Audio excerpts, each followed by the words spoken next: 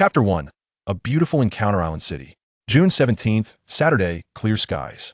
In the early morning, a series of enticing moans from the neighboring room jolted Shen Lang from his reverie. The sky outside had brightened considerably, and the atmosphere in the room was imbued with a hint of lingering hormones, coupled with traces of alcohol. Damn it, can't a person get some sleep? Shen Lang muttered under his breath, blinking groggily as he lay in bed for a moment, listening to the intermittent sounds. He then picked up his phone from the bedside. 6:37 a.m.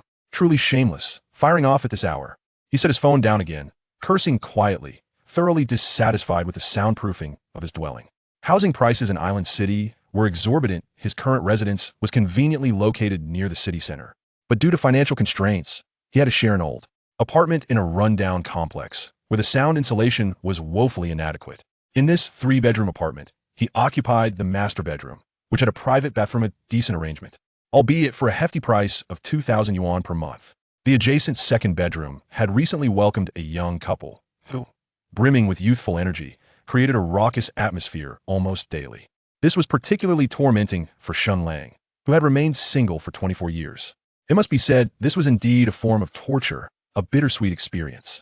Setting his phone aside, Shen Lang expressionlessly tugged at the thin blanket covering him, rolling over in preparation for more sleep. However, in the next moment, he froze. Beside him lay a stunning girl, peacefully resting. She appeared to be around 20, extraordinarily beautiful, with a fair and flawless complexion. Her brows were delicately arched, long lashes slightly curled, a pert nose, and exquisite collarbones that emanated a soft radiance, akin to jade carved by skilled hands. Yet, on her porcelain-like skin were remnants of faint kiss marks, whispering tales of last night's fervor. Further down, her voluptuous figure was mostly concealed by a summer blanket, revealing only a hint of her alabaster skin. Wait, this isn't a dream. After inadvertently stumbling upon an affair between his boss and the supervisor, Shen Lang was dismissed under the pretense of taking too long in the restroom. Of course, he received a compensation of 20,000 yuan for his troubles. To celebrate his newfound freedom, he invited 2 close friends for a night of barbecuing and drinking. The girl had likely also indulged in alcohol, and when she stood on the stone bridge railing, appearing to contemplate a leap into the river, Shen Lang rushed to pull her back, resulting in his weathered second-hand bicycle sustaining irreversible damage. After a lengthy conversation, Shen Lang tried to persuade the girl, but she remained silent. Consequently, he reluctantly called the police, perhaps in hopes of earning a title such as one of the 10 outstanding youths of Qinghai City. Then the girl playfully pinned him against the wall. Having been single for 24 years, Shen Lang could hardly resist such temptation.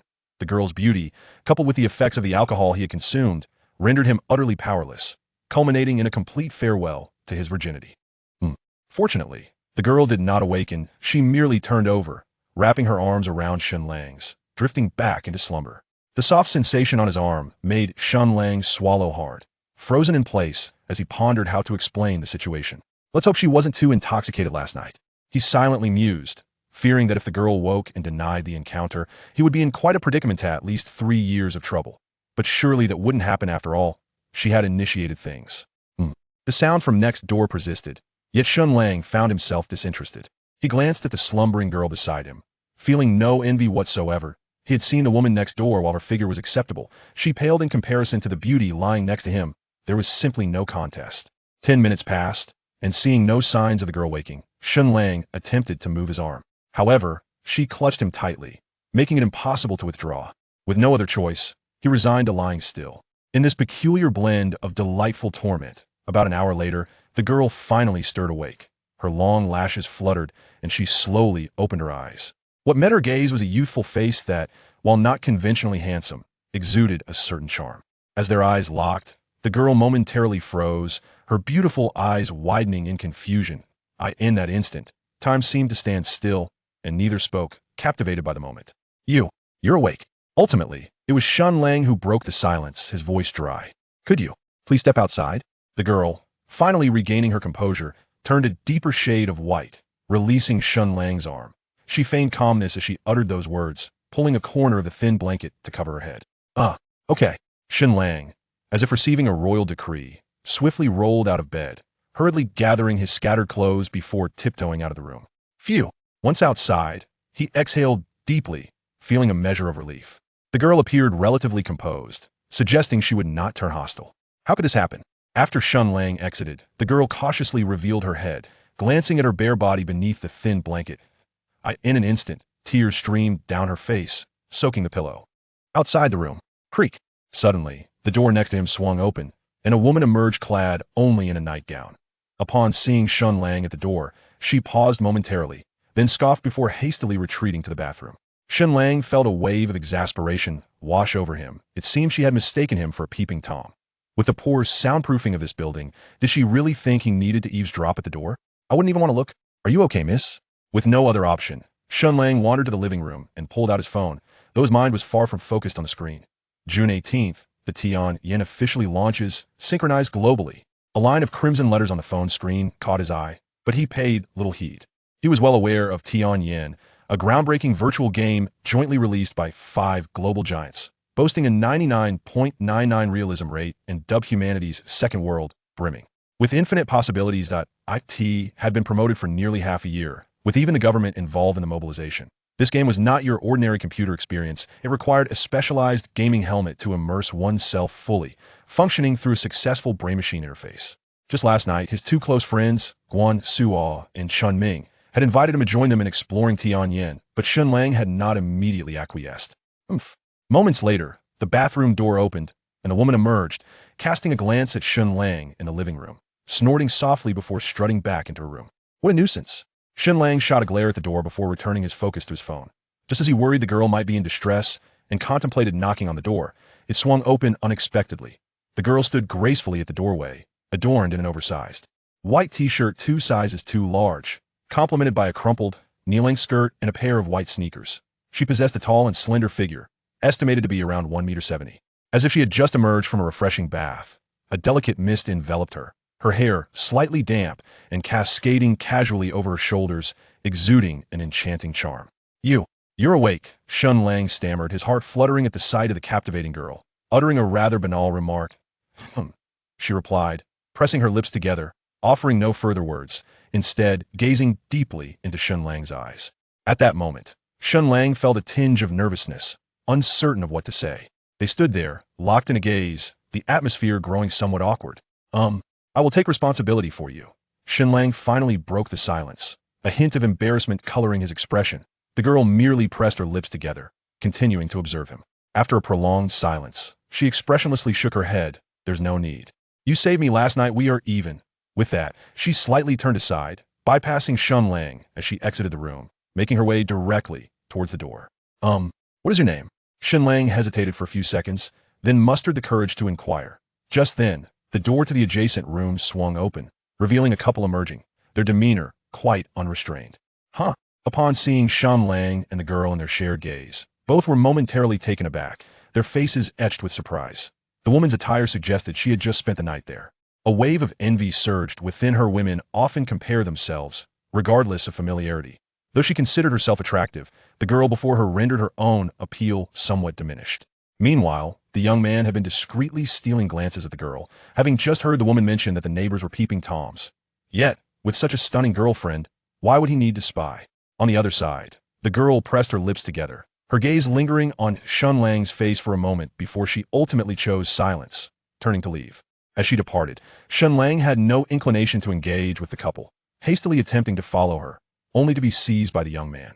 What are you doing? Shen Lang asked, a hint of urgency tinging his voice as he frowned at the young man. Brother, is it your girlfriend? The young man whispered, curiosity evident in his tone. He was not unattractive, though somewhat slight in stature, and his hairstyle, a cropped fringe, lent him a somewhat effeminate appearance. Yes, why? Shen Lang replied dismissively, lacking the time for further conversation. Nothing. I just thought she seemed somewhat familiar, but I couldn't place where I'd seen her. The young man scratched his head, offering a smile. Familiar? Shen Lang sighed inwardly, realizing the young man was oblivious, daring to make such comments while standing next to his girlfriend. Now that you mention it, she does seem a bit familiar, the woman scoffed, her gaze towards the young man growing hostile. Jiao, it's not what you think. I genuinely feel she looks familiar. The young man hastily defended himself, though Jiao appeared unconvinced. Seeing a conflict brewing, Shen Lang quickly made his escape, yet the broken elevator at the entrance lingered stubbornly on the ground floor, much to his frustration. After a brief moment, when Shen Lang dashed down from the 5th floor, the girl had long vanished. 2 fools. Shen Lang muttered under his breath, a sense of disappointment washing over him, yet feeling utterly helpless. Even if she hadn't left, what could he do? Jiao Jiao, see, I told you I wasn't lying. Look, isn't this her? The somewhat effeminate young man thrust his phone towards Jiao Jiao's face, one of his eyes bruised, clearly having just received a beating. You know, she does resemble her. I thought she looked somewhat familiar. Jiao Jiao observed the beautiful poster on the phone screen, feeling a touch embarrassed, realizing she had mistakenly doubted her boyfriend. Resemble? It's more than that. I never expected that ordinary guy to be with someone so extraordinary. The young man gritted his teeth, yet his words trailed off as he quickly shut his mouth. Shen Lang, feeling somewhat dejected, entered without acknowledging the pair, heading straight for his room. Hey, wait, brother. The young man intercepted Shen Lang, extending his phone towards him. Brother, is this your girlfriend? Huh? Stopped in his tracks, Shen Lang furrowed his brow, glancing at the phone before suddenly freezing. It was a stunningly beautiful poster, where mountains and waters harmonized amidst a gentle mist, featuring an exceptionally beautiful woman standing gracefully. She wore an ancient-style gown, slender and tall, holding a golden staff, exuding elegance and nobility. What astonished Shen Lang most was that the woman's visage on the poster was strikingly identical to that of the girl he had just encountered. This is the promotional poster for Tian Yan. Chapter 2. Nanshi in the room, the summer quilt, lay neatly folded at the head of the bed, while a striking splash of red on the cream-colored sheets was particularly eye-catching. At this moment, Shen Lang sat at the edge of the bed, his gaze fixed intently on the poster displayed on his phone screen. He was certain this was the girl. There could be no mistake. After a moment of contemplation, Shen Lang took a screenshot of the poster and subsequently opened WeChat, sharing it in a group chat. The group consisted of only 3 individuals, Shen Lang and his 2 closest friends, Guan Suo and Chun Ming. The trio had been university classmates and were renowned for their camaraderie, united by their shared passion for basketball, which they played quite well. Thus, they earned the nickname the Iron Triangle of Black Elbows. Shen Lang, standing at a height of 1.78 meters, played as a forward, known for his accurate jump shots and unyielding elbows. Chun Ming, slightly shorter at just over 1.70 meters, filled the role of a guard, swift on his feet and capable of taking down 2 opponents with a single trip. As for Guan Suo, towering at over 1.90 meters and weighing more than 200 pounds, he dominated the paint, known for his intimidating presence. After graduation, the 3 remained in this coastal city, a sub-provincial hub, albeit with modest successes. Guan Suo worked at a decoration company, maintaining a professional relationship with Shen Lang, while Chun Ming, a programmer, found himself nearing baldness after just a year of employment. Dude, what is up, feeling lovesick? What them teased. Finally come to your senses, right? I'm telling you, with our Iron Triangle joining forces, we could definitely make a name for ourselves in the gaming world. Clearly, Guan Suo and Chun Ming interpreted Shen Lang's shared image quite differently. Do you 2 recognize this girl? Shen Lang inquired. Considering that the promotional posters for Tian Yan varied from city to city, featuring different individuals, often more than one. In Shanghai City alone, there were 7 distinct posters, each showcasing different people, both male and female, with the girl being merely one of them. Of course we know her. ISN, T. Shi Mingzi's goddess? Guan Suo responded. Nanshi, a sophomore at Zhonghai University and one of the spokespeople for Tian Yan in Shanghai City. That's all I know. Nanshi, Shen Lang murmured to himself, finally learning the girl's name. What is the matter, Langge? Are you thinking of pursuing her? Guan Suo continued with his playful inquiries. Pursue? Nonsense, Shen Lang retorted. As the morning sunlight streamed through the window, casting a soft glow upon the pristine walls, Shen Lang gazed at the beam of dawn, his thoughts drifting into the ether. Damn it, I must act. After a long pause, Shen Lang took a deep breath, as if having made a significant resolution, and abruptly sat up. He then picked up his phone and opened the official website for Tian Yan. Indeed, he was preparing to delve into the game. After all, he was currently unemployed, and this might present an opportunity. Tian Yan, the second world for humanity, was touted as a realm where anything was possible. Most importantly, the girl named Nanshi would likely be entering the game as well. On the official website, 2 types of gaming helmets were available, a standard version priced at 1,000 yuan and a premium version at 10,000 yuan. Shen Lang, without hesitation, ordered a standard version of the helmet, though it required him to personally retrieve it from a nearby sales point. After placing his order, he promptly rose and exited his room. In the living room, Jiao Jiao was seated on the sofa, engrossed in the television while savoring a large bag of French fries. She merely glanced at Shen Lang as he emerged, then returned her attention to the screen. As for the young man, he was nowhere to be found, presumably off doing something elsewhere. descending the stairs. Shen Lang first stopped at a street vendor near the community entrance to grab a quick breakfast before boarding the subway to the nearest helmet sales point. Having indulged a bit too much the previous evening, he had unceremoniously abandoned his dilapidated bicycle, feeling a twinge of regret but lacking the inclination to retrieve it. Half an hour later, upon arriving at the sales point, Shen Lang was taken aback by the sight before him. 2 serpentine queues stretched out for at least 2 miles. An exaggeration beyond belief. He pondered himself why people didn't just order online. With a leisurely gait, he sauntered into the sales area, producing his phone and thrusting it towards the cashier. "Hello, I've ordered a gaming helmet online," he declared. "Good day, sir. Kindly proceed to the back of the line to collect your order," replied the cashier, a young woman in her 20s with striking features, her demeanor exceedingly polite. "I ordered it online," Shen Lang reiterated. "I apologize, sir, but this line is exclusively for online orders. Please proceed to the back," the cashier explained with a smile, maintaining her courteousness despite the busy atmosphere. "Come on, hurry up and join the queue. Who here isn't ordering online?" A nearby young man scoffed, his tone laced with sarcasm. Shen Lang felt a wave of embarrassment wash over him as he faced the disdainful gazes of those around him. After 10 minutes, he finally reached the end of the line, only to find that several hundred people stood before him. How long would this take? With a resigned sigh, he contemplated the situation. It appeared he might be waiting until evening. If you wish to avoid the line, you could purchase the premium version, which requires no waiting and even offers home delivery. He overheard a young man ahead of him mutter, clearly agitated. The premium version, Shen Lang's eyelid twitched involuntarily at the mention. That model cost 10,000 yuan, a sum he had yet to accumulate even after a year of work. What a farce! As the temperature began to rise, Shen Lang had only managed to inch forward a few meters while an additional 30 or so people joined the queue behind him. "Damn it, I'm done waiting," he exclaimed, glancing at the sluggishly advancing line. With determination, he pulled out his phone, accessed the official website of Tian Yan, and promptly ordered a premium helmet before striding away with confidence. Having been dismissed by his boss the previous day and having just compensated 2,000 yuan, he could now afford this expenditure. However, it left him with a mere 16,000 yuan remaining in his account. In his room, Shen Lang stared at the balance on his bank card, letting out a weary sigh. Now, without a job and devoid of income, that sum appeared substantial, yet would barely sustain him for half a year. The mere rent alone amounts to 6,000 coins for a single quarter. Such an expenditure cannot be taken lightly. With a soft sigh, Shen Lang began to explore the official website of Tian Yan. Having resolved to embark on an adventure within the game, it is prudent to be well prepared. Although the website offers scant information about the game, it does provide some fundamental details. After ordering a modest meal for lunch, Shen Lang resumed his perusal of the official game site in the afternoon. Tian Yan is categorized into 7 principal professions: swordsman, mage, archer, knight, assassin, priest, and berserker. Among these, the swordsman is the most sought after, possessing both offensive and defensive capabilities, truly a class for the elite.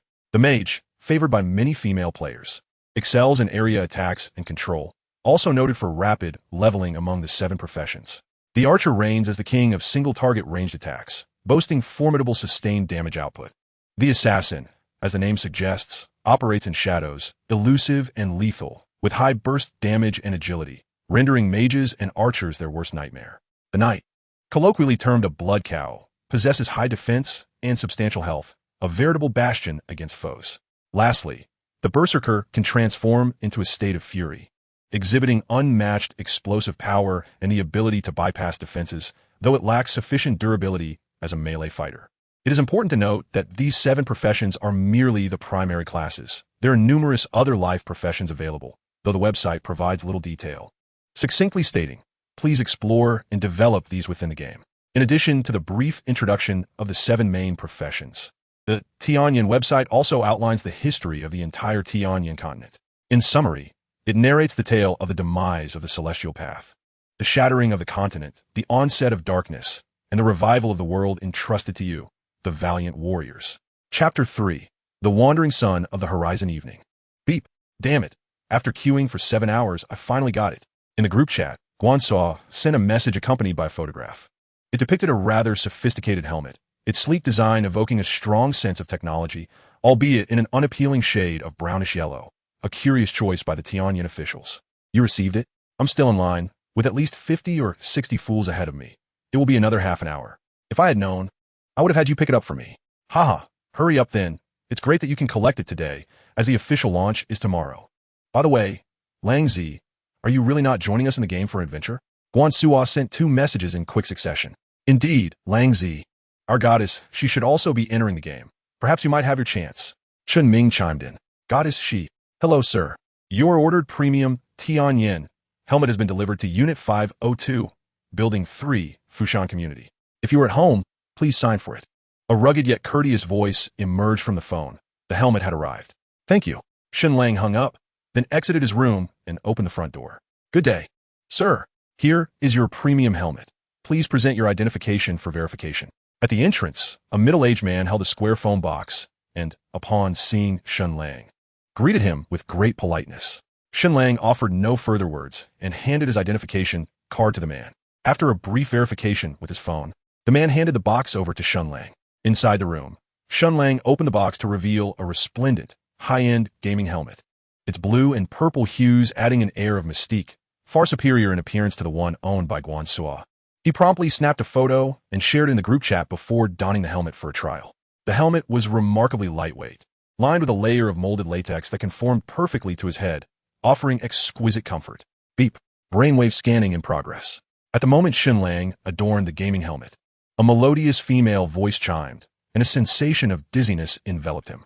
Scanning complete. Identity verification in progress. Verification complete. Name, Shen Lang. Nationality, Huaxia. Ethnicity, Han. ID number, 39533. Do you wish to confirm binding? Binding. Identity, binding complete. Phone number, binding complete, enabling real-time communication in-game. Bank card, binding complete, allowing for cash transactions within the game. Beep. Dear player, as the esteemed owner of the helmet, you are entitled to a single opportunity for a system lottery. Do you wish to participate? Such a delightful surprise. Shen Lang's eyes sparkled. It seemed that the 10,000 yuan had not been spent in vain. Yes. Please proceed with the lottery. As the system's voice faded, a colossal spinning wheel materialized before him, featuring a central stop button surrounded by a whirlwind of various symbols. Dizzying to behold. After gazing at the wheel for a moment without discernible insight, Shen Lang decided to press the stop button. Beep. With a crisp sound, the grand wheel vanished, replaced by a radiant blue gem materializing before his eyes. Congratulations, player. You have acquired a precious item. Source of mana. Source of mana, accessory, necklace. Reduces mana consumption for casting spells by half and restores 10 mana points per minute. Mana points, blue bar.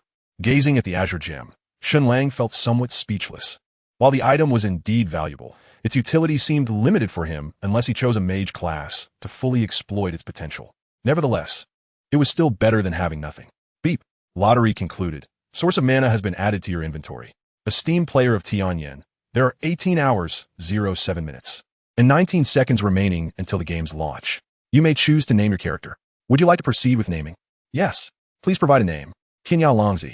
Name successfully registered. Would you like to choose a profession? Choosing a profession? Shen Lang furrowed his brow in confusion. Based on his previous experiences with novels, professions were typically assigned after reaching level 10 and exiting the novice village. Why was the selection occurring before even entering the game? Do you need to select a profession now? After a moment of hesitation, Shen Lang finally nodded in agreement. The opportunity to choose a profession right from the start was indeed appealing. He had made up his mind. He would choose the swordsman, a versatile class perfect for offense and defense, exclusive to the elite. He would not forsake his chance at divinity for a mere source of magical power. Please select your profession. Once confirmed, it cannot be changed. With these words, 7 resplendent figures appeared, representing the 7 primary professions of Tian Yan, each adorned with a brief introduction and a gross star rating. Swordsman, a harmonious blend of offense and defense, exclusive to the elite. Magician, the sovereign of area attacks. Ethereal as a celestial being. Archer, master of long-range strikes, precise and invincible. Knight, high defense and substantial health, an indomitable body. Assassin, a phantom of the night, swift as the wind. Priest, a healer of the world, a benevolent saint. Berserker, high explosive damage, relentless in pursuit. With the 7 professions laid out before him, Shen Lang unhesitatingly chose the swordsman, ranked at the top. Was it malfunctioning? How could this game dare to claim it was revolutionary? Ding! After nearly 10 minutes of waiting, the pleasant voice resounded once more. Player profession selection successful. Congratulations, you have become an apprentice assassin. What on earth? Ishu Swartzman. For goodness sake. Shen Lang was taken aback, feeling utterly dismayed. He had clearly selected the swordsman. How had he ended up as an assassin? Dear player, due to a recent system update, your selection was anomalous. We shall provide you with a compensation. Ding! Congratulations, you have acquired the assassin's exclusive skill, Backstab. Backstab, level 1, a universal skill for first transition assassins, unleashes a powerful attack from behind the target, dealing 125 damage and silencing the target for 1 second. Cooldown, 15 seconds. Silence, prevents the release of skills. Shen Lang blinked, somewhat speechless. A universal skill of the first transition, by definition, would be automatically learned at level 10, implying that he had merely obtained this skill slightly earlier than others. Nevertheless, it was not entirely disappointing. After a moment's reflection, Shen Lang felt a sense of advantage. In the early stages of the game, the majority would only be capable of basic attacks, thus granting him a slight edge. Esteemed player of Tian Yan, your game character has been generated. Please adjust your appearance and pain sensitivity as you see fit. The Tian Yan Alliance welcomes your participation in the fight against dark forces. The melodious female voice faded, followed by a countdown of numbers indicating the official commencement of the game. Upon accessing the settings, Shen Lang made slight modifications to his appearance. His facial contours shifted subtly, while still retaining a hint of his original visage. The appearance settings offered 3 options: increase by 10, decrease by 10, or restore the original form by 30. Shen Lang opted for the latter. As for pain sensitivity, it could be set within a range of 1 to 10, and he settled on a 5, as a complete absence of pain would not feel authentic. Chapter 4. Entering the game. Shen Lang removed his helmet, exhaling deeply as a glimmer of yearning appeared on his face. Isn't this helmet the premium version? He pondered. I can assure you it is, came the enthusiastic response. When did you become such a tycoon, Lang Zi? In their WeChat group, Guan Suo and Chun Ming were already in high spirits, having sent over 50 messages.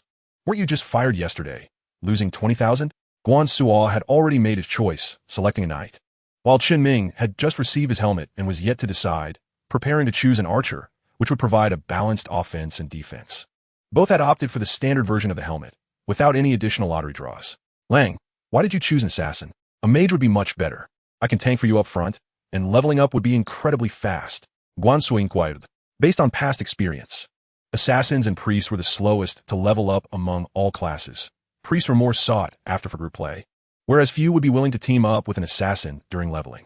Exactly, Lang Ge, the assassin, is at a disadvantage in the early stages, Chen Ming chimed in, clearly puzzled by Shen Lang's choice. It's all right. I relish that carefree, swift style. After chatting with them for a while longer, Shen Lang rose and descended the stairs, savoring a large bowl of ramen at the community entrance. At 15 yuan a bowl, with meat, broth, and noodles, it was quite a bargain. Jiao Jiao, you have no idea. I stood in line for the entire afternoon. It was sweltering.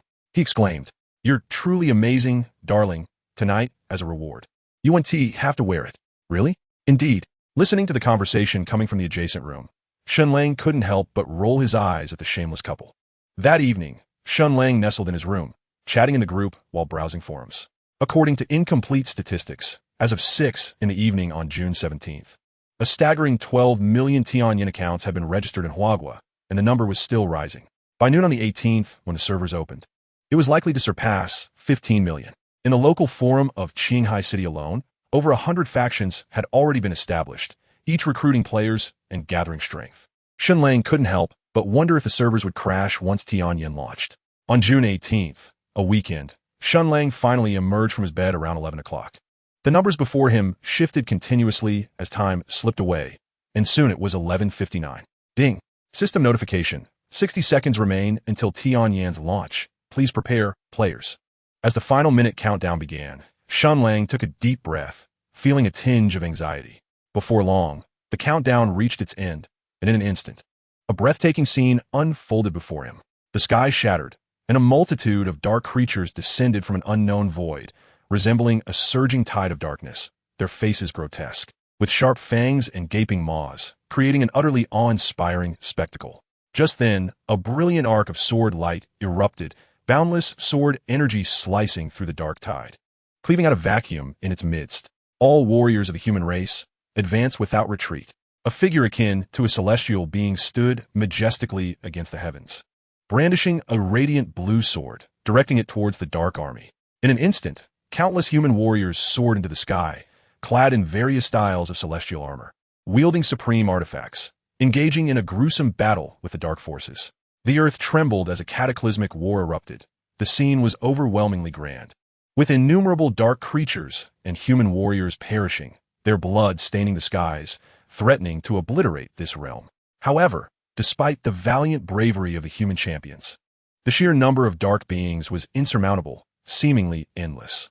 Ultimately, all the humans fell, their bodies forming mountains, and a rain of blood cascaded down, leaving only that solitary figure standing, sword in hand, desolate and forlorn. The human race, sworn to resist unto death. That celestial-like figure, wielding the divine sword, surged with battle fervor, resolutely charging into the endless darkness. In that moment, an incredibly brilliant light erupted, illuminating the past, present, and future. Clang! Shen Lang inhaled deeply, his heart resonating with awe. Truly, it was Tian Yan, so vividly real that even a mere visual could stir one's blood. The village appeared quite rudimentary, reminiscent of an ancient era, and Shen Lang suspected that the structure surrounding him could collapse at any moment. As beams of white light flashed around him, the small village quickly became crowded. Indeed, it felt remarkably authentic.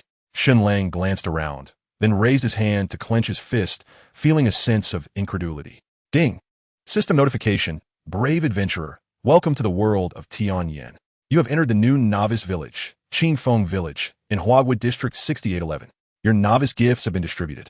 Please strive to reach level 10 and complete your class advancement. Novice gifts? Shen Lang felt a surge of excitement and promptly opened his backpack, only to be met with disappointment the next moment. Out of 100 storage slots, only 3 items resided within. An old dagger, a tattered cloth, and a blue gemstone. Rusty dagger. Quality, novice equipment. Attack, 12. Required level, 0. Worn clothing. Quality, novice equipment. Defense, 1. Required level, 0. What a worthless assortment. Shen Lang inwardly scoffed, then opened his character panel to take a look. Name, Tian Yan, apprentice assassin. Level, 0. Attack, 8. Defense, 5.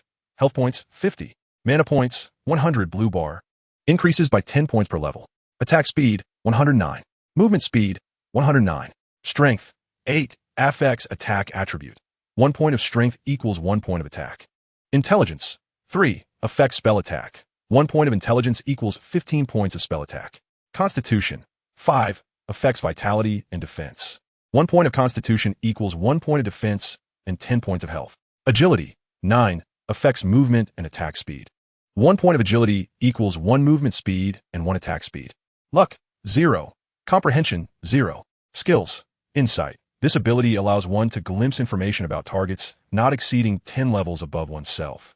Assault, novice physical skill, non-upgradable launch, a powerful strike on the target, inflicting 120 damage.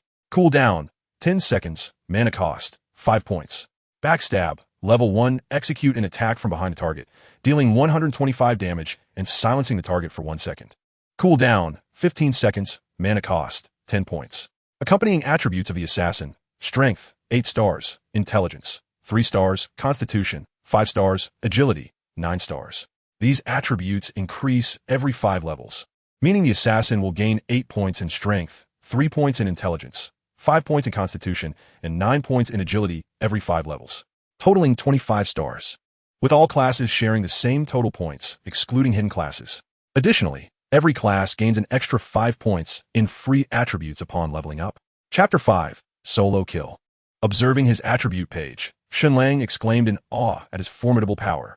The surrounding crowd bustled with activity, most donning novice gear and rushing toward the village outskirts. Individuals wielding tattered scraps of metal created a remarkably spectacular scene.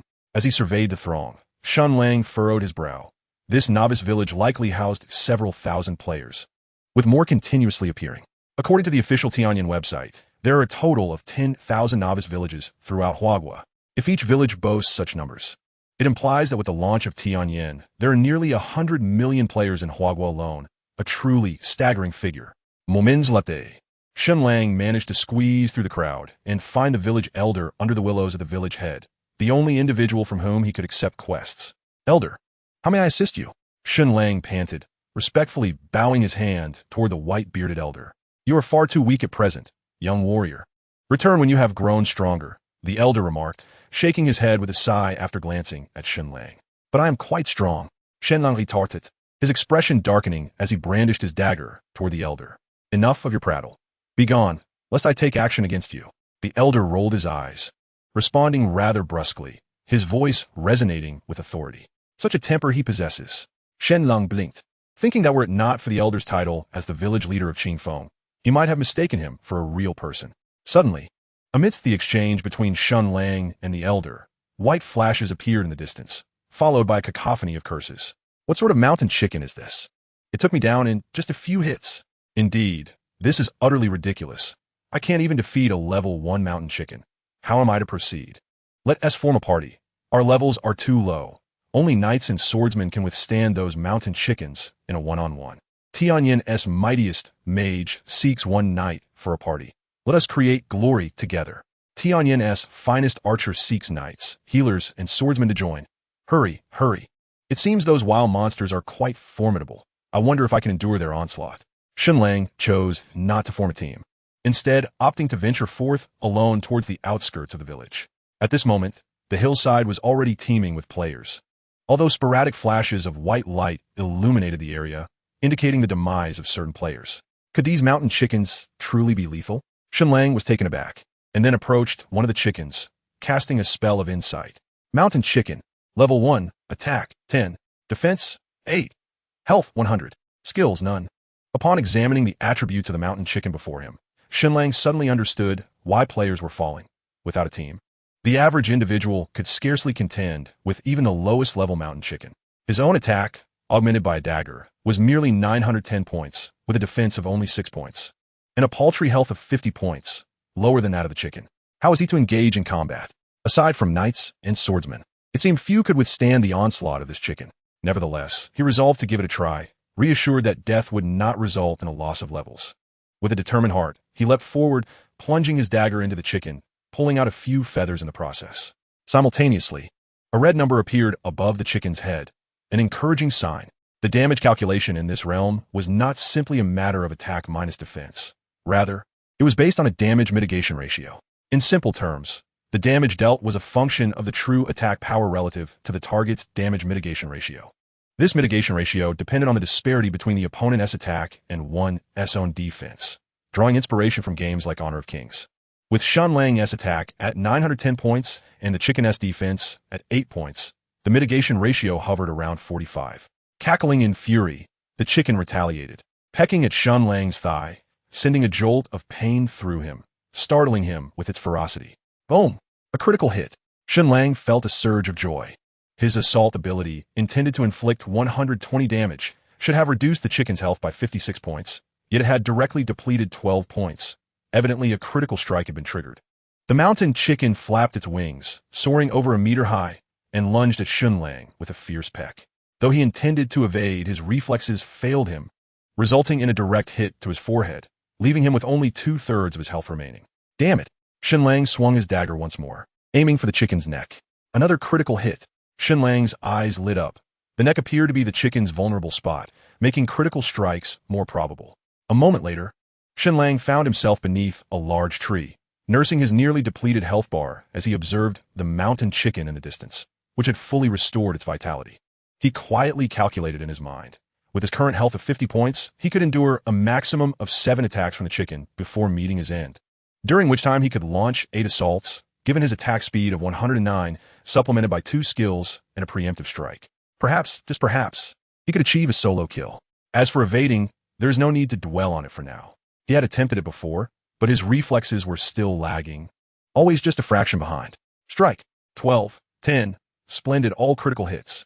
In an instant, the mountain chicken's health plummeted by 1/5. Boom! The mountain chicken swiftly entered a combat stance, lunging at the base of Shen Lang's thigh, nearly shattering his egg, startling Shen Lang greatly. Damn egg! Shen Lang plunged his dagger into the chicken's neck once more, inflicting 6 points of damage. Then, with a swift turn, he appeared at the side and rear of the mountain chicken, launching his skill, Backstab. 14. A vivid scarlet flared up, and, simultaneously, the mountain chicken was silenced for a second. Of course, the chicken possessed no skills, rendering the silence rather pointless. Cluck! A minute later, at last, the mountain chicken let out a mournful cry and collapsed to the ground. Ding! Congratulations, you have successfully slain Mountain Chicken, earning 5 experience points. 5 points? Not too shabby. Shen Lang, feeling somewhat fatigued, sat on the ground, his health nearly depleted, yet his face radiated excitement. After all, he had just single-handedly taken down a mountain chicken. Quite impressive. Just 19 more to level up. The recharge system has not yet been activated. As for mana, there was no beginner's protection period. It could only regenerate 1 point per minute, which was rather sluggish. Yet, Shen Lang, although possessing 2 skills, had Source of Mana, which have the mana consumption for all skills and restored 10 points per minute, alleviating any concerns regarding his mana pool. Chapter 6. Turtle Shell Divine Armor. Cluck. A few minutes later, yet another mountain chicken fell, and Shen Lang once again gained 5 experience points. Remarkably, it dropped coins. It seemed this one was a first kill. The mountain chicken's body gradually dissipated, 3 copper coins falling to the ground, which Shen Lang gleefully picked up. The official website of Tian Yan indicated that the more times a monster is slain, the lower the drop rate becomes. This mountain chicken dropped 3 copper coins all at once, likely due to it being the first time it was killed, whereas the previous one had dropped nothing. It appeared he would need to seek out a more secluded area.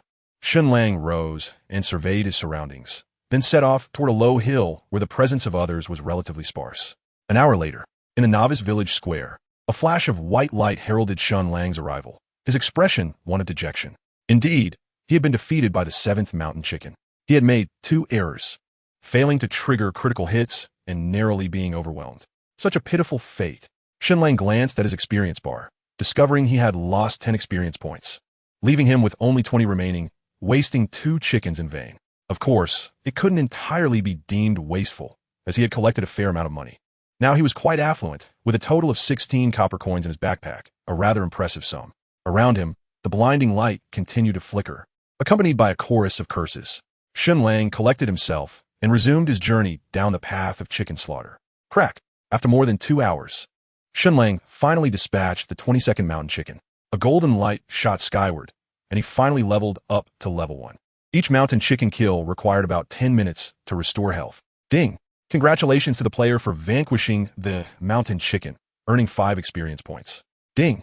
System notification, congratulations. Player has leveled up, gaining 10 mana points and 5 free attribute points. Please continue your efforts. As 2 system notifications chimed in succession, Shen Lang felt a surge of joy and unhesitatingly allocated all 5 attribute points to strength, a warm current flowing through him, instantly filling his body with vigor. In the early stages, focusing on attack was paramount. Enhancing agility was not a judicious choice. Oh, equipment has dropped. As the carcass of the mountain chicken vanished, a simple straw hat appeared on the ground, adorned with 2 feathers. Vonstahlhat. Great, common. Defense, 2. Required level, 0. Quite satisfactory. Shen Lang donned the straw hat immediately, enhancing his defense significantly. Wanderer of the Horizon, Apprentice Assassin. Level, 10200. Attack, 14 to 15. Defense, 8. Health points, 50. Mana points, 110. Increases by 10 per level. Attack speed, 109. Movement speed, 109. Strength, 13. Intelligence, 3. Constitution, 5. Agility, 9. Luck, 0. Insight, 0. Skills, minimal. Glancing at his attributes, Shen Lang was immensely pleased.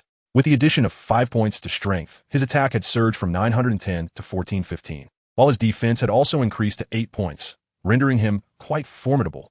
Little chicks, now taste the sharpness of my blade. Shen Lang eyed the distant mountain chicken, leaping forward in a swift motion, instantly activating the skill, Charge, delivering a strike to its head. 13. Though it did not result in a critical hit, the damage was still substantial. With the mountain chicken's defense at 8 points, it had less than 30 points of damage reduction remaining, compounded by the skill, Charge, which provided a 20-point damage boost, allowing him to nearly disregard its defense. Here, let us reiterate the damage reduction proportions. For instance, with a true attack of 20 points, if the target's defense is 0 points, there is no damage reduction. With a target defense of 10 points, 25 damage reduction applies. At 20 points, equal to his attack, 50 damage reduction. At 30 points, 75 damage reduction. If the target's defense exceeds 40 points, double. It completely negates damage, rendering the target impervious. Cluck cluck. The mountain chicken fluffed up, scratching Shen Lang's thigh, inflicting merely 6 points of damage. Even with my immense strength, you dare to retaliate? Shen Lang brandished his dagger and plunged it fiercely into the mountain chicken's neck. 22. This time, It was a critical hit. Backstab. Shen Lang slipped to the side and behind the mountain chicken, striking again at its neck. 28. A large red number floated up. Quite terrifying. Ding.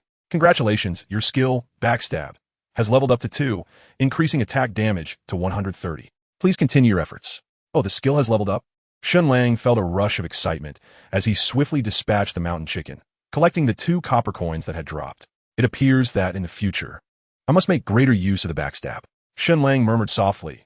Backstab is at level 6, which means it can inflict a maximum damage of 150. Quite remarkable indeed. Naturally, reaching the maximum level is no easy feat. Progress slows considerably as one advances. He ventured further inside, hoping to slay some level 2 monsters. Shen Lang, skilled and daring, continued deeper along the hillside. Having reached level 1, he needed 200 experience points to attain level 2, yet the experience from the mountain chickens was dwindling.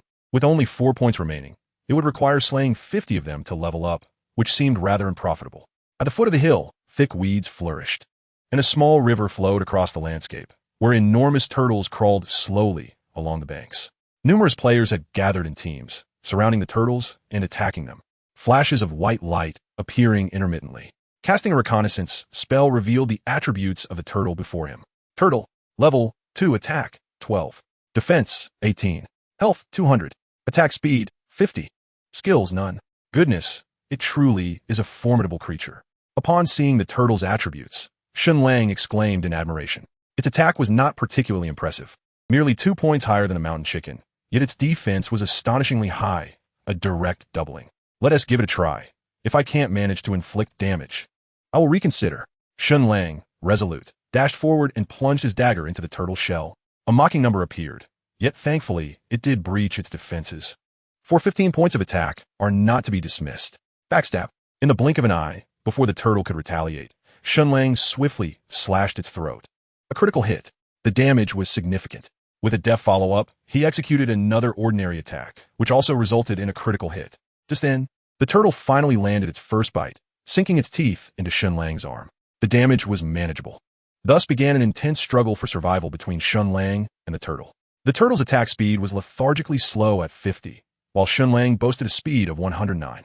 By alternating between 2 skills, he managed to inflict damage approximately once every 3 strikes. Finally, after nearly 2 minutes of brutal combat, as Shen Lang's health dwindled perilously low, the enormous turtle collapsed. Ding! System notification. Congratulations, you have slain turtle and earned 10 experience points. 10 experience points for a single turtle is quite commendable, albeit perilous. Had he suffered 2 fewer critical hits, Shen Lang would have met his demise. Of course, such life-and-death battles that transpire in an instant are an essential path for a great player to rise. Merely 3 hours after the server launch, Shen Lang had made significant progress, even managing to dodge attacks through deft movement at times. With a swift kick, Shen Lang sent the turtle's carcass tumbling aside, revealing a handful of copper coins scattered beneath it. 65 coins. He collected the coins one by one, and with these 8 additional pieces, his total amassed to an impressive 65 copper coins. Indeed, a fortune. After a brief moment, Shen Lang struck down another turtle. However, this time, instead of obtaining copper coins, he was rewarded with a piece of leather armor. Turtle Shell Divine Armor, Leather Armor. Quality, plain. Defense, 6. Health, 30. Required level, 1. Truly worthy of its name. Divine Armor. Shen Lang felt a surge of excitement. This leather armor not only provided an additional 6 points of defense, but also increased his health by 30 points. Quite impressive.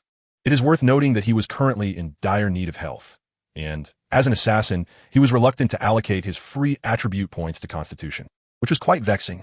Without a hint of disdain for the armor's appearance, Shen Lang donned the turtle leather armor, and in that moment, he felt a surge of confidence. His defense skyrocketed from 8 to 14 points, and his health surged to 80 points. Truly formidable. Note, defensive gear is categorized into 3 types. Plate armor, suitable for swordsmen. Knights and berserkers. Leather armor, suitable for assassins and archers. Cloth armor, suitable for mages and priests. Chapter 7, Quest. Wearing the turtle shell divine armor, Shen Lang felt emboldened, boldly confronting a level 2 turtle with a relentless assault. The turtle's attack power was only 12 points, whereas Shen Lang's defense stood at a robust 14, resulting in nearly 60 damage reduction. The turtle could only inflict approximately 5 points of damage upon him, presenting no challenge whatsoever. Naturally, Shen Lang remained vigilant.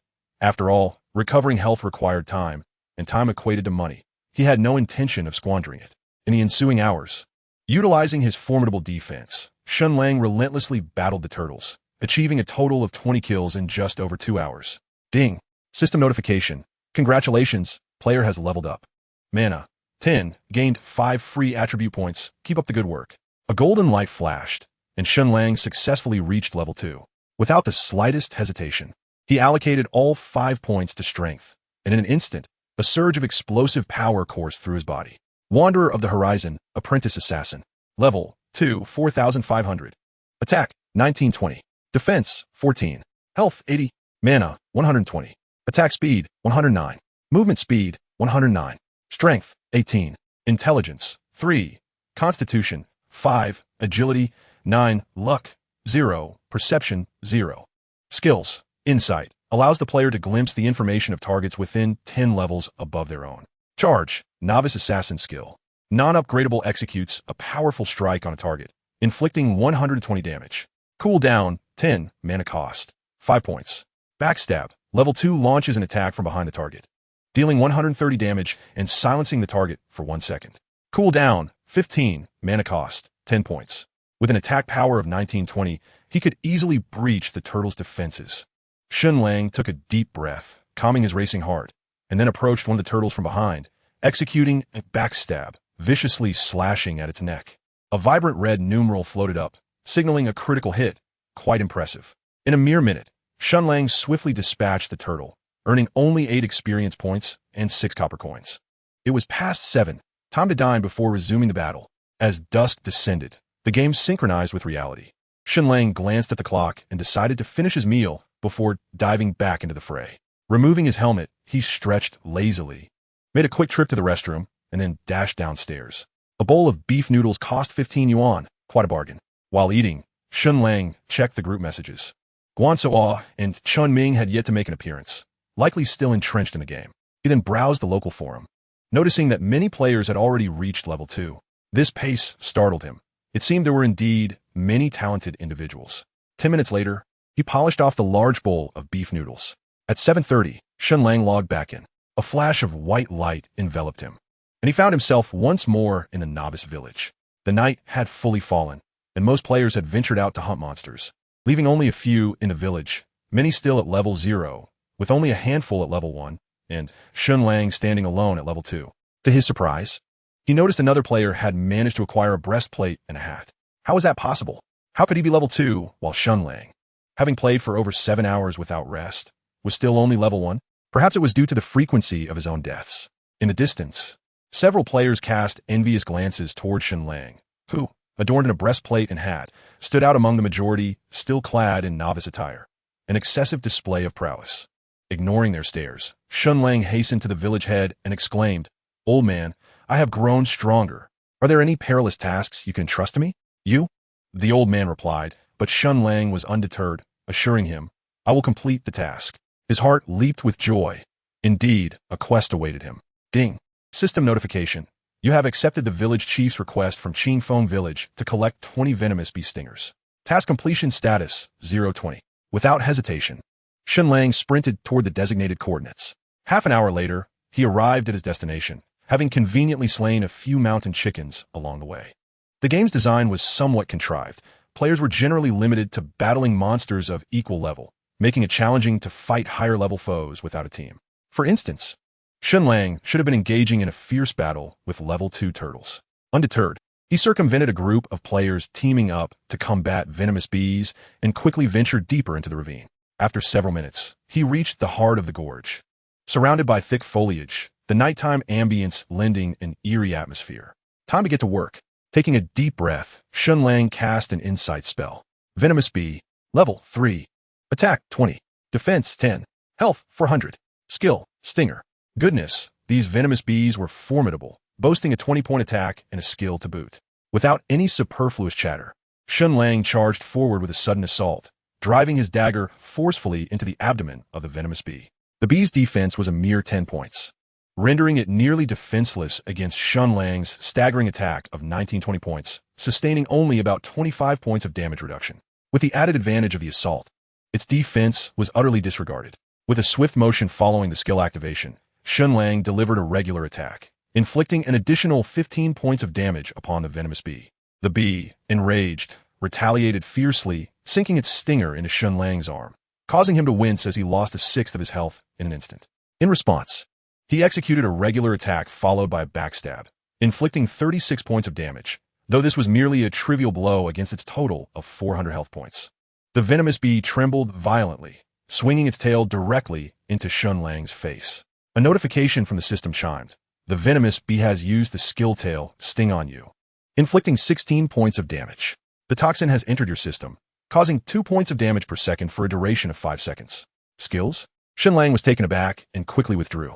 A single skill had dealt a total of 26 points of damage, a somewhat alarming prospect. A moment later, Shen Lang crouched upon a large boulder, contemplating a strategy to eliminate the venomous bee. The bee's high damage output and the tail sting skill posed a significant challenge, making it difficult for him to defeat it with his current strength. He needed to identify the bee's weakness to have any chance of success. First, he sought the weakness. With a combination of the assault and a regular attack, Shen Lang struck the bee's head and chest, inflicting a total of 35 points of damage without triggering a critical hit. Enraged, the venomous bee lunged at Shen Lang's face, causing him to stumble and barely evade the attack in the nick of time. Chapter 8. The Venomous Bee King. Shen Lang was not surprised by the bee's attacks, having experienced similar situations while battling tortoises, largely due to their sluggish speed. "D," he cried, showing no mercy as he plunged his dagger into the bee's eye. A blood-red numeral emerged, and Shen Lang's heart leaped with joy. He had scored a critical hit. The bee's weakness lay in its eyes. Infuriated by the injury, the venomous bee thrashed about, its tail quivering with a glimmering poison stinger. "I've been waiting for you." At a critical moment, Shen Lang swiftly maneuvered to the side of the bee, launching a backstab aimed at its abdomen. A substantial amount of damage was dealt, simultaneously interrupting the bee's skill. Indeed, it was possible. Shen Lang felt a surge of elation. The backstab not only had a damage bonus, but also silenced the target for 1 second, effectively disrupting the bee's skill. With the bee's ability thwarted and momentarily dazed, Shen Lang seized the opportunity, thrusting his dagger twice into the bee's eyes with fierce determination. The second strike was somewhat off target, failing to deliver a critical hit. After all, the venomous bee is not akin to a mountain chicken or a turtle. Its elongated neck and slow speed, coupled with its relatively small eyes, make it challenging to hit the mark consistently. Nevertheless, Shen Lang felt a sense of satisfaction, having lost not a single drop of blood while depleting 2/5 of the venomous bee's health. Quite impressive indeed. However, in the next moment, a jolt of pain shot through his forehead, causing him to lose 1/6 of his health. "Watch as I flay you alive," he thought, having identified the venomous bee's weakness. With the ability to interrupt its skills using backstab, Shen Lang felt a surge of confidence. He wielded his dagger with precision, engaging fiercely with the venomous bee. After a minute and a half, a notification chimed. "Congratulations, player has slain venomous bee, earning 20 experience points." Not bad at all. Shen Lang still had about 1/5 of his health remaining, so he was not in immediate danger. He kicked the corpse of the venomous bee aside, revealing a small pile of copper coins and a sharp stinger beneath. Truly generous for a creature capable of skills. He collected the copper, 17 pieces in total, before picking up the stinger. Venomous bee stinger, quest item.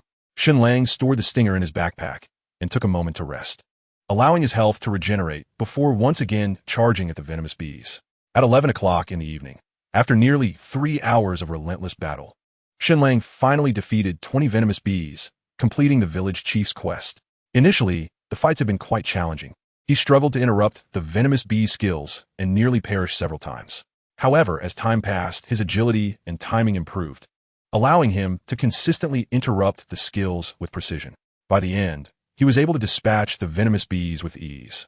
The game implemented a protection mechanism, reducing experience points earned for monster kills to half between midnight and 6 in the morning, rendering it quite unprofitable. Just as Shen Lang prepared to strike again, he suddenly halted, his gaze fixed in a particular direction. Deep within the shadowy thicket, 2 ethereal glimmers flickered, causing his heart to race. "This is a game. This is a game." Shen Lang swallowed hard, repeatedly chanting to himself. After a moment, he summoned his courage and advanced a few steps. Bathed in the dim light of the moon, he discerned the nature of the creature before him. A vividly colored venomous bee, significantly larger than its counterparts, with glowing eyes. Could it be? Taking a deep breath, he cast a spell of insight. "Venomous Bee King, Level 3 attack, 25 defense, 12 health, 2000 skills, stinger venom. How on earth to confront this? Shen Lang gazed at the venomous bee king, feeling utterly helpless. Its stats were indeed formidable, while its attack and defense were only marginally higher than those of the ordinary venomous bee, by 5 and 2 points respectively. The sheer health pool of 2,000 was staggering, not to mention the presence of 2 skills. Even a 5-person team would likely struggle against this foe. However, the thought of walking away was intolerable. The drop rate was exceedingly high, especially for a first kill, which guaranteed equipment. Damn it, I'm going for it. A flash of white light illuminated the scene, and Shen Lang reappeared in the village square of the novice area. With utmost urgency, he sought out the village elder with the white beard. Old man, the task is complete. Reward me at once. He presented the elder with 20 venomous bee stingers. Ah, I didn't expect you to truly accomplish it. Well done, the elder remarked, a hint of surprise in his gaze as he accepted the stingers. Sir, I am pressed for time. Please issue my reward swiftly, Shen Lang urged, eager to avoid any unnecessary pleasantries. Very well, young warrior, here is your reward. A notification chimed. System alert. Congratulations on completing the task. Collect venomous bee stingers. Earning 200 experience points. In an instant, a golden light enveloped him, and Shen Lang successfully ascended to level 3. Thank you, sir. Farewell. He expressed his gratitude before hastily making his way to the village's sole blacksmith shop. The dilapidated walls were adorned with a few rusted weapons, none of which were worth mentioning. Upon inspection, Shen Lang confirmed the lack of quality items, and the prices were exorbitant. A plain dagger with an attack of 46 was priced at 10 silver coins, an outrageous ripoff. After slaying numerous monsters, he had only managed to accumulate 6 silver coins thus far. 1 gold coin, 100 silver coins, 10,000 copper coins. With a silent curse, Shen Lang proceeded to the tailor's shop, which was equally overpriced. Yet, in preparation for the battle against the venomous bee king, he had little choice but to indulge. After much deliberation, he spent 5 silver coins on a pair of cloth shoes and a set of bracers. Cloth shoes, quality, common. Defense, 2. Agility, 1. Required level, 1. Warm bracers, leather armor. Quality, common. Defense, 2. Constitution, 1. Required level, 1. Donning the cloth shoes and bracers, Shen Lang allocated 5 points of free attributes, distributing them not solely to strength, but also adding 1 point to constitution.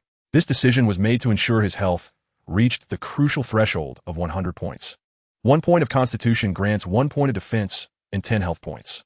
Having completed these preparations, Shen Lang opened his attributes panel, and indeed, he had significantly strengthened.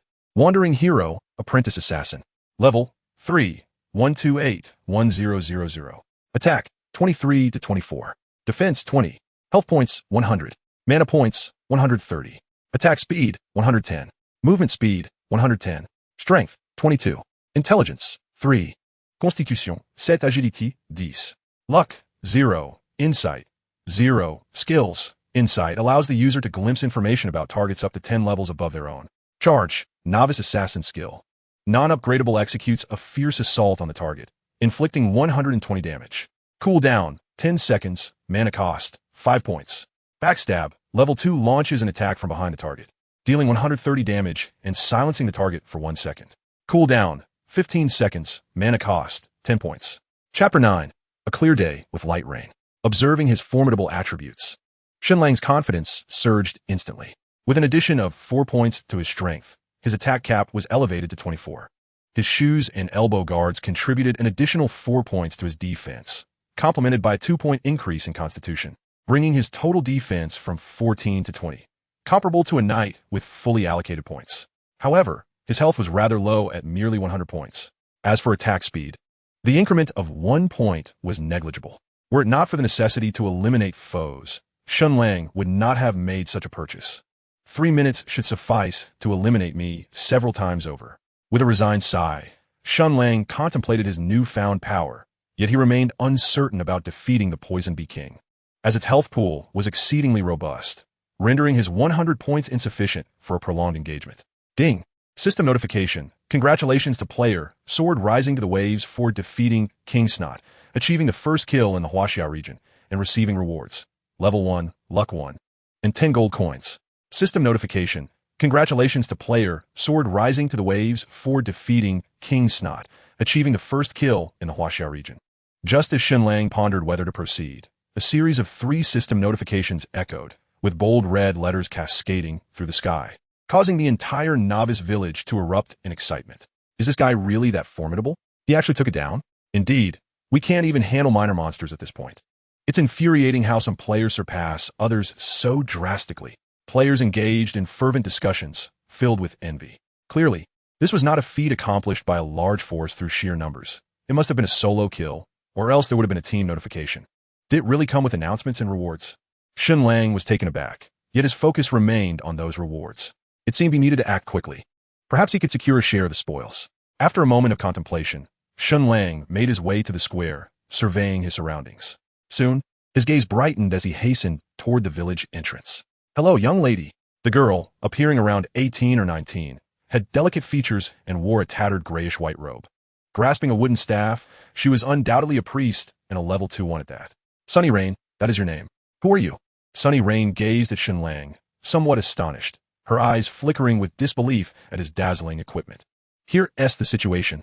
I require a priest to form a party for a task. If you assist me, I shall reward you with 3 silver coins upon completion." Shen Lang succinctly stated. 3 silver coins? My goodness, you're not trying to deceive me, are you? Sunny Rain's expression was one of surprise. Her gaze toward Shen Lang laden with skepticism. "Do I appear to be a fraud?" Shen Lang replied, exasperated. "Not at all." Sunny Rain assessed Shen Lang from head to toe, shaking her head. "Then that settles it." Shen Lang, growing impatient, urged, "Just tell me if you're in or not.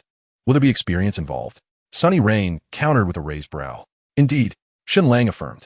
"Experience would be shared equally in a team, and naturally, everyone would gain experience upon a successful kill. How long will it take?"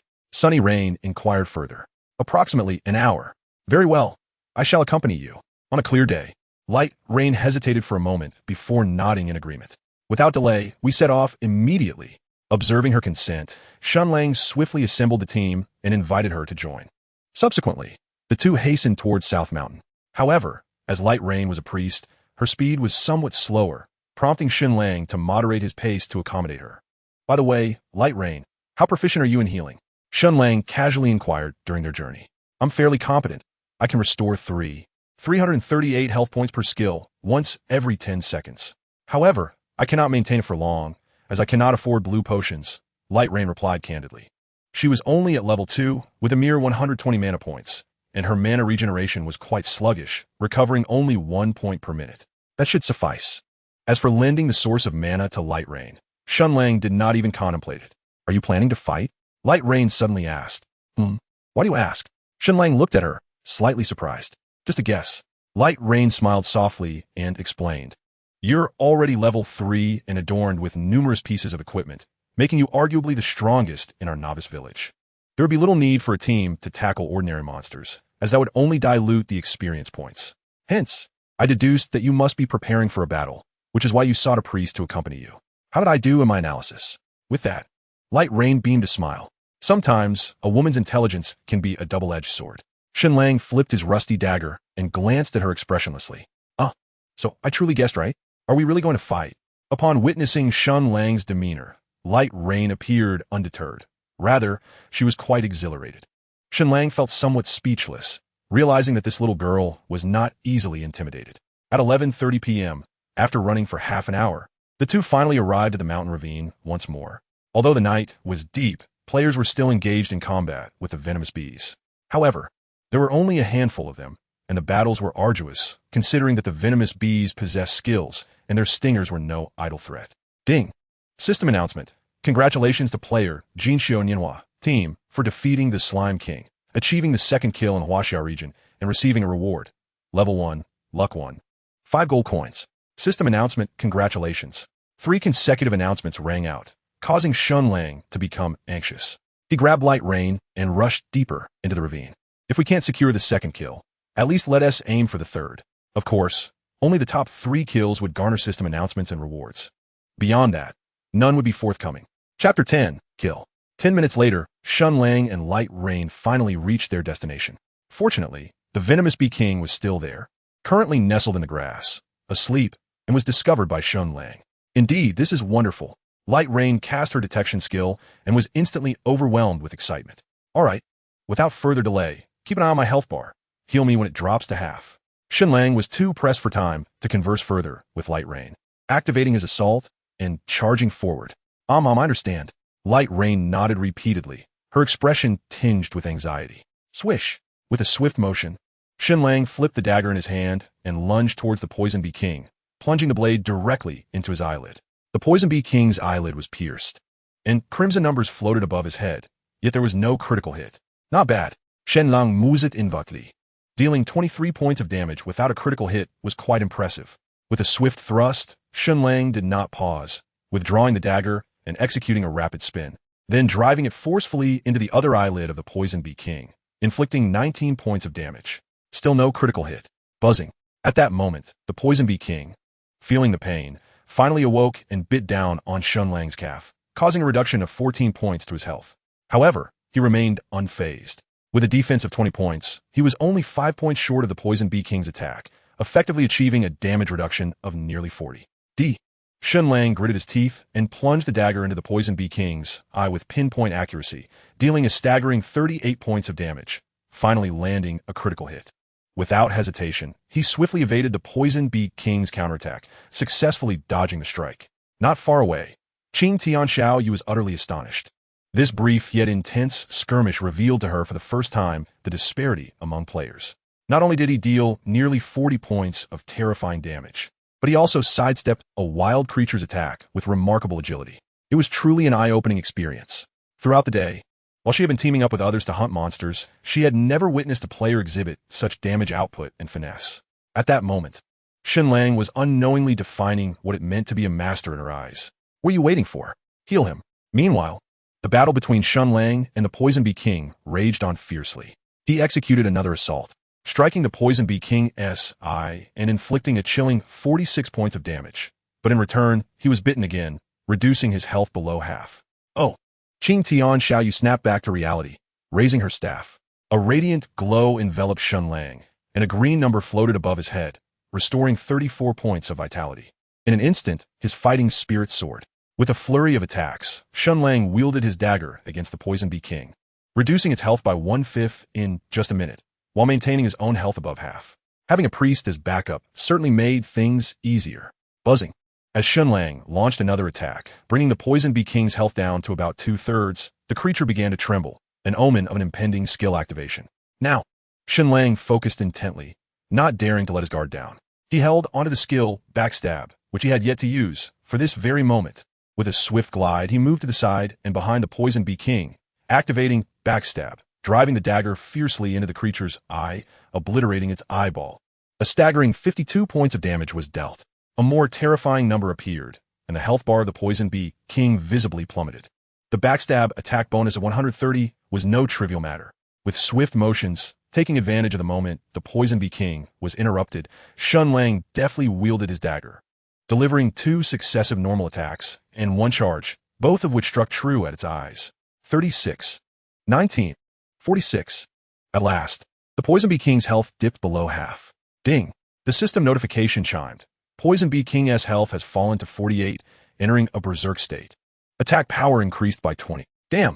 Shen Lang was taken aback, fully alert now as he relentlessly swung his dagger, refusing to retreat. However, the Poison Bee King's augmented attack power significantly increased the damage dealt to Shen Lang, with a single blow inflicting around 20 points of damage, intensifying his pressure. Fortunately, with the healing support from Sunny Rain, Shen Lang managed to endure, though his health remained stubbornly below 50, never able to rise. After several minutes of this arduous struggle, the Poison Bee King's health dwindled to around 20, with only 400 points remaining. Brother Tian Yan, I'm almost out of mana. How many more heals can you provide? Shen Lang swayed to evade the Poison Bee King's attack, simultaneously executing a backstab that reduced the Poison Bee King's health by 50 points. Twice. Now only 1 was left. That's enough. 21. In the next moment, the Poison Bee King bit down on Shen Lang's face, knocking his health back down to 50. Damn! Shen Lang executed a charge followed by a normal attack, dealing nearly 90 points of damage to the Poison Bee King, whose health was now perilously low. Buzzing. Suddenly, the Poison Bee King began to tremble violently. This was bad. Realizing this was a precursor to the Poison Bee King's skill, Shen Lang was alarmed, knowing his backstab was still on cooldown and thus unavailable. In the next instant, A plume of green smoke erupted from the Poison Bee King's rear, swiftly enveloping a significant portion of the forest. Ding! The system notification announced. Poison Bee King has activated the skill Poison Fog. You have been poisoned. Losing 5 health per second for 20 seconds. This. Shen Lang was taken aback, yet he pressed on, gripping his dagger to unleash 2 consecutive strikes at the Poison Bee King. However, due to his anxiety, neither attack landed a critical hit, totaling merely 39 points of damage. Heal yourself, hang in there. Shen Lang gritted his teeth, enduring another attack from the Poison Bee King, his health plummeting to a mere 30 points. This won't do. Even with healing, I can't hold on. Sunny Rain was also afflicted by the Poison Fog, her health steadily depleting to 50 points. Even if she cast a healing spell on herself, it wouldn't suffice. Brother Tian Yan, I'm counting on you, you must succeed. After a moment's hesitation, Sunny Rain ultimately bestowed her final healing spell upon Shen Lang. 38. The green numbers ascended, and Shen Lang's nearly depleted health bar recovered a small portion. You vile creature, meet your demise. As he gazed at the slowly descending figure of the Poison Bee King, Shen Lang could not suppress the surge of anger within him. With his dagger in hand, he unleashed a flurry of strikes, executing a series of backstabs and standard attacks with fervor. In mere moments, he had inflicted a staggering 120 points of damage upon the Poison Bee King, leaving it with less than 100 health points, still exceeding Shen Lang's own. Before long, the Poison Bee King retaliated, dealing 18 points of damage to Shen Lang, and coupled with the corrosive effects of the poisonous mist, his health bar was soon depleted to 0. Just as his health reached its nadir, the Poison Bee King let out a wretched cry, its massive form crashing down with a thunderous thud. Chapter 11. Bee King's Sword. Ding! System notification. Congratulations, your team has slain the Poison Bee King. You have earned 250 experience points. Ding! System announcement. Congratulations to player Tian Yan team for defeating the Poison Bee King, successfully achieving a triple kill in the Huaxiao region. Special rewards. 50 experience points at your level, 1 luck point, and 3 gold coins. System announcement. Congratulations to player Tian Yan. At last, success. Listening to the continuous loop of system announcements, Shen Lang plopped down onto the ground, unable to conceal the excitement etched on his face. We did it. We really killed it. In the team channel, Qing Tian Xiaoyu was equally exhilarated, dancing with joy. Although she had fallen once, being in the novice stage meant she had only lost 10 experience points, a mere 50, while the reward for the kill was a substantial 250 points. A remarkable gain indeed. Xiaoyu, don't log off just yet. Wait for me in the square. Shen Lang said, glancing at the corpse of the Poison Bee King. Okay, Tian Yagij, she replied, nodding enthusiastically, her voice somewhat sweet. After a brief moment of rest, Shen Lang rose to his feet and kicked aside the body of the Poison Bee King, revealing a trove of items beneath. A sword, a pair of leg armor, a necklace, and a handful of silver coins. What a bounty! It was no surprise that the first kill yielded 3 pieces of equipment. Shen Lang felt a rush of excitement as he picked up the silver coins, totaling 18, before turning his attention to the longsword. Bee King's Sword quality, black iron attack, 1012 strength, for special trait. Venom, each attack poisons the target, inflicting an additional 3 damage. Required level, 3 dam. It's not a dagger. Shen Lang's eyes sparkled with envy, yet he realized he could not equip it. Assassins were restricted to daggers and short swords. Long swords were reserved for warriors and knights, leaving him with nothing but longing. It seemed he could only sell it. With a deep sigh, he reluctantly stored the long sword and then picked up the leg armor. Thankfully, this was something he could use. Bee King leg armor, leather armor, tier, black iron defense, 6 constitution, 3 required level. 3 This is quite good. Shen Lang promptly donned the leg armor, his attributes skyrocketing as his defense surged by 9 points to a staggering total of 29. His health also increased by 30 points, bringing it to 130. Next item. Bee King necklace quality, black iron intelligence, 5 constitution, 1 features, increases healing effects by 5. Required level, 3. Undoubtedly suitable for a priest. Little Rain is quite fortunate. The necklace is an accessory and does not belong to one of the 6 major sets. Its drop rate is remarkably low, making it a rare treasure. Although Shen Lang could wear this necklace himself, the single point of constitution it provides is of little use to him, and it overlaps with the source of mana. He would not replace the source of mana for it. It is essential to note that mana recovery is slow at a rate of 1 per minute. Without the source of mana, he cannot recklessly cast skills. At the square of the novice village, it was past noon, and the number of players present was scant. A petite figure stood there, quite conspicuous. Occasionally, Players approached in an attempt to form a party, but were politely declined by sunny little Rain. Before long, a flash of white light appeared, revealing Shen Lang not far away. Upon seeing him, sunny little Rain's eyes brightened, and she hurried towards him. Little Rain, here are the 3 silver coins I promised you. Additionally, that bottle of blue potion counts as 1, and the experience you lost also counts as 1, totaling 5 coins. Shen Lang said, directly handing her the 5 silver coins. Wow, that's a lot. Hee hee, then I won't be polite. Sunny little Rain exclaimed joyfully, accepting the coins with a beaming smile. 5 silver coins constitute a generous reward, and with an additional 250 experience points, she was close to leveling up to level 3. This venture had certainly proven fruitful.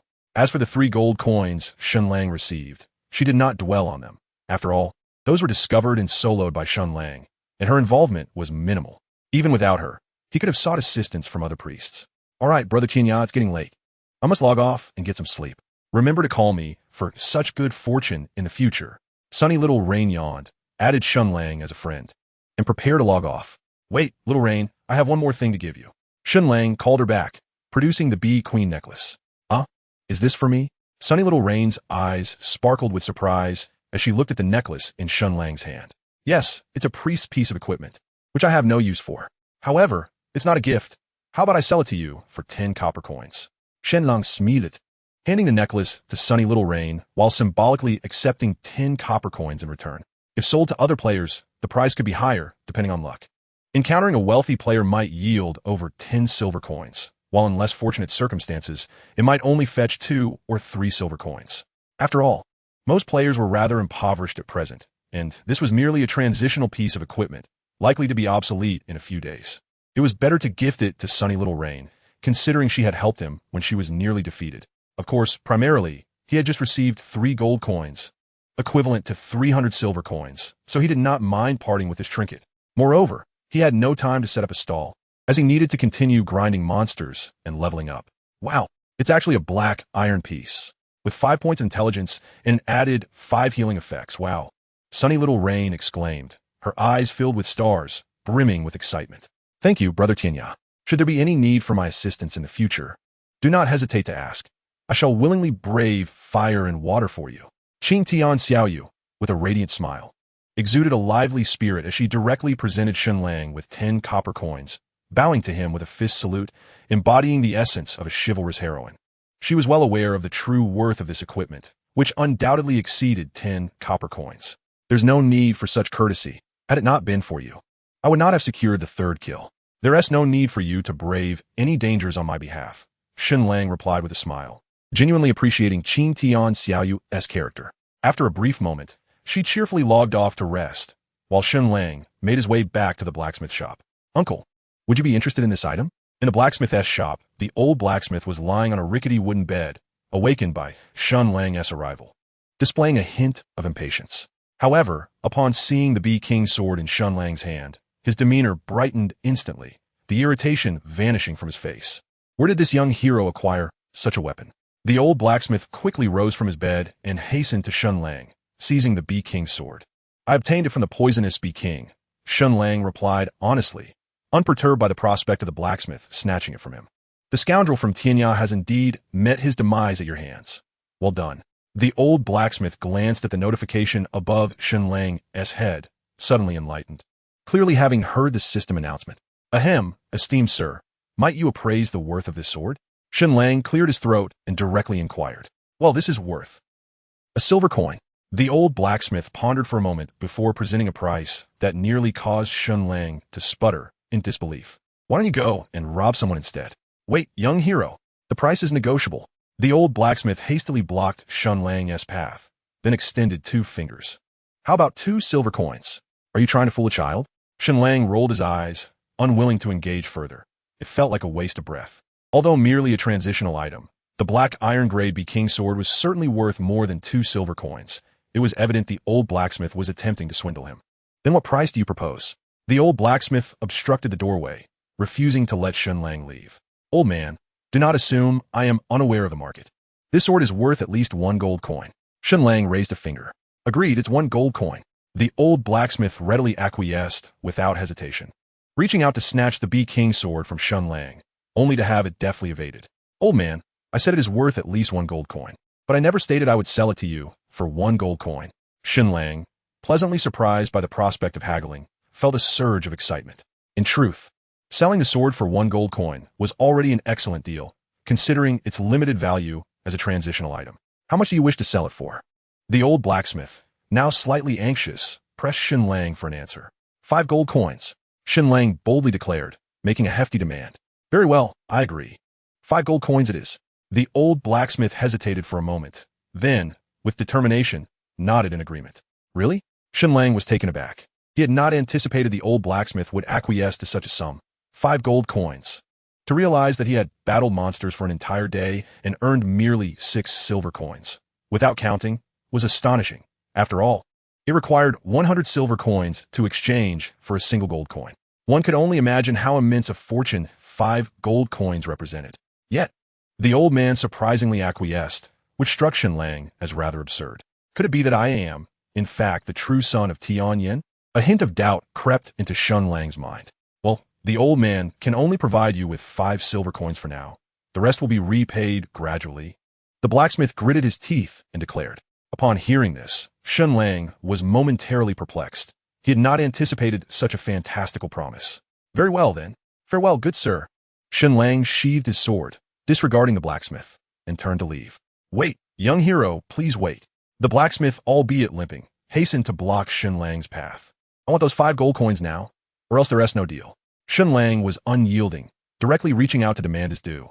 Young hero, I truly do not possess such an amount at this moment. If you doubt my word, I can draft an IOU for you, the blacksmith pleaded. That will not suffice. It's customary to exchange payment for goods simultaneously. Shen Lang replied. Although 5 gold coins were valuable now, they would depreciate over time. And who knew when the blacksmith would be able to repay him? Please, young hero, have mercy on an old man. I am willing to kneel, the blacksmith lamented, collapsing to the ground. Witnessing this, Shen Lang's heart jolted, and he suddenly realized the gravity of the situation. Senior, please rise. It is merely a sword, unworthy of such reverence. Shen Lang sighed, stepped forward to assist the blacksmith to his feet, and handed him the Bee King's sword. Thank you, young hero. But I truly do not have such funds now. The blacksmith trembled as he stood, tears streaming down his weathered face. It is of no concern. Simply repay me when you are able. By the way, what do you intend to do with this sword? Shen Lang inquired, a hint of confusion in his voice. Although the Bee King's sword was indeed commendable, it was certainly not worth 5 gold coins. Evidently, the blacksmith had other intentions. Alas, the blacksmith sighed deeply, slowly articulating his plight. It turned out that the blacksmith had a granddaughter named Xiao Tong, aged 12. Just a month prior, she had heard of a herb in the Nan Mountain Gorge that could cure her grandfather's leg ailment and had ventured there alone. Unfortunately, she failed to find the herb and instead roused the venomous Bee King, who stung her. Fortunately, she was rescued by the village chief and the blacksmith himself. According to the village's physician, the toxin from the Bee King's stinger could alleviate Xiao Tong's poison when refined, but it was not a permanent solution. Only the toxin from the Bee King's stinger could completely cure her. Hence, the blacksmith's desperate need for the Bee King's sword, which was essentially the stinger of the venomous bee. So, the village chief sought the Bee King's stinger for your granddaughter's remedy, Shen Lang realized. Recalling that just over an hour ago, he had given the white-bearded village chief 20 Bee King's stingers, who had mentioned they were for the blacksmith's family. Indeed, the village chief has been quite concerned about the matter concerning the young child. The old blacksmith sighed and spoke of the village chief with great respect. Here, take this sword, esteemed elder. I shall forego any payment. Shen Lang hesitated for a moment, feeling unusually generous. His instincts hinted that there might be other underlying matters at play, perhaps even a hidden quest. No, this simply cannot be. Although I am but a humble blacksmith, I understand the importance of keeping one's word. If I say 5 gold coins, then it shall be 5 gold coins. Once I earn the money, I shall repay you, young hero, the old blacksmith insisted, shaking his head vehemently. Really, it's unnecessary. I'm not lacking in funds. Shen Lang chuckled, realizing that the act of doing good brought a sense of accomplishment. Absolutely not. Under no circumstances. The old blacksmith remained steadfast, despite Shen Lang's arguments. Why are you so stubborn? Shen Lang found himself at a loss for words. How about this? Since you only require the poison from the sword, once it is extracted, could you use this sword as a material to forge me a dagger? An idea sparked in Shen Lang's mind as he proposed the notion. Well, that could work. But my skills are rather limited. I fear I may not produce anything of quality, the old blacksmith replied. That doesn't matter. Any dagger will suffice. Shen Lang reassured him. Very well then, I am grateful to you, young hero, the old man replied. Not at all. Helping others is my nature. After a brief exchange, Shen Lang bid farewell to the old blacksmith and logged off from the game. Removing his helmet, Shen Lang exhaled deeply. After battling monsters for an entire day, his mind felt somewhat dazed. The game helmet from Tian Yan is equipped with a brainwave calming system, meaning that while playing, the brain enters a light sleep state, making the gaming experience akin to dreaming. Thus, even prolonged play does not result in excessive fatigue. However, this does not imply that sleep is unnecessary. One can adequately reduce sleep time to around 4 to 5 hours. After a quick trip to the restroom, Shen Lang glanced at his phone. It was 12:45. Meanwhile, in the WeChat group, Guan Suo and Chen Ming were engaged in an animated discussion. Shen Lang scrolled up to skim through the chat. Guan Suo had reached level 2, while Chen Ming was just shy of achieving the same. As a knight, Guan Suo could single-handedly defeat a mountain chicken at level 0, thus leveling up more rapidly. Though later he struggled against turtles, unable to break their defenses, and had to team up with others. In contrast, Chen Ming, as an archer, faced difficulties. With low defense and health, he could not even defeat the initial mountain chickens. Guan Suo, is the Wanderer still offline? Is that Qingyao Wanderer truly you, Shen Lang? Chen Ming, it must be him. It's impossible for there to be duplicate names in Tian Yan. Shen Lang, it's me. I was in a party with them. Tian Yan is rather restrictive. Players can only add friends face-to-face in the game, and cannot do so through search functions. So the three were not yet friends in the game, and thus, they remained unaware of Shen Lang's level. Guan Suo, wow, it really is you. You've made quite a name for yourself. You're simply extraordinary. Chen Ming, Wanderer, you're impressive. Please take me along. Guan Suo, Wanderer. What level are you at now? Have you reached level 3? Chen Ming, certainly. I'm almost at level 4. Before he defeated the venomous bee queen, he was just shy of 200 experience points. After vanquishing the queen, he received a reward of 250 experience points, along with an additional 50 points from the system, totaling 500 experience points, nearly enough to reach level 4. Guan Suo, you're impressive, Wanderer. I've only just reached level 2. It's tough. Chen Ming, I'm not faring any better. I'm still at level 1, just 50 experience points away from level 2, crying. Shen Lang, no need to rush. Once we gather enough funds for health potions, leveling up will become much easier. Guan Suo, that is true, but I currently have only 1 silver coin and 33 copper coins, which I can't bear to spend. Chen Ming, I have a meager worth of 88 copper. Shen Lang, I'm not much better off, just 13 silver coins. Oh, I forgot about the system's reward of 3 gold coins. Guan Suo, Chen Ming, Chapter 13, Bronze Dagger. The following day, Shen Lang rose early. Glancing at the clock, he noted it was not yet 5:30 a.m. Despite having slept for less than 5 hours, he felt no fatigue, brimming with energy. Jiao Jiao, I aim to reach level 4 today. At this pace, I should be able to leave the novice village in 3 or 4 days. Yes, I'll strive for that too. However, our team leader was constantly glancing at me yesterday, so I prefer not to team up with him today. Next door, a young couple had also awakened, engaged in their morning routine while discussing matters from the game. With a flash of white light, Shen Lang appeared in the square of Qingfeng village. Though it was only 6 in the morning, numerous players had already logged in, bustling about the village once more. The tailor's shop, in particular, was thriving today, perhaps due to players finally being able to afford some equipment, albeit of modest quality. Young hero, you have finally arrived. Shen Lang approached the blacksmith shop, which appeared relatively deserted compared to the tailor's. No one else was present. Upon seeing Shen Lang, the old blacksmith hurried over, accompanied by his adorable granddaughter, Xiaotong. To Shen Lang's surprise, Xiaotong, like the other players, also had a level indicated by a green 3 hovering above her head. Xiaotong, come and greet your benefactor, the old blacksmith urged. Big brother, thank you for saving me, Xiaotong expressed, bowing gracefully. No need for thanks. Are you feeling better? Shen Lang gently patted the little girl's head with a smile. Yes, I'm all better now, Xiaotong nodded. That's good to hear. Just make sure not to wander off again. Your grandfather has been quite worried these past few days. Yes, big brother, I want to do that again. While Shen Lang conversed with Xiaotong, the old blacksmith had already retrieved a blue short dagger. Young hero, this is the dagger crafted according to your specifications. Please have a look and see if it meets your satisfaction. The old blacksmith carefully handed the dagger to Shen Lang, a hint of pride gleaming in his eyes. For this was the finest weapon he had forged in many years. To his astonishment, the senior had completed the crafting so swiftly. Shen Lang took the short dagger into his hands, and in an instant, a sharp aura enveloped him, causing his heart to flutter. Azure, edge dagger. Grade, bronze. Attack, 1822. Strength, 6. Special effect, lifesteal, with a 3 chance to restore health equivalent to the damage dealt with each attack. Required level, 5. To think it is a bronze grade. How impressive, Shen Lang exclaimed, his surprise palpable as he examined the dagger's attributes. The weapon's potential attack power reached a staggering 22 points, complemented by a 6-point strength bonus, amounting to an extraordinary increase of 28 points in attack capacity.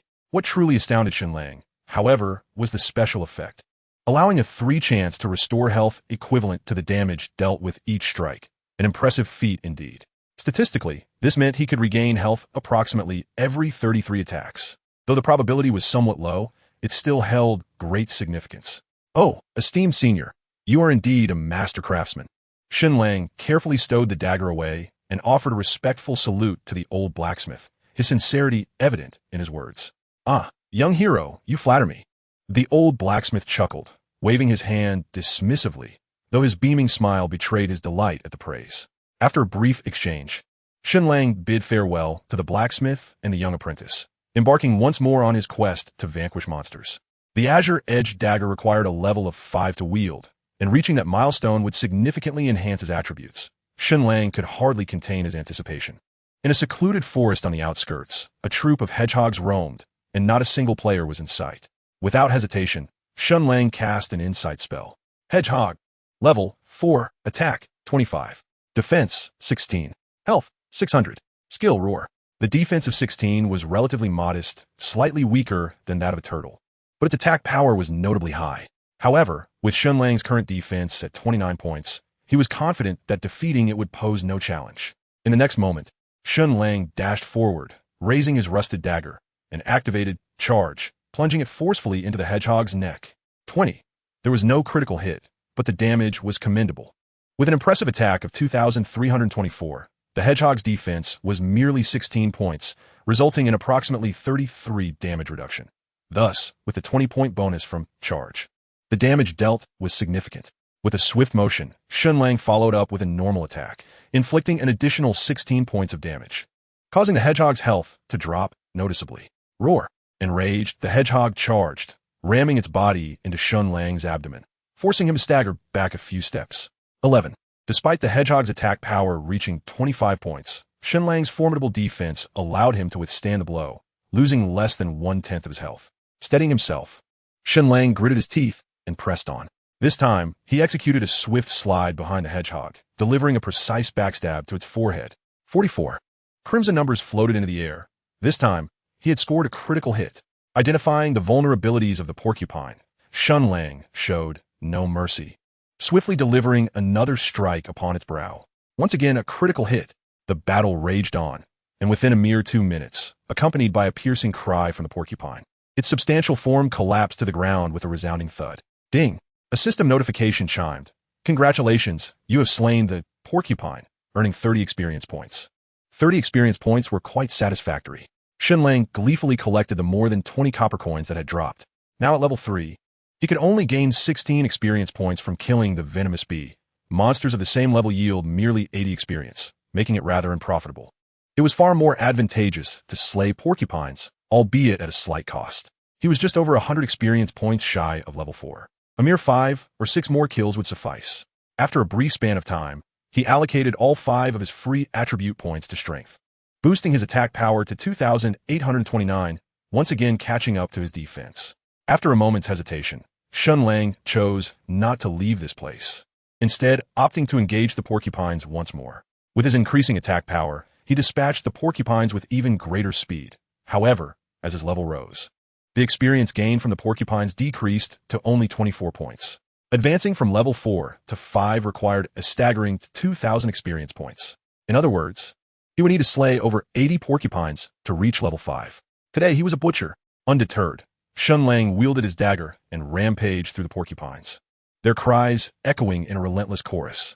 As time passed, his agility improved and his reflexes sharpened. In an instant, a surge of ferocity erupted from within him, enhancing all his attributes significantly. Without a moment's hesitation, he allocated another 5 free points to strength and equipped the Qingfeng dagger. Subsequently, he opened his attribute panel. In that moment, he felt an unparalleled surge of power. Chapter 14, Wolfskin Boots, Wanderer of the Ends of the Earth, Apprentice Assassin. Level 5, 123,000. Attack, 6468. Defense, 34. Health points, 180. Mana points, 150. Attack speed, 119. Movement speed, 119. Strength, 46. Intelligence, 6. Constitution, 15. Agility, 19. Luck, 1. Comprehension, 0. Skills, Insight. Allows the user to glimpse information about targets not exceeding 10 levels above their own. Charge, Novice Assassin skill. Cannot be upgraded. Launch a powerful attack on the target, dealing 120 damage. Cooldown, 10 seconds. Mana cost, 5 points. Backstab. Level 3, execute an attack from behind the target, dealing 135 damage and silencing the target for 1 second. Cooldown, 15 seconds. Mana cost, 10 points. Gazing at his significantly enhanced attributes, Shen Lang's heart swelled with joy. The most substantial increase was in his attack power. After equipping the Qingfeng dagger, his limit surged by a staggering 68 points, rendering him nearly terrifying. Come, little piglet. Let me test my skills on you. Shen Lang took a deep breath to steady his racing heart, then swiftly dashed towards the nearest porcupine. The gleaming blade of his dagger flashed as he unleashed a surprise attack, driving it forcefully into the creature's forehead. Following this, Shen Lang quickly maneuvered behind the porcupine, delivering 2 rapid strikes to its brow, a regular attack followed by a backstab. The numbers 134, 59, and 160 appeared in succession, marking a staggering drop in the porcupine's health, reducing it to less than half its total. The damage dealt was nothing short of terrifying. With a furious roar, the porcupine went berserk, lunging at Shen Lang with a bite that inflicted a mere 13 points of damage, even while using its skills. In a matter of moments, the porcupine lay defeated, and Shen Lang had only lost less than a fifth of his health, earning a modest 18 experience points.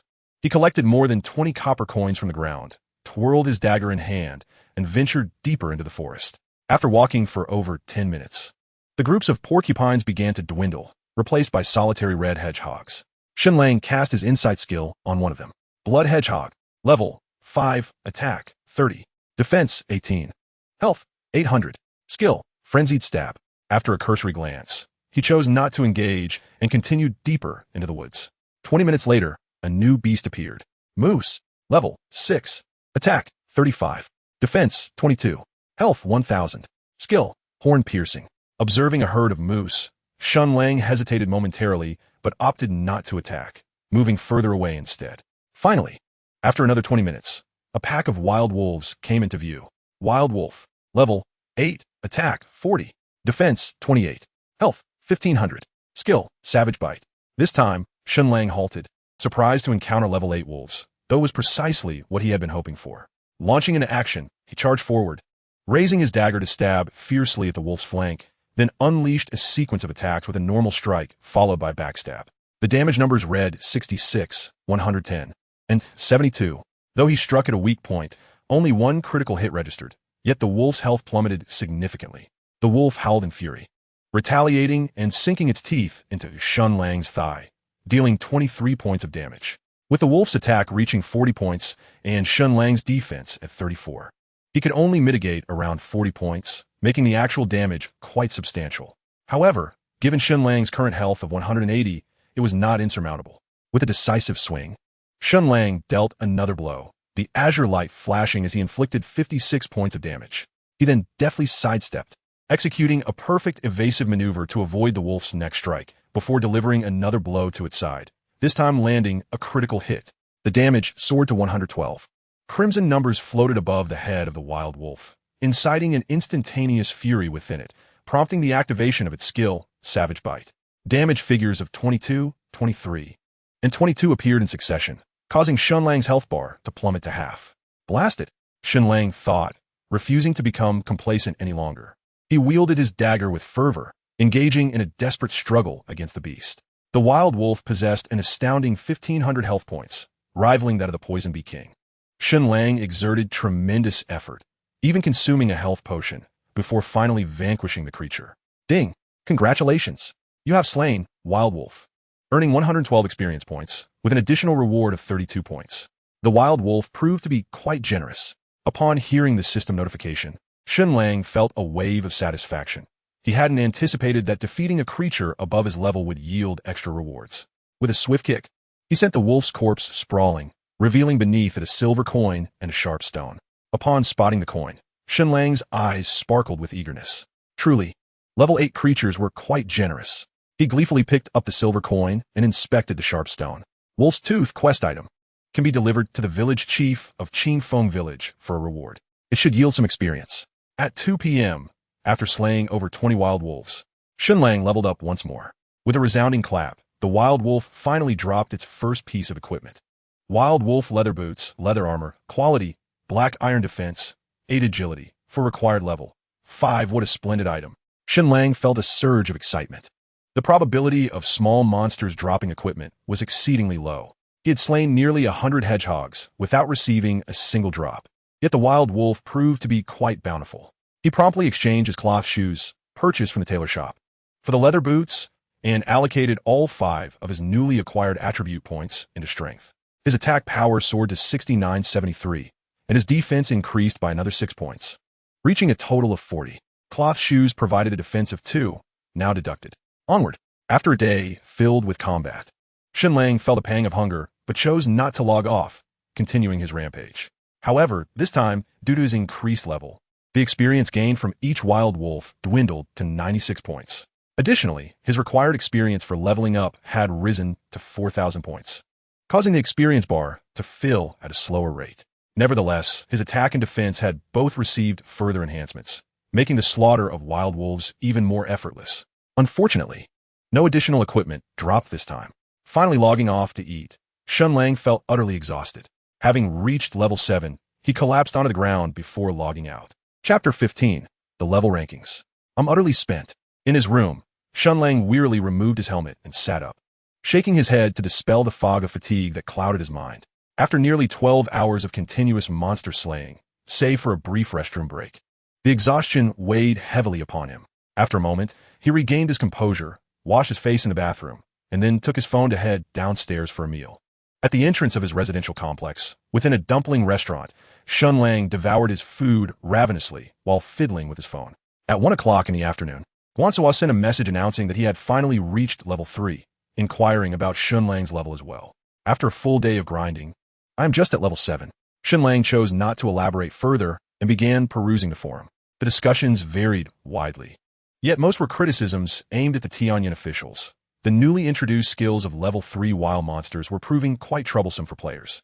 Unlike Shen Lang, the majority had only a novice skill, rendering them incapable of interrupting the monster's abilities, which was indeed quite frustrating. As he scrolled through the forum, Shen Lang was about to log off when a particular post caught his attention: Shanghai City level rankings. This was an official post from Tian Yan, continuously updated. Intrigued, he clicked it open to reveal a list of 100 names, with his own prominently displayed at the top. First place, Tianyao Longzi, level 7. The subsequent ranks were filled with names such as second place, Tianxia, level 6, third place, Linjia Xiaotong, level 6, and so forth. Gazing at the rankings from his city, Shen Lang felt a twinge of surprise. He had not anticipated such a wealth of skilled players in Shanghai, with nearly all of the top 100 boasting levels above 5. It was worth noting that he had started with an additional skill, coupled with the bronze dagger forged by the blacksmith, which had barely allowed him to reach level 7. Nonetheless, Shen Lang was not overly concerned. It was unreasonable to assume that only he was afforded opportunities while others were not. The early summer sun had just dipped below the horizon, and a gentle evening breeze brought a refreshing chill. The park was filled with elderly individuals seeking respite from the heat, while children frolicked about, leaving the young adults scarce. Shen Lang sat in the park for nearly half an hour, his weary body and mind rejuvenated before he leisurely rose to leave. At 7:30 in the evening, he re-entered the game, materializing in a wooded area. Once again, he allocated all 5 of his attribute points to strength, raising his attack cap to a formidable 78. As a flash of light enveloped him, he appeared in the square of Qingfeng Village. Instead of heading directly to the apothecary, he sought out the village chief, a white-bearded elder, at the entrance. "Old man, will you take this?" Shen Lang waved a wild wolf's tooth before the village chief's eyes. "Where did you find this?" The elder inquired, casting a glance at Shen Lang. "I picked it up in the eastern woods. Will you accept it or not?" "I need an answer," Shen Lang replied. "I will take it, but this is far too little. Gather more before returning." The village chief responded with a hint of disdain, rolling his eyes. "Not at all. I have plenty more," Shen Lang declared, producing over 60 wild wolf's teeth in one breath. leaving the village chief utterly astonished. You rascal! I never expected you to have grown to such an extent. The village elder with the white beard gazed at Shen Lang for a considerable time before finally stowing away the wolf's teeth. Ding! Congratulations, you have earned 1920 experience points. An average of 30 experience points per tooth is quite commendable, and it is an added bonus. Shen Lang, with a sense of joy, patted the elder's shoulder and smiled. Elder, look how formidable I have become. Do you have any challenging tasks for me? Well, I must admit, I do have a significant matter for you. But your current strength is insufficient. Come back when you reach level 10, the elder replied, stroking his beard with a knowing expression. What could it be that is so shrouded in mystery? Shen Lang questioned, sensing a hint of mischief from the old man. You will find out in due time, the elder said, offering no further explanation. Ding! Just as Shen Lang was about to proceed with monster hunting, his friend list flickered. It was a request for dialogue from Tian Yan Xiaoyu. What is it, Xiaoyu? Shen Lang answered the call. Tian Yan Gij, do you have a moment? On the other end, Tian Yan Xiaoyu appeared, revealing only a portion of her upper body, looking quite charming. I was just about to hunt monsters. What is up? Shen Lang inquired. Well, our team leader discovered something, and after our first attempt, we couldn't bring it down. I immediately thought of you. With your help, we will surely succeed. Tian Yan Xiaoyu explained hastily. Sure, but let me be clear. I want work for free. If any assassin gear drops, it belongs to me. Shen Lang pondered for a moment before responding. Just a moment, Tian Yan Gij. Let me consult the team leader, she said before abruptly ending the call. In less than a minute, her icon lit up again, and Shen Lang answered once more. Tian Yan Gij, the team leader has agreed to your terms. If any suitable gear drops, it will be prioritized for you, but you can only take one piece. All right, send me the location. After a brief contemplation, he acquiesced. Not being greedy, one piece would suffice. Okay, Tian Yan Xiaoyu nodded and promptly sent him a location. Qingfeng Ridge. Shen Lang examined the location with some surprise.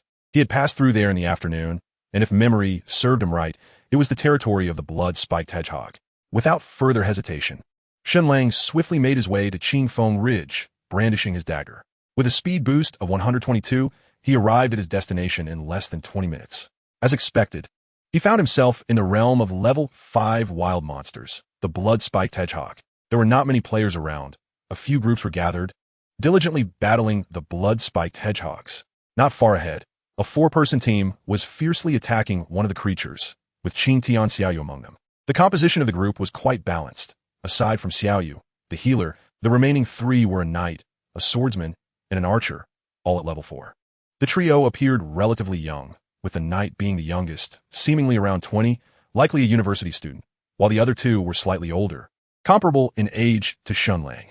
At this moment, the 3 were consistently dealing damage to the blood-spiked hedgehog, with red numbers floating up, though each hit only inflicted around 10 points of damage, given the creature's solid defense. Chapter 16. Shadows Under the Moon. Brother Tian Yan. Over here. As Shen Lang cast his gaze towards the 4, Tian Yan Xiaoyu also spotted him and excitedly waved her hand.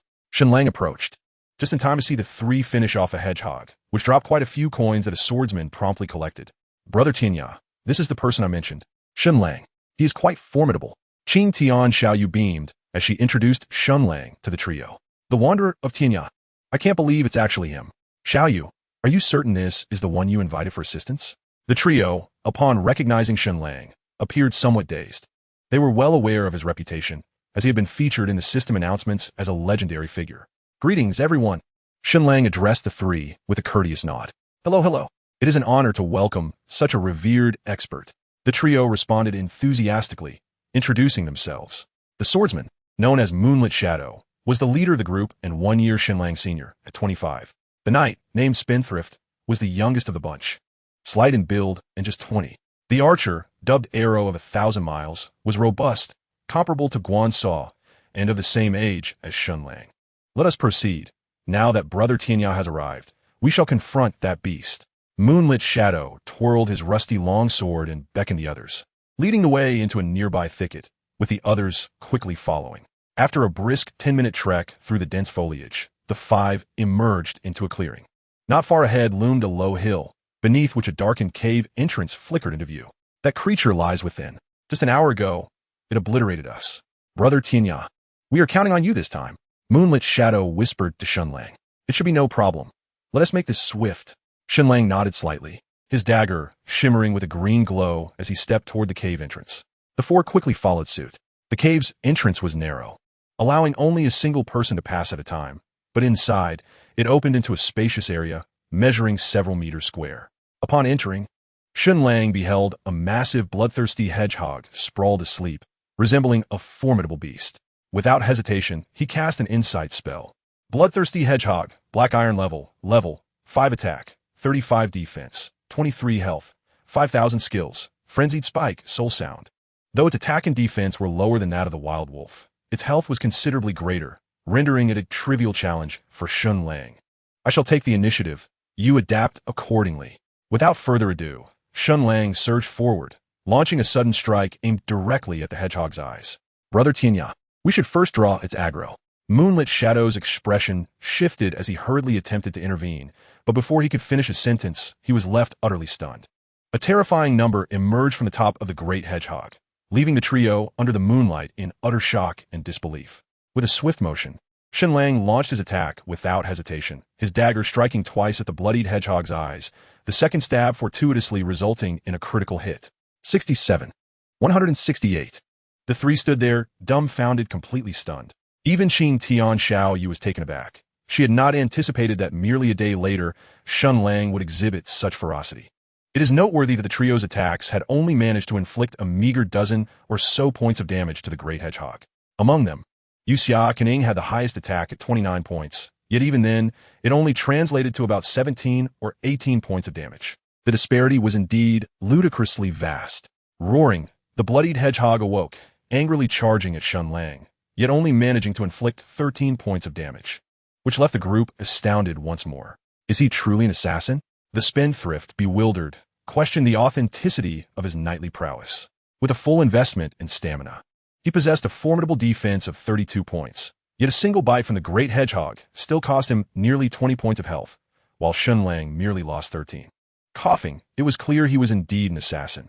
There could be no mistake. Yuxia Kening swallowed hard, deeply impressed. A true master is beyond comparison. They simply cannot measure up. Go for it, Tian, your brother. As for Qing Tian Xiaoyu, she was not overly surprised. In her heart, Shen Lang had long since become synonymous with greatness. 5 minutes later, the hedgehog's health had already been reduced by half, and with Qing Tian Xiaoyu's healing, Shen Lang's health consistently remained above 60, presenting him with no pressure whatsoever. Brother Kening, are we still going to attack? Let us go. At least we can share some experience. It seems we can gain experience even if we don't participate. Oh, then let us not. To avoid adding trouble for Tian, your brother. Before long, the hedgehog's health had dwindled significantly, and as its massive form trembled, preparing to unleash a powerful skill, it was abruptly interrupted by Shen Lang's backstab. Following that, Shen Lang landed several more strikes, completely depleting the hedgehog's health bar. With a thunderous crash, the massive creature fell, meeting its demise in a rather vexing manner, unable to unleash a single skill until the end. With a clatter, a pile of silver coins scattered, along with 3 pieces of equipment. A spiked breastplate, a pair of red battle boots, and a long sword were revealed. Wow, so many items dropped. The 4 quickly rushed over, excitement radiating from them. Tian, your brother, you pick up the gear. Yuxia Kenying's eyes sparkled, yet ultimately she refrained from taking action. All right.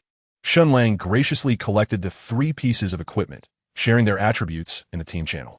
Blood spike breastplate, leather armor. Grade, black iron. Defense, 15. Health, 100. Required level, 5. Blood spike boots, armor. Grade, black iron. Defense, 8. Stamina, 5. Required level, 5. Man-eater sword. Grade, black iron. Attack, 12-14. Strength, 4. Required level, 5.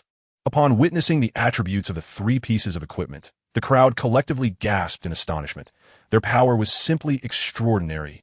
This breastplate shall belong to me, while the others are yours, Shen Lang declared, casting his gaze upon his companions before finally fixing his attention on Yijian Wanli. As an archer, the leather armor was equally suitable for him, while Shen Lang found the other 2 pieces of equipment unnecessary. No problem, of course not. The trio responded in unison. Without the slightest hesitation, even Yijian Wanli expressed no dissent. Chapter 17, Distribution. In that case, you may divide the remaining 2 pieces of equipment along with the silver coins, Shen Lang stated, noting the absence of objections from the 3. He then handed the man-eater sword and the blood spike boots to Yuxia Kening for her to allocate as she saw fit. Meanwhile, Qing Tian Xiaoyu meticulously gathered the silver coins, ensuring not a single one was left behind. Xiao Bei, you will take on the defense. while I will focus on the offense. The boots are yours, and the sword is mine. What do you say? Yu Xiaoqiang hesitated for a moment before addressing the spendthrift. Agreed. The spendthrift replied readily. Although the sword was superior, the boots presented greater value for him. Wow. 8 points of defense, and an additional 6 points of constitution. Once I reach level 5 and equip these boots, I'll be absolutely formidable. The spendthrift exclaimed, brimming with excitement. Then you should hurry. I can equip them right away. Yu Xiaoqiang smiled slightly, as the rusty long sword in her hand was already replaced by the man-eater sword. The experience gained had allowed her to smoothly advance to level 5, significantly boosting her strength. My attack limit has now reached an impressive 58 points, having doubled. With a flourish of her long sword, Yu Xiaoqiang exuded confidence, then turned to Shen Lang and asked, Brother Tian Yan, what is your current attack limit? 78 points. Shen Lang replied truthfully. I have allocated all my points as well. How could I be so far behind? Yu Xiaoqiang remarked, somewhat perplexed. You are still 2 levels behind, Shen Lang pointed out. Only 2 levels yield 10 attribute points. That shouldn't account for such a discrepancy. Yu Xiaoqiang pondered aloud. As a swordsman, her growth attribute mirrored that of an assassin, both being 8 stars. Now, at level 5, her growth attribute had increased once, and logically speaking, even if Shen Lang had fully allocated his points, he should not possess such a significant advantage in attack. However, the next moment, Yu Xiaoqiang's eyes widened in surprise as she noticed the dagger in Shen Lang's hand, which emanated a faint azure glow. Is that truly a bronze-gray dagger? She thought, astonished. She had only just encountered black iron equipment, while he already possessed bronze. Shen Lang merely smiled without offering an explanation. He donned a bloodspike armor, and his defense surged to 49 points, with his life force reaching 250 points. Brother Tian Yan, could you possibly part with that tortoiseshell leather armor? I would be willing to purchase it with silver coins, Jian Wanli said, scratching his head sheepishly as he eyed the armor Shen Lang had removed. He was still clad in novice attire, offering a mere 1 point of defense, which felt woefully inadequate. Though Shen Lang's tortoiseshell armor was also basic equipment, its attributes were commendable. He had seen a similar piece for sale at the square in Qingfeng village, but the vendor demanded an exorbitant 10 silver coins, which was utterly unreasonable. Of course, you may have it. I shall not charge you. Shen Lang generously handed over the tortoiseshell to Jian Wanli, exhibiting a remarkable display of magnanimity. Hee, with a defense of 6 and 30 health points, this is indeed a top-tier item among the common wares. My deepest gratitude to you, Brother Tian Yan. Jian Wanli joyfully donned the tortoise shell, visibly pleased. Gentlemen, we have a total of 40 silver coins. How shall we divide them? Sunny Rain inquired cheerfully as she stepped forward. Indeed, as expected, you are quite generous. Perfectly enough for our 5-person group. 8 coins each. Neither more nor less. The spendthrift remarked with a smile. Well said, I concur. 8 coins each. Jian Wanli echoed in agreement. I shall abstain. You may keep them. Shen Lang shook his head, finding 8 silver coins inconsequential, especially since he had previously stated he would only accept a piece of equipment that he could truly utilize. That simply won't do. Since we are a team, you naturally deserve your share, especially as you single-handedly vanquish these foes, Yu Xiaoqiang stated earnestly. Brother Tian Yan, you should take this, Sunny Rain said, her eyes sparkling as she counted out 8 silver coins and handed them to Shen Lang, who, surprisingly, did not refuse. She then distributed the remaining coins among the other 3, ensuring each received 8 coins, no more, no less. Hee, today has indeed been a windfall. Once I log off, I'm gonna show off my newfound wealth. Jian Wanli had already equipped the tortoise shell, gleefully weighing the silver coins in his hand. I shall head to the tailor's shop to purchase a basic armor piece and a pair of boots. With those, I shall be able to withstand any assault.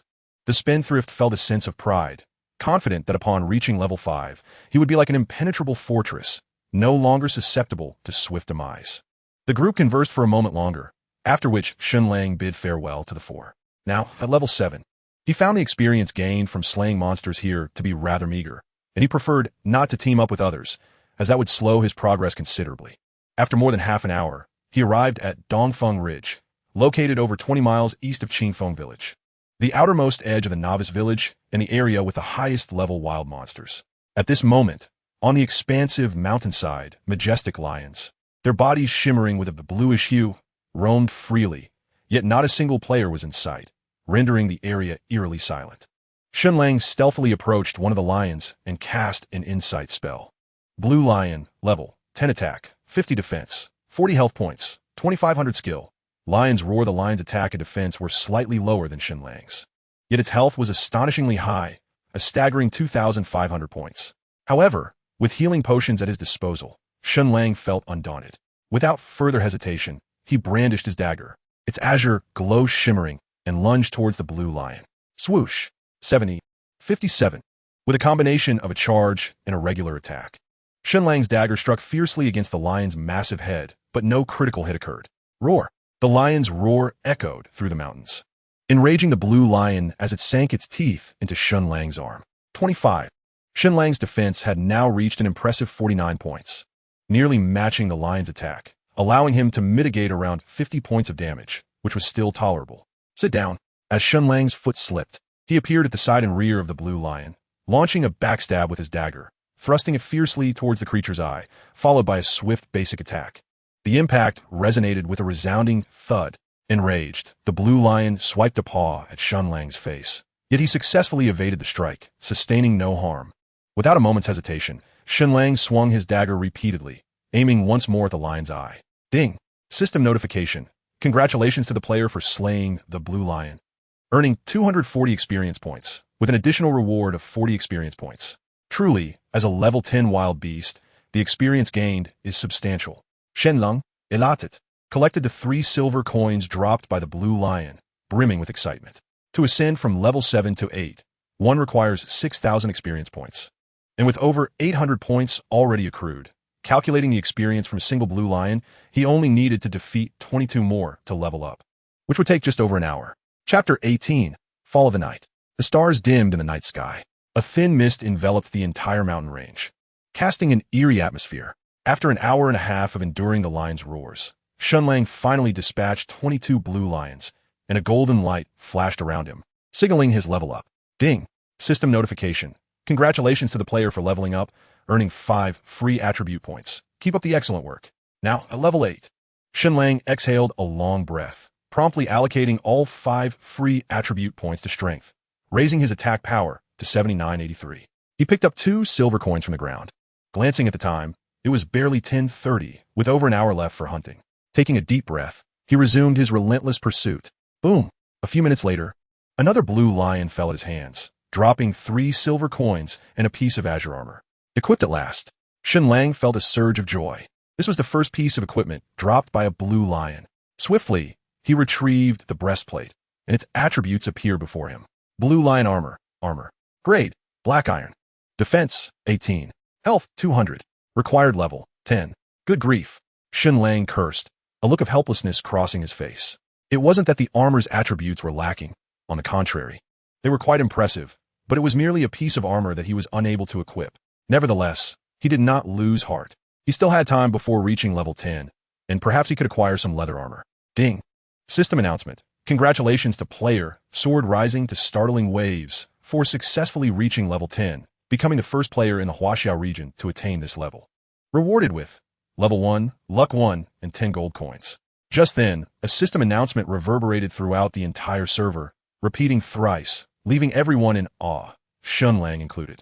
It was that player again, sword rising to startling waves. As he gazed at the floating red letters in the air, a sense of resignation washed over him. He felt he had become quite formidable, yet he had only just reached level 8, trailing 2 levels behind the first place, an undeniable gap. Certainly, as the first player to achieve a kill, Jianshi Jinglan undoubtedly possessed formidable equipment and was directly rewarded with level 1 status along with 10 gold coins, making a swift upgrade quite reasonable. It appears one should not underestimate the prowess of the World S players. With a soft sigh, Shen Lang brandished his dagger and charged towards the next azure lion, determined not to fall too far behind. Soon, the clock struck midnight. Shen Lang had successfully slain 25 azure lions, yet he had not attained level 9, still requiring 500 experience points. The experience threshold from level 8 to level 9 was a daunting 8,000 points. His 25 kills had only netted him 500 experience points. Currently at level 8, the experience gained from each azure lion had diminished to 220 points, necessitating 12 more kills. However, with the arrival of midnight, experience gains had been halved, rendering the endeavor less than worthwhile. Even if he were to fight through the night, it seemed improbable that he would reach level 10. Consequently, Shen Lang resigned himself to logging off, planning to resume his quest on the morrow. Removing his helmet, Shen Lang exhaled deeply and rose to attend to his personal needs. Upon returning to his bed, he opened his phone to find a lively discussion in the WeChat group, where Guan Suo and Chen Ming were engaged in animated conversation. Guan Suo, the 12 prefectures in the Huaxia region have refreshed. Which prefecture shall we develop in? Chen Ming, I believe we should consider Langya City. It is situated in the eastern part of the Central Plains, surrounded by high-level monsters and abundant resources, making it a commendable choice. Guangzhou, Ikonkur, as our Qinghai City is also located in the east, sharing a somewhat similar geographical position with Langya City. I've noticed that most participants in the city forum have opted for Langya City. Chunming, let us wait for Lang Zi to log off and see if he has any opinions.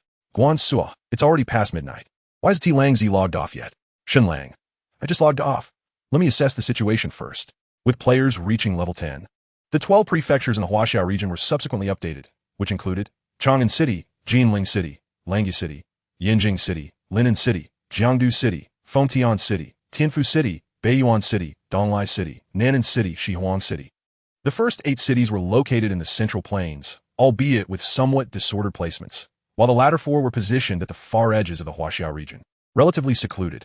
Each of the 12 prefectures possessed unique advantages, such as enhanced monster experience gains, increased drop rates, and opportunities to directly comprehend crafting skills, among others. However, the 4 frontier cities offered slightly greater bonuses, as fewer players tended to venture into these remote areas. Shen Lang reviewed the circumstances of each city and found them largely comparable, with no particular prefecture igniting his desire to explore. Ding! Chen Ming, Lang Zi, have you made a decision? I've heard that Lin Jia Xiaodong will also be heading to Langya City. Consider it. In the WeChat group, Chen Ming's message left Shen Lang somewhat bewildered. Regarding Lin Jiajiatong, Shen Lang still has a slight impression of her. If memory serves, she should be ranked 3rd on the Qinghai City leaderboard. However, whether Lin Jiajiatong goes to Langya City has little relevance to him. Who is Lin Jiajiatong? Asked Guansuo. She is the first goddess of Qinghai University, Lin Jiajiatong, one of our representatives from Qinghai City, currently holding the top position on the Qinghai City leaderboard and also the leader of the Snow region, replied Chen Ming. That's not right. Isn't the first place held by Longzi? Guansuo countered. Just now, Longzi was pushed down to 2nd place, Chen Ming clarified. Shen Lang, feeling indifferent, remarked, what does her going there have to do with me? You may not know, but as far as I am aware, your goddess Nanshi is supposed to be good friends with Lin Jiajiatong, Chen Ming teased with a smirk. That still has nothing to do with me, Shen Lang replied. Rolling his eyes, Shen Lang closed the WeChat group and casually opened the Qinghai City leaderboard. Indeed, he had fallen to 2nd place, with Lin Jiajiatong now clearly in the lead. By the way, Mingzi, do you know anything about Nanshi? Shen Lang hesitated for a moment before asking in the WeChat group. Haha, of course I do. Chen Ming responded. Nanshi and Luoxi are currently ranked 9th on the Qinghai City leaderboard. Your information is quite well informed, Shen Lang remarked. Of course, it's all over the forums. There is plenty of gossip. Don't you guys browse? Chen Ming replied. No wonder you're only level 5, Shen Lang retorted. Chapter 19.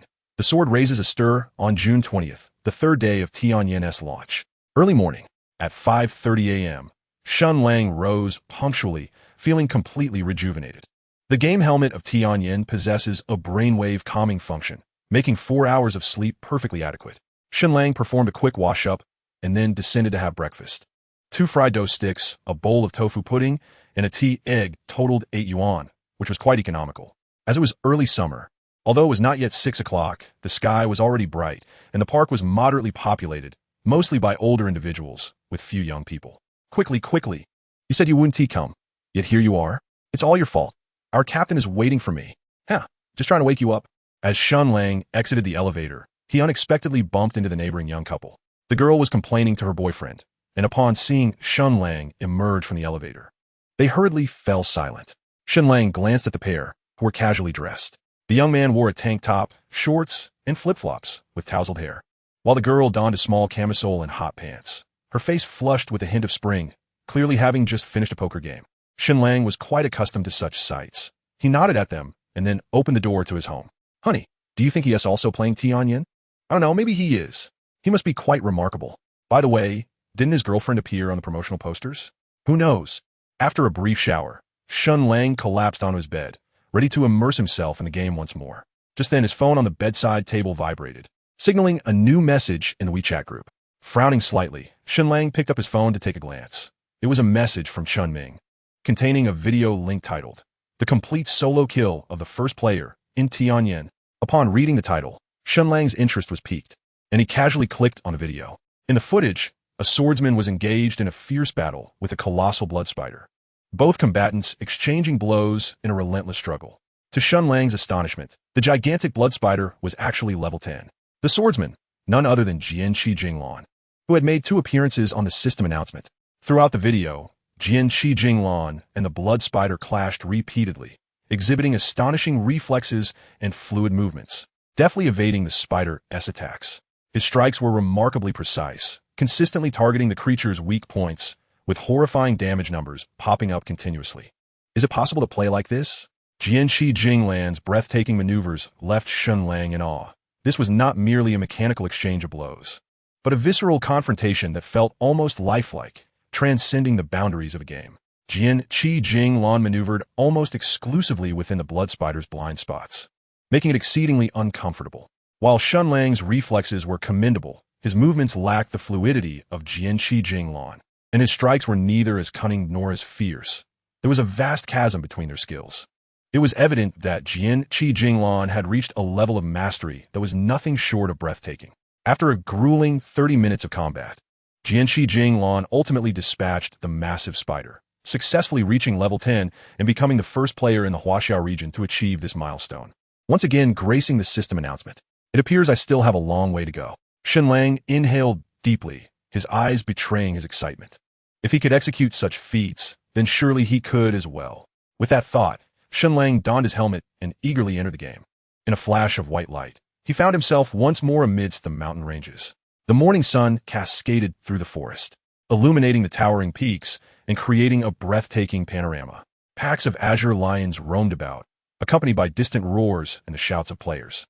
After a night had passed, the area was no longer tranquil, as players had begun to form parties, though their numbers were sparse, just over 20 scattered individuals. After contemplating for a moment, Shen Lang chose not to engage in monster hunting just yet. Instead, he ventured deeper into the mountains. Lower-level creatures had a diminishing drop rate with each respawn, and he had no desire to trail behind others. Half an hour later, Shen Lang ascended a ridge and arrived on the eastern side of the mountain. Here, the number of azure lions was fewer than in the previous area, and, fortuitously, there were no players in sight, which suited Shen Lang perfectly. Without further hesitation, Shen Lang brandished his dagger and charged towards the nearest azure lion. However, this time he did not choose to confront the blue lions head-on, as he had before, but rather opted for a strategy of evasion and counterattack. Although this method resulted in a slower rate of monster elimination, it served to refine his positioning and combat awareness. Shen Lang firmly believed that every master is not forged in an instant, but rather shaped gradually through relentless honing. Of course, the established reasons for the top 3 players reaching level 10 were evident. Even if he were to achieve level 10, there would be no rewards awaiting him. Hence Shen Lang was not in a rush to slay monsters. The roar of lions echoed, and the figure of Jian Qijinglan surfaced in Shen Lang's mind as he continuously experimented with various maneuvers and positioning. As he had anticipated, this game was remarkably realistic, with a high degree of operability, which he had previously failed to recognize. With the passage of time, Shen Lang's agility and execution became increasingly fluid. Although he had yet to reach the level of Jian Qijinglan, his movements had become significantly more graceful. By the end, Shen Lang was even able to adeptly fend off the onslaught of 3 blue lions simultaneously, marking a tremendous improvement. 2 hours later, Shen Lang successfully ascended to level 9, just a step away from leaving the novice village. However, the experience required to progress from level 9 to 10 had risen to 1, while the experience gained from each blue lion had diminished to 200 points, necessitating the defeat of a total of 50 blue lions to reach level 10. This was indeed a monumental task, one that could not be completed in less than 4 or 5 hours. Nevertheless, Shen Lang was in no hurry. He was immersed in his current state, invigorated by the video of Jian Qijinglan, as if a new door had opened before him. Time slipped by unnoticed, and before long, 3 hours had passed, bringing Shen Lang closer to the significant milestone of level 10. Suddenly, after defeating the 37th blue lion, he finally obtained another piece of equipment. It was a helmet of a rather unsightly yellow hue, somewhat reminiscent of the gaming helmet used by Guan Suo. Shen Lang's heart leaped with joy as he hurriedly picked up the helmet. Blue Lion Battle Helmet, leather armor. Quality, black iron grade. Defense, 15. Constitution, 8. Required level, 10. It was leather armor. Shen Lang exhaled in relief. Finally, it was not a piece of armor that would have left him feeling despondent. Although the attributes of this battle helmet were slightly inferior to that of the chest armor, it was still commendable, providing a significant boost of 8 points to Constitution. Indeed, a fine piece of equipment. With a sense of satisfaction, Shen Lang stowed the helmet away and glanced at the time, realizing it had unwittingly turned to noon. He decided to have lunch first.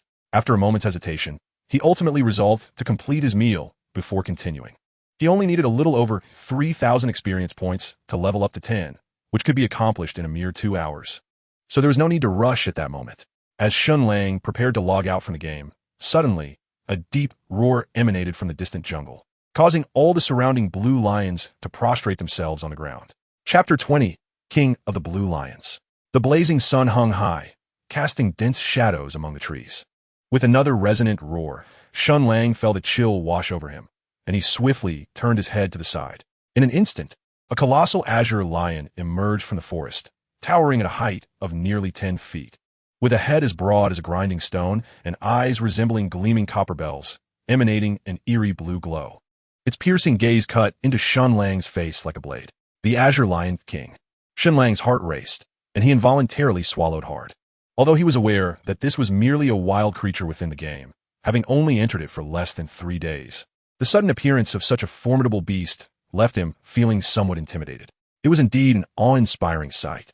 Shen Lang gritted his teeth and immediately cast a reconnaissance spell, revealing the attributes of the Azure Lion King before him. Azure Lion King, bronze level, 10 attack, 75 defense, 55 health, 15,000 skills. Lion's Roar. Barbaric charge. How on earth am I to combat this? Setting aside the 75 points of attack, the sheer 15,000 health points were insurmountable for Shen Lang at present. Even with significant progress made, there is absolutely no possibility of defeating this Azure Lion King. The disparity was simply too vast. Even if his health potions shattered, they would be of no use. Unless he could reach level 10 and enhance his growth attributes once more, there might be a sliver of a chance to vanquish the Azure Lion King. Of course, the likelihood of achieving a solo kill was minimal, especially considering he was not a swordsman like Jianqi Jinglan, capable of both offense and defense. The primary concern was that his current skill level was still a notch below that of Jianqi Jinglan, far from reaching such a breathtaking realm. Dear Lion, please rest for a moment. I shall return shortly to attend to your needs. With thoughts racing through his mind, Shen Lang flashed a smile at the Azure Lion King, regardless of whether it comprehended his words, before turning and fleeing. A thunderous roar echoed behind him, sending cold sweat cascading down his back, prompting him to quicken his pace. He fell to the ground, exhaling deeply, and promptly logged out of the game. The Lion King was a coveted prize. This was a grand undertaking that required thorough preparation. In his room, Shen Lang removed his helmet and swiftly got to his feet, heading to the restroom to attend to his immediate needs, and then dashed downstairs at full speed. With a flash of white light, Shen Lang reappeared on the mountainside of Dongfeng Ridge. Without a moment's hesitation, he brandished his dagger and charged towards the nearby roaming pack of Azure Lions. At that moment, he could no longer afford to concern himself with training. His dagger glimmered with a vibrant blue light as he felled one Azure Lion after another, and his experience points soared. An hour later, a brilliant golden light flashed around him, and Shen Lang finally reached level 10 as he had desired. In that instant, a surge of power erupted from within him, causing all his attributes to spike dramatically. How magnificent! Shen Lang inhaled deeply, allocating all 5 attribute points to strength once more, and then donned the Azure Lion helm, causing his attributes to explode with newfound vigor. Wandering Son of the Horizon, Apprentice Assassin, level 10, 12, 0, 15, attack, 97 to 101 defense, 75 health, 380 mana, 200 attack speed, 131 movement speed, 131 strength, 79 intelligence, 9 constitution, 28 agility, 31 luck, 1 comprehension, 0 skills. Insight allows one to glean information about targets no higher than 10 levels above oneself. Assault, beginner assassin skill, non-upgradable, launches a fierce attack on the target, inflicting 120 damage. Cooldown, 10 seconds, mana cost, 5 points. Backstab, level 3, attacks the target from behind, dealing 135 damage and silencing the target for 1 second. Cooldown, 15 seconds, mana cost, 10 points. The attack limit has reached a terrifying 101 points. and the defense is also a formidable 75 points. However, the health is somewhat lacking at only 380 points, which is pitifully less than even a fraction of the Blue Lion King's health. It appears that I will need to call upon Xiaoyu for assistance. After a moment's hesitation, Shen Lang opened his friend list and sent a call request to Tian Xiaoyu. The disparity in health between him and the Blue Lion King was simply too vast. Without a priest, he could not endure for long. Ding! Hello, Brother Tian Yan. The voice connection was quickly established, though Tian Xiaoyu remained an icon on the other end. With only her voice audible. Xiaoyu, are you free right now? I need to take down a target and would like your help. Shen Lang succinctly stated his request. Huh? Brother Tian Yan, today is my grandmother's birthday, and I'm not at home. On the other side, Tian Xiaoyu initially expressed joy, then a hint of helplessness in her tone. The Tian Yan account is linked to a phone number, enabling real-time communication both in and out of the game, and it was evident that Xiaoyu was not currently in-game. Shen Lang frowned slightly and inquired, "How long will you be busy?" "It might take 2 to 3 hours at least. My mom and the others haven't finished dinner. And I can't go home," Xiaoyu explained. "All right, I'll think of something else. Don't worry about it, Xiaoyu. Take care, Brother Tian Yan." After ending the call, Shen Lang felt a twinge of helplessness. Without Xiaoyu's assistance, the task would prove to be quite challenging. However, 2 or 3 hours was far too long to wait. During that time, other players might discover the Blue Lion King and seize the opportunity. It seemed he would have to rely on himself. Resolute, he decided to give it a try. If it failed, he would reassess his options. After a moment of contemplation, Shen Lang gritted his teeth and hurried towards the location of the Blue Lion King. 10 minutes later, Shen Lang scanned his surroundings and held his breath, stealthily making his way into the thicket before him. The dense foliage obscured much of his view, making it difficult for him to locate the Blue Lion King. Just as he felt a wave of frustration, a deep, resonant snore echoed from nearby. Intrigued, Shen Lang cautiously followed the sound. Indeed, after a short while, he once again laid eyes on the massive Blue Lion King, who was sprawled beneath an ancient tree, deep in slumber, surrounded by an expanse of barren ground, devoid of anything but that solitary tree. "At last, I have found you." Gazing at the colossal creature before him, Shen Lang took a deep breath, steeled himself, and charged forward with his dagger drawn. With a swift motion, he executed the assault, the dagger striking true against the Blue Lion King's eyelid. A red numeral rising to signify the damage dealt, 97.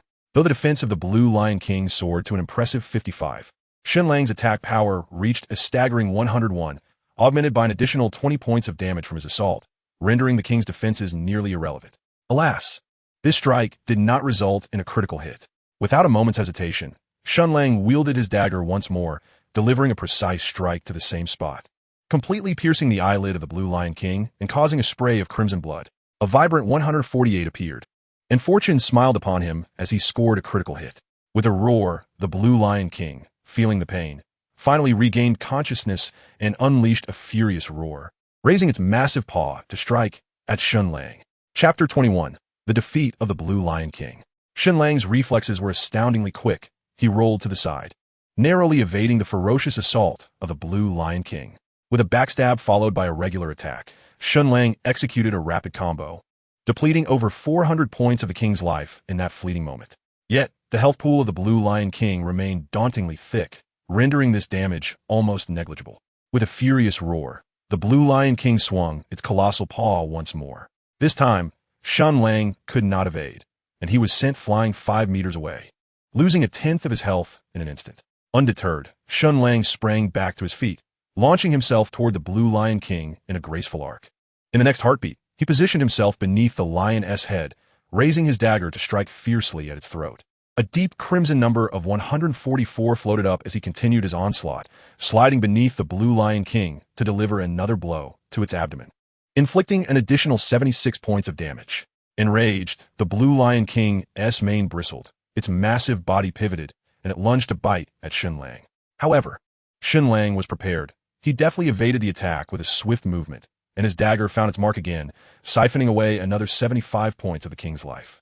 With 2 consecutive attacks dodged, the Blue Lion King descended into a frenzied rage, its jaws agape as a terrifying roar echoed through the forest, reverberating like a thunderclap, leaving Shen Lang momentarily stunned.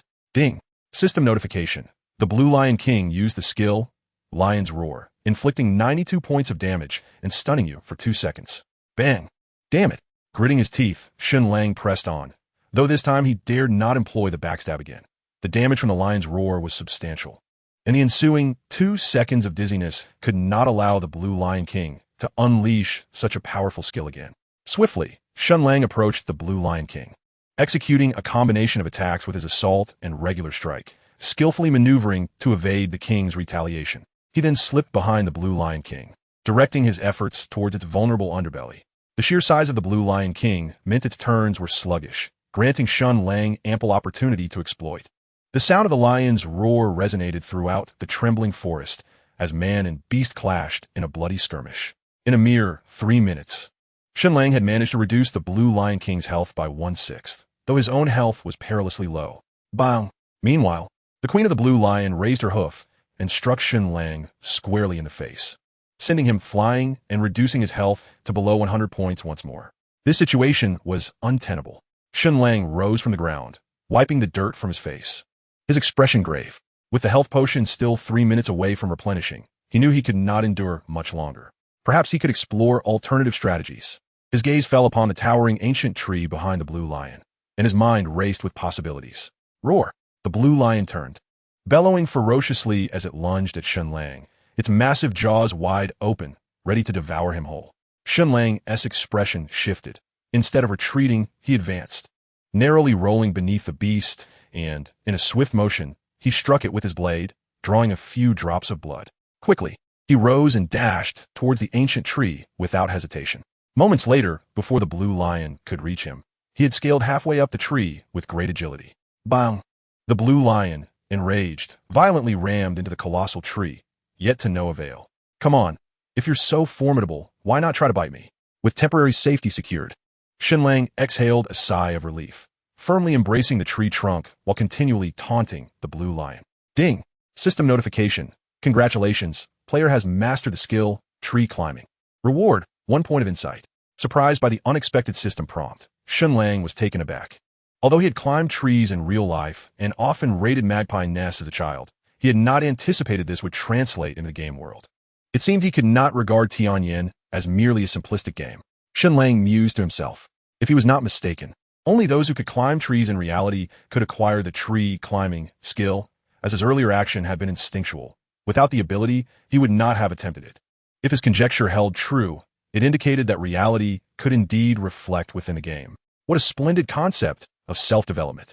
Shen Lang's interest in Tian Yan grew increasingly profound.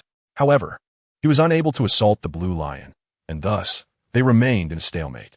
This persisted for several minutes until, as the Blue Lion prepared to depart, Shen Lang finally took action. He leapt from the tree, launching a flurry of attacks with his dagger against the Blue Lion. During this time, the health potion had refreshed twice, restoring much of his health, allowing him to face the Blue Lion once more. Yet, the creature's health was excessively resilient. Minutes later, after consuming 2 more health potions, Shen Lang leapt from the tree again, engaging in a deadly struggle with the Blue Lion. This back and forth continued 4 times until, at last, the Blue Lion's health dipped below 20. Just as Shen Lang began his 5th ascent up the ancient tree, the Blue Lion descended into a state of complete rage, roaring as it unleashed its ultimate skill, Brutal Charge, ruthlessly colliding with the ancient tree. Crack! In an instant, the ancient tree that required the embrace of 2 individuals succumbed with a resounding crack. Shen Lang was violently shaken loose, fortuitously landing upon the back of the Blue Lion King. You wretched beast, perish! Shen Lang swiftly grasped a tuft of the Blue Lion King's mane with one hand to prevent his fall, while the other brandished a dagger, delivering fierce strikes to the creature's neck. Red numbers ascended, visibly depleting the Blue Lion King's vitality. A thunderous roar erupted as the Blue Lion King descended into a frenzied rage, its massive form thrashing violently, attempting to dislodge Shen Lang. Yet, Shen Lang clung tenaciously, even sinking his teeth into the creature's hide, refusing to be cast off, no matter how violently the beast thrashed. This struggle continued for several minutes until, with a deep, resonant roar, the Blue Lion King finally succumbed, its colossal body crashing to the ground, stirring clouds of dust. Chapter 22, A Surge in Power. At last, the ordeal was resolved. As the dust settled, Shen Lang, exhausted, sank to the ground, gazing at the fallen giant before him, exhaling a sigh of relief. The Blue Lion King had proven exceedingly difficult to vanquish. Had he not fortuitously landed on its back, it might very well have been his demise. This encounter starkly illustrated the vast chasm between him and the top-tier players. It is noteworthy that when Jianqi Jinglan had slain that formidable spider at level 9, lacking any growth attribute enhancements, he had accomplished a solo kill, a feat that was indeed remarkable. Of course, Jianqi Jinglan, being a swordsman, possessed far superior defense and health, and his equipment was undoubtedly of high caliber, likely clad in black iron at the very least, if not bronze. Coupled with his dazzling maneuverability and skillful execution, it was hardly surprising that he could achieve a solo kill. Ding! System notification. Congratulations to the player for defeating the Blue Lion King. Bronze tier, earning 8,000 experience points. Ding! System notification. Congratulations to the player for upgrading the skill Backstab to level 4, enhancing attack damage to 140. Keep up the good work. 2 system notifications chimed, eliciting a surge of joy within Shen Lang. Truly, as a bronze tier creature, the Blue Lion King had granted him a hefty 8,000 experience points, propelling his experience bar past the halfway mark. Yet, while experience points were a mere bonus, the true treasure lay among the spoils beneath the lion's carcass. After resting for a moment, Shen Lang rose and laboriously shifted the Blue Lion King's body aside, revealing a trove of items beneath it. A pitch-black shield, a crimson cloak, a ring shimmering with a green hue, a skill tome, and a small pile of silver coins lay before him. This was indeed a windfall. Shen Lang's eyes gleamed with excitement as he swiftly gathered every last item without hesitation. He counted the silver coins. There were a total of 83, and then turned his attention to the equipment, inspecting each piece carefully. Shield of the Lion King. Tier Bronze. Defense 60. Constitution 10. Required level 10. Required class Knight. This shield is exclusive to knights and cannot be equipped by other classes. It is not part of the 6-piece set. Upon encountering the attributes of a shield, Shen Lang inhaled sharply, utterly astonished by its extraordinary nature. This single piece of equipment augmented his defense by a staggering 70 points, 1 point of constitution, 1 point of defense, and 10 points of health, in addition to a remarkable boost of 100 health points. Truly a game-changer. It is worth noting that the total defense from all of Shen Lang's equipment amounted to merely 75 points, including his inherent constitution bonus. If we consider only the equipment he was wearing, none could rival this shield. In light of this, Shen Lang couldn't help but lament his choice not to become a knight. Such a treasure ought to compel him to treat me to a couple of barbecues. Should this shield ever be traded, its value would surely be exorbitant. Yet Shen Lang had no intention of selling it to anyone. After stowing the shield away, he retrieved a cloak from his backpack. Lion King Cloak. Grade, Bronze. Defense, 25. Constitution, 10. Agility, 5. Required level, 10. Although the Lion King Cloak is also a level 10 bronze grade item, its attributes significantly lag behind those of the shield. However, the dual attribute bonuses make it quite appealing. Shen Lang donned the cloak, causing his defense to surge to an impressive 110 points, surpassing the attack threshold for the first time. His health also climbed to 480 points, rivaling that of the most formidable knights. The cloak belongs to the universal equipment category, being the sole item among the 6-piece set that is not class-specific. Concealing the cloak's effects, Shen Lang then produced a ring. Azure Light Ring. Grade Bronze. Strength 10. Constitution 5. Special effect. Vampirism. Restores 50 health points each time damage is inflicted on a target. What a marvel. Each attack restores 50 health points, meaning he could engage monsters without the need for potions. While the Azure Edge Dagger also possesses a vampiric effect, its probability is rather low, relying on fortune, which makes it somewhat unreliable. Naturally, the Azure Light Ring special effect does come with limitations. As one levels up, the fixed 50 health restoration may become increasingly trivial. Delighted, Shen Lang adorned the Azure Light Ring, bringing his attack limit to an astonishing 111 points, though it did not surpass his defense. With the ring adding 5 points to his constitution, his defense reached a remarkable 115 points, and his health broke the 500-point barrier. Truly exceptional. Finally, Shen Lang retrieved the last item, a skill book. Brutal Charge. Level 1. After a brief charging period, unleash a ferocious impact upon the target, dealing 150 damage and taunting the target for 3 seconds. Cooldown, 30 seconds. Taunt. Forcefully attracts enmity, rendering the target unable to cast skills, allowing only basic attacks directed at the caster. This is indeed a treasure that deserves to call me father. Shen Lang clenched his teeth. This was undeniably a powerful skill book for knights, an incredible bargain for that foolish character. What a blunder. Surely, you must have taken a wrong turn. for there is no trace of him here. No, he must be nearby. I saw him around noon today. As Shen Lang contemplated in silence, a sudden sound emerged from the distant thicket. His brow furrowed, and he swiftly turned to investigate, stowing away the skill book in his hands. In the next moment, several players emerged one after another from the chaotic underbrush. There were 5 individuals in total: a swordsman, a knight, a mage, an archer, and a priest, a perfectly balanced team. Notably, their levels were impressive. The leading swordsman had reached level 9, while the other 4 were at level 8. It was evident that this quintet represented the pinnacle of player prowess in Qingfeng Village, which explained their presence in this locale. As Shen Lang's gaze fell upon the 5, they too noted the lifeless body of the king of the Blue Lions, along with Shen Lang himself. They were taken aback to find that someone had already claimed the prize. The group exchanged glances, their expressions revealing a mix of emotions. The swordsman, known as Tian Yan, scrutinized Shen Lang with a furrowed brow and stepped forward, inquiring, "Did you slay the king of the Blue Lions?" "Indeed, I did. What of it?" Shen Lang replied with a nod, revealing no hint of apprehension. Given his current strength, he felt no fear towards the 5 before him. The notion that he had single-handedly defeated the king of the Blue Lions astonished the others. Though they had anticipated this outcome, they could not suppress their surprise, for they had seen the formidable attributes of the king. Even together, they might not have been able to vanquish it. The legend of Jianqi Jinglan had circulated only online, and they had never witnessed it firsthand. Tian Yan, to be candid, we were the first to discover the king of the Blue Lions. There exists an unwritten rule in the gaming world. The one who discovers it first claims it. Surely, you are aware of this? The swordsman, known as Kong Kong by Xiao, cast a glance at Shen Lang before uttering these words, leaving the group momentarily bewildered. With Kong Kong by Xiao's declaration, not only was Shen Lang taken aback, but the 4 behind him also stood frozen, their expressions betraying their discomfort. Clearly, they had not anticipated such a statement from him. However, the allure of the loot dropped by the bronze-tier boss was undeniable, and no one could resist the temptation. Indeed, Bai Xiao speaks the truth. According to the rules, we discover it first. Tian Yan, you should surrender the spoils. The archer, known as Shi Ni Lian, chimed in, somewhat irreverently, as he raised his longbow, aiming it at Shen Lang. Their 5-member team was arguably the strongest in the novice village. And even though Shen Lang's level surpassed theirs, they felt sufficiently confident in their ability to defeat him.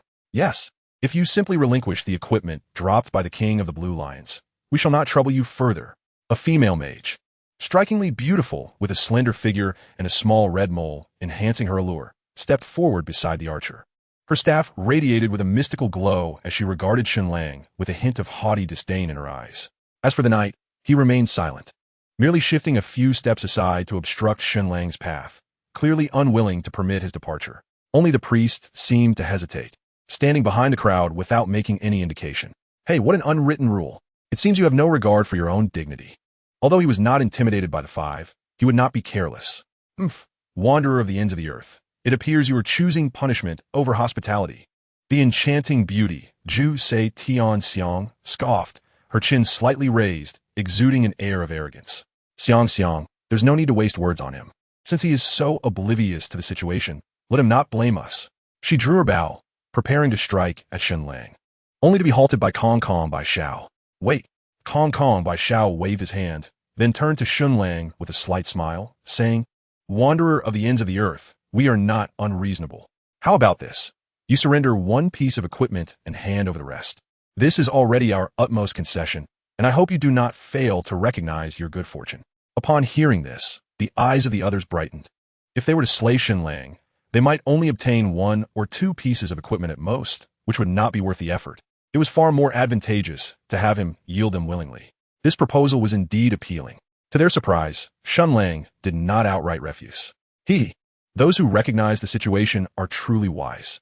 Wise, you say? Before Kong Kong by Xiao could finish his words, Shen Lang suddenly moved, dashing towards him with a swift step, seeking death. The reactions of Shi Ni Lian and Zhu Se Tianxiang were quick. Their prowess in taking down the Qing Lion King was evident, and they simultaneously launched their attacks at Shen Lang. However, Shen Lang's defense was astonishingly high, a staggering 115 points. Together, their assault barely diminished his health by over 50 points, not even a tenth. The numbers floating above Shen Lang's head left the crowd in a state of bewilderment. Their overwhelming confidence stemmed from the assumption that Shen Lang, as an assassin, would possess low defenses akin to those of a marksman, and since he had yet to learn any skills, rendering him unable to become invisible, they felt assured in their ability to slay him. However, the outcome exceeded their expectations significantly. It was noteworthy that all 5 were exceptional players from Qingfeng village, their strength not to be underestimated. Shen Lan's attack alone dealt an impressive 69 points of damage, while Tian Yan's spell power reached a staggering 96 points. 1 point of intelligence equals 15 spell power. Yet, even combined, they had only inflicted such minimal damage, which was indeed perplexing. His defense must have exceeded 110 points. Shen Lan's expression darkened as he continued to unleash a barrage of arrows at Shen Lang. Meanwhile, Tian Yan remained frozen in place, awaiting the cooldown of her skill. During the novice period, one could only possess a single skill. This rule applied to mages as well. Furthermore, a mage relied solely on their skills for damage output, rendering their basic attacks futile against defenses. On the other side, Shen Lang moved with remarkable speed, swiftly closing the distance to Kong Bai Xiao. With a deft sidestep, he evaded the attack and, wielding his dagger, struck at an exceedingly awkward angle, piercing the nape of Kong Bai Xiao's neck. A staggering amount of damage erupted, causing Kong Bai Xiao's health to plummet by a fifth instantaneously. It appeared that Kong Bai Xiao had allocated all his points to strength, resulting in a rather low defense, estimated at around 70 points, while his health was likely over 400 points. Kong Bai Xiao's expression shifted dramatically. But before he could react, a flash of azure light illuminated the air as Shen Lang unleashed the skill Backstab. The dagger cruelly slashed across Kong Bai Xiao's throat, producing a horrifying figure that stunned the onlookers. 238. With Backstab, now upgraded to level 4, boasting 140 damage, and with the fortunate occurrence of a critical hit, Kong Bai Xiao's health bar dwindled to a mere fraction, leaving him with less than 100 points of health. Zijin, quickly heal Bai Xiao. Several onlookers gasped, and one exclaimed urgently, yet the priest remained frozen, seemingly in shock. Brothers of Tian Yan, let's discuss this rationally. Kong Bai Xiao countered, swinging his long sword in a defensive maneuver, forcing Shen Lang to retreat while inflicting 33 points of damage. With clenched teeth, he glared at Shen Lang, his face ashen. Shen Lang smirked, pressing forward while activating Charge. The dagger plunged into Kong Bai Xiao's right flank at an exceptionally crafty angle, draining his last vestiges of health. Tian Yan, you will pay for this. Kong Bai Xiao gritted his teeth, his body gradually collapsing as his long sword exploded from his grasp, which Shen Lang deftly seized. Wolfong sword. Rarity, black iron grade. Attack, 1618. Strength, 5. Required level, 8. Truly a benefactor of fortune. Shen Lang stowed the long sword into his backpack, thoroughly pleased. This was likely the weapon dropped by the level 8 Wild Wolf King, which Shen Lang had sought in the Wild Wolf Valley, but had not encountered. It seemed to have been discovered and slain by Kong Bai Xiao and his companions. Return Bai Xiao's weapon. The knight glared at Shen Lang, seething. Earlier, Shen Lang had dispatched Kong Bai Xiao in mere moments, leaving him no opportunity to intervene. Do you want it? That will depend on your capabilities. Shen Lang smiled slightly, shifting his weight and dashing forward. However, he was not charging at the knight, but rather targeting Shi Yan and Tian Yan. The two were startled by Shen Lang's advance. Hastily retreating. Fireball. Fire to your father. Tian Yan, being a mage, was slower than the archer and was soon overtaken by Shen Lang. Just as she was about to cast her spell, Shen Lang executed a backstab, instantly depleting her health bar. He then followed up with a basic attack, completely emptying her health. Regrettably, Tian Yan did not drop any equipment, leaving behind only 2 silver coins. On the other side, the individual, terrified beyond measure, disregarded any thoughts of attacking Shen Lang and hastily fled into the forest. Nevertheless, Shen Lang swiftly caught up to him, dispatching him with but 3 strikes, revealing a pair of leg guards, though they were mere common equipment of little value. We are wanderers of the world, and you shall surely regret this. The knight's face turned ashen. With 3 of his damage dealers eliminated, he remained the only tank left, utterly incapable of confronting Shen Lang. In a mere blink, Shen Lang ruthlessly dispatched the knight. He then turned his gaze to the last remaining individual. Clad in a delicate garment, this priestess appeared quite young, likely in her early 20s, and was now anxiously observing Shen Lang. I did not attack you, nor did I wish to take your belongings, she stammered, biting her lip. I understand, hence I spared you. Shen Lang replied after a brief moment of contemplation, ultimately choosing not to strike her down. Thank you. Chapter 24. Successful Class Change. In Qingfeng Village, a flash of white light enveloped Shen Lang, and he materialized in the village square. It was just past noon, and most players had ventured out to vanquish monsters, leaving the village sparsely populated. Shen Lang glanced around but did not notice any familiar faces, and he paid it no mind. Making his way to the village entrance, he sought out the white-bearded village elder beneath the willow tree. Village elder, I have grown sufficiently strong. Did you not have a task for me? Shen Lang stated directly. The elder had mentioned a task the previous day, contingent upon Shen Lang reaching level 10. Ah, so it is you, young man. The village elder scrutinized Shen Lang for a moment before nodding slightly. He then produced a pendant from his robes and handed it to Shen Lang, saying, take this pendant to a person named Tian Yan in Chang'an County, accompanied by the blacksmith's apprentice. He will know what to do. Rest assured, village elder, I shall see to it. Shen Lang replied as he accepted the pendant, which bore the insignia of a small character, likely the elder's token. Ding! System notification. You have accepted the side quest, escort the apprentice, difficulty level, moderate. Ensure the safety of the apprentice and help him find Qing Yun. A generous reward awaits upon completion. With the quest in hand, Shen Lang did not linger any longer. He bid farewell to the white-bearded elder and swiftly made his way to the blacksmith's shop. Benefactor, I apologize for the trouble once again. I am truly remorseful. The old blacksmith said, having awaited Shen Lang's arrival with his grandson. Upon seeing Shen Lang, the elder hurriedly brought the apprentice forward and bowed deeply. There is no need for such formalities, my friend. It is but the duty of those of us in the martial world to assist one another, Shen Lang replied, promptly helping the old blacksmith to his feet with a smile. Benefactor, I entrust this child to your care, the old blacksmith said, bowing once more to Shen Lang. He then turned to the apprentice, admonishing, you must heed the benefactor's words and not cause any mischief along the way. Understand? Understood, grandfather, the apprentice replied dutifully, nodding in compliance. Moments later, Shen Lang bid farewell to the old blacksmith and arrived at the teleportation array located at the rear of Qingfeng Village's square. With the activation of 12 prefectures in the Huaxiao region yesterday, the novice village's teleportation array was also timely initiated, albeit only capable of transporting individuals to the nearest prefecture. The teleportation array in Qingfeng Village leads directly to Chang'an City, which undoubtedly alleviated Shen Lang's burdens. What a ripoff, Shen Lang thought to himself, gazing at the swirling vortex before him. He had not anticipated that utilizing the teleportation array would require a gold coin. It was utterly extortionate, making it unaffordable for the average player. Fortunately, he was not currently in dire need of gold coins.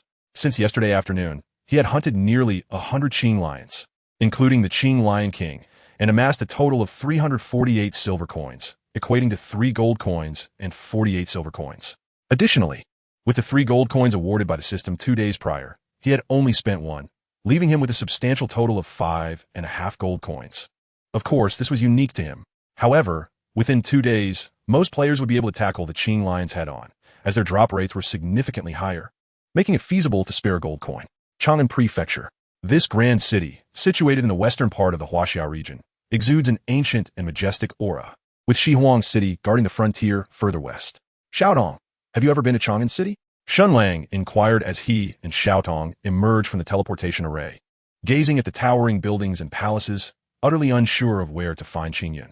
Big brother, Xiaotong has never been here, Xiaotong replied timidly, shaking her head. It was her first time away from home, and she felt a tinge of fear in her heart. Never mind, we shall gather information slowly. Shen Lang mused for a moment before leading Xiaotong towards the Job Transfer Guild located at the easternmost part of Chang'an City. 10 minutes later, Shen Lang and Xiaotong reached the grand hall of the Job Transfer Guild. Inside, mentors of various professions sat in a row, each adorned in splendid attire, their expressions aloof, reminiscent of the formality found in real-world offices. Esteemed sir, I have reached level 10.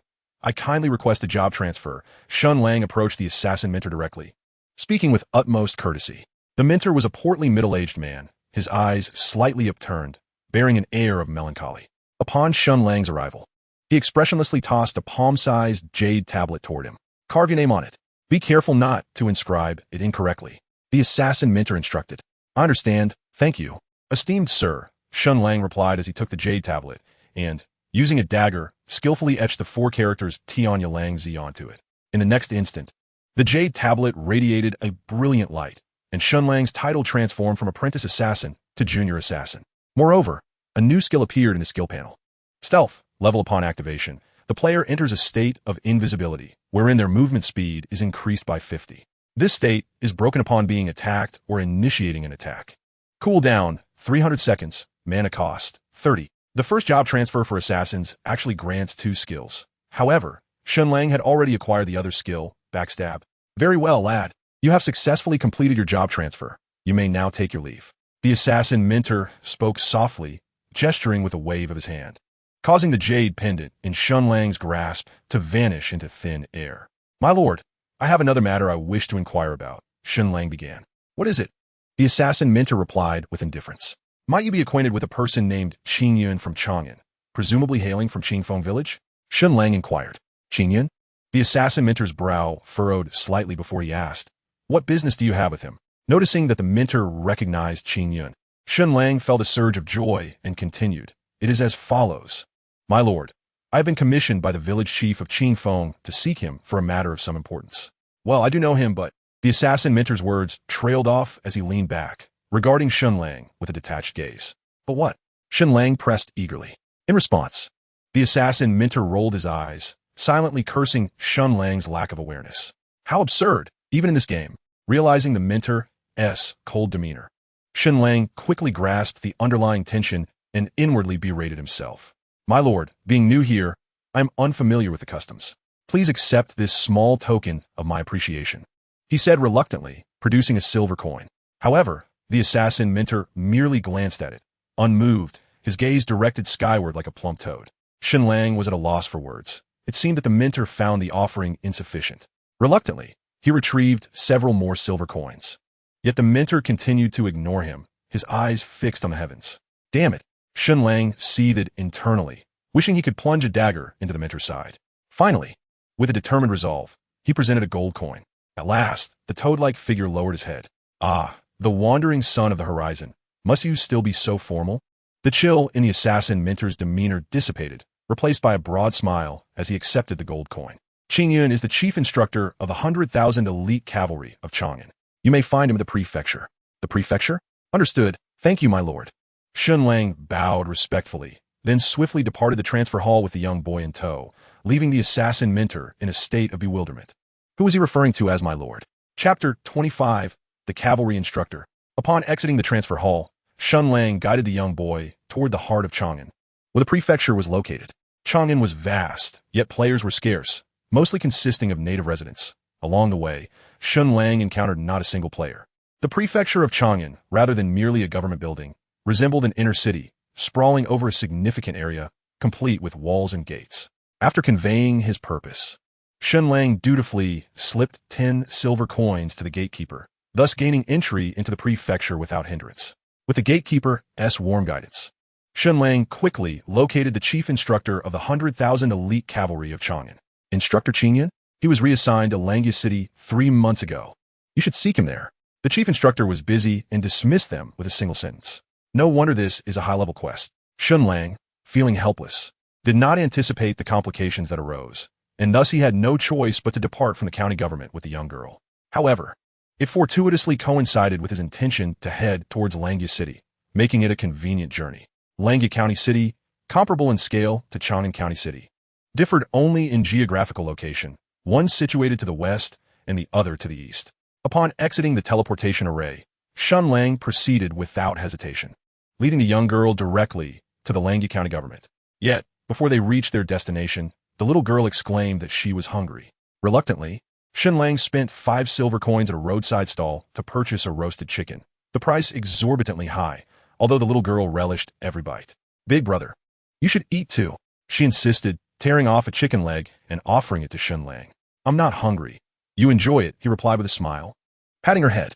However, the little girl was insistent, forcibly handing the chicken leg to him. The pair continued to eat as they walked, and by the time the young girl had finished the entire roasted chicken, they arrived at the entrance of the county government. With a sense of propriety, Shen Lang handed 10 silver coins to the gatekeeper, leaving him with only 23 silver coins in his pocket. Subsequently, guided by the gatekeeper, they finally located Tian Yan, the cavalry commander of Langya City. Who are you two? In the opulent hall, Tian Yan sat regally at the main seat, looking down upon Shen Lang and the young girl. Although Tian Yan had risen to the rank of cavalry commander, commanding 5,000 archers in Langya City, he appeared quite youthful, seemingly not yet 30 years of age. My lord, I am an adventurer from Qingfeng village. Recently, at the behest of the village chief, I have brought this young girl here for safekeeping, Shen Lang said, slightly bowing in respect. You claim to be from Qingfeng village. Do you have any proof? Upon hearing this, Tian Yan quickly rose and approached Shen Lang. Yes. Shen Lang promptly retrieved the pendant given to him by the village chief. Indeed, it was a token from his father. After examining the pendant for a moment, a hint of nostalgia crossed Tian Yan's eyes, and he turned to Shen Lang, inquiring, "Is my father well?" "Rest assured, my lord, the village chief is doing well. Able to eat and sleep just fine." Shen Lang was surprised to discover that Tian Yan was the village chief's son, and his heart felt lightened. "That is good to hear. I can rest easy now." Tian Yan nodded, then added, "By the way, did my father have any messages for me?" Shen Lang smiled. "Oh, really?" Tian Yan nodded slightly, and then glanced at the young girl. "She is quite a promising child. The Moon Princess is currently assembling her personal guard. You may take her there." As he spoke, Tian Yan summoned a guard, handing him a token while instructing, "Take this girl to the Moon Princess and inform her that she is the sister of this commander, with a clear background. The princess will certainly make the necessary arrangements." "Yes, my lord." The guard responded and promptly escorted the bewildered young girl out of the Grand Hall. Ding! System notification. Congratulations, player. On completing the task, escort the young girl. You have gained 6,000 experience points, 1 luck point, and the goodwill of Cavalry Commander Tian Yan. As the system notification echoed, Shen Lang felt a surge of joy within. 6,000 experience points, along with 1 point of luck, and most importantly, the goodwill of Tian Yan. The 2 coins spent were indeed worth it. My dear brother from Tian Yan, I am sincerely grateful for your escort of the young one. I must attend to certain matters, so I shall not keep you any longer. Please, feel free to depart. As for you, esteemed sir, might you not assign me a position of sorts?" Shen Lang blinked in surprise, realizing that his previous words had been in vain. Upon hearing this, Tian Yan furrowed his brow slightly, appearing somewhat troubled as he replied, "My dear brother, had you been a knight or an archer, I could have arranged for you to obtain a Bao Knight transfer certificate, which would allow you to hold a nominal position under my command. However, as you are an assassin, and there are no divisions for assassins in the Grand Army of Langya City, it is not that I am unwilling to assist you. I am simply powerless to do so." Shen Lang fell silent, feeling a pang of regret for not choosing the path of the knight. Had he done so, he would now be a Bao Knight, a hidden profession. Though it is a rather common hidden profession, it is still a hidden one nonetheless. Just as Shen Lang began to feel disheartened, Tian Yan unexpectedly changed his tone, smiling as he said, "However, within the Langya Prefecture, there resides a guest elder, a master of the elusive arts. If you wish to learn the profound and intricate ways of the assassin, perhaps you should seek him out. Is that truly possible?" Shen Lang's eyes brightened at the prospect. Tian Yan nodded, stating, "I can compose a letter of recommendation for you. But I must caution you that the temperament of that master is somewhat difficult. Whether he will accept you as a disciple is uncertain. It all depends on your own fortune." "Thank you, esteemed sir. Please, write the letter." Shen Lang expressed his gratitude with a slight bow, visibly excited. Tian Yan nodded, picking up a pen and swiftly inscribing several lines on paper, before handing it to Shen Lang. 10 minutes later, guided by guard, Shen Lang arrived at a separate estate at the far western side of the prefecture. The guard spoke briefly before hastily departing. "What is the matter, dear guard?" Shen Lang inquired, puzzled by the guard's sudden exit. However, in the next moment, he was taken aback. "Ah, how impressive, esteemed master. I am utterly unable to continue a series of high-pitched, piercing sounds emanated from the palace before him, mingled with heavy gasps." Shen Lang stood there, bewildered, caught in a dilemma of whether to proceed or retreat. Chapter 26. The Elysian Master, Lauren. The raucous voices persisted for a considerable time, and just as Shen Lang became engrossed in the sounds, a chilling scream pierced the air, abruptly silencing the fervent moans. Shen Lang was startled, his heart nearly leaping from his chest. This transition was most jarring. Who was out there? Just as Shen Lang prepared to make his exit, a shadowy, gravelly voice resonated from within the hall. Shen Lang instinctively swallowed hard, responding with utmost respect. "Is it someone from Tian Yan?" "Gumin." The ominous voice beckoned from within.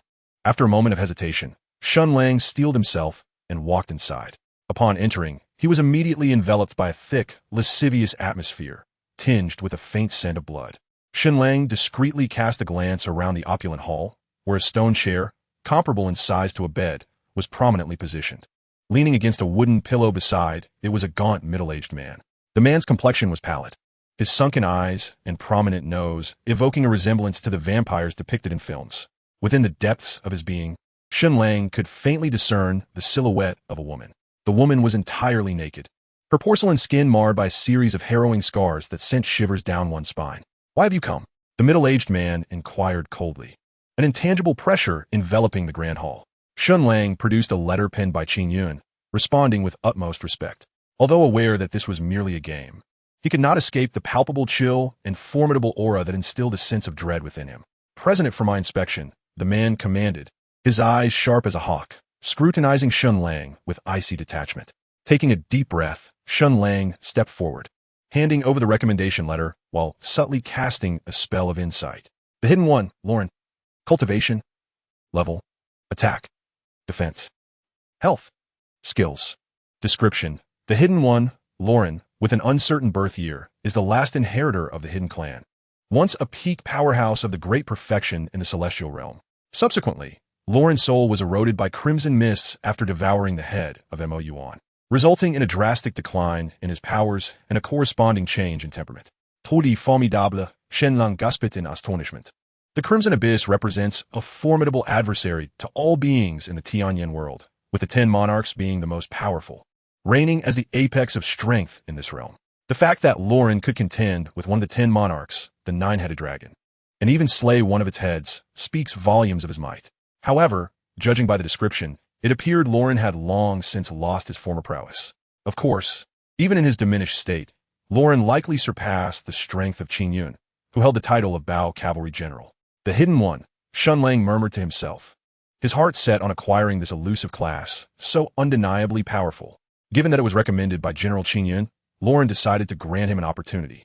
Having swiftly perused the recommendation letter, Lauren pondered for a moment before tossing a piece of parchment to Shen Lang, speaking in a measured tone. "Within 10 days, procure for me what I desire, and I shall take you as my disciple, bestowing upon you a scroll for the hidden one-class transfer." Shen Lang glanced at the parchment, revealing a recipe. Ingredients: 5 drops of dragon saliva, 1 stalk of resurrection grass, 1 stalk of blood spirit ginseng, 50 grams of deer antler, and 2 tiger's fawn. "Thank you, my lord. Rest assured, I shall fulfill this task," Shen Lang replied without hesitation, eager to comply. "Remember, do not let anyone know this is what I seek," Lauren cautioned, nodding in acknowledgement. "Do not worry, my lord. I will ensure that no one learns of this," Shen Lang assured, bowing respectfully. Ding. Main quest activated. Upon perceiving the task's level, Shen Lang was immediately overwhelmed. The official website of Tian Yan provides an introduction to the task levels, which range from easy to difficult. Level, level, level, and level. Among these, the level tasks are classified as challenging. As for the level tasks, the website does not even display them. One can only imagine how formidable they are. Nevertheless, no matter how arduous the task may be, it must be accomplished, for it pertains to a top-tier hidden profession. "Very well, you may leave," Lauren's gestured dismissively, subsequently ignoring Shen Lang and beginning to meditate. "With the authority above, I shall take my leave." Shen Lang promptly tucked away the pill formula and swiftly exited the grand hall. As he departed, he could not resist casting a glance at the woman, who appeared with bloodshot eyes and an expression of exhilaration, evidently having met her demise at the peak of her fervor. Outside the grand hall, Shen Lang exhaled a sigh of relief. The pressure from Lauren's was immense, akin to a bloodthirsty beast. No, it was indeed a ferocious creature, a particularly monstrous one at that. The thought of the tragically fallen woman sent a shiver down Shen Lang's spine. In the future, he must exercise utmost caution when confronting Lauren's, lest he find himself unaware of his own demise. After leaving the county office, Shen Lang made his way directly to the largest apothecary in Langya City. Within the shop, only deer antlers and revival grass were available, and their prices were exorbitant. The 2 ingredients combined cost a staggering 50 gold coins. As for dragon spittle, tiger testicles, and blood spirit ginseng, it was only after Shen Lang paid 10 silver coins that he managed to glean their whereabouts from the elderly apothecary. Following that, Shen Lang activated his stealth and hastened towards the first location. 20 minutes later, he finally arrived at the Tiger Gorge mountain range, located in the northwest of Langya City. A number of robust tigers roamed within the forest, their formidable fangs particularly intimidating. Shen Lang promptly cast an insight spell. Saber-toothed tiger. Level 17. Attack 160. Defense 120. Health points 8,000. Skill Tiger's Roar. How exceedingly powerful. Upon observing the attributes of the saber-toothed tiger, Shen Lang could not help but feel a sense of trepidation. With an attack of 160 points, a defense of 120, and nearly 8,000 health points, the creature was truly formidable.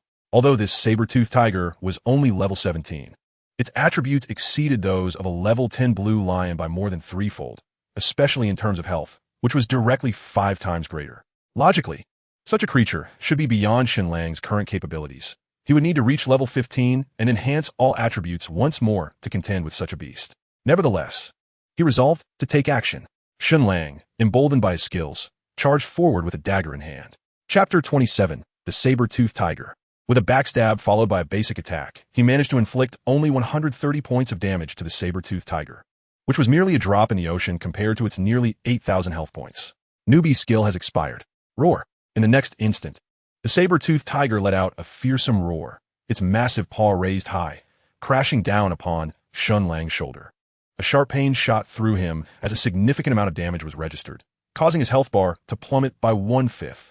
The saber-toothed tiger's attack power reaches an impressive 160 points, while Shen Lang's defense stands at a mere 113 points, allowing him to mitigate only about 35 points of damage. Thus, the harm inflicted remains considerable.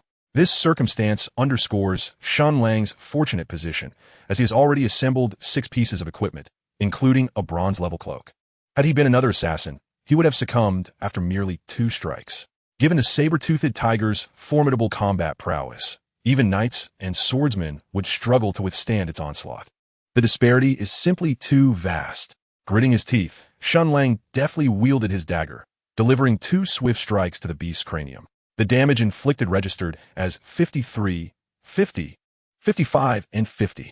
While this special effect may lose its luster in the later stages of the game, it is currently akin to a divine skill.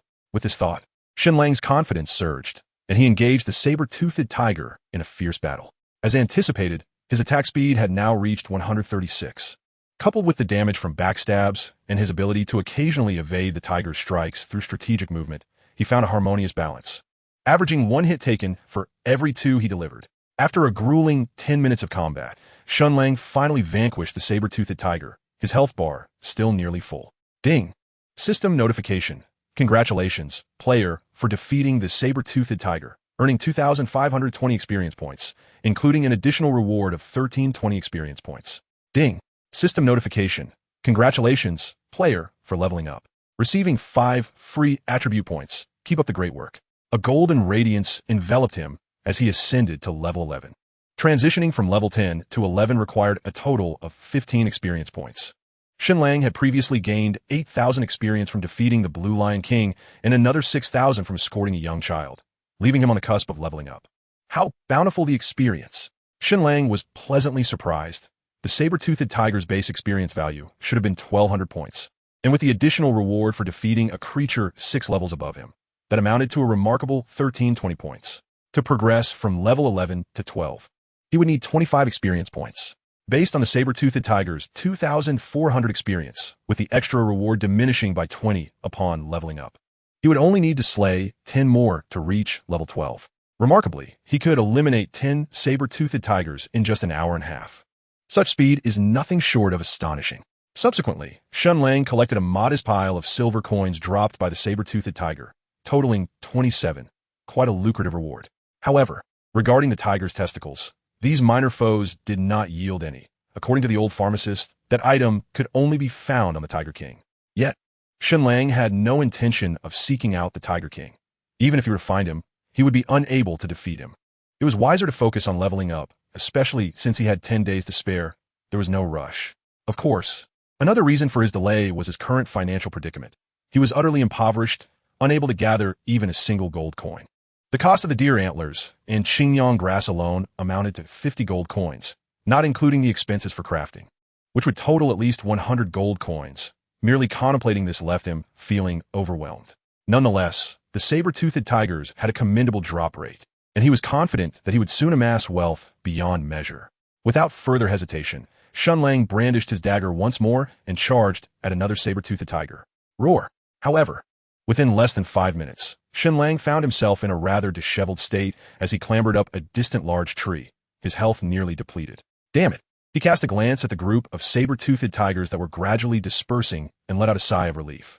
Just moments ago, one of the saber-toothed tigers had unleashed the skill, Tiger's Roar, and unfortunately, Shen Lang had failed to interrupt it. As a result, he had attracted the attention of a whole pack, numbering at least 20 to 30. Had he not fled swiftly, he would have surely been torn apart by those ferocious beasts. Shen Lang never anticipated that the saber-toothed tiger's skill was to summon its companions, which caught him quite off guard. Nevertheless, rather than feeling anxious, he found himself somewhat elated. As long as he could interrupt the saber-toothed tiger's skill, it posed no significant challenge. However, for other players, such a situation would be dire. Once the saber-toothed tiger summoned its allies, annihilation was highly probable. With this newfound experience, Shen Lang kept his backstab skill poised, waiting for the precise moment the saber-toothed tiger was about to activate its skill to strike. Given Shen Lang's current level of operational awareness, the likelihood of any blunder was minimal. Time slipped away amidst the fierce battles. An hour and a half later, as the 10th saber-toothed tiger fell, Shen Lang successfully reached level 12. He allocated all 5 of his free attribute points into strength, elevating his attack power to a staggering 121 points. It was now 8 p.m., well past dinner time, yet Shen Lang felt no hunger and chose to continue hunting monsters. He battled relentlessly until midnight, finally concluding his day's endeavors. Over the course of 5 hours, he had slain nearly 40 saber-toothed tigers, bringing his level to 13 with an experience bar of 60. The experience required to level up from 13 to 14 was a daunting 6, which was indeed substantial. And the experience he gained from each saber-toothed tiger had dwindled to 1920 points, falling below 2,000, thus slowing his progress. After 5 hours of relentless combat, Shen Lang's pockets were once again filled. The 40 saber-toothed tigers had yielded over 1,000 silver coins, equivalent to 10 gold coins, a substantial profit. It is worth noting that at this time, the recharge system had not yet been activated, making gold coins exceedingly precious. In essence, Shen Lang had earned over 4,000 yuan in just a little over 5 hours, a remarkably impressive sum. However, Shen Lang did not intend to exchange the gold coins he possessed. He had greater plans for them. Although 10 gold coins were a considerable amount, they were still far from sufficient for his needs. Chapter 28, 3 Factions. In the early hours of the morning, within his room, Shen Lang swiftly removed his helmet and made his way to the bathroom. After a moment of relief, he felt an overwhelming sense of comfort. Having engaged in the game for 12 continuous hours, even in a state of light slumber, he found it increasingly difficult to contain himself. After addressing his needs, Shen Lang grabbed his phone and headed downstairs. By this time, it was well into the early hours of the morning, and most of the eateries surrounding the community had already closed, leaving only a barbecue shop still in operation. After a moment's hesitation, Shen Lang stepped into the barbecue shop. Although it was already late at night, the barbecue restaurant remained lively, bustling with young patrons gathered in clusters, numbering around 7 or 8 tables. Shen Lang casually selected a seat, scanned the QR code on the table with his phone, and ordered a pitcher of beer along with 20 skewers of grilled pork belly, a cucumber salad, and 3 grilled bread rolls, totaling a reasonable sum of 116 yuan. After placing his order, he had to wait a while for the food to arrive. So he took out his phone and began browsing the Tian Yan forum. I have already reached level 9 today. If all goes well, I should be able to exit the novice village by noon tomorrow. Truly impressive, veuillez. By the way, which county do you plan to head to? The conversation from the adjacent table caught Shen Lang's attention as 3 young men discussed the Tian Yan game. Of course, it's going to be Langyi County. That's the stronghold for players from Dongshan Province. Our leader has declared that all brothers from the Tianxia Alliance must settle in Langyi City to unify all player forces there. The young man with dyed red hair spoke with evident pride. That's for sure. But Wu Ge, could you perhaps speak to the leader of the Tianxia Alliance and let us join the main alliance as well? The other 2 young men chimed in. Well, we'll discuss that later. The alliance hasn't even been established yet, and there is some internal chaos. We main forces haven't quite figured out our positions yet. Let us wait until the leader of Tianxia forms the alliance, the red-haired youth replied, hesitating momentarily with a dismissive tone. All right then. We'll apply once the leader of Tianxia establishes the alliance. By the way, Wu Ge, I heard that another faction from our Qinghai city has also settled in Langyi County. Are you referring to Shuiyu? Yes. Lin Jiadong has already registered with the Adventurers Guild in Langyi City, officially joining it, and she has now become the top-ranked player in Langyi City, even surpassing the leader of Tianxia. What does it matter being first? Those students from Zhonghai University 1T make much of splash, the red-haired youth scoffed.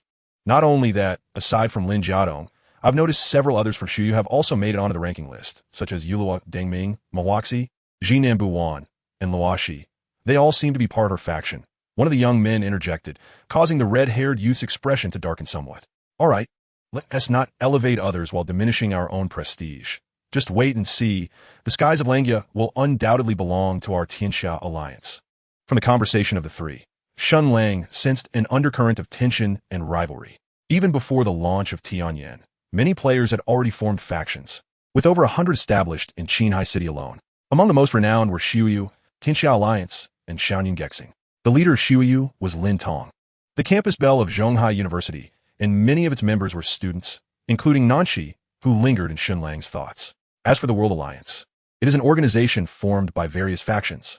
Rumor has it that its leader is a young CEO of a publicly listed company, already possessing a fortune of tens of millions, truly a prodigy of his generation. Besides these two prominent forces, another well-known entity in Qinghai City is the Youth Song, led by a notable second-generation rich individual with assets exceeding 100 billion. He even established a studio before the game commenced, utilizing his vast financial resources to recruit numerous gaming experts, reportedly offering salaries exceeding 3,000 per month, demonstrating considerable wealth. I wonder if I am on the rankings of Langya City.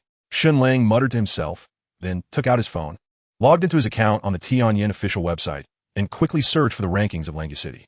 Rankings: Langya County City 1. Lin Family Xiaodong, level 13-2. Tianxia, level 13-3.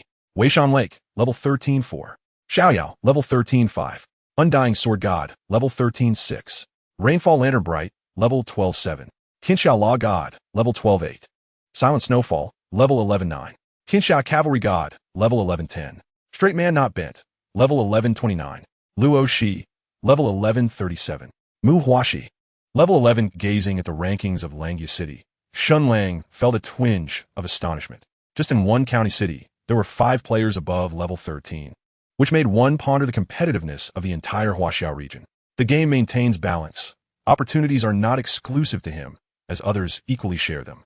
Although becoming a strong player is a challenge, the sheer population base of Huaxia is immense.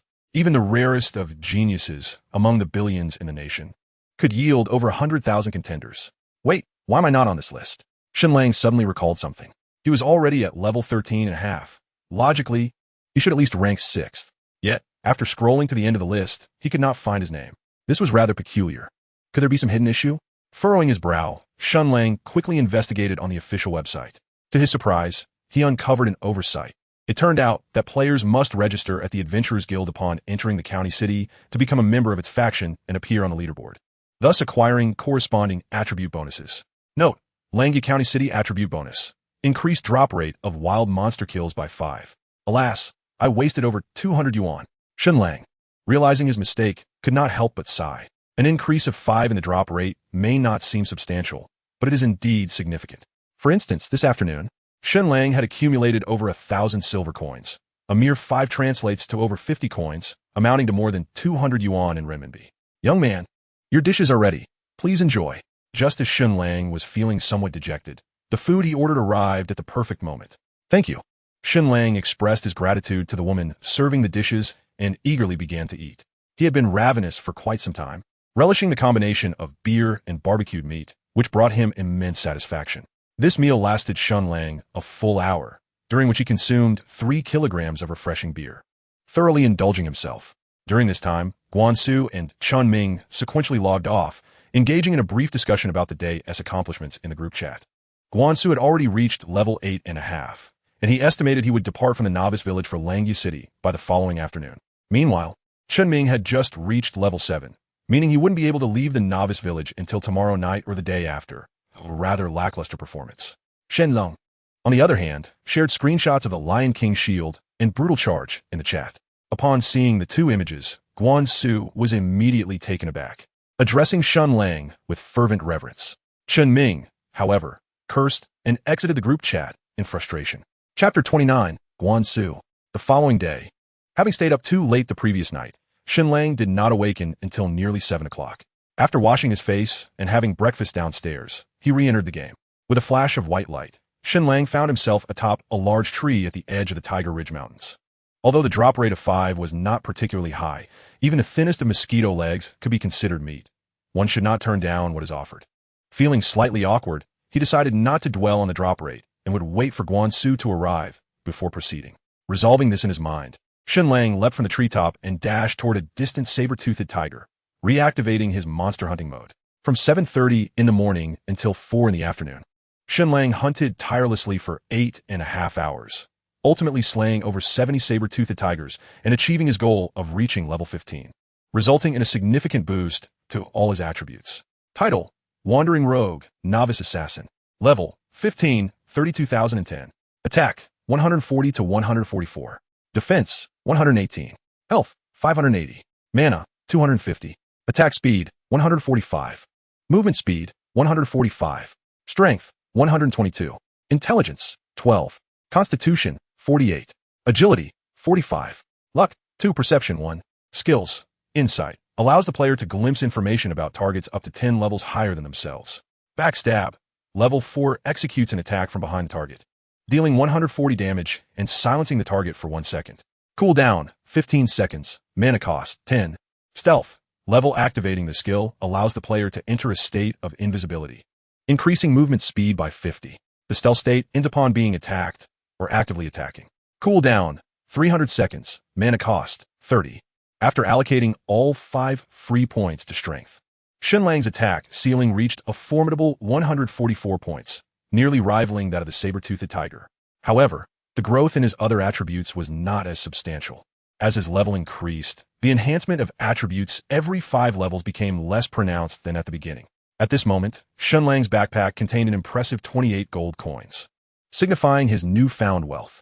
Nevertheless, he found it rather disheartening that from the previous day until now, he had not obtained a single piece of equipment, which felt quite unfortunate. Father, greetings. Your devoted son has called you. Please, answer the phone. A distinctive ringtone resonated, signaling a call from the real world, directly linking to the game. Shen Lang glanced at the screen and saw it was Guansu. Have you reached level 10? Shen Lang promptly answered, in feeling. Yes, indeed. I'm heading to Langya City now. Where shall we meet? Guansu's voice brimmed with excitement. In the Tian Yan game, friends can only be added face-to-face. Hence the two were not yet in each other's friend lists and could only communicate through real-life calls. Let us meet at the Adventurers Guild. I should arrive in about half an hour. All right, I will await you at the guild. No more chatter. I must enter the teleportation array. Understood.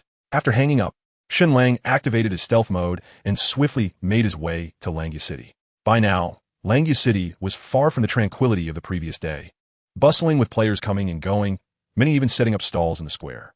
Although the proportion of players reaching level 10 was relatively low, around 10%, the player base in the Huaxia region was enormous, exceeding 100 million. Even if only 10% of players left the novice village, that would amount to over 10 million individuals. When averaged across the 12 prefectural cities, each city would host over 1 million players, a rather daunting figure. Naturally, not all players lingered in the city. The majority had ventured out to slay monsters and level up. The square in Langya Prefecture was merely a few hundred meters from the prefectural office, and the Adventurers Guild was prominently situated at the edge of the square. Upon Shen Lang's arrival at the guild, Guansu had been waiting for some time. Standing over 9 meters tall, Guansu was quite conspicuous in the crowd, and Shen Lang spotted him immediately. Master Guan, a name exuding authority. At last, you have arrived. Upon seeing Shen Lang, Guansu was overwhelmed with excitement, his eyes sparkling as if he had encountered Lu Ruyan. Stop grinning like that. Let us move over there. It's too crowded here. Shen Lang rolled his eyes and walked with Guansu to a less populated area of the square. Where's my treasure? Guansu was already in a state of great anticipation, gazing intently at Shen Lang, his hands anxiously rubbing together. Here you go. Shen Lang retrieved the Lion King shield and a skill book, tossing them to Guansu. Thank you. If you ever need my assistance, do not hesitate to ask. I shall brave fire and water, undeterred by any peril. Shen Lang, exasperated, couldn't he help but kick him lightly. Enough with the empty flattery. What are your current defense and health points? Let me take a look. Guansu flashed a broad grin as he equipped the Lion King shield and checked his attributes. Defense, 180 health, 1050. What do you think? Am I not incredible? Guansu exclaimed with uncontainable excitement. Well, it's somewhat acceptable, Shen Lang nodded. The Lion King shield is not part of the 6-piece set, meaning Guansu originally had only 110 points in defense and 950 in health, which, for a knight, is rather unimpressive. However, with the Lion King shield and the skill of Barbaric Charge, This fellow has transformed from a mere novice into a formidable tank. One cannot deny the immense impact that advanced equipment and skills have on players. In the past few days, I have been diligently leveling up and accumulating gold. Given your current attributes, coupled with the forceful taunt skill, you should have no trouble finding a party, Shen Lang advised. Guansu, who had invested all his points into vitality, lacked significant attack power and would struggle without a team, as he could hardly damage the monsters. Are you not joining me? I am quite powerful now, he remarked. You're too inexperienced. You'll hinder my leveling speed, Shen Lang retorted somewhat brusquely. Although Guansu's attributes had improved significantly, the saber-toothed tiger was no trivial adversary and could easily reduce him to nothing in an instant. All right, you are the boss. You are right. Guansu conceded with a grin. I will first join a major faction. With my current level, they will surely accept me. Once Mingzi arrives, I will team up with him and assist that fellow. That sounds reasonable, but keep your wits about you and don't let anyone take advantage of you. Rest assured, Old Guan knows what he is doing. Chapter 30, The First Pot of Gold. After adding Guan-Su as a game friend, the two parted ways. Guan-Su immediately ran to the city gate with his large shield, claiming to wait for opportunities to join whichever major faction approached him first. Meanwhile, Shen Lang entered the Adventurers Guild and successfully joined the city of Langia, where his attribute panel was updated to include a reputation attribute, albeit at 0. Following Shen Lang's integration, the level leaderboard of Langia City shifted. Apart from Lin Jia Xiaotong in first place and Tian Yan in second, all others dropped a rank. Indeed, Shen Lang was now one of the only 3 players in Langia City to reach level 15, alongside Lin Jia Xiaotong and Tian Xia. These two are truly impressive. Shen Lang mused as he glanced at the leaderboard.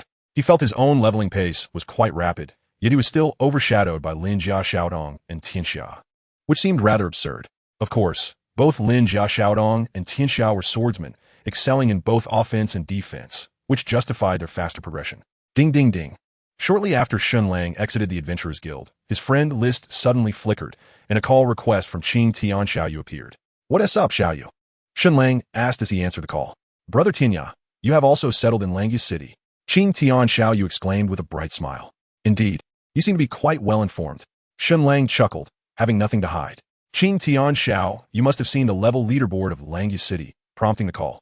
Of course, I was once the leader of the gossip squad, she replied, likely battling monsters while wielding her staff. So, Xiaoyu, have you also taken residence in Langia County? Shen Lang inquired. Yes, both my brother and I have come. This is my twin brother. What do you think, Brother Tianya? ISNT, he exceptionally handsome. On a sunny day, gentle rain began to fall, and then the figure of a berserker emerged behind the young girl, Sunny Rain. He was tall and slender, around the same age as Sunny Rain, and quite handsome. Greetings, Brother Tianya. It is an honor to finally meet you, Sunny Rain exclaimed. Brother Ado, what a pleasure, he replied. By the way, Brother Tianya, which faction do you belong to? My brother and I have yet to join any faction and would love to hear your thoughts. I do not belong to any faction. As for which faction you should join, I am not well acquainted with them, so I cannot offer you any advice. Shen Lang pondered for a moment before responding. I see. Sunny Rain, quickly heal me. Can't you see I'm on the verge of being bitten to death? Let us pause this conversation for now, Brother Tianya. My brother is almost dead. We could talk later. All right, you two carry on, he replied. It was then that Chun Ming called. What is up, Mingzi? Have you made it to Langia City? Shen Lang asked upon answering the call. Not yet. I'm still below level 9. It seems today is not feasible. I'll have to wait until tomorrow, Chen Ming responded. Then why are you calling? Well, I wanted to ask how many gold coins you have accumulated so far. Almost 30 coins. Why do you ask? Shen Lang replied. Wow, you're impressive. Here's the thing. I made a friend in the game who has also headed to Langia City. He needs to buy a batch of gold coins. And if you're not using yours, you could sell them to him at a high price, 420 bucks each. That's not possible. I'll need them in a few days, Shen Lang said after a moment's consideration and shook his head.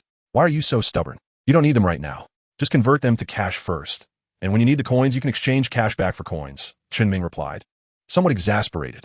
What's the point in that? Shen Lang retorted, feeling baffled. After a brief silence, Chen Ming patiently explained, think about it, Brother Lang. Gold coins are depreciating in value. Right now, each coin is worth 400 bucks, but in a few days, it won't be worth as much. Wouldn't it be more economical to exchange cash for coins later? Shen Lang blinked, realizing the truth in his words.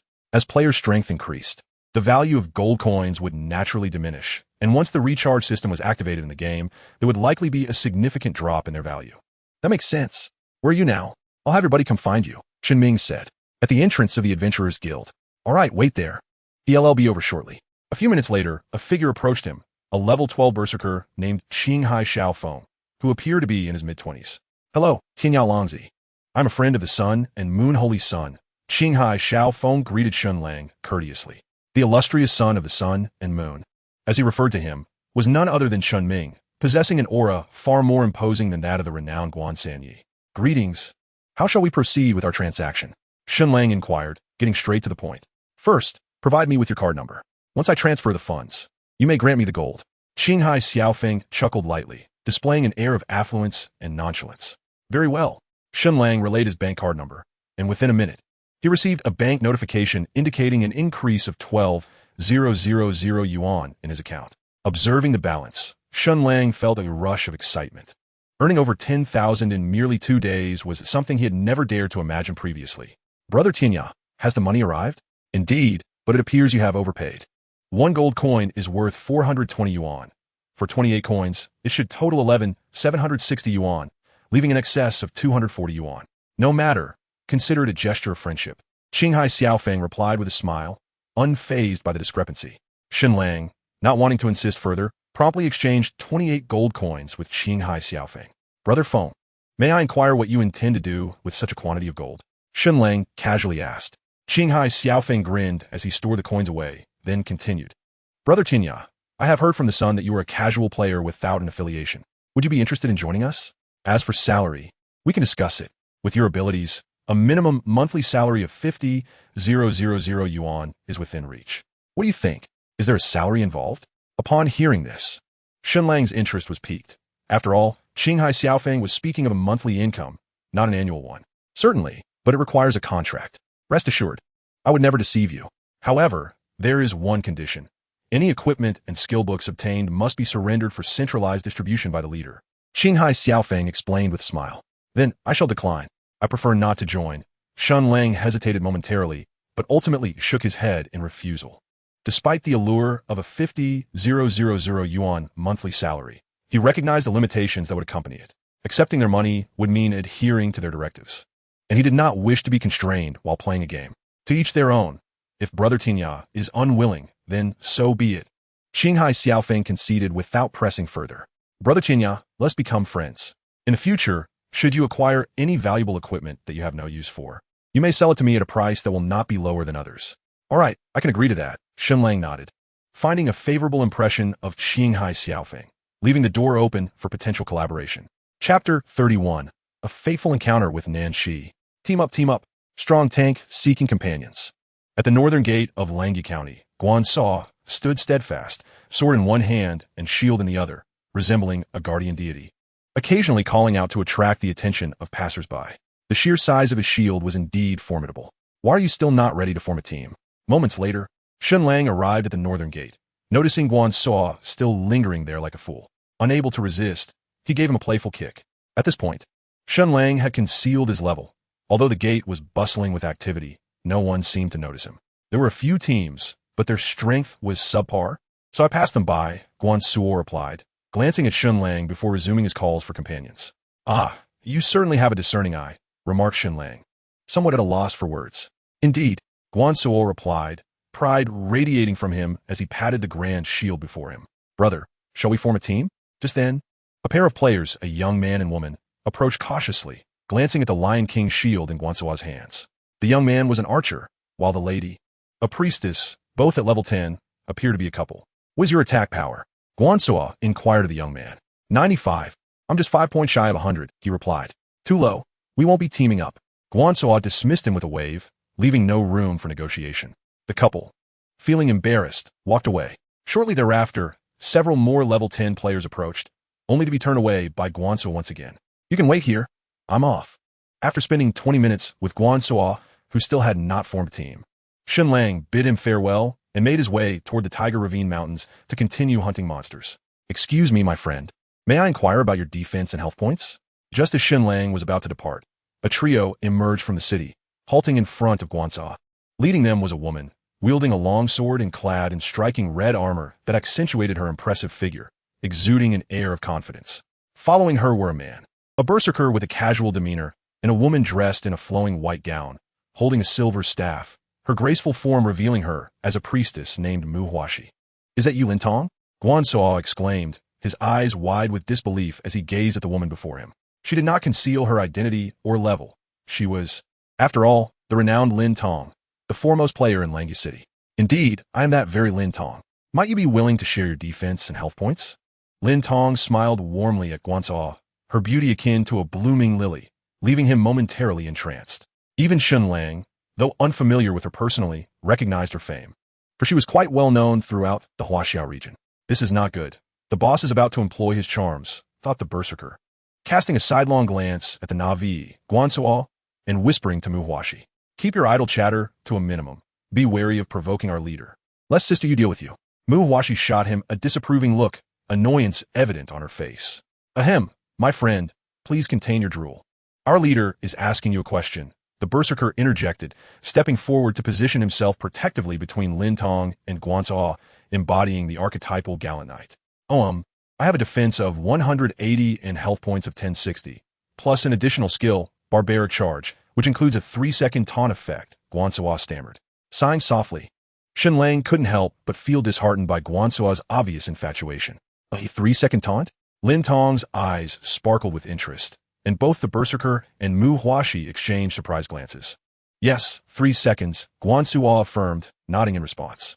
Brother Guan, on behalf of the Snow Domain, I formally invite you to join us.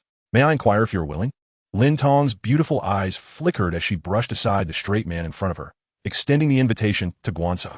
Guansuo was somewhat taken aback. He turned to glance at Shen Lang, seeking his counsel. However, at that moment, Shen Lang was entirely oblivious to him, staring vacantly towards the city. There, a man and a woman approached side by side. The woman wore a robe of white and blue, the hem reaching her ankles, her steps light and graceful, like a startled swan. Upon closer inspection, she had brows like paintings and eyes that resembled stars. Her skin was fair and luminous, as if veiled by a thin cloud obscuring the moon. Indeed, though her attire was different, her visage was unmistakably that of the girl Shen Lang had been unable to forget, Nan Shi. Beside her was a man named Lin Jiafengxian, who was quietly conversing with Nan Shi, occasionally gesturing animatedly. Hey, what are you staring at? Are you joining or not? Guansuo shot Shen Lang a meaningful glance and then sent a private message. Join us, but stop talking to me. Pretend you don't know me. After days of not seeing Nan Shi, Shen Lang felt a wave of anxiety wash over him. He had yet to devise a way to confront her, especially in such a setting. Well, since Boss Lin has extended a sincere invitation, I shall graciously accept. Guansuo tossed his shield to the ground, clasping his hands in a gesture reminiscent of a chivalrous hero from the rivers and lakes. Wow, you big guy are quite cultured, the straight man remarked, patting Guansuo's arm with a grin. Indeed, we are cultured individuals. Guansuo replied with a smile. Welcome, Brother Guan-san, to our snow domain. Henceforth, we shall be one family. Lin Tong said joyfully, although she found the title Brother Guan-san somewhat unpalatable. Not to forget, he will be under your guidance, straight man. Ensure he doesn't fall behind in levels and equipment, as we will rely on him as our mainstay. Lin Tong advised the straight man. Rest assured, boss. I will quickly elevate his level. The straight man assured. Lin Tong, are you still here? Perfect timing. Let us go together. Just then, Lin Jiafengxian and Nan Shi arrived at the city gate, greeting Lin Tong. Nan Shi, have you finished your family matters? Lin Tong ignored Lin Fengxian and grasped Nan Shi's hand, whispering her inquiry. Yes, I have completed everything. Nan Shi replied softly, her red lips pressed together as she nodded slightly. If I may say, they should have left her be. How old is Nan Shi? Do they not see that she is their own flesh and blood? Mu Huanqi giritit hertit. All right, Shishi, enough of that. Lin Tong shot Mu Huaxi a glare and then said, let us go. Sister Yu is still waiting for us. Straight man, lead the way. Let us strive to achieve the guild establishment order. Let us go. Thus, the group of 6 departed the city gate, heading northward. Chapter 32, The Fate of the Tiger King. At the northern gate of Langya City, Shen Lang gazed at the retreating figure in the crowd, his thoughts swirling, unable to find peace within his heart. In matters of the heart, he is an absolute novice, devoid of any experience to speak of. The only instance of romantic inclination occurred during his university years, a secret crush that never had the chance to blossom before it withered away. Nanchi is the sole girl he has ever been close to, and she is undoubtedly the most breathtaking beauty he has encountered. To claim he is unaffected would be a fallacy. Ah, the rogue, you do have a rival in love, as that Lin Jiafengxian incessantly lingers by your goddess's side, buzzing about like a pesky fly. I could very well crush him underfoot. At that moment, Guanxua sent a private message. Then you should just squash him. What are they planning to do? He inquired. It seems they are preparing for a fight, but they haven't disclosed their destination to me. They must be wary of me. He added. Despite Guanxua's somewhat naive appearance, he possesses a keen intellect, adept at navigating social intricacies and discerning subtle cues. Very well, then. Make a concerted effort to establish your presence in the snow domain and strive to gain entry into their inner circle sooner rather than later. Rest assured, my friend, I shall manage it without a hitch. When the time comes, I will keep a close watch. Anyone who dares approach my sister-in-law shall meet with my shield. Why not deal with that Lin Fengxian first? Absolutely not. Not yet. I haven't infiltrated their core yet, and besides, Lin Fengxian is Lin Tong's cousin, so I cannot confront him at this juncture. Wait a moment. Are you genuinely interested in Nanqi? Unbeknownst to him, the details of the relationship between Shen Lang and Nanqi were a mystery, and he had merely jested with Shen Lang. Yet, Shen Lang's tone sparked a flicker of doubt within him. Quit joking around and get back to your tasks. I am off to battle. Although he harbored feelings for Nanqi, this was a secret he preferred to keep to himself, not wishing for anyone to uncover it. Of course, he understood that this matter could not be rushed. If he were to recklessly approach Nanqi, it could lead to adverse outcomes. This fellow has developed feelings, yet dares not admit it. Meanwhile, Guanxua trailed behind Lin Tong and her companions, heading northward, casting a glance at Lin Jai Fengxian ahead before hastily catching up. As night descended, when Shen Lang once again arrived at the Tiger Gorge Mountains, darkness enveloped the land. Suddenly, amidst the cacophony of tiger roars, shadowy figures emerged from the forest, fleeing in disarray, pursued by a pack of ferocious, saber-toothed tigers. Damn it, how can these beasts summon allies? Who knows? It's infuriating. We've lost so many brothers. Quit cursing and run. It's a skill. That saber-toothed tiger possesses the ability to summon companions. As they fled, a few priests lagged behind and were swiftly torn to shreds by the relentless tigers. It appears that some faction has set its sights on this leveling ground. We must act quickly. Shen Lang furrowed his brow and activated stealth mode, slipping past the others before hastily entering the mountains. After a considerable time, the tiger roars gradually subsided, and the entire mountain range was once again shrouded in silence. Shen Lang silently appeared atop a towering tree, choosing not to engage, but instead opting for tactical retreat. Inside the chamber, Shen Lang removed his helmet, stretched his limbs, and promptly entered the bathroom to attend to his personal needs. Having been online since 7:30 in the morning, Shen Lang had not logged off for nearly 11 hours. Ever since he began playing the game, he felt that his capacity to hold his bladder had significantly improved. Descending the stairs, he ordered a portion of pork rib rice for 35 yuan, devouring 3 large bowls before he felt satisfied. As Shen Lang stepped through his front door, the neighboring room unexpectedly opened, revealing Jiao Jiao, who emerged clad only in a delicate camisole. Upon seeing Shen Lang, she appeared momentarily startled, a blush creeping onto her cheeks. Without a word, she hurriedly retreated into the bathroom, shortly followed by the sound of running water. Shen Lang, feeling a bit awkward, scratched his head and swiftly entered his room, closing and locking the door in one fluid motion. Thankfully, his room boasted a private bathroom, making the situation considerably more convenient. Peering through the dense foliage above, Shen Lang observed the surroundings for a moment. The entire Tiger Gorge mountain range had returned to a tranquil state, with saber-toothed tigers prowling through the underbrush, seemingly in search of prey. Moments later, Shen Lang leaped down from the tree, landing softly on the grassy ground with a faint sound. He made no attempt to engage the saber-toothed tigers. Instead, he activated his stealth mode and swiftly ventured deeper into the mountain range. However, after a short distance, Shen Lang halted, spotting a saber-toothed tiger crouched nearby. What caught his attention was the dark green helmet lying beside it. Had it not been for Shen Lang's keen eyesight, he might have overlooked it. What a stroke of luck. After a brief moment of contemplation, he surmised that it likely dropped from the players he had encountered earlier. Without hesitation, he approached and picked up the helmet. It was a level 10 black iron item, quite decent, though it was armor that he had no use for. He anticipated selling it for a handsome sum of several dozen silver coins. Beside him, the saber-toothed tiger let out a low growl, seemingly expressing its discontent. Shen Lang glanced at it, but chose to ignore its presence. The saber-toothed tiger was of a low level and lacked intelligence. Under normal circumstances, it would not initiate an attack. Shen Lang then wandered nearby, collecting another 7 or 8 pieces of equipment, all black iron, which he deemed unworthy and would sell instead. Half an hour later, Shen Lang crested a hill, arriving deep within the Tiger Gorge mountain range. This seemed to be the right spot. Surely, no one would venture here. He surveyed his surroundings, finding it eerily quiet, save for the saber-toothed tigers roaming the mountainside. Resolving not to linger any longer, he brandished his dagger and charged at one of the saber-toothed tigers. With a slight furrow of his brow, Shen Lang cast an insight spell. Level 19. Attack 185. Defense 155. Health 10,000. Skill Tiger Roar. Indeed, the saber-toothed tigers here were 2 levels higher than those on the outskirts, with enhanced attributes. Perhaps he had finally discerned the location of the Tiger King. Shen Lang's gaze flickered as he murmured to himself. Subsequently, he withdrew and swiftly ascended a towering tree, refraining from further skirmishing with the saber-toothed tiger. The varying levels of saber-toothed tigers in this region indicated that those closer to the Tiger King were undoubtedly stronger. With this thought in mind, Shen Lang activated his stealth and ventured deeper into the mountains. An hour later, he paused in a small valley. Before him loomed a vast cave, its entrance obscured by a massive tree, shrouded in darkness. He had surveyed the nearby peaks and confirmed that the saber-toothed tigers within this valley were of the highest level, all at level 20. If his assumptions held true, the Tiger King was likely nestled within the cave.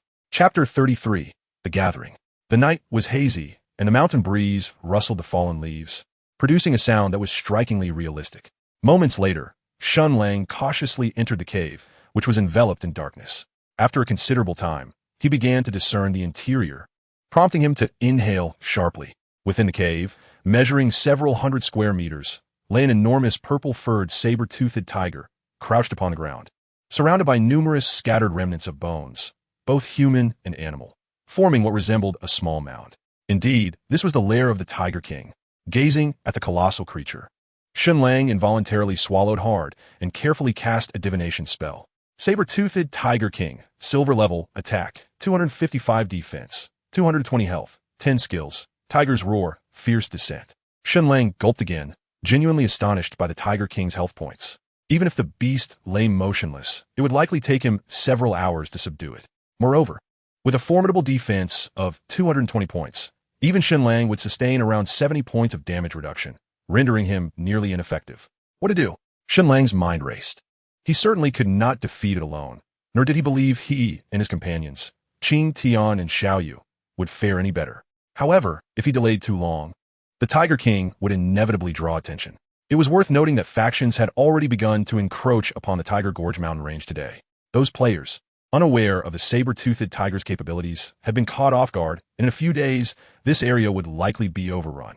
After a moment of contemplation, Shen Lang suddenly had an idea. He opened his friend list and sent a call request to Guan Suo. Beep, beep, beep. Hey, what is up?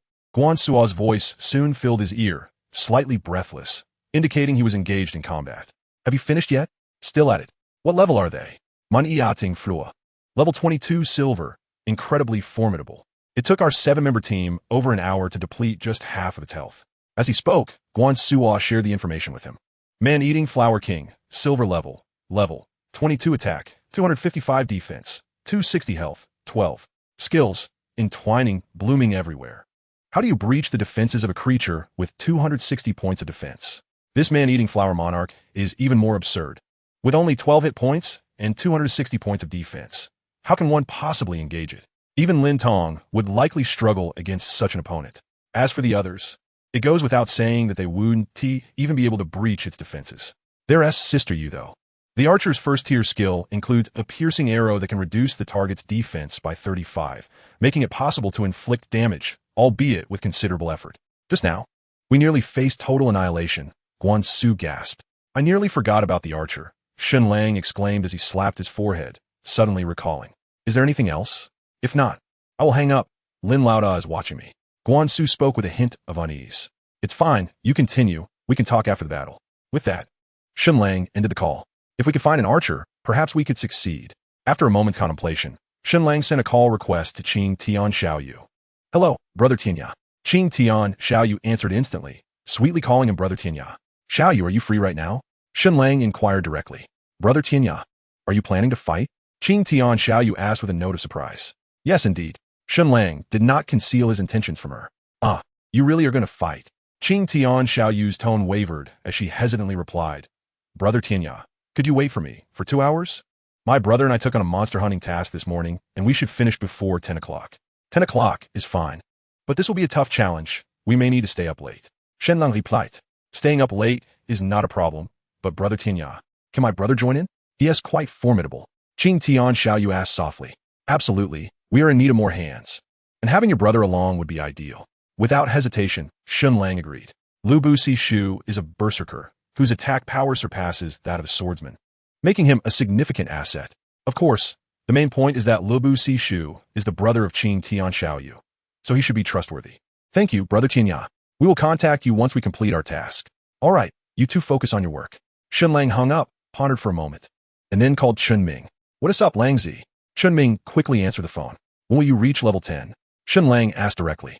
I still need over 3,000 experience points. It should take about 3 hours. What's going on, Langzi? Is there a task? Chun Ming inquired. We need to fight a creature with high defense that requires an archer's piercing arrow. Call me once you've successfully changed your class. All right, I'll hurry, and I'll contact you when I'm ready. Chun Ming became somewhat excited at the news. Great, but prepare for an all-nighter. No problem. I can stay up for 3 nights in a row. After hanging up, Shen Lang exited the cave once more. Outside, saber-toothed tigers continued to roam, seemingly patrolling their territory. Yet they failed to detect the stealthy Shen Lang. As wild creatures reach a certain level, they develop a semblance of intelligence and will proactively attack players who intrude upon their territory. However, Shen Lang remained uncertain whether these level 20 saber-toothed tigers would engage him. He decided to test the waters. After a moment of contemplation, he stealthily approached one of the saber-toothed tigers, gradually revealing himself. If these tigers were indeed inclined to attack, slaying the Tiger King would become a daunting task. They would need to eliminate all saber-toothed tigers in the valley first. Clearly, such a feat was far from feasible. Once a single saber-toothed tiger unleashed its skills, the entire valley would erupt into chaos, and they would likely face annihilation. Fortunately, the saber-toothed tiger merely let out a low growl at Shen Lang without launching an assault. A sigh of relief escaped him. Without further hesitation, Shen Lang brandished his dagger and charged at the saber-toothed tiger. To defeat the Tiger King, he first needed to clear the smaller creatures surrounding the cave. Otherwise, a roar from the Tiger King would guarantee none of them would escape. The level 20 saber-toothed tigers boasted an attack power of 195 and a defense of 165, with health reaching 12, making the confrontation quite taxing for Shen Lang. Chapter 34, All Set Ding. System notification. Congratulations player for slaying saber-toothed tiger, earning 2,000 experience points. With an additional 2,000 experience points. 15 minutes later, Shen Lang successfully dispatched the saber-toothed tiger without allowing it to unleash a single skill. A level 20 saber-toothed tiger grants 2,000 experience points. As Shen Lang was currently at level 15, he received an extra 2,000 experience points for defeating a creature 5 levels above him, totaling 4,000 points. Note, for every level above, an additional 20 experience points are awarded for defeating creatures. Furthermore, for ease of calculation, it has been adjusted so that experience from creatures of the same level is equal, with previous instances reflecting experience from higher-level creatures being equalized. Shen Lang's accumulated experience now stood at 10 points, signifying that he would need to defeat 25 level 20 saber-toothed tigers to reach level 16. While May 25th not sound excessive, the time required was considerable. Not bad at all. Shen Lang gleefully gathered a pile of silver coins from the ground, totaling 57, which was quite a significant haul. Amidst the intense combat, the clock struck 11 at night. After more than 3 hours of battle, Shen Lang had slain 13 saber-toothed tigers, leaving him quite fatigued. The saber-toothed tiger's skill, Tiger's Roar, could summon allies, necessitating Shen Lang to remain exceedingly vigilant. A single failure to interrupt could spell disaster, for stealth would be rendered ineffective. Stealth could only be activated after disengaging from combat. Fortunately, with Shen Lang's current level of skill, interrupting the abilities of these smaller foes was manageable. Beep beep beep.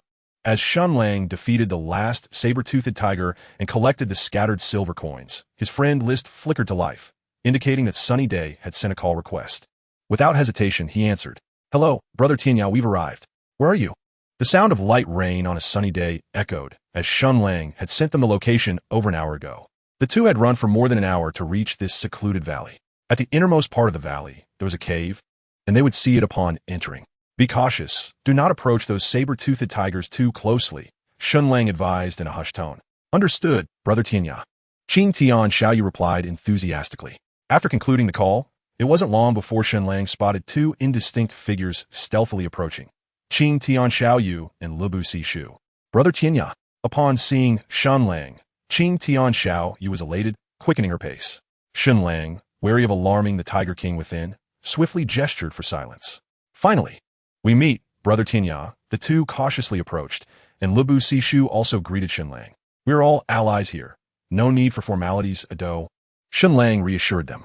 After a brief conversation, Shen Lang gained a general understanding of their circumstances. Lubu Shu had reached level 13, boasting an attack power of 133 points, with the ability to enter a berserk state that elevated his attack by 50 for a duration of 5 minutes. This was already quite formidable. It was important to note that Shen Lang's current attack limit was merely 144 points, and he had invested an additional growth attribute and 10 attribute points. At the same level, his attack power was inferior to that of Lubu Shu. This was primarily because the Berserker class had a slightly higher strength growth attribute compared to the Assassin class. Additionally, Lubu Shu wielded a level 12 black iron battle axe, which had a maximum attack power of 24 points, even surpassing Shen Lang's Qing Feng dagger by 2 points. While the Qing Feng dagger was a bronze-grade weapon, it was merely a level 5 piece of equipment. And, given that daggers inherently had lower attack power than polearms, it was reasonable that it could not match the level 12 black iron battle axe. As for Qing Tian Xiaoyu, she was on the brink of reaching level 13, with a spell power of 161 points, indicating her healing capabilities should pose no issue. Brother Tian Yan, shall we commence the battle now? Lubu Shu inquired, glancing toward the dark cave with eagerness. Not yet. We should wait for 2 more comrades. This foe is quite formidable, Shen Lang replied, shaking his head. He then shared the attributes of the saber-toothed Tiger King in the team channel. Is this truly realistic? Qing Tian Xiaoyu exclaimed, her mouth slightly agape and her eyes wide with astonishment, as the attributes of the saber-toothed Tiger King exceeded her expectations. Brother Tian Yan, are we certain we wish to confront it? Lubu Shu gulped nervously, his earlier enthusiasm dissipating as he spoke hesitantly.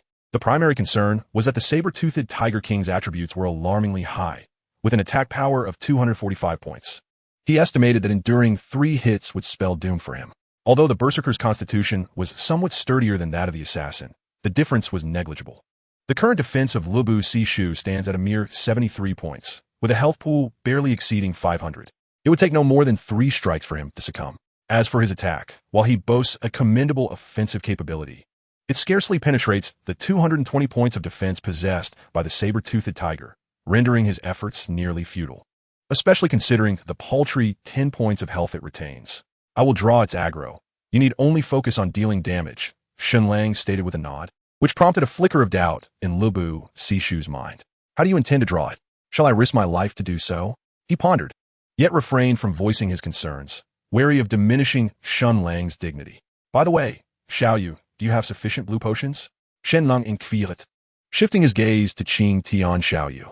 Yes, I'll reimburse you after the battle, replied Qing Tian Xiaoyu. Haha, then I shall not hold back. Shen Lang chuckled.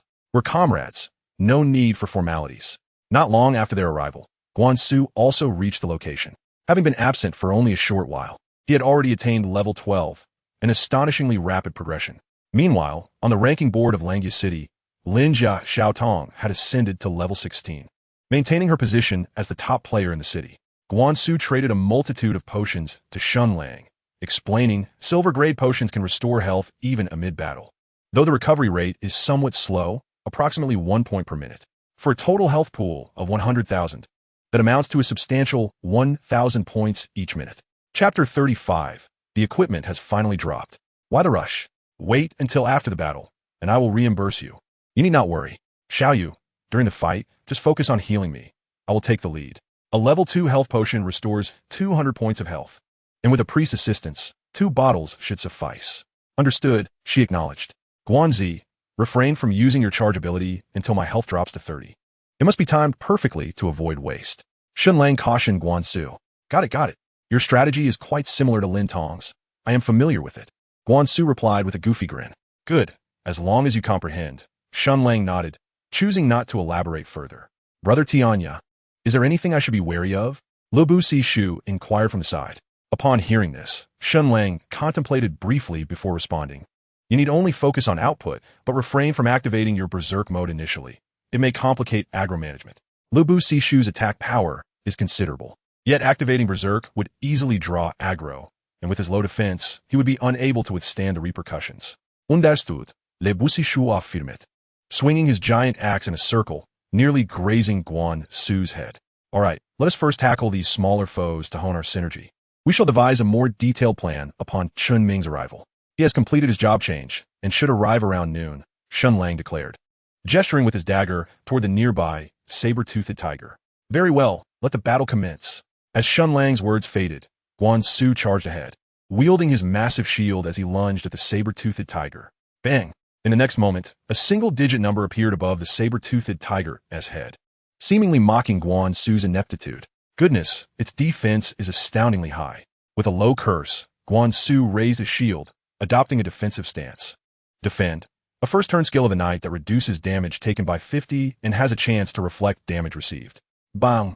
52. The saber-toothed tiger struck Guan Su's shield with a paw, inflicting a modest amount of damage. Behold my whirlwind slash. At that moment, Lu Bu Sishu charged forward with a swift step, raising his axe high to deliver a powerful blow to the tiger's forehead, instantly inflicting 83 points of damage, a display of formidable strength. Whirlwind slash. A first-turn skill of the Berserker that ignores up to 2,550 of the target's defense, determined by skill level. Bang! With a single swing, Lu Bu Sishu followed up with a basic attack, but this time it only dealt 53 points of damage to the saber-toothed tiger. Bang! The tiger retaliated, landing a paw on Lu Bu Sishu's forehead, swiftly draining 158 points of his health, nearly a third of his total. He was almost frightened to the point of losing control. Is this level 20 monster for real? Hiss! Meanwhile, Shen Lang glided forward, executing two precise basic attacks aimed at the tiger's eyes. 128, 124. The two over 100 damage numbers left the trio momentarily astounded. The tiger's weakness lay in its eyes, offering a significant chance for critical hits. Following his double strike, Shen Lang smoothly slid behind the saber-toothed tiger, deftly evading its attention. Such a seamless maneuver. Lu Bu Sishu was amazed. It was his first time witnessing such fluidity in action, and he felt profoundly moved. Hiss! Another strike landed on the tiger's hind leg, dealing an additional 67 points of damage.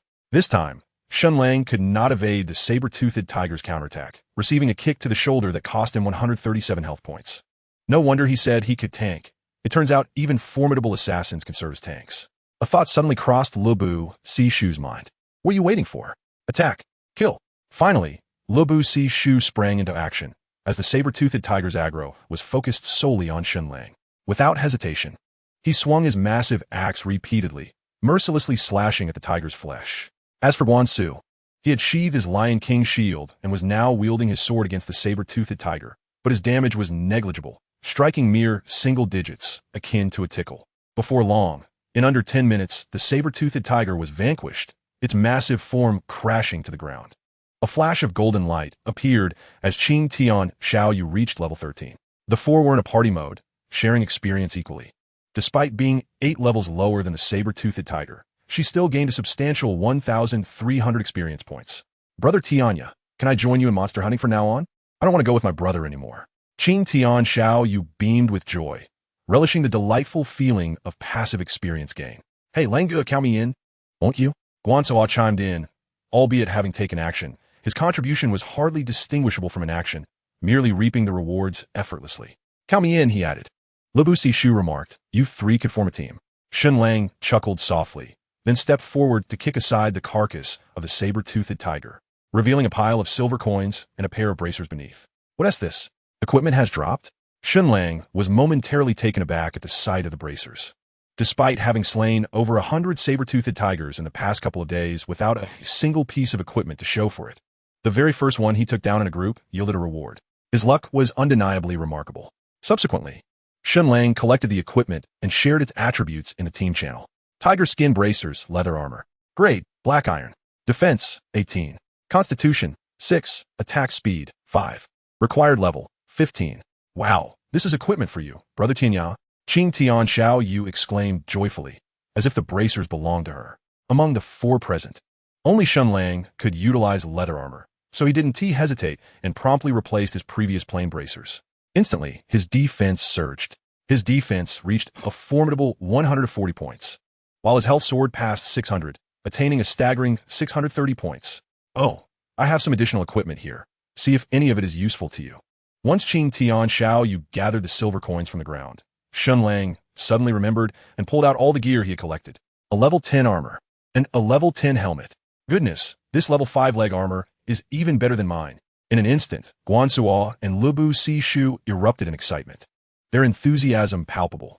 Chapter 36. Confronting the Saber-Toothed Tiger King. Most of the equipment Shen Lang had found consisted of armor, perfectly suited for Guan Suo and Lubu Sishu. Together, they selected 5 items and began to discuss their distribution animatedly. Wow, with 220 defense and 1260 health, this is simply invincible. Before long, the two had completed their distribution, with Guan Suo grinning widely, his mouth stretching from ear to ear.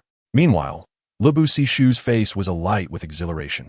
Although his attack power was high, his defense and health were woefully low. Now, with the 2 level 10 black iron pieces, his defense had skyrocketed to 100 points, and his health approached 600, achieving a true balance of offense and defense. Alright, since we've finished the distribution, let us continue to clear out the lesser monsters. Shen Lang informed the two, then brandished his dagger and charged toward another saber-toothed tiger. Seeing this, Guan Suo and the other quickly followed suit. An hour passed swiftly as the four successfully defeated 8 saber-toothed tigers, yet no further equipment dropped. At midnight, Chunming finally arrived at the valley. Thus, the 5-member team was officially formed. Shall we get started now? Guan Suo and Lubu Sishu, eager to test their newfound strength, were raring to go. Not so fast, Shen Lang replied, shaking his head. These lesser monsters will respawn in 12 hours. Let us log off and get some sleep. Set your alarms. We'll be back online at 4:30 sharp to hunt. Why bother with all that? Let us just pull an all-nighter.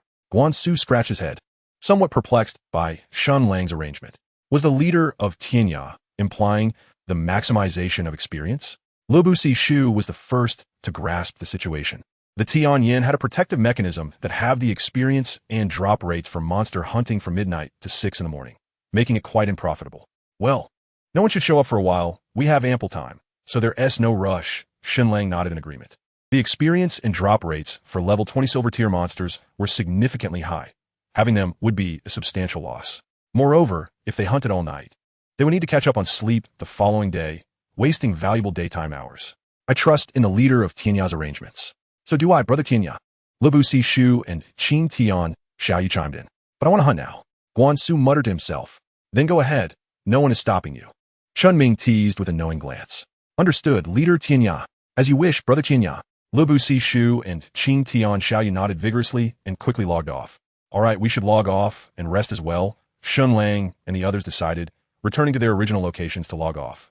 In his room, Shen Lang removed his helmet, stood up, and took a shower before heading downstairs to a nearby 24-hour supermarket to purchase some Odin. After finishing his late-night snack, it was almost 1 o'clock.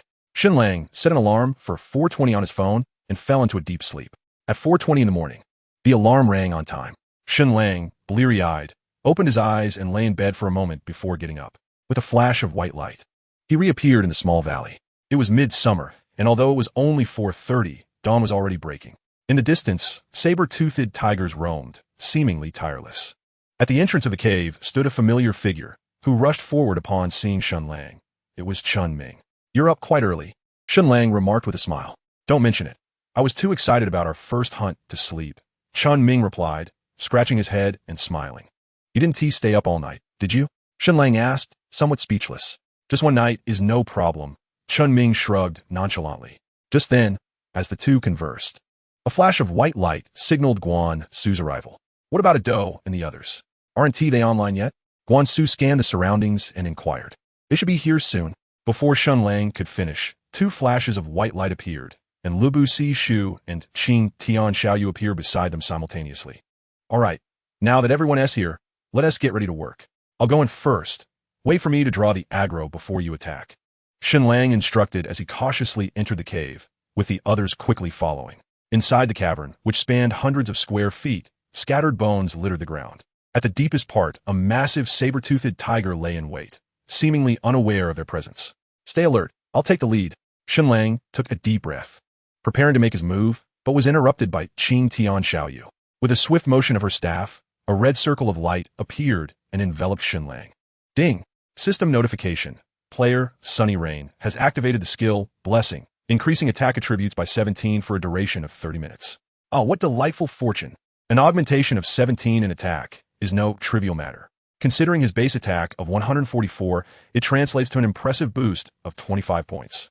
Thus, his actual attack power now reaches a staggering 169 points. In the next moment, Shen Lang, without a hint of hesitation, propelled himself forward, charging directly at the saber-toothed Tiger King. Boom!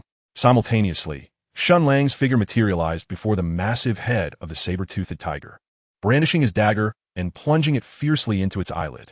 A damage value of 57 emerged, leaving Shen Lang somewhat speechless. The defense of the saber-toothed Tiger King was indeed formidable, as his 169 points of true attack barely managed to breach its defenses. With a swift withdrawal of the dagger, stained with a trace of blood, Shen Lang struck again at the same spot, inflicting another 58 points of damage, yet no critical hit occurred. Roar! In an instant, a low growl reverberated through the cavern as the saber-toothed tiger finally opened its eyes, extending its paw, which was as large as a grinding stone, and swiped at Shen Lang. Startled, Shen Lang attempted to evade, but the paw was far too immense to completely avoid. Boom! A forceful impact struck Shen Lang's shoulder, causing his health to plummet significantly.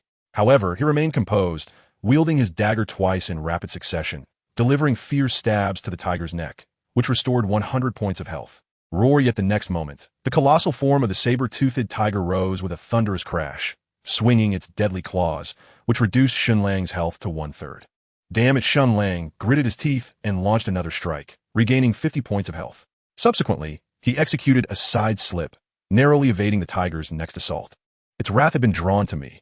You may attack now. As soon as Shen Lang's words fell, the trio of Lubu Si Shu sprang into action. Crack! The first to strike was Chun Ming, whose armor-piercing arrow accurately struck the saber-toothed tiger, instantly reducing its defense by 25 points. However, Chun Ming's attack was rather feeble, barely reaching 100 points, and inflicted only minimal damage, a mere 10-odd points. Armor-piercing arrow, a skill of the archer that can reduce the target's defense by 25 to 50 points, determined by skill level. Hey, you great feline, receive my axe. On the other side, Lubu Si Shu charged forward with a massive axe, delivering a whirlwind slash that struck the tiger's abdomen, inflicting a remarkable 83 points of damage. Chapter 37. Killing the Tiger King. Boom. 85, 50, 87, 50. Meanwhile, Shen Lang managed to strike twice more, collectively dealing 170 points of damage to the saber-toothed tiger. Thanks to the effect of the armor-piercing arrow, his damage output had significantly increased this time, though it still fell short of the 100 mark. Boom! In the next moment, the saber-toothed tiger sank its teeth into Shen Lang's arm, evaporating 186 points of his health, leaving him with approximately half remaining. Swipe.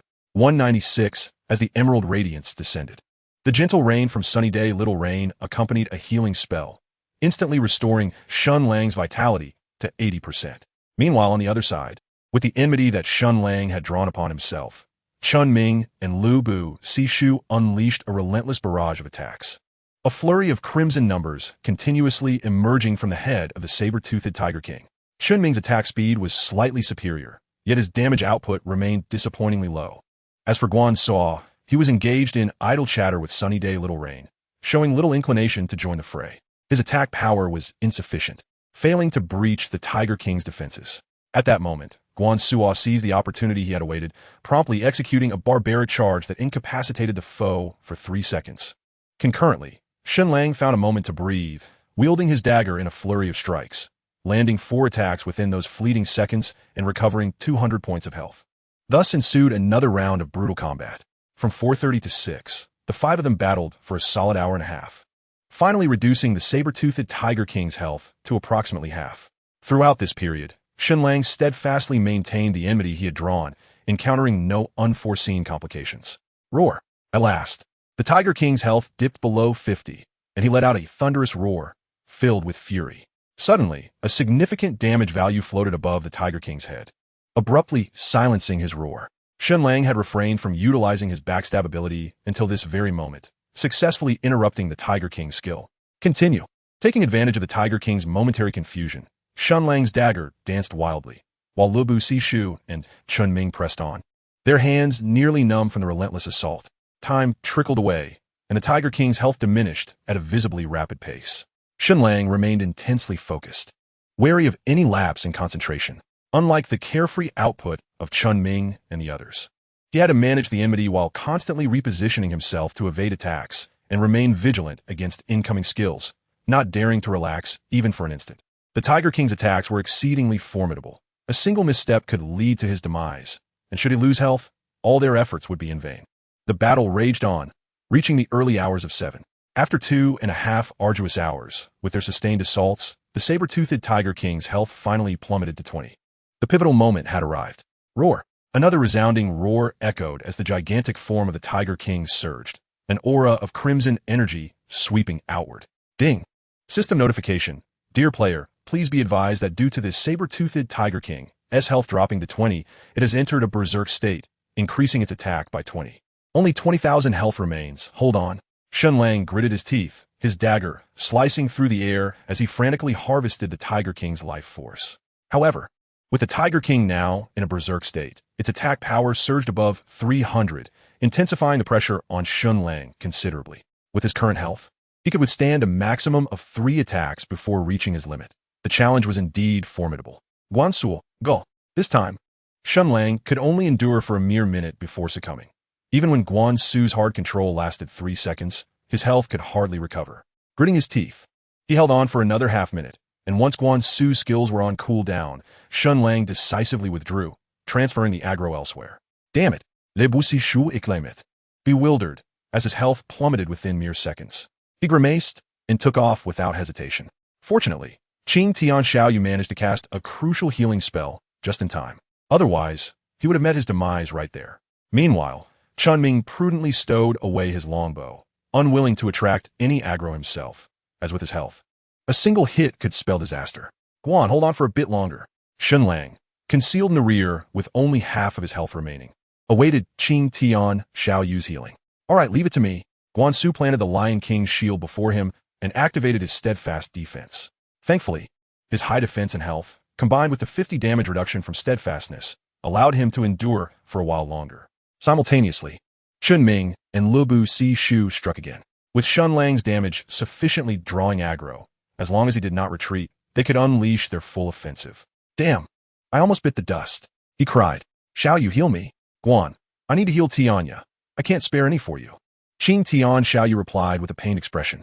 Her healing spell had a 10-second cooldown, and she could hardly keep up with Shen Lang's needs, let alone attend to others. Sighing, within 2 minutes, Shen Lang's health plummeted to 20 once more, prompting him to call out to Guansu. I can't hold out much longer. Guansu lamented, this isn't a sustainable strategy. At that moment, anxiety welled up within Shen Lang. The furious onslaught had disrupted their balance, and they simply could not withstand it. Moments later, as Shen Lang's health dwindled to around 30, they finally managed to bring the saber-toothed Tiger King's health down to its final 10. With a thunderous roar, the saber-toothed Tiger King's fur bristled, preparing to unleash its ultimate move.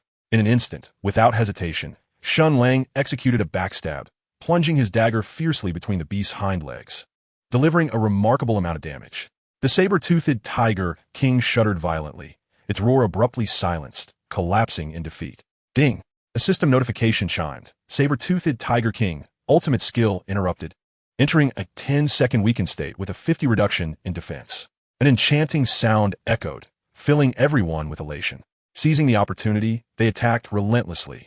121, 120, 244, 240.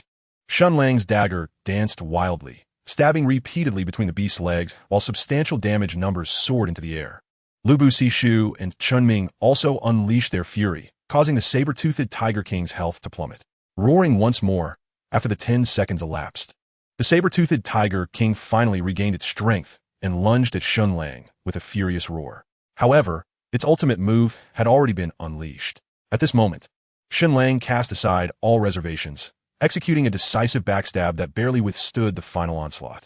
After 10 more minutes of fierce combat, just as Shen Lang's health bar reached the brink, the last remnants of the saber-toothed Tiger King's vitality were extinguished, and its colossal body collapsed with a thunderous crash. Chapter 38, Divine Technique. With the fall of the saber-toothed Tiger King, 5 golden beams of light cascaded down. Except for Shen Lang, the other 4 players leveled up, with Chun Ming even advancing 2 levels, soaring from level 10 directly to level 12. Shen Lang's experience bar was nearly full, just a few thousand points shy of reaching level 16. Thank goodness it was finally over. After 3 continuous hours of battle, everyone felt somewhat exhausted, with Shen Lang bearing the brunt of the fatigue, collapsing onto the ground in utter weariness.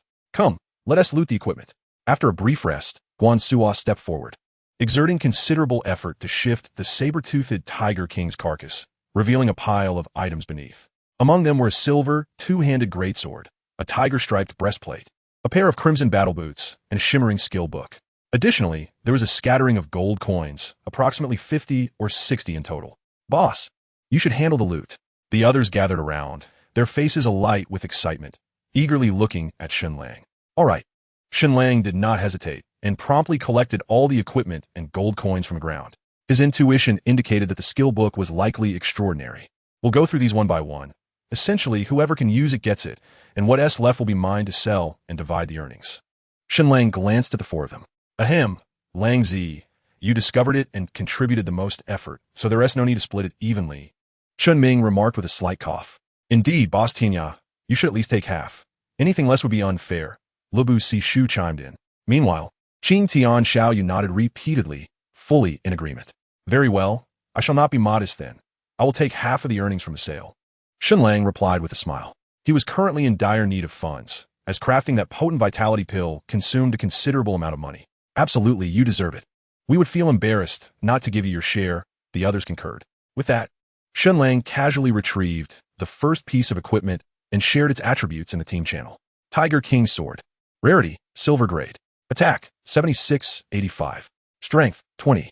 Special effect, critical strike, with a 20 chance to deal an additional 150 damage on each attack.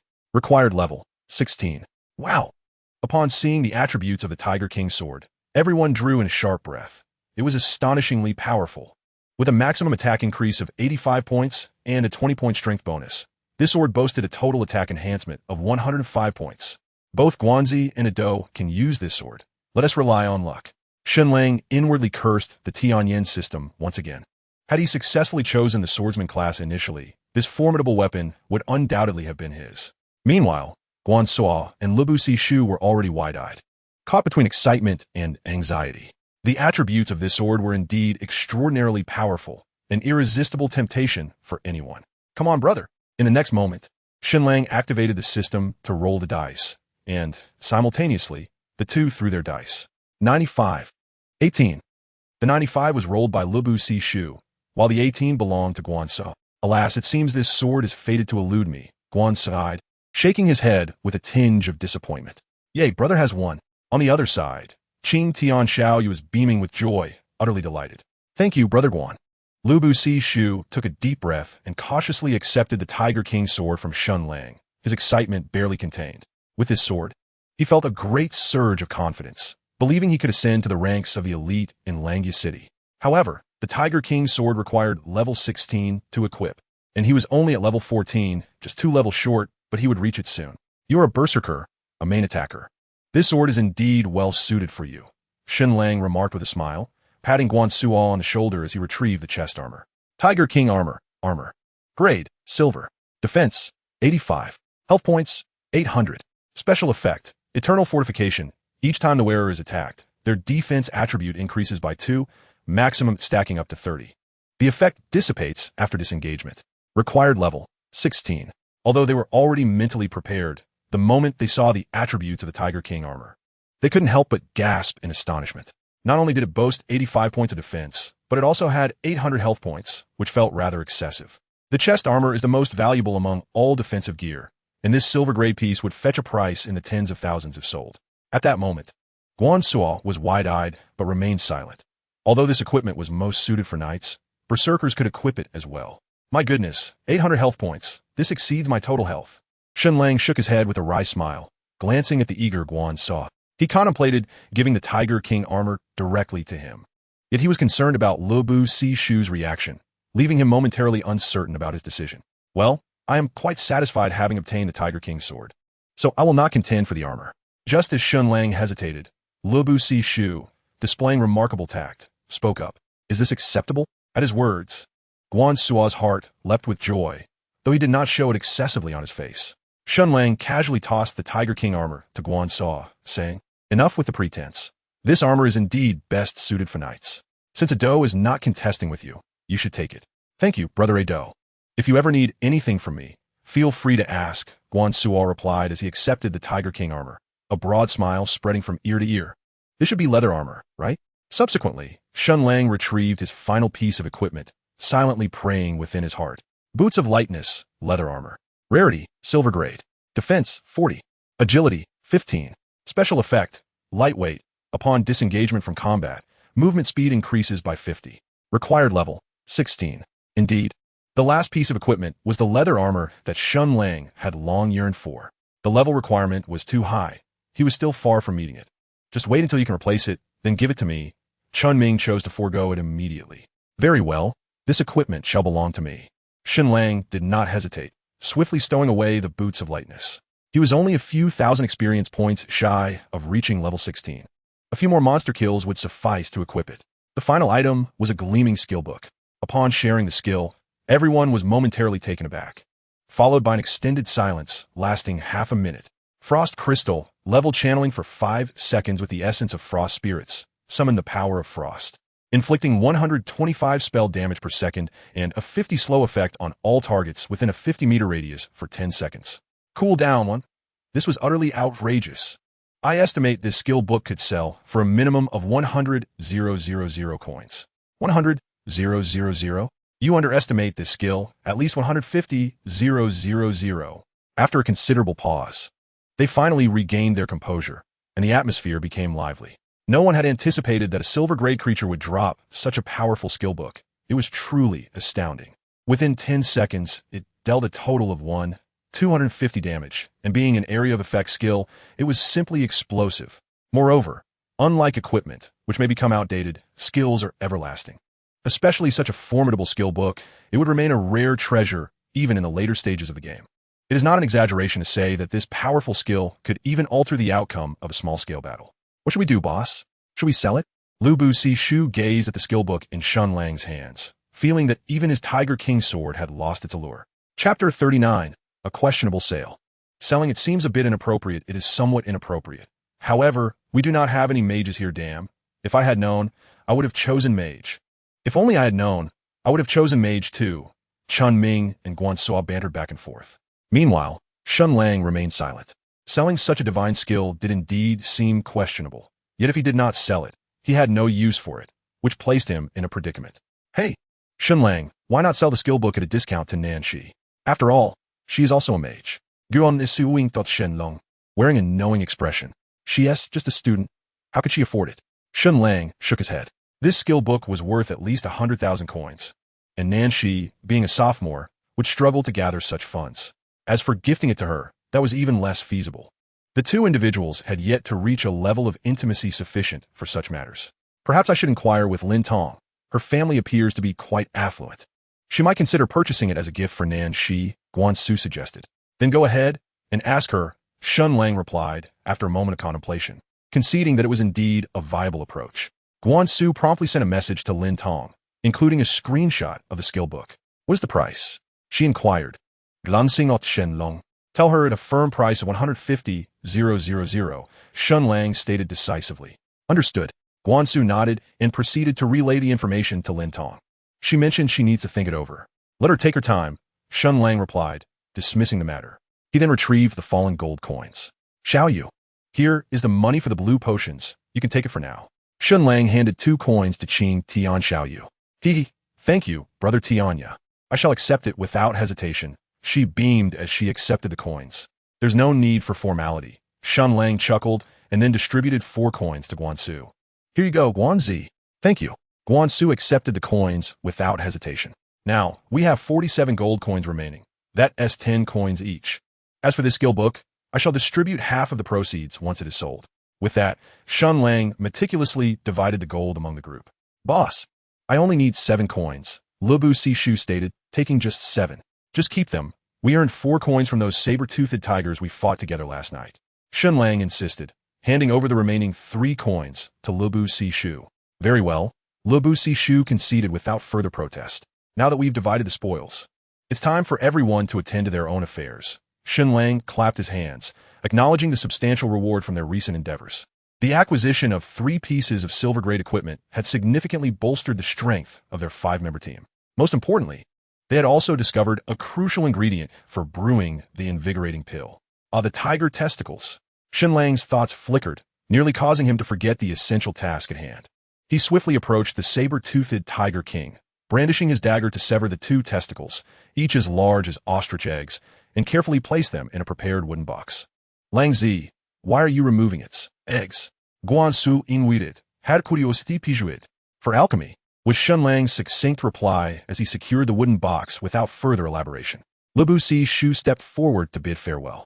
Go ahead, we shall connect later. Shen Lang nodded in acknowledgement.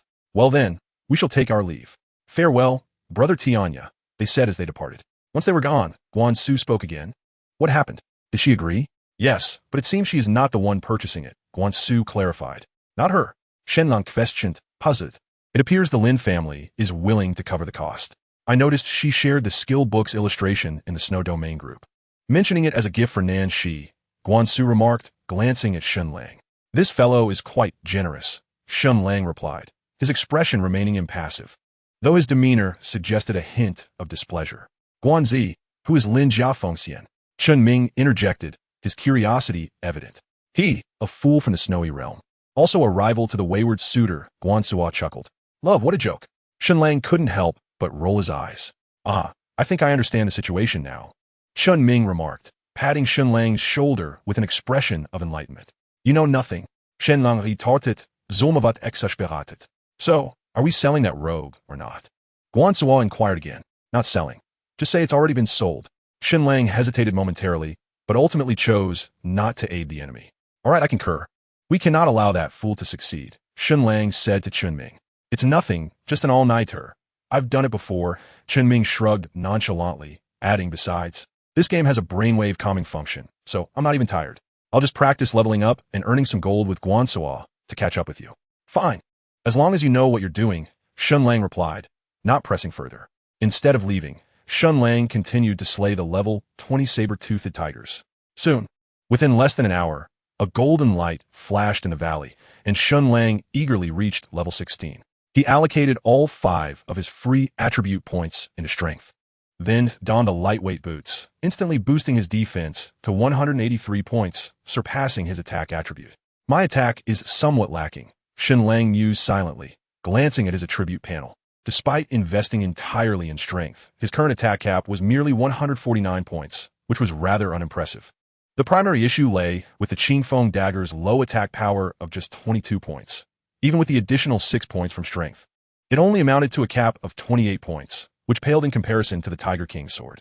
However, equipment acquisition relied heavily on chance, and he had none to exchange. Thus, he could only make do for the time being. With a soft sigh, Shen Lang chose not to continue hunting monsters and instead opted to log off. He hadn't eaten breakfast yet and was nearing starvation. Chapter 40. Daily earnings exceeding 10,000. At the community's entrance, the street vendors had yet to pack up. Shen Lang spent 15 yuan on a bowl of wontons, savoring every bite at a small table. At the adjacent table, a young couple discussed matters pertaining to the game. As of now, the game Tian Yan had been live for 5 days, with over half of the players having entered the county city, establishing themselves, and even earning a tidy sum. Naturally, only a select few made significant profits, as those fortunate individuals had garnered official promotion from Tian Yan. This led to an influx of players eager to seek their fortunes within the game. Currently, the Tian Yan official website reported over 200 million registered players in the Huaxia region, with numbers still on the rise. However, not all were full-time players. Having 30% as full-timers would be a good figure, as most treated it merely as a side endeavor. While enjoying his wontons, Shen Lang browsed the forum, noting that the highest level players in the Huaxia region had already reached level 18, with 2 individuals achieving this milestone, Jinshi Jinglan and Jinxian Yanhua. As for Langya City, the highest rank remains with Lin Xiaodong, who has achieved level 17. There are 4 individuals at level 16, with Shen Lang occupying the last position, ranked 5th in Langya City. His current attack capabilities are somewhat lagging, and given that assassins face inherent disadvantages in leveling up, his rank is likely to continue its descent. However, Shen Lang is not overly concerned. As long as he successfully transitions into his hidden profession, none of this will matter. He then glanced at the equipment leaderboard for the Huaxiao region, where the Tiger King sword astonishingly occupies the 9th position. The weapons ahead of it are all of the weapon category, with the foremost being an 18-level staff owned by the second-ranked player in Huaxia, Jinshan Yanhua. The Huaxiao region is indeed teeming with skilled players. Shen Lang sighed softly, feeling quite reflective. The sheer number of players in Huaxia is overwhelming. Even the rarest of geniuses are in the tens of thousands, making for fierce competition. He had thought the Tiger King sword was formidable, yet it was merely ranked 9th on the equipment list, which is quite absurd. Subsequently, Shen Lang perused the trending topics on the forum, most of which discussed the successive conquests of various factions. The official website states that there is a slight chance for silver-level creatures to drop a guild establishment decree, which is the primary objective for these factions. Whichever faction can establish an alliance first will undoubtedly gain notoriety, thereby attracting top-tier players to join their ranks. After browsing for a short while, Shen Lang lost interest. He had no intention of forming an alliance, lacking the desire to manage one and the ambition for dominance. Ultimately, what matters is his personal strength. Everything else can wait. By the time Shen Lang finished breakfast, it was already 8:30. However, reality does not present such coincidences or serendipitous encounters. After sitting for a while in a small pavilion at Zhonghai University, he finally rose to make his way back. After addressing some personal needs, Shen Lang donned his helmet once more, embarking on his journey anew. With a flash of white light, he materialized in a small valley. Under the blazing sun, a pride of saber-toothed tigers lounged comfortably in the shade, occasionally lifting their heads to scan their surroundings with sharp gazes, though more often than not, they simply relished the serenity and comfort of their environment. Shen Lang took a deep breath, leaping towards the nearest saber-toothed tiger with intent to engage. He planned to hone his skills here for another couple of days, waiting until he reached level 20 before seeking the other 2 medicinal herbs. As he had 8 days remaining, there was no need to rush. As time flowed steadily, and with each saber-toothed tiger that fell, Shen Lang's movements and strikes became increasingly fluid. It must be said that he possesses a certain talent in this area.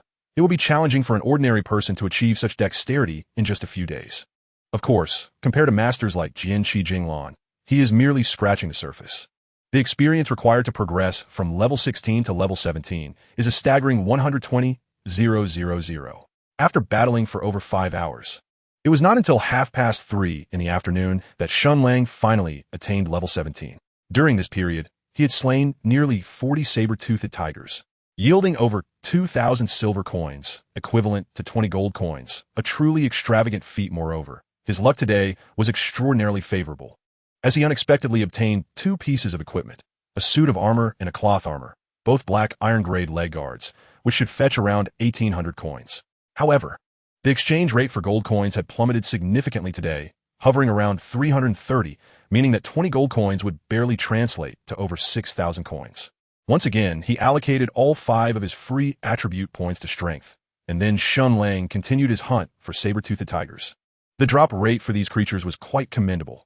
Taking advantage of the absence of other players, he aimed to amass more wealth. By 11:30 that evening, after 8 hours of fierce combat, Shen Lang finally leveled up again. He was now level 18. He had lagged a whole day behind Jian Qi Jinglan. With a flash of white light, Shen Lang appeared in the square of Langyi City. "Wind brother, I have arrived at the square." He messaged Qinghai Xiaofeng directly. "Just a moment, I'll be there shortly." Before long, Qinghai Xiaofeng's figure materialized in the square. "Tian Yan brother, how much are you planning to sell this time?" With a cheerful demeanor, Qinghai Xiaofeng acknowledged the message Shen Lang had sent an hour earlier about selling gold coins.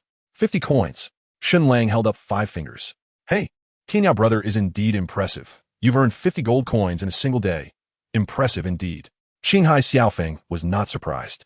It was reasonable for a top player on the leaderboard to earn 50 gold coins in a day. "Tian Yan brother, the current average trading price is 310 per coin. I'll give you 330, totaling 16,500 coins, right?" As he spoke, Qinghai Xiaofeng began the transfer. "All right, thank you." Shen Lang nodded in agreement. It was already midnight, and he was aware that the price of gold coins had dropped slightly since the afternoon. "All right, please check your account."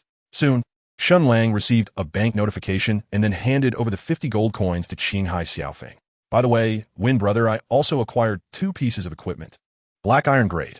Would you be interested?" Shen Lang inquired. "Of course. However, I need to inspect them first," Qinghai Xiaofeng replied. "Certainly." Shen Lang promptly handed the 2 pieces of equipment to him. "Hey, Tian Yan brother, are you not worried I might run off with the gear?" Qinghai Xiaofeng remarked with a smile as he accepted the items. Not at all. They're hardly worth anything, Shen Lang replied dismissively. Ha! Tian Yan brother is truly a straightforward person. Qinghai Xiaofeng laughed heartily, then examined the equipment's attributes and said, the gear is decent. How about 800 coins per piece? Agreed. Shen Lang nodded, satisfied with the price. All right, Tian Yan brother, I've transferred the funds. Remember to inform me if you come across anything good in the future. I will certainly prioritize you, Win brother. Safe travels. After bidding farewell to Qinghai Xiaofeng, Shen Lang glanced at his card balance, overwhelmed with emotion. Earning over 10,000 a day was far superior to a regular job. Beep beep beep. As Shen Lang was about to log off, suddenly his friend list flickered, and it was Guan Su sending a call request. Hello, Guan Zi. Hello, Lang Zi. Ming Zi and I have been ambushed. Damn it. They even managed to destroy my Tiger King armor.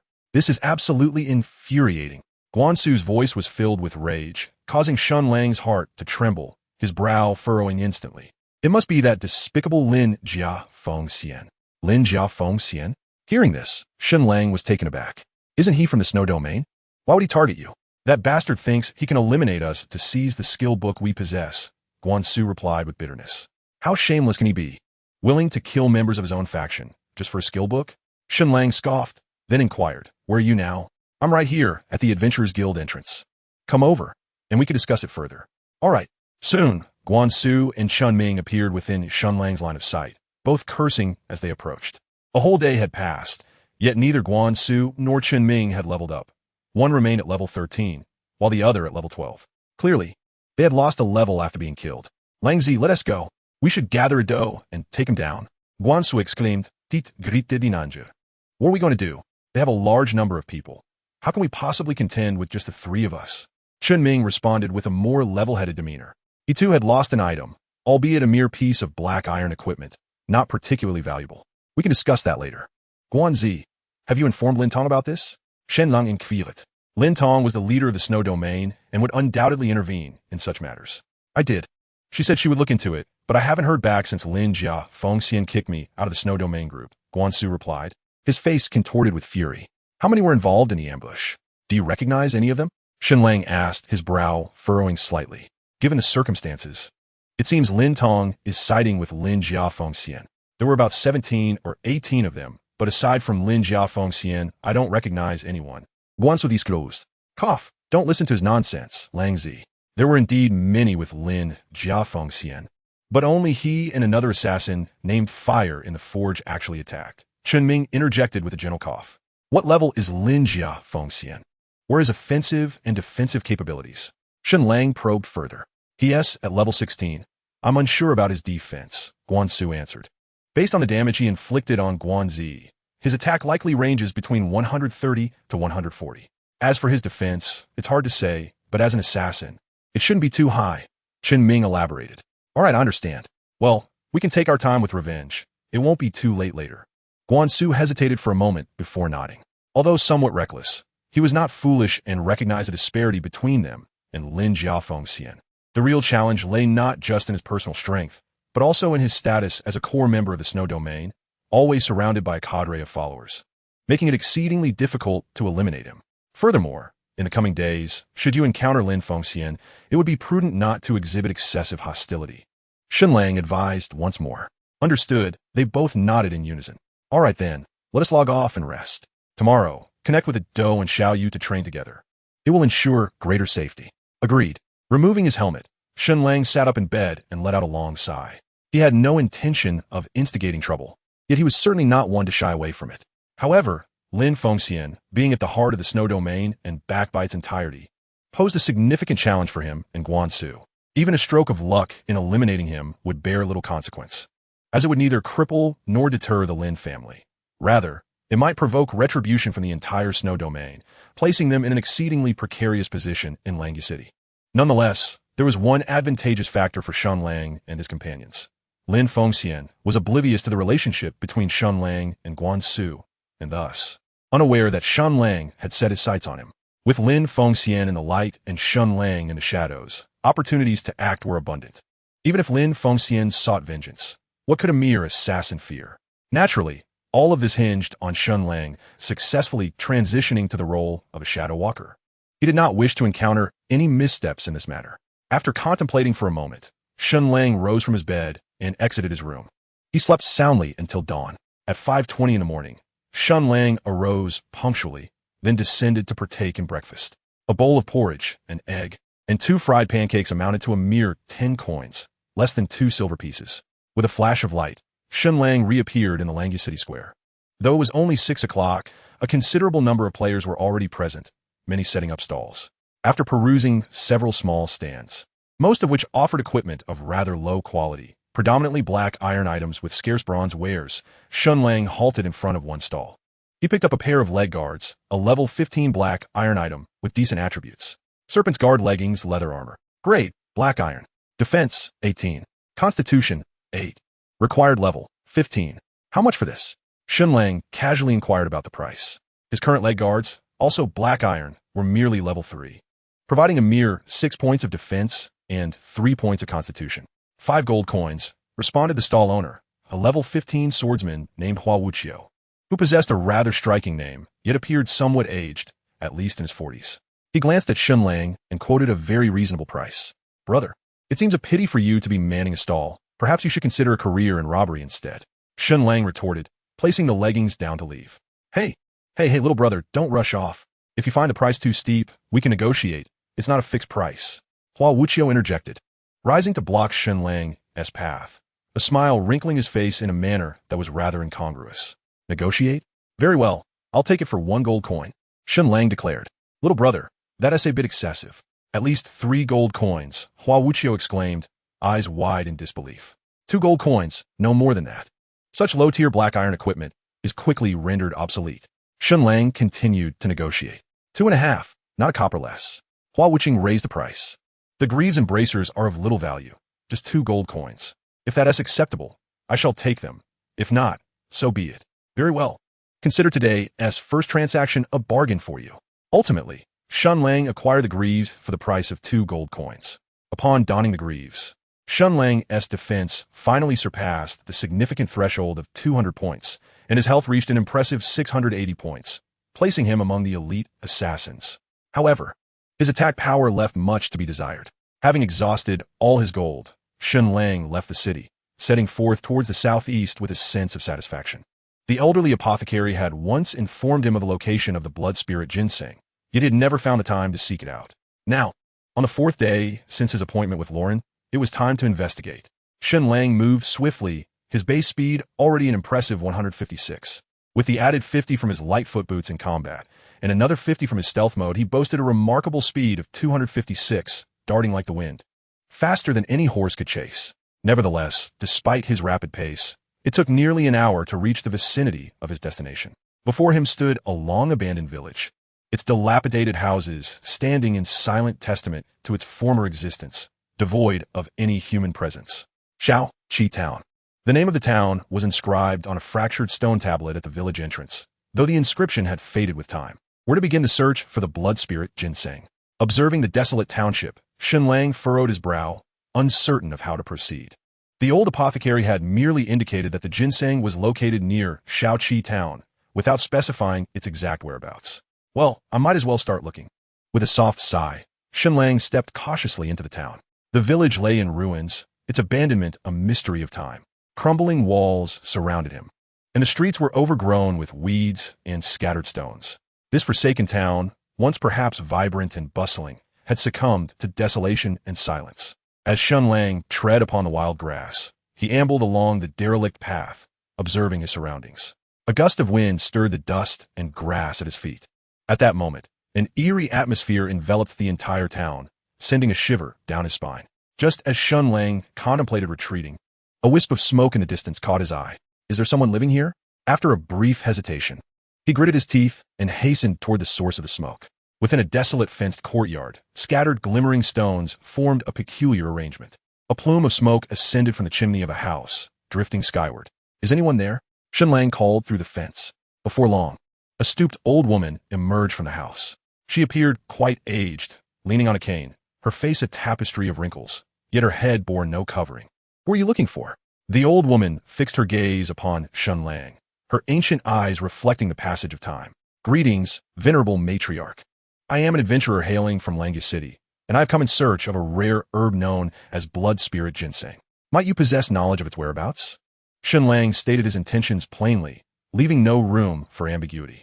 This elderly woman appeared to be wise and possibly aware of the location of the blood spirit ginseng. Ah, so you seek it, she replied, shaking her head. Regrettably, you have arrived too late. It has long since vanished from this place. However, she continued, I happen to have a few specimens remaining. If you can assist me with a small task, I would be willing to gift you one. Upon hearing this, Shen Lang's spirits soared, and he hastily responded, Pray, tell me what you require, esteemed elder. The woman, with her murky gaze filled with indifference, uttered a single phrase that piqued his curiosity. The vengeful spirits? Shen Lang furrowed his brow, recalling the earlier unease. Could it be that the vengeful spirits were observing him? Indeed, the vengeful spirits. A great calamity befell this place years ago, claiming many lives. They are reluctant to be reborn and have transformed into vengeful spirits. She lamented with a sigh. These spirits fear the light and tend to hide in the shadows. You should seek them out. Understood, revered matriarch. I shall embark on this task forthwith. With the mission entrusted to him, Shen Lang prepared to take his leave. Wait, the elderly woman suddenly called out, cautioning him. Young adventurer, this small town is fraught with peril, particularly after midnight. Remember, you must depart before the witching hour. Rest assured, I shall log off by 11:30. Shen Lang replied, nodding before hastening away. Moments later, he found himself within a dilapidated and dimly lit dwelling. In the corner before him loomed a vague figure, its disheveled hair creating an unsettling sight. This is but a game. Shen Lang inhaled deeply, suppressing his trepidation, and cast an insight spell. Apparition level, 25 attack, 255 defense, 180 health, 16,000 skills. Bite, ghostly wail, goodness. A level 25 creature with an attack power of 255, rivaling that of the saber-toothed Tiger King. Without hesitation, Shen Lang brandished his dagger and charged forth. 68. 65. Two consecutive strikes landed upon the apparition, inflicting a total of 130 points of damage. However, this was but a trifling amount against its formidable health pool. With a hiss, the apparition stirred, its ghastly white hand lunging towards Shen Lang with blinding speed. He barely had time to evade, enduring a blow that dealt 153 points of damage, a significant hit that startled him. Gritting his teeth, he retaliated, aiming his dagger at the obscured visage of the spirit. 69. 50. As the thick, long hair was swept aside, a pallid face emerged, marred with traces of dried blood, an utterly chilling sight. Despite his preparations, Shen Lang was still taken aback. With a hiss, the apparition struck again, its hands reaching for Shen Lang's throat. He deftly dodged, spinning to deliver a counterattack from behind. Avoiding the onslaught of the vengeful spirit, Shen Lang heard its chilling wail as it lunged at him with fervor. In that confined space, a brutal clash ensued between man and ghost. Despite his courage, a tinge of fear lingered within him when confronted by such a spectral entity. This fierce battle raged on for a full 15 minutes before Shen Lang finally vanquished the ghost, which yielded a bounty of silver coins and a blood-red stone bead. Ding! System notification. Congratulations, player, for defeating Vengeful Spirit. You have earned 3,000 experience points, with an additional 200 points awarded. There's indeed a thrill in conquering foes of a higher level. Observing the significant surge in his experience bar, Shen Lang felt a surge of satisfaction. A single spirit had granted him a remarkable 200 experience points, a substantial reward by any measure. To ascend from level 18 to 19, one required a daunting 18,000 experience points, which may seem considerable. Yet in reality, it was not an insurmountable task. Slaying around 20 spirits would suffice. The spirit's loot was also commendable, totaling 91 silver coins, nearing 100. It appeared he would be staying in this vicinity for a couple of days. Shen Lang mused silently, then swiftly made his way to another room. His new book had already reached 100,000 words, marking its official debut. Those who were reading this were truly the fortunate stars of the round moon. He expressed his gratitude to all the esteemed readers for their support. This book was a spontaneous creation, born from a desire to write a web-based game narrative, a departure from his previous focus on fantasy. In truth, his last work had performed quite well. The editor had encouraged him to continue in the fantasy genre and even secured a minimum guarantee for him.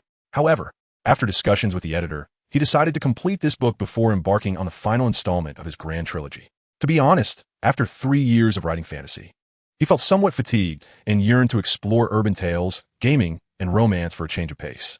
Ultimately, he stood his ground with the editor, asserting that if he enjoyed writing it, readers would surely enjoy reading it.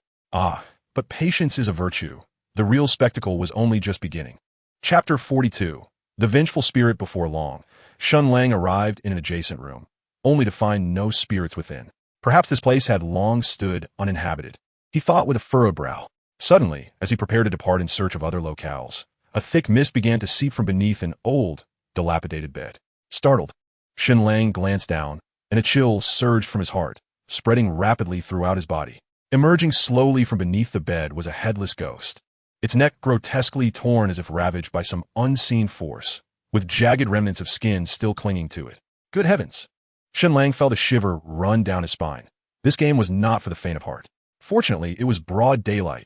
Had it been night, it might have truly terrified someone. It was merely a game, he reminded himself, swallowing hard and summoning his courage before lunging forward with his dagger. Throughout the day, aside from a brief intermission for lunch, Shen Lang engaged in relentless combat with various ghastly spirits. Initially, the experience had been somewhat harrowing, but he soon acclimated to the horror. By 7 o'clock in the evening, he had slain a total of 45 spirits, elevating his level to a remarkable 19.5, just a mere 10 experience points shy of reaching level 20. During this period, he unexpectedly discovered a level 20 black iron equipment, a mage robe with commendable attributes, likely worth several hundred coins. Additionally, he accrued a substantial sum of 40 gold coins, constituting a considerable fortune. However, the price of gold had plummeted to 260 coins today, rendering his earnings barely surpassing 10,000, yet still manageable. As players' levels escalated, the value of gold depreciated significantly, and the path of earning through gold farming swiftly became a thing of the past. After logging off, Shen Lang had a simple dinner and addressed his personal needs. Upon logging back in at 7:30 in the evening, the night had completely enveloped the surroundings. Return my life. As Shen Lang materialized, he suddenly felt a chilling breeze sweep across his back, startling him. Before he could react, a tremendous force collided with his back, inflicting 228 damage. Simultaneously, a horrifying damage indicator floated above his head, causing a third of his health to evaporate instantly. What the hell? He glimpsed a ghostly figure with a mane of white hair glaring at him, its blood-red eyes and sinister expression suggesting it intended to consume him. Why is it attacking me? Shen Lang pondered, bewildered. The previous apparitions had shown hostility but refrained from direct confrontation. Yet this soul had launched a surprise attack. Return my life. Just as Shen Lang was still in disbelief, the ghost swiftly advanced, its hands reaching out towards him, a long, crimson tongue extending as if to devour him. It's not my fault you died. Shen Lang narrowly evaded the ghost's strike, countering with a swift slash that struck the back of its head, yet only inflicted 47 damage. Something's amiss. This isn't a mere ghost. Their attack and defense aren't this formidable. Realizing the gravity of the situation, Shen Lang hastily cast an insight spell. Wrathful Spirit, level 30 attack, 325 defense, 230 health, 21,000 skills. Bite, spectral voice. No wonder it hit so hard. It turned out to be a level 30 Wrathful Spirit. Oh no. As Shen Lang dodged the attack, the spirit became enraged and lunged at him with claws bared. Thud. 231. A sharp claw grazed Shen Lang's side, and another wave of horrific damage surged above him, plunging his nearly 700 health points down to below 300. Get lost. In haste, Shen Lang consumed a health potion, replenishing 200 health points. However, with the spirit's subsequent strike, his health plummeted below half once more. Damn it, I'm out of here. Gritting his teeth, Shen Lang turned and fled outside. The spirit's attacks were excessively powerful and remarkably agile, unlike those clumsy wild beasts, making it nearly impossible for him to evade its strikes. Utilizing his speed, Shen Lang quickly distanced himself from the wrathful spirit, subsequently activating stealth and entering another house.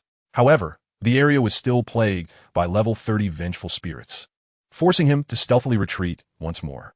Subsequently, Shen Lang searched several establishments, yet he encountered not a single ghost. All he found were those wretched spirits, which vexed him greatly. I refuse to believe this, Shen Lang exclaimed in frustration. Just as he was preparing to embark on another search for ghosts, he suddenly noticed a multitude of vengeful spirits appearing on the streets. Fortunately, he was currently cloaked in invisibility, and the spirits did not detect his presence. Otherwise, he would have certainly met his demise. It is well known that these vengeful spirits are prone to aggressive behavior. Something felt amiss, he thought. Glancing at the town overrun by vengeful spirits, a realization struck him. Could these spirits be the evolved forms of ghosts? During the day, the town was filled with ghosts. Yet he had not encountered a single vengeful spirit. Now, the situation had reversed. There were no ghosts in sight. Coupled with the hints from a mission, Shen Lang surmised that these vengeful spirits were likely transformed from ghosts. During daylight, the yang energy was abundant, rendering the yin energy less prominent, thus weakening the spirits and transforming them into level 25 ghosts. Conversely, as night fell and the yang energy dissipated while the yin energy amassed, the spirits grew stronger. Yes, it must be so. Shen Lang confirmed his thoughts. However, knowing the truth proved futile. It seemed he would be unable to complete the task today, as these vengeful spirits were far too powerful for him to combat. Moreover, should he strike, he would undoubtedly attract the attention of other spirits, leaving him with no chance of escape. It appeared he would have to wait until tomorrow. Shen Lang sighed softly. Remaining here held no further purpose. With a flash of white light, Shen Lang reappeared in the plaza of Langi City. Brother, are you free? I have some gold to sell. And a level 20 piece of equipment. Shen Lang promptly sent a message to Qinghai Xiaofeng. The value of gold was steadily depreciating. It was imperative to sell today rather than wait until tomorrow, as the difference in profit was considerable. All right, I'll wait for you in the plaza. After all, he had nothing pressing to attend to, so waiting half an hour was not an inconvenience. Chapter 43. What a coincidence. In a plaza of Langi City, a throng of players filled the entire space. While most players were out battling monsters, there was still a significant number within the city. By now, the game had been live for 7 days, and players who joined in the first days had largely exited the novice village. This meant that the 12 prefectures in the Huaxiao region had accommodated over 100 million players, with each prefecture hosting an average of over 10 million. One could only imagine the bustling atmosphere. Moreover, this number was continually on the rise. Numerous stalls lined the plaza, with at least 1,000 vendors, and countless players meandering about aimlessly. After browsing for a while, Shen Lang paused at a stall, casually picking up a skill book, illustrated guide, to examine. Ice Arrow. Level after a 1-second chant, conjures an ice arrow that shoots towards the target, inflicting 125 to 150 magical damage and reducing the target's movement speed by 50 for a duration of 3 seconds. Cooldown time, 10. Mana cost, 10 points. This is a skill book for mages. Boss, do you have a skill book for assassins? Shen Lang inquired casually, glancing at the player manning the stall as he set down the skill book in his hands. Yes, of course.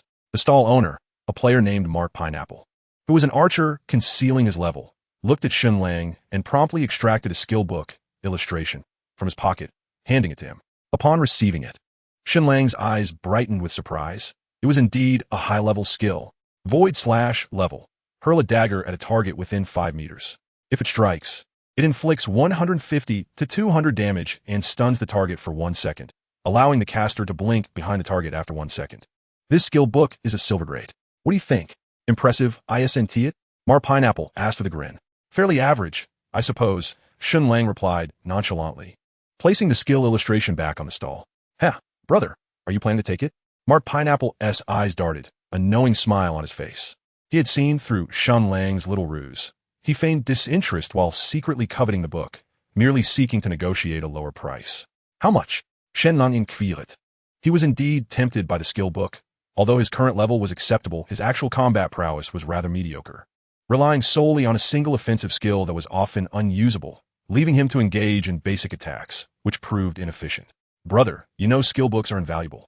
How about you propose a price, and if it's fair, you can have it. Mark Pineapple suggested. 800. Without hesitation, Shen Lang stated his offer. Are you joking? This is a high-level skill book, Mark Pineapple exclaimed, his eyes widening, wishing he could shoot an arrow at Shen Lang's face. 1,000. That is the highest I can go, Shen Lang replied. All right, brother, one flat price, 15,000. If you think it's reasonable, take it. If not, then forget it. Mark Pineapple sighed, gritting his teeth as if he had made a monumental decision. Absolutely not, Shen Lang replied, bemused. Although the skill was quite enticing, spending 15,000 on a skill book was utterly absurd. I wouldn't even consider 15,000. I wouldn't pay 5,000. 12,000. That's my final offer. Seeing Shen Lang's stance, Mark Pineapple gritted his teeth and counted again. 1,000. 1,000. 8,000. 1,000. 6,000. That is my absolute lowest. 1,000. Get lost. Mark Pineapple was exasperated, wishing he could take down Shen Lang. If you aren't selling, then why resort to insults? Shen Lang chuckled, rubbing his nose. I didn't insult. I merely suggested you leave, Mark Pineapple retorted, rolling his eyes, unwilling to engage further with Shen Lang. Just then, a figure suddenly appeared beside Shen Lang, crouching to pick up the skill book illustration from the stall, their eyes sparkling with surprise. As Shen Lang turned to look, he was momentarily taken aback upon seeing the face of the individual before him. It was none other than Lin Jia Fengxian. What a coincidence. Indeed, of course. Marco Polo addressed Lin Jia Fengxian, inquiring about the price of the skill book. Lin Jia Fengxian, unfamiliar with Shen Lang, gazed at the skill book's illustration in his hands with a fervent expression. Behind him, 2 additional assassins followed, likely compatriots from the snow region. Name your price, big brother. If it's reasonable, you can take it. Marco Polo cheerfully marked. 5,000, how does that sound? Lin Jia Fengxian replied with a smile. He was not lacking in funds, yet he preferred not to spend unnecessarily. Securing a lower price was naturally ideal, but he was willing to negotiate further if needed. 5,000? Are you joking? This gentleman here just offered me 10,000, and I declined. Marco Polo glanced at the 2 men behind Lin Jia Fengxian, his eyes darting as he outright rejected the offer. Very well, then name your price. Lin Jia Fengxian turned to glance at Shen Lang, not paying him much mind. Brother Polo, let us go with your initial suggestion. I'll take it for 12,000. Just hand me the skill book. At that moment, Shen Lang sighed softly, reluctantly making his bid. Wait a moment.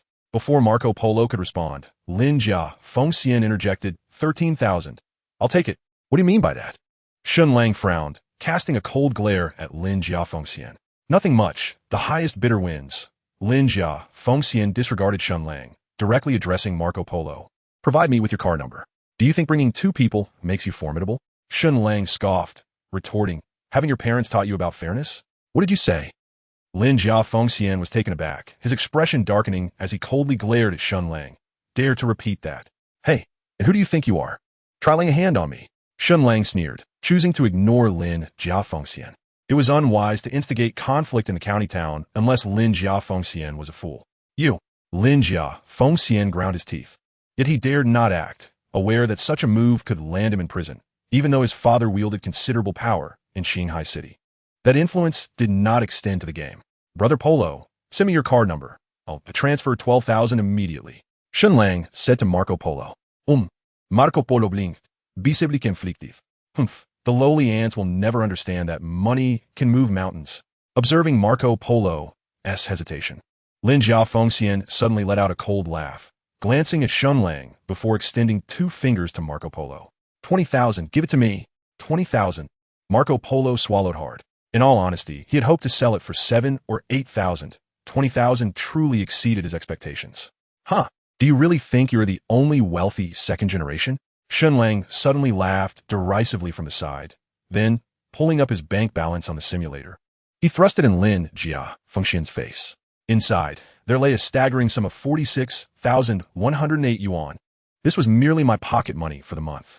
Shen Lang scoffed, wearing an air of arrogance. You. Lin Jia Fengxian appeared momentarily bewildered, unable to process the situation. Over 40,000 yuan in a month, truly a quintessential rich second generation.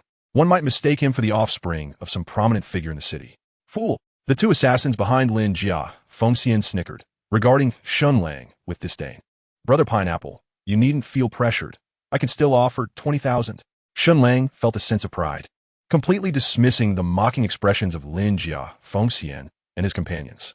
This, Marco Pineapple glanced at Shen Lang, hesitating further. Today is indeed quite amusing. Lin Jia Fengxian chuckled, shaking his head, the anger on his face dissipating without notice. He slowly stood, placing his hands behind his back, and addressed Marco Pineapple, stating, I shall offer 47,000 for this skill book. Afterward, he turned to Shen Lang, sneering, this wealthy second generation, with only 46,000 in your account. How do you intend to compete? Individuals of their caliber placed great importance on face, especially the second generation. Although Shen Lang was merely a minor player in this realm, maintaining his dignity was paramount. To humiliate someone who valued face was often more painful than ending their life. Do you understand that you have offended someone you cannot afford to antagonize? Indeed, Shen Lang's expression darkened instantly, nearly palpable with fury. Lin Jia Fengxian grinned, casting a contemptuous glance at Shen Lang, his gaze sharpening. If you cannot compete, Then do hurry and leave. Do not embarrass yourself here. You. I refuse to leave. What can you do about it? Shen Lang glared at Lin Yao Fengxian, teeth clenched. Then stay right here.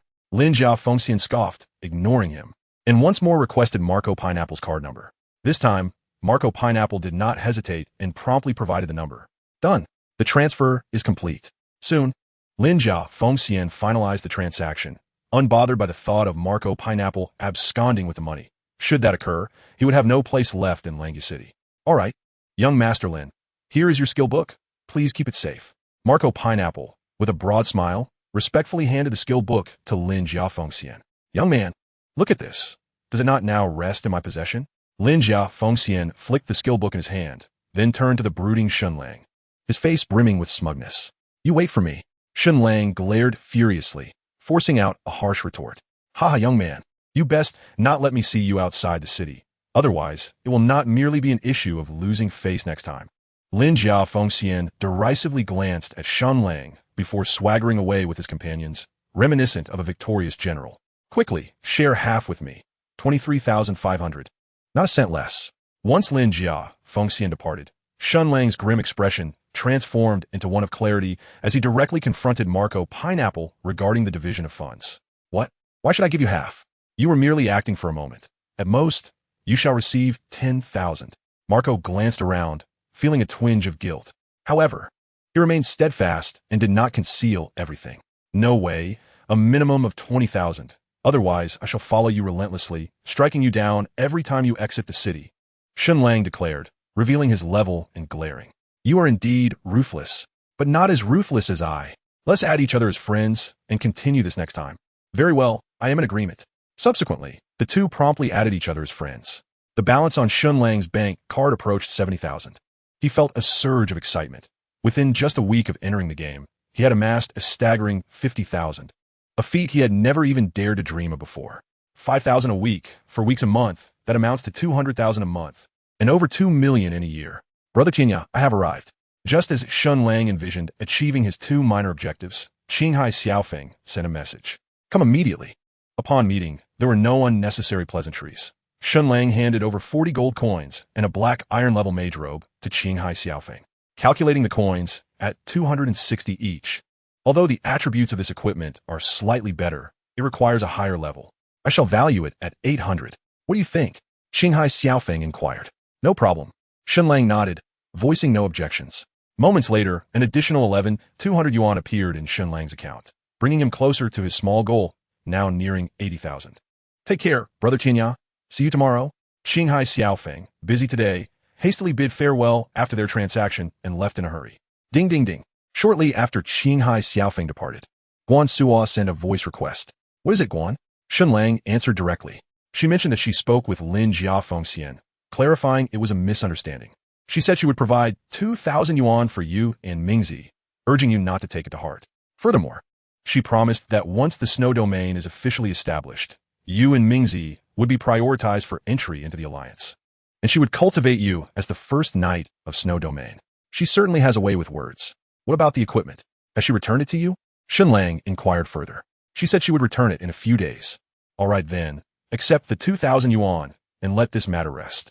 Do not hold a grudge against Lin Yao Fengxian. At least maintain appearances. Focus on your development in the coming days, and I will handle the rest. Shen Lang contemplated for a moment before advising Guan Suo. Very well, I will notify you if anything arises. Understood. After hanging up, Shen Lang furrowed his brow slightly. It seemed Lin Tong was not to be underestimated. She and Lin Yao Fengxian were undoubtedly allies. Naturally, as siblings, some bias was to be expected. Taking a deep breath, Shen Lang decided to set this matter aside for the moment. The most pressing concern was to transition to the class of Shadow Seeker. Everything else could wait. Ding! System announcement. Player Jinxiu Nianhua, Jinling City, has used a guild-building order to successfully establish the alliance, Weiyang Palace.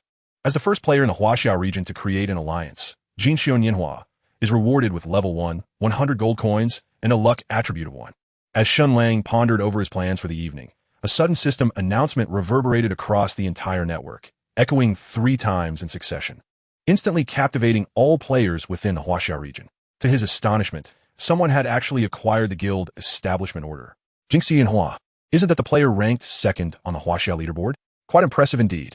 The name Weiyang Palace carries a grandiosity, yet it is not associated with our Langus city. Truly, it seems fate has eluded me. Fool, you are merely level 14. Even if you were from Langus city, they would not have you. In an instant, the entire plaza erupted into a frenzy as players began to discuss fervently. Ding! Player, Jingxianhua, announced, Friends of the Huaxia region. Weiyang Palace is established today, and we cordially invite elite players from all counties to join us in creating brilliance. Limited spots available. Interested players, please register at the 4 gates of Jinling City.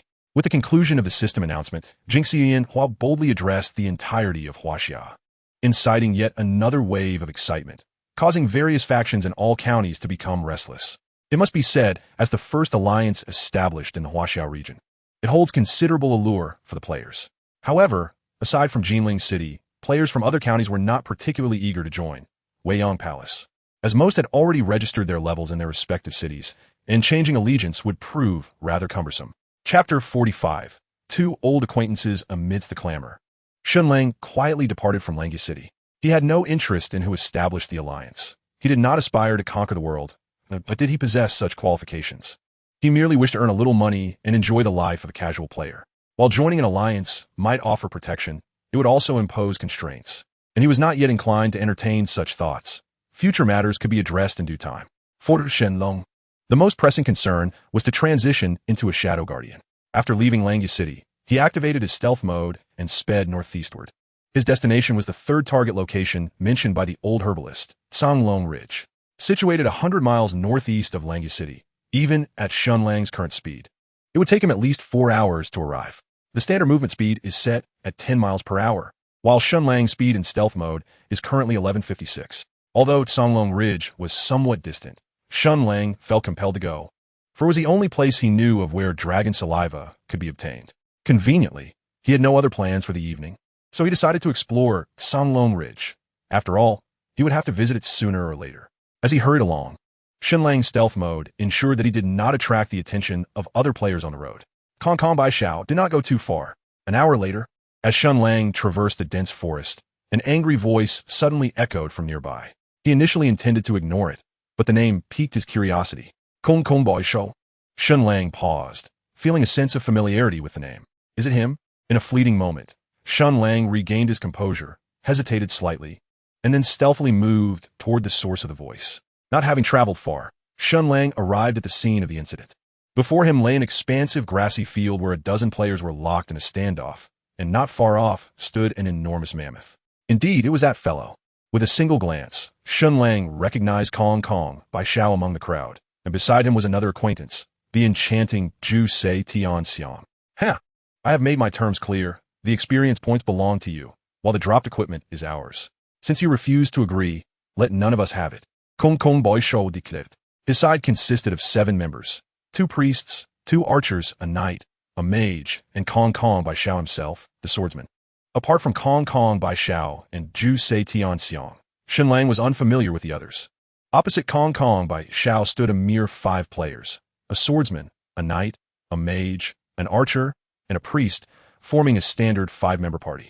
However, at that moment, the knight was preoccupied with restraining the mammoth, unable to assist his comrades.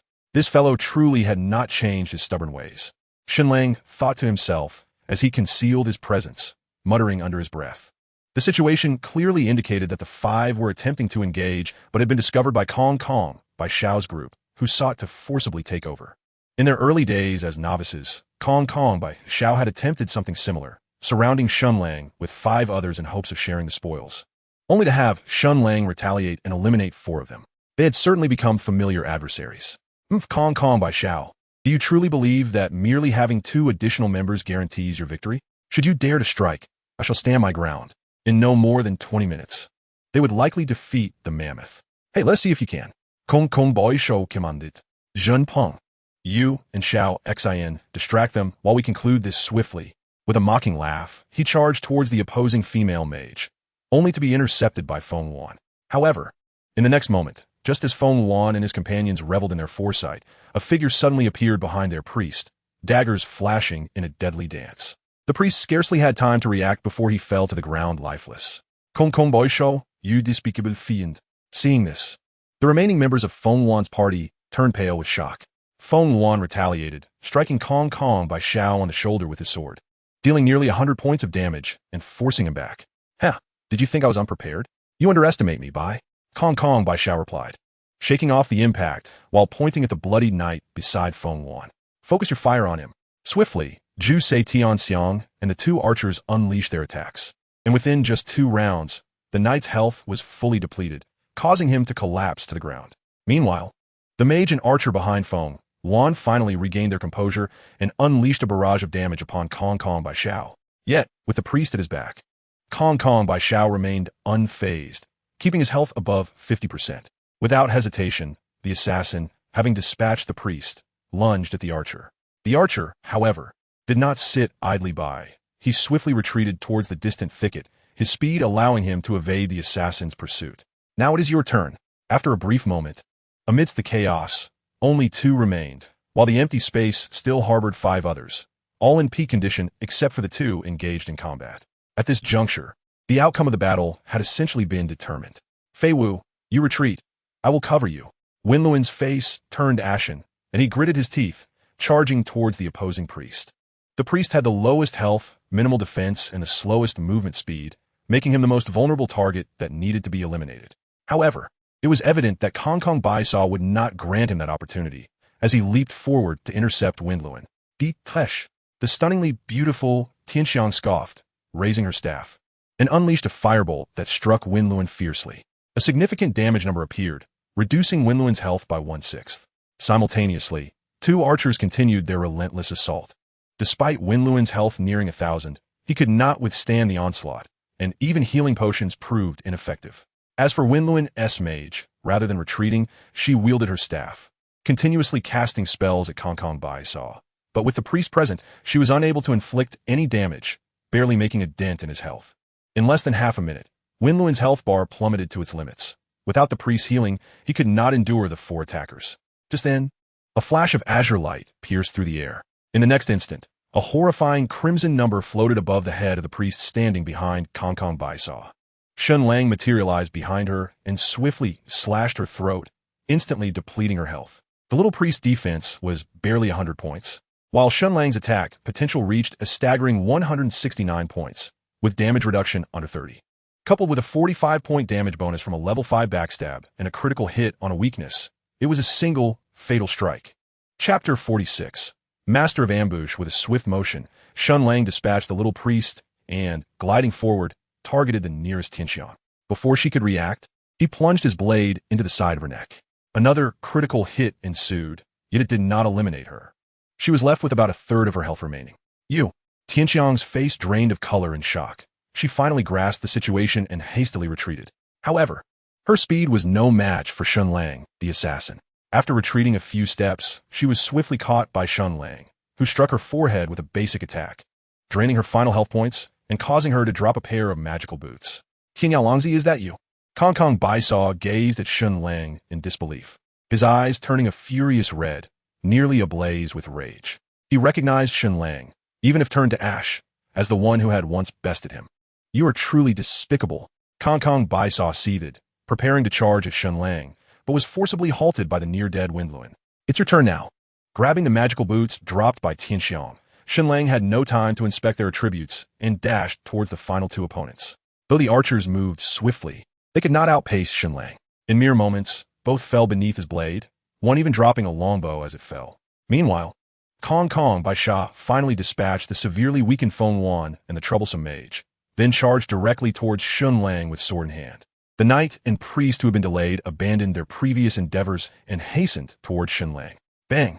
The knight, still possessing half his health, charged and knocked Shen Lang to the ground, momentarily dazing him. Ding! System notification. Player Qinghai Pengxiao activated the skill Charge, dealing 33 points of damage and stunning you for 1 second. Swish. 103. 77. Ding!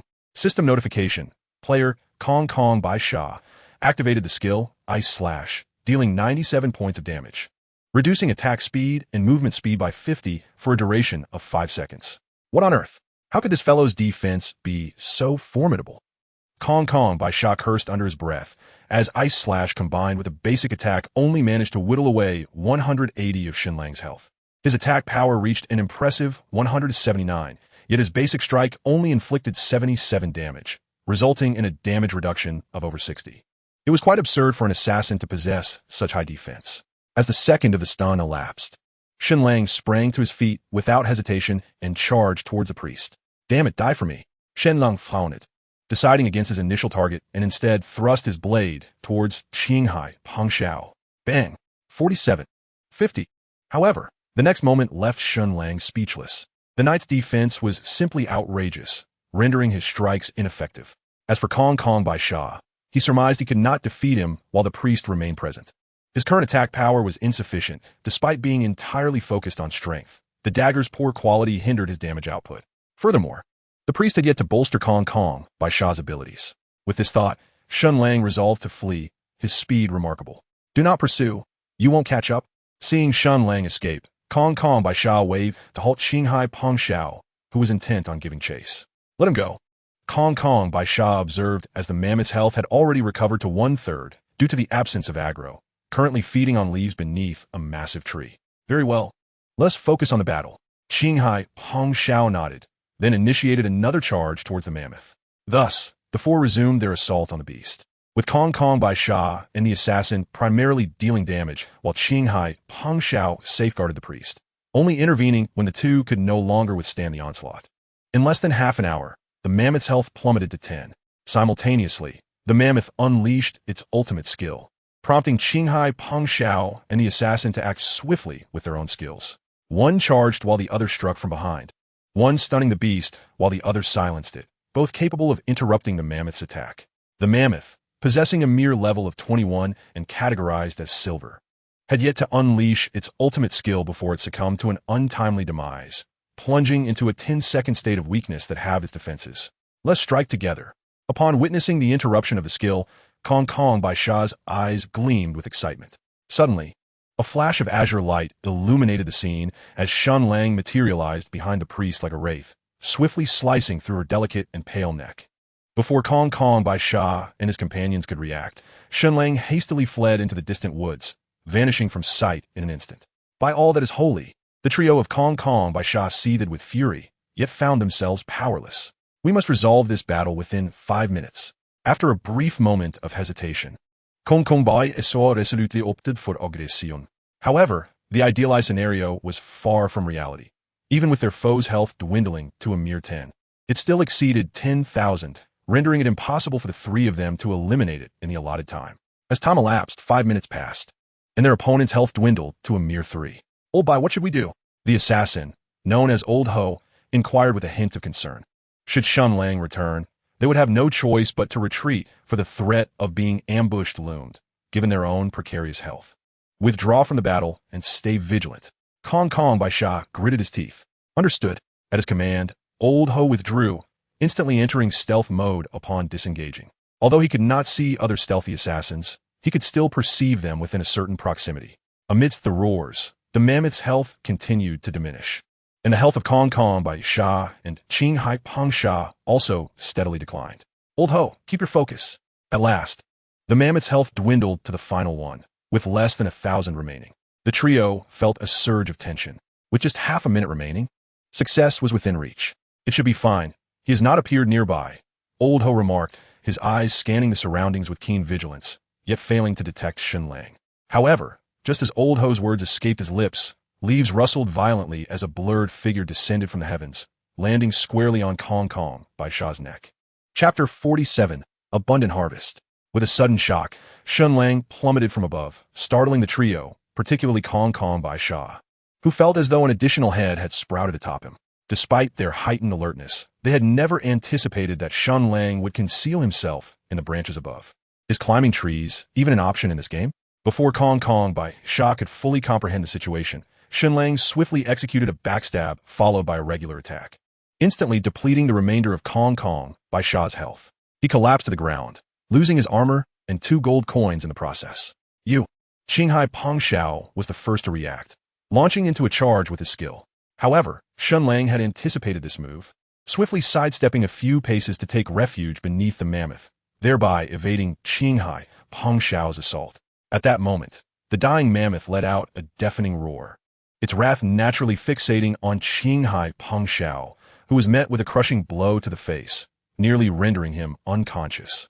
Seizing this opportunity, Shen Lang advanced with haste, his dagger flashing as he swiftly depleted the last remnants of Qinghai Peng Shao's health.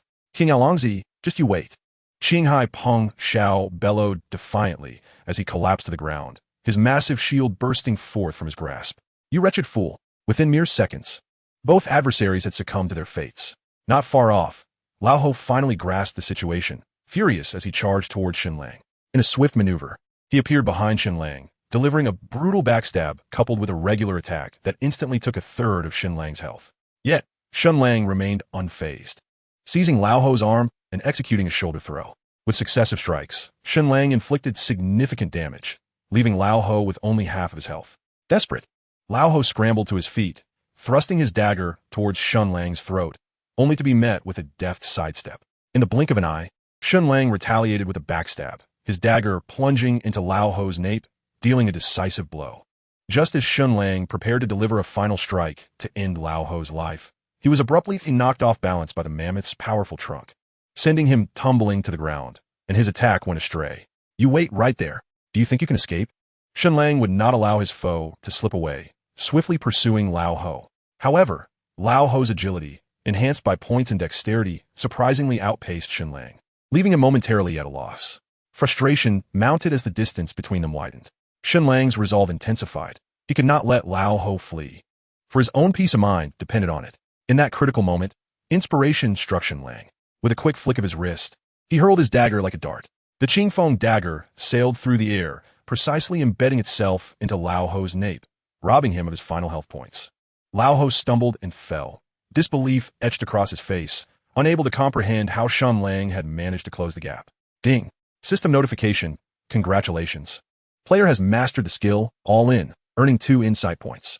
With swift precision, within less than a minute, Shen Lang dispatched the mammoth, its colossal form crashing to the ground. Ding! System notification. Congratulations. Player has slain the Mammoth King, silver level, earning 20 experience points. No level up experience bonus. Ding! System notification. Congratulations player, you have leveled up. You have gained 10 mana points and 5 free attribute points. Please continue to strive for excellence. 2 consecutive system notifications echoed, and Shen Lang let out a sigh of relief. He exerted effort to shift the massive corpse of the Mammoth King, collecting all the equipment and gold in one go. After completing this task, Shen Lang swiftly turned around, gathering all the drop gear and coins from his companions, leaving nothing behind.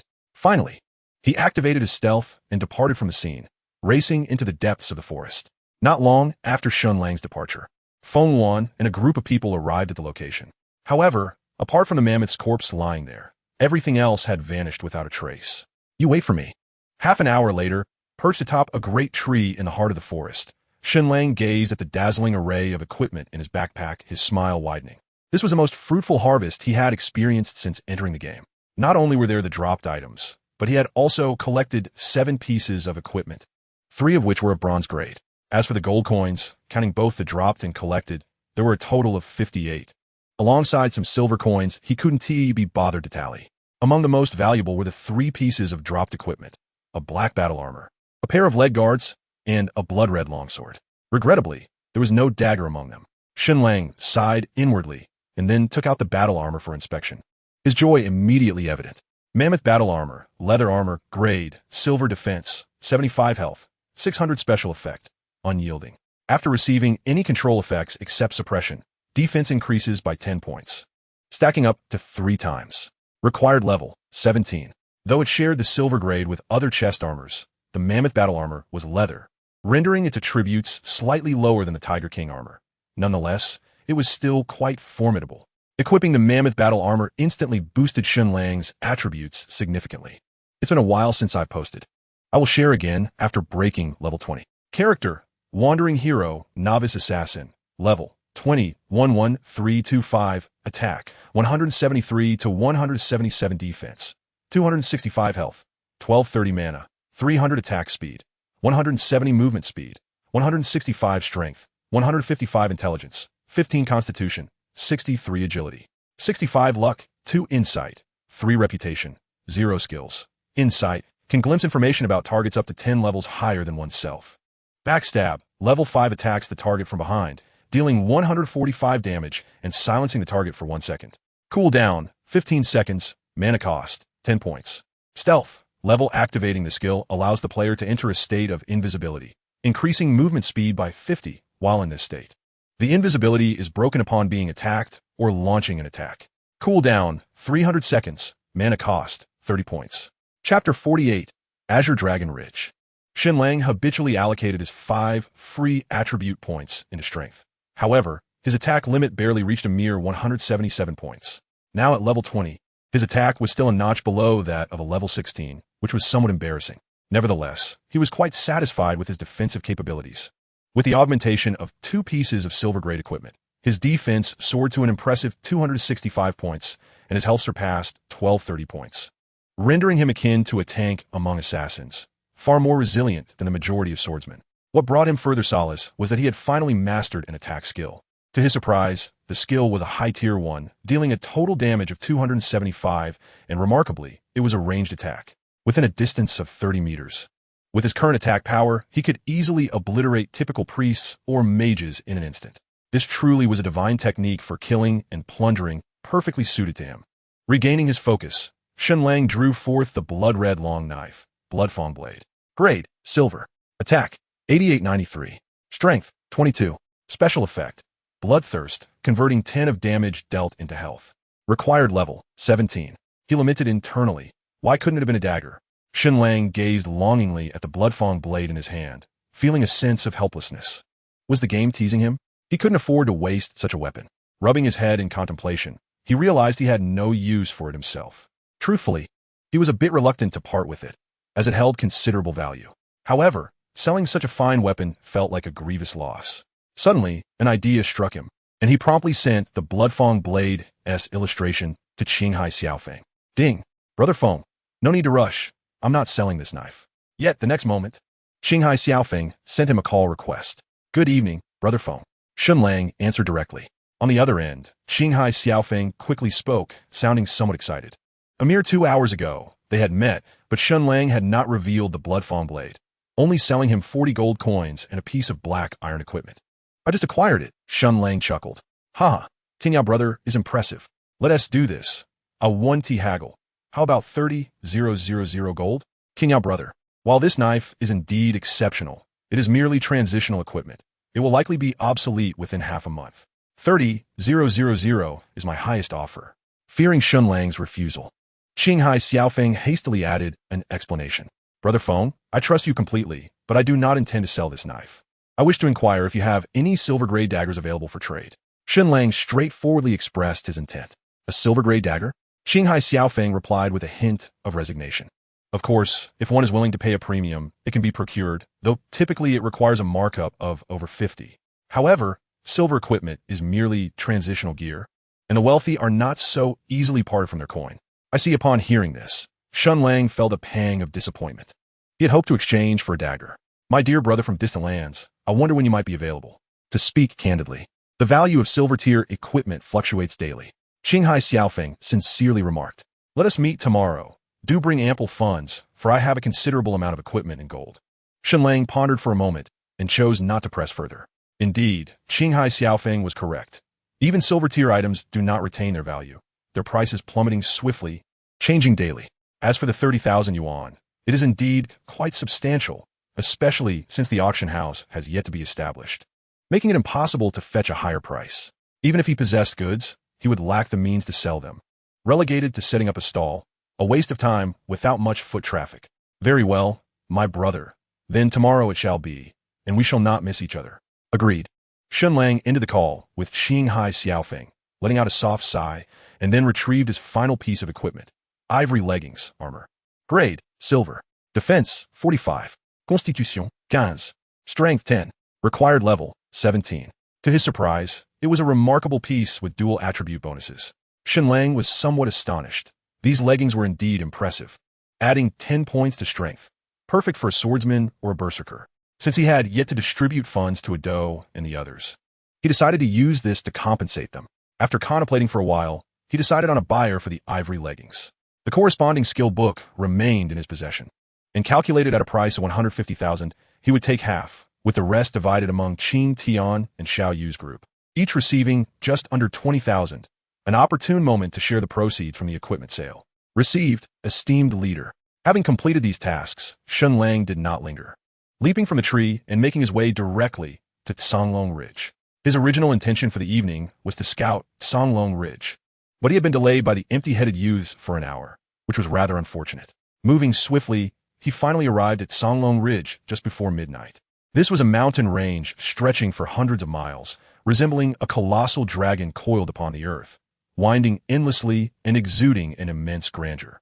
Legend spoke of a ferocious dragon lurking deep within Songlong Ridge, possessing formidable strength and wreaking havoc upon the surrounding populace, who suffered greatly. Consequently, the forces of Langya City had attempted several times to slay it, only to suffer heavy losses. Ultimately, it was the city lord of Langya who personally engaged the beast, battling it for 3 days and nights before finally subduing it and confining it deep within the mountain gorge of Songlong Ridge. Gazing upon the majestic peaks before him, Shen Lang inhaled deeply and swiftly ventured inside.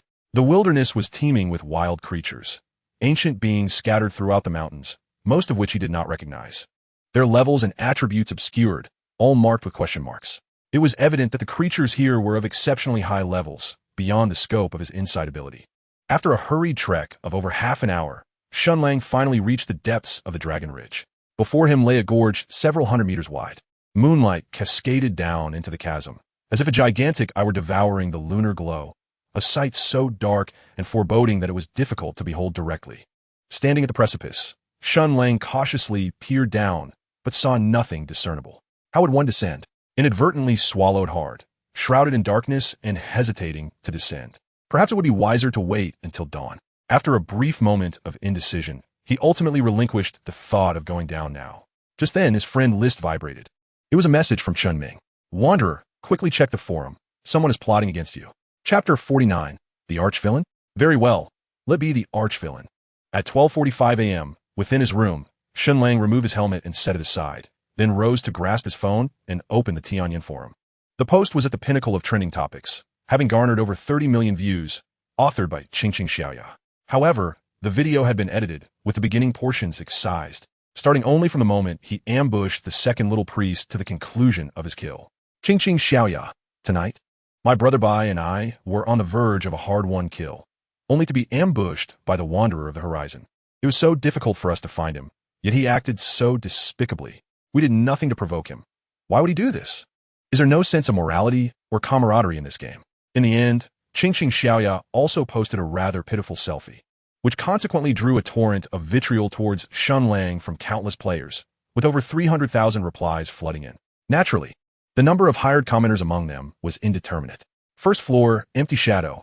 My sister is so innocent. Wanderer of the Horizon. You may take what you want and kill me if you must, but why did you have to kill my sister? She merely wishes to enjoy the game in peace. Just wait, I Baijian will not let this slide. Second floor, elegant calm. Such scum do not deserve to be in our Langya City. Be gone from here. Third floor, gentle breeze. Truly, seeking trouble yourself. What kind of monster ambushes a little girl and slits her throat? How could you bring yourself to do such a thing? Fourth floor, exquisite beauty. That Wanderer of the Horizon once robbed me in the novice village. The Poison Bee King was meant for my brother and me, but he snatched it away. Boo-hoo. Fifth floor, Qinghai Concheo. A wretch bore of a father, but raised without a mother. Get out of Langya City now. Each time I see you, I'll make you pay. 18th floor, world. The Alliance of the World is established, inviting all heroes to join. 29th floor, raindrops and lanterns. Advertisers shall meet a grim fate. 69th floor, 1,000 miles in a single arrow. Goodness. I hope this thread ISNT going to be deleted. By the way, I once collaborated with the Wanderer of the Horizon. He didn't strike me as that kind of person. 70th floor, beloved Wanderer. One can know a face, but not the heart.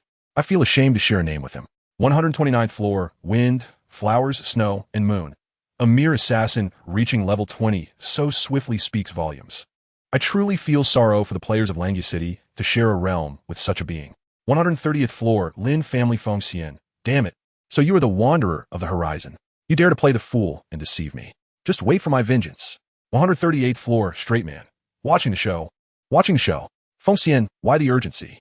Did this guy ambush you too? 158th floor, sword rising, waves stirring. Impressive technique. Rather interesting. The esteemed master has arrived. We bow in reverence. Ah, such a master. I express my utmost respect. Truly, I must pay my homage. How vexing it is. This individual once ambushed me in the novice village, and now I seek vengeance through my sword. Did he provoke you as well? I would relish the opportunity to confront this scoundrel. The wanderer of distant shores, your time has come. How dare you ambush that fool? Unbelievably. I am compelled to meet this man. If he were in Jinling City, I would ensure he faced dire consequences. Well done. You deserve to perish. The individual on the 4th floor speaks nonsense. It was I and brother Tian Yan who vanquished the Poison Bee King. Where's the full video? Why release only a fragment? A collection of fools distorting the truth.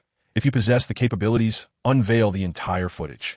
I know for a fact that the wanderer of distant shores is not of such ill character. It seems someone is manipulating the narrative. I shall slay you all. If you dare to dispute this, come forth and face me. Proving oneself is futile when lacking the original video. Since you have deemed me a villain, I shall embrace that role without hesitation. I have heard it said that when a good person commits a single wrongdoing, they are forever branded as malevolent in the eyes of the masses, while a truly wicked individual is remembered fondly for a solitary act of kindness. I refuse to allow the virtuous to ensnare me. If you perceive me as a villain, then I shall embody that villainy without concern. I can even envision that should I intervene in a conflict, it would be deemed justifiable. Yet, if I chose not to act, those involved might still express gratitude. The following day, Father, greetings. Your beloved son is calling. Please answer the phone. It was not yet 5 o'clock when the cacophony of the ringing telephone roused Shen Lang from his slumber. What time is it? Groggy and bleary-eyed, he reached for the phone, instinctively knowing who was on the other end. This particular ringtone was exclusive to 2 individuals. Hello, Wanderer. A grave situation has arisen. Upon answering, he recognized Chun Ming's voice, laced with urgency. What has happened? You sound alarmed. Shen Lang rubbed his eyes, struggling to sit upright. That fool Lin Jiaoping has issued an announcement in the snowy domain, seeking your real-life address and inquiring if anyone knows you. Anxiety tinged Chen Ming's tone. It's just a game. Does it truly warrant such a fuss? Shen Lang furrowed his brow, astonished that a mere game could lead to such invasive scrutiny. If he possesses the capability, let him search. After a moment's contemplation, he nonchalantly replied that his in-game identity was not his true name, and his appearance had changed significantly. Unless someone were particularly familiar with him, recognition would be challenging. Even if recognized, it would not guarantee they could ascertain his actual address. Be cautious, for many have already viewed that video, and there will inevitably be those who cast suspicion upon you, including our classmates and the individuals with whom you share your residence. Chapter 50, The Dragon. Very well, I shall be vigilant. Chun Ming speaks the truth. He has become exceedingly popular, and there will always be someone who recognizes him, should they exert additional effort to inquire further. It is possible that his actual whereabouts might be revealed. Although we exist in a society governed by law, if his location were to be disclosed, numerous, well-meaning individuals may come to disturb him. Furthermore, there is that Lin family S. Xian.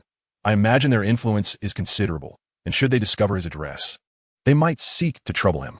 Of course, the likelihood of this is slim, as only Chun Ming and Guan Su are aware of his current residence. As for the couple next door, it is uncertain whether they would recognize him, for they are not well acquainted. Regardless, should the situation arise, moving away would not be too late. Shen Lang pondered for a moment, then set the matter aside for the time being. After all, he had just paid a quarter's rent last month, with 2 months remaining until the lease expired, and given the landlord's disposition, he would certainly not receive a refund. Moreover, relocating would be quite troublesome, as finding a new place would take at least a day or 2, and he lacked the luxury of time.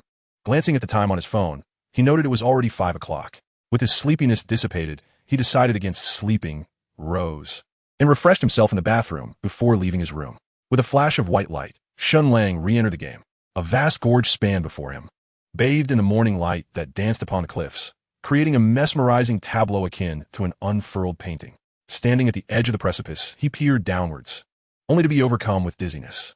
The gorge was at least 100 meters deep, and below lay a dense forest, casting a shadow so thick that it was nearly impossible to discern anything below. Suddenly, Shen Lang's gaze shifted to the opposite cliff, where a massive cave entrance loomed 20 meters above the gorge floor, partially obscured by the canopy of a giant tree, revealing only half of its mouth. There, he surmised, might lie the lair of the malevolent dragon. How shall I traverse this? Shen Lang frowned, feeling a headache coming on. In order to reach the cave across the chasm, he must first descend, yet the height was daunting, and he dared not leap, for it would certainly result in his demise. After much hesitation, his eyes scanned the fissures in the rock beneath him, and suddenly a thought struck him. He crouched down, raising his dagger and forcefully plunging it into the crevice of the cliff. With a satisfying sound, the dagger embedded itself fully within the rocky seam, leaving only the hilt visible. Perhaps this could work. With renewed determination, Shen Lang's eyes sparkled with hope. He contemplated briefly, then dashed into the nearby thicket, tying one end of a vine to a sturdy tree on the cliff's edge and securing the other around his waist. He grasped the vine and began to descend the precipice slowly. The chasm was deep, and even after releasing several dozen meters of vine, he still had a considerable distance to traverse before reaching the bottom. Taking a deep breath, Shen Lang swung his knife, the keen edge of the dagger slicing into the fissure of the cliffside. Life or death hinges upon fortune. Subsequently, Shen Lang retrieved the novice dagger from his backpack and swiftly severed the vine tethered to his waist. As the vine snapped, Shen Lang's body lost balance, colliding against the cliff face. Gripping the hilt of his dagger tightly, he prevented himself from plummeting into the abyss. Taking a deep breath to regain his composure, he then swung his arm vigorously, embedding the rusted dagger precisely into another crevice of the rock. Thus, relying on his formidable strength, he alternated between the two daggers, cautiously descending the precipice. After an hour of this perilous endeavor, Shen Lang safely reached the base of the cliff and promptly activated his stealth mode. Exhaling a sigh of relief, he surveyed his surroundings. Ancient, towering trees loomed above, obscuring the sky and casting an eerie gloom. The silence was profound, almost unsettling, devoid of any wild creatures. After a brief moment of respite, Shen Lang stealthily made his way across to the opposite side. Before long, he found himself directly beneath the cavern. He scanned the area cautiously, noting the stillness, and once more plunged his dagger into the rock, laboriously climbing upwards. Finally, after several arduous minutes of scaling, he reached the cave entrance and entered stealth mode again. The cavern was vast, with a diameter exceeding 10 meters, shrouded in impenetrable darkness. Gazing into the void, Shen Lang instinctively swallowed, suspecting that a dragon might dwell within, one capable of devouring him whole. At worst, he would merely drop a level. Encouraging himself, he steeled his resolve and ventured into the cave. Within the enveloping darkness, after an indeterminate time, his eyes were suddenly met with brilliance as the shadows dissipated, revealing an astonishing sight. This was an inner sanctum, where colossal luminous pearls hung from the cavernous ceiling, casting a soft, ethereal glow. At the center of the chamber stood a monumental stone platform, upon which lay a magnificent dragon, a true dragon. The creature's form was a deep shade of purple-black, adorned with massive wings and scales resembling rock, exuding a haunting luminosity that instilled fear in the observer. Bound by 8 formidable chains, the other ends extended to the walls of this cavern, seemingly intended to suppress this ancient being. Indeed, there was a dragon. Shen Lang swallowed hard, his heart racing with awe. Even in his concealed state, he felt a shiver of trepidation. Facing such a fearsome beast was unprecedented. At that moment, the obsidian-winged dragon appeared to be in a deep slumber, its colossal head resting on the edge of the stone platform. Droplets of saliva trickling from its maw and splashing onto the stone, a precious essence known as dragon saliva. At this sight, Shen Lang's heart soared with excitement. This was one of the most crucial and rare ingredients for concocting a potent elixir.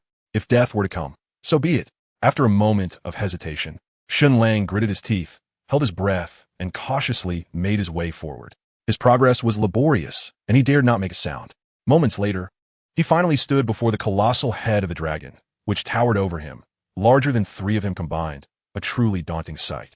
"Big brother, please continue your slumber and do not awaken," Shen Lang silently prayed, simultaneously retrieving a jade vial he had meticulously prepared from his backpack, carefully extending it beneath the dragon's mouth. "Just 5 drops will suffice. Dear brother, I implore you." Shen Lang was on edge, every hair on his body standing on end.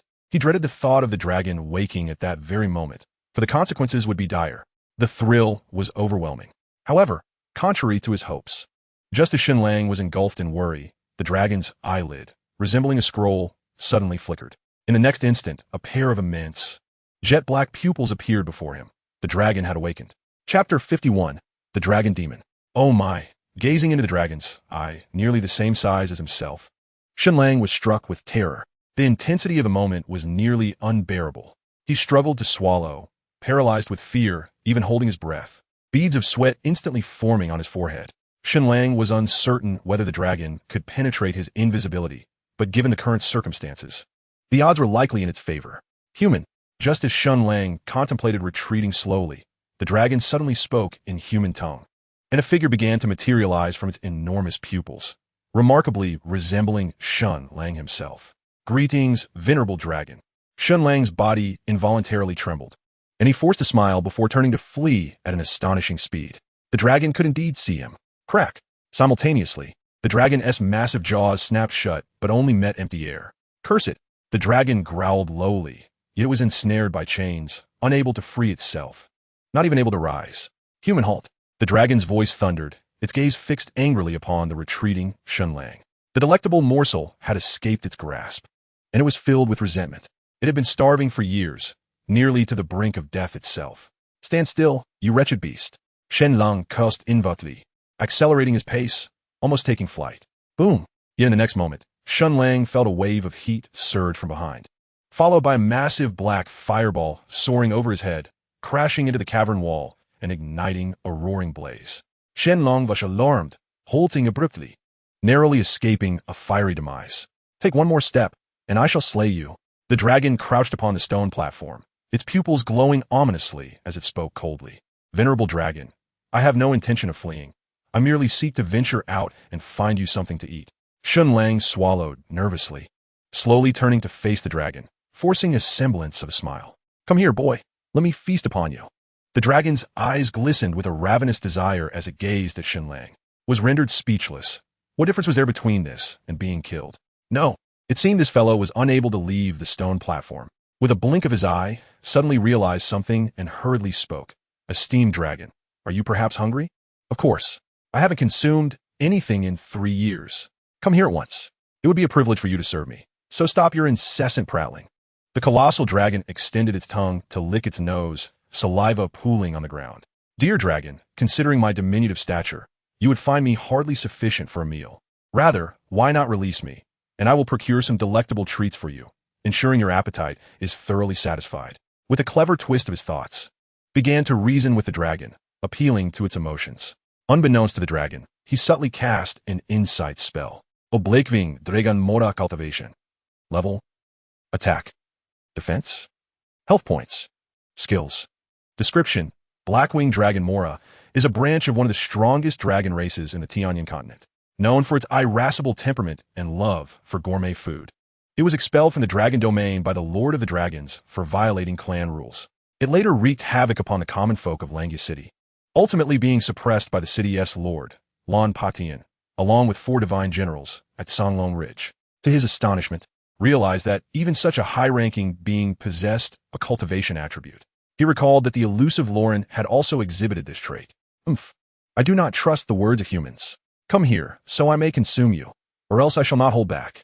The dragon Mora gazed at with disdain, clearly unconvinced by his plea. Esteemed dragon, I cannot approach you, lest you incinerate me with your dragon breath, leaving you with nothing to consume. If you release me, I assure you I will return with an abundance of delicacies. At that moment, felt a surge of courage, even should he fall a level. It was hardly a grave matter. You truly seek death. Upon hearing this, a flicker of anger ignited in the dragon Mora's eyes. How dare a mere insect defy his will? Such audacity warranted punishment. Facing the dragon, spoke candidly. Why should you trust a mere human? This time, the dragon Mora appeared somewhat swayed, refraining from immediate aggression. Indeed, it had been years since it had tasted food, nearly starving to the point of becoming a longworm. Esteemed dragon, to speak frankly, I seek your dragon saliva. It holds great significance for me. Grant me this opportunity, and should you find my gamble fruitful, you will never lack for exquisite food again. I shall frequently visit, laden with delicacies. What say you? Implored earnestly. Allow me to ponder. The great dragon Mora shook its massive head, revealing a hint of inner turmoil. It had contemplated devouring, yet the boy refused to approach. If it killed him, it would gain nothing. Very well, I shall take this gamble. After a moment of contemplation, the dragon Mora ultimately decided to grant a chance. Thank you, esteemed dragon, for this opportunity. I assure you I will not disappoint. Upon hearing this, exhaled a sigh of relief, his anxious heart finally at ease. Human, you would do well not to deceive this king. Otherwise, once I break free, I shall certainly seek to eliminate you, even if you are a being from another world. You cannot escape my wrath. The dragon demon, Mora, glared coldly at Shen Lang, delivering a thinly veiled threat. The young man dared not mislead the elder and quickly replied, "Rest assured, senior." This imposing creature appeared quite formidable, even aware of its identity as a being from another realm. With a swift exhalation of dragon breath, Mora extinguished the flames at the cave's entrance, then closed its eyes, dismissing Shen Lang from its attention. Chapter 52, Dividing the Spoils. In a flash of light, Shen Lang found himself back in the bustling city of Langia. "My life is truly resilient," he muttered, wiping the lingering sweat from his brow, finally allowing his anxious heart to settle. By now, it was 9 in the morning, and the square was still crowded, alive with activity.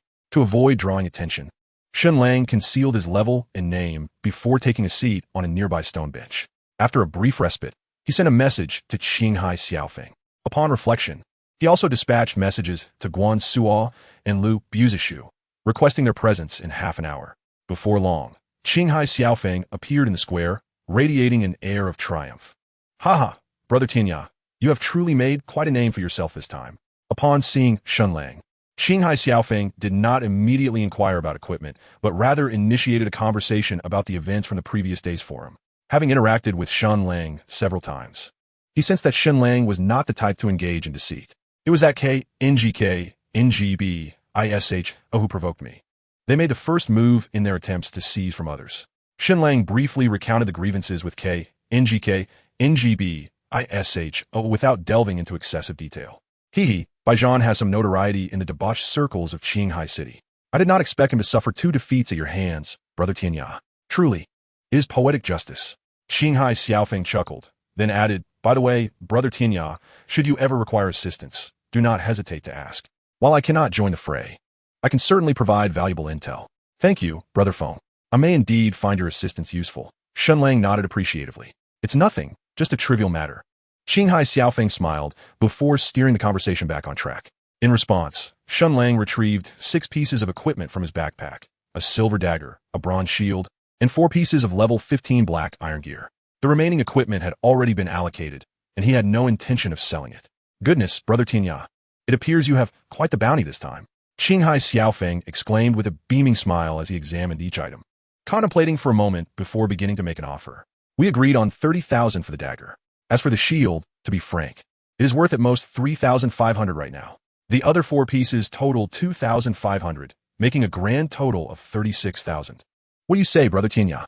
"That sounds agreeable," Shen Lang nodded, then added, "I also have 50 gold coins.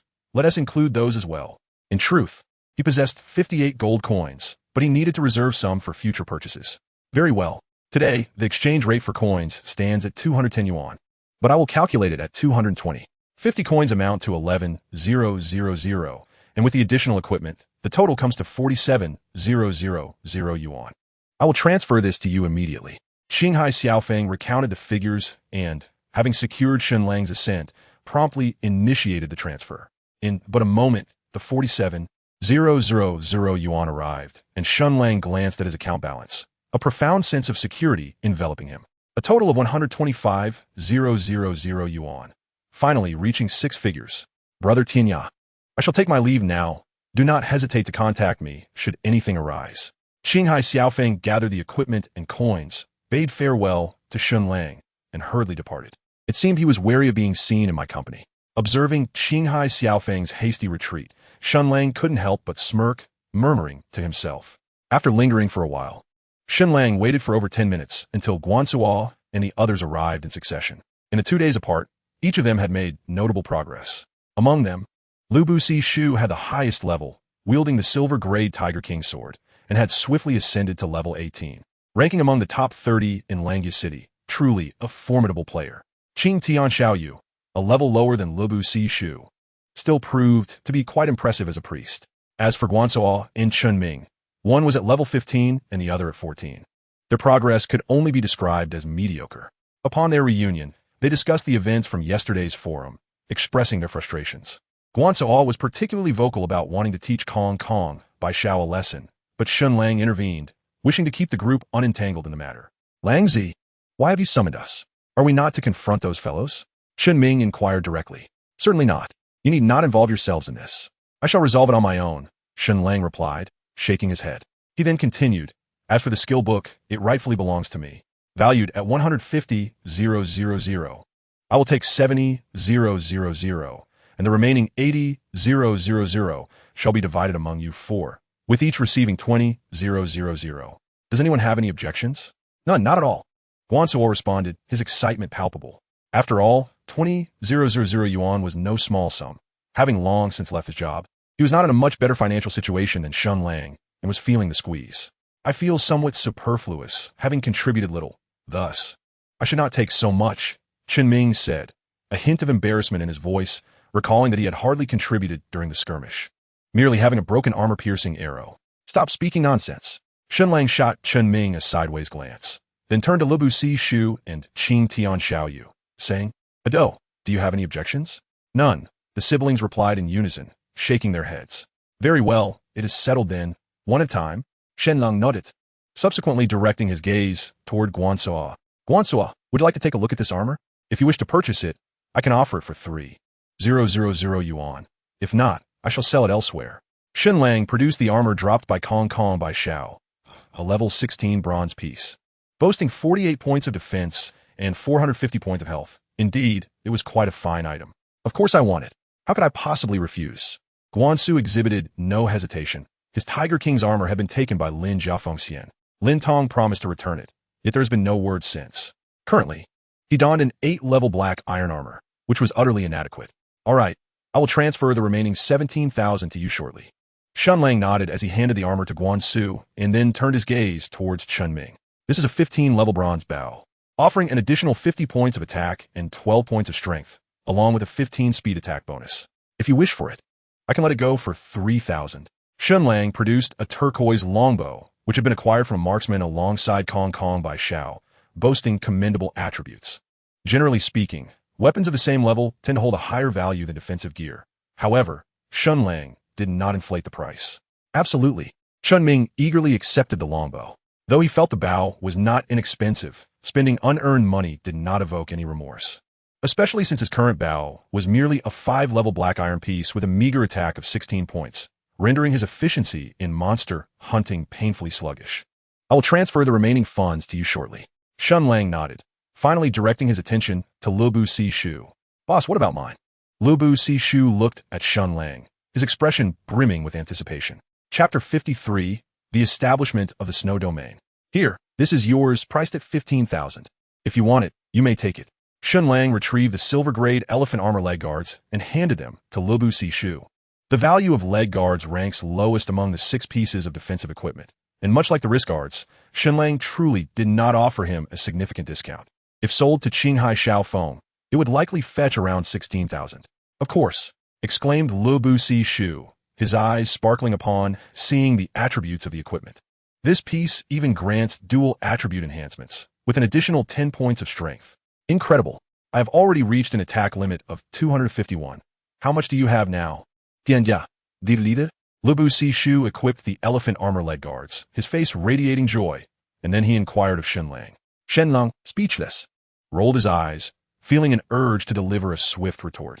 This fellow truly had a knack for touching upon sensitive subjects. 177, Shen Lang stated flatly.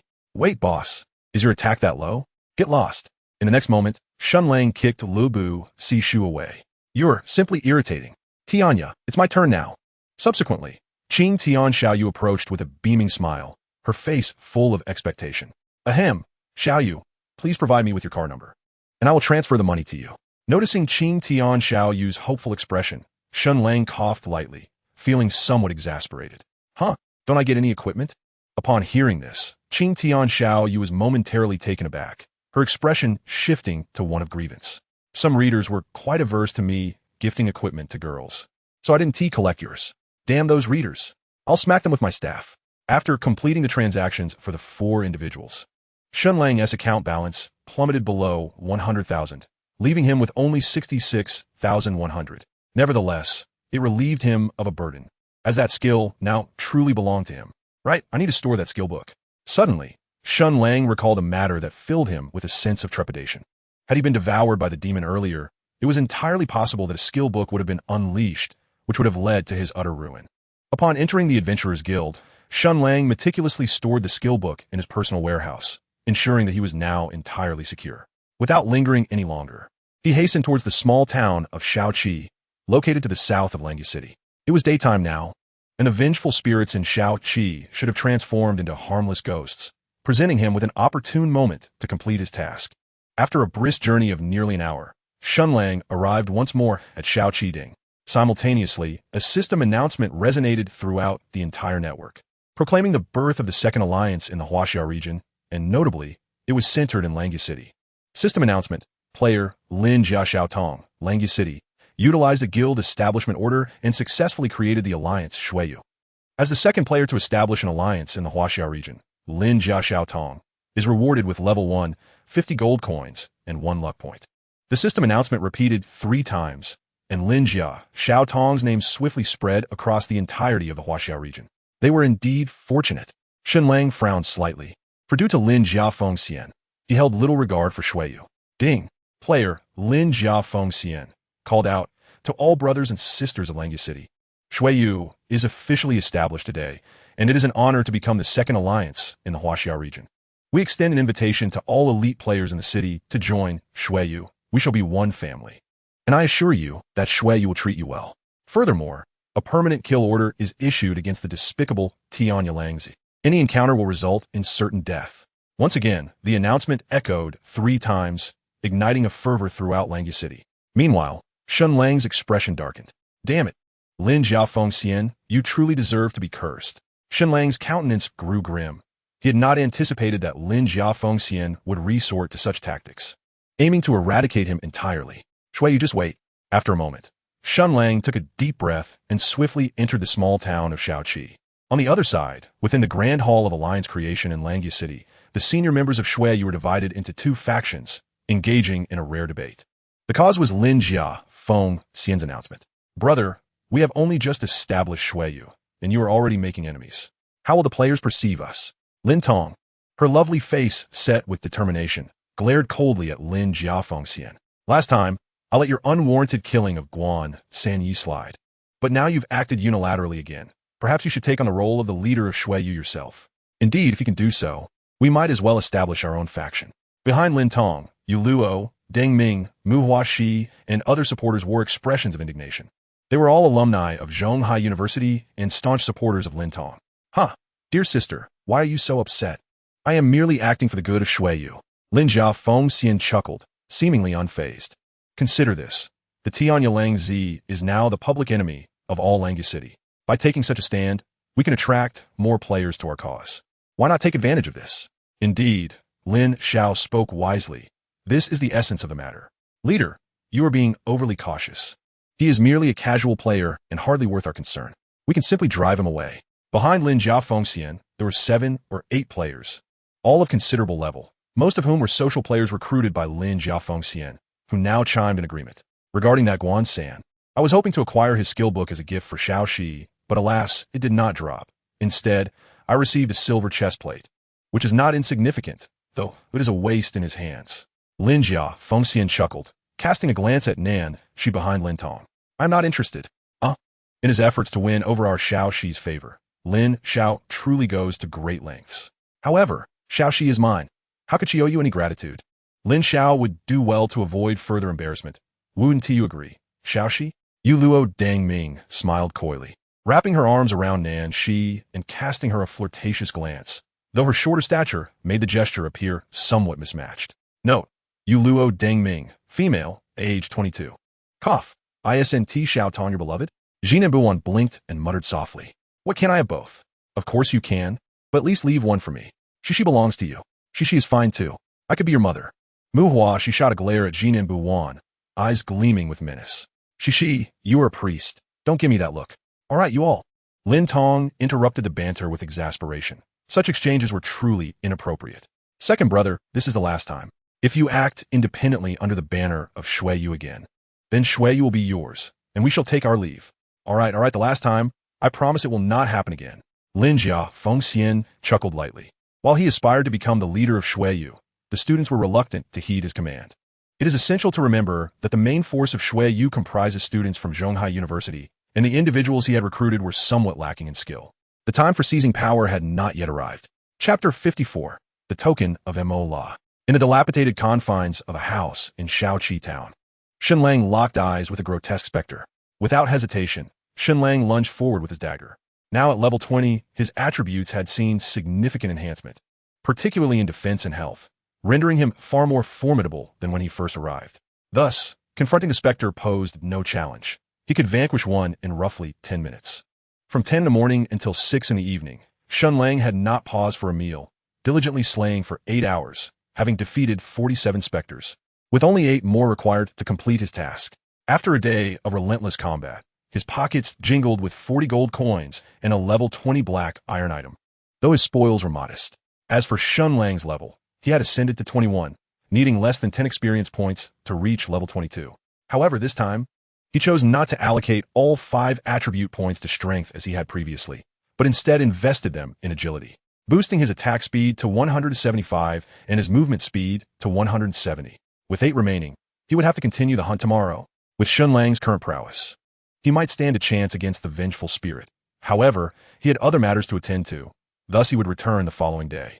After logging off, he quickly partook of a simple dinner that lasted a mere 15 minutes, and then he logged back in. Shen Lang wasted no time and headed straight for a store on the distant street corner, where he purchased 50 roasted chickens, spending a total of 5 gold coins, which left him feeling quite pained. Subsequently, he departed from Langya City and hastened towards Songlong Ridge. Along the way, Shen Lang did not idle. He vanquished a level 20 mammoth, yet its enormous size rendered it impossible for him to drag it, and his storage bag could not accommodate it. Thus, he resorted to severing 4 of its legs, which he managed to fit into his storage bag. He pressed onward until he finally arrived at the edge of the cliff past 10 o'clock at night.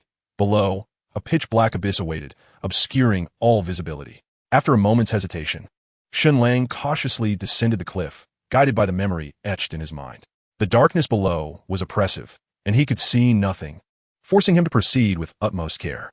Unfortunately, just as he neared the bottom, he stumbled and fell, losing nearly 1,000 health points in the process, narrowly escaping death.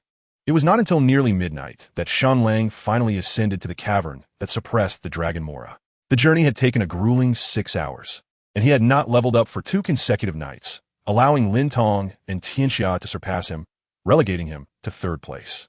Lin Tong, in particular, had established an alliance and received a level-up reward, now standing at level 23. Had Shen Lang not pilfered the empty-headed beast yesterday, his ranking might have plummeted further, risking a fall from the top 10. Inside the cavern, the great dragon Mora remained sprawled upon the stone platform, its massive night pearls illuminating the entire chamber. Upon seeing Shen Lang, the lethargic Mora perked up, an involuntary glimmer of surprise surfacing in its eyes.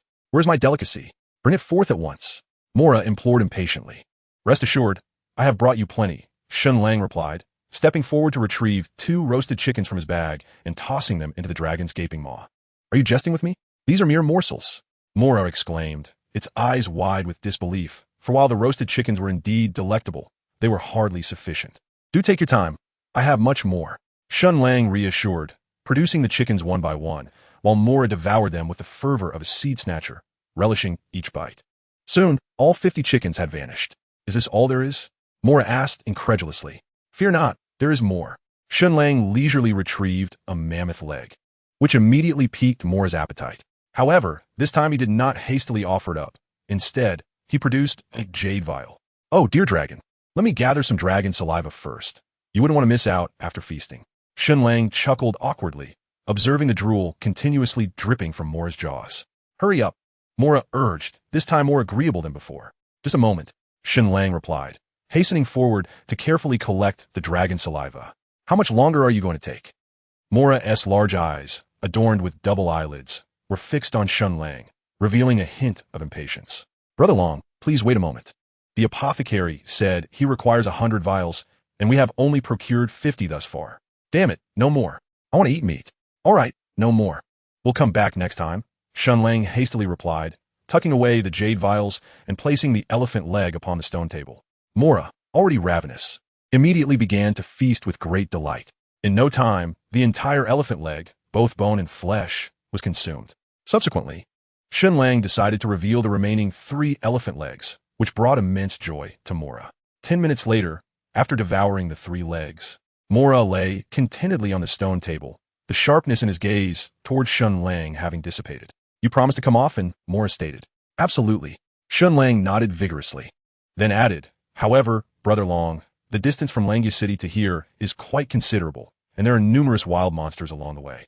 I'm currently too weak. I fear I can only come once a month." "A month? No, that is far too long. Do you wish to starve me?" Mora shook his enormous head, expressing his dissatisfaction. "I have no choice, Brother Long. I died several times en route today. My dagger is simply inadequate. I could not fend off those wild monsters." "You're dreaming." Mora shot a glance at Shen Lang, incredulous that he would even consider attacking them. "Here, take this. As long as you don't provoke those lesser creatures, they won't dare to attack you." Mora contemplated for a moment, then tilted his head and gnawed off a piece of his black scale, offering it to Shen Lang. Upon seeing this, Shen Lang's heart leaped with joy as he hurriedly caught the enormous dragon scale. He had merely spoken in jest, yet this formidable creature had genuinely bestowed upon him a boon. Black-winged dragon scale, Mora's token, which exerts a certain suppressive effect on non-cultivated wild monsters, instilling fear and preventing them from initiating aggression against the bearer of the dragon scale. "Excellent. Brother Long, your generosity knows no bounds. With this, I need not fear those wild monsters when I return," Shen Lang exclaimed with elation, promptly storing the dragon scale away. This item was indeed a treasure, ensuring he would be untroubled by monster ambushes in the future. "Now be off. Remember to bring more supplies next time. Rest assured, Brother Long, it's on me." Chapter 55, A True Windfall. At 1 o'clock in the morning, in his room, Shen Lang removed his helmet, exhaling deeply before sitting up and stretching. The dragon saliva had been acquired. Now only the last blood spirit ginseng remained. If all went as planned, he should be able to complete the shaman's quest by tomorrow, with ample time to spare. It had been 10 days since the server opened, and during this time, his gains had been substantial. He ranked 3rd in Langya City and 33rd across all of China, having earned 50,000 yuan and a skill book, which amounted to a total of 200,000. Quite impressive. Additionally, the 50 vials of dragon saliva he had just obtained should fetch a handsome price. However, if this trend continued, the advantages he had accumulated in the early stages would diminish, and he would soon be surpassed by others. After all, he was an assassin, inherently disadvantaged when it came to leveling up. However, Shen Lang was not overly concerned. His hidden class was nearing completion. Once he transitioned to the Shadow Seeker, his worries would dissipate. At that point, he would focus on taking down the Snow Domain and the elusive Blank Youth, as raiding was far more efficient than grinding on mundane monsters. As for equipment, there was no need for concern.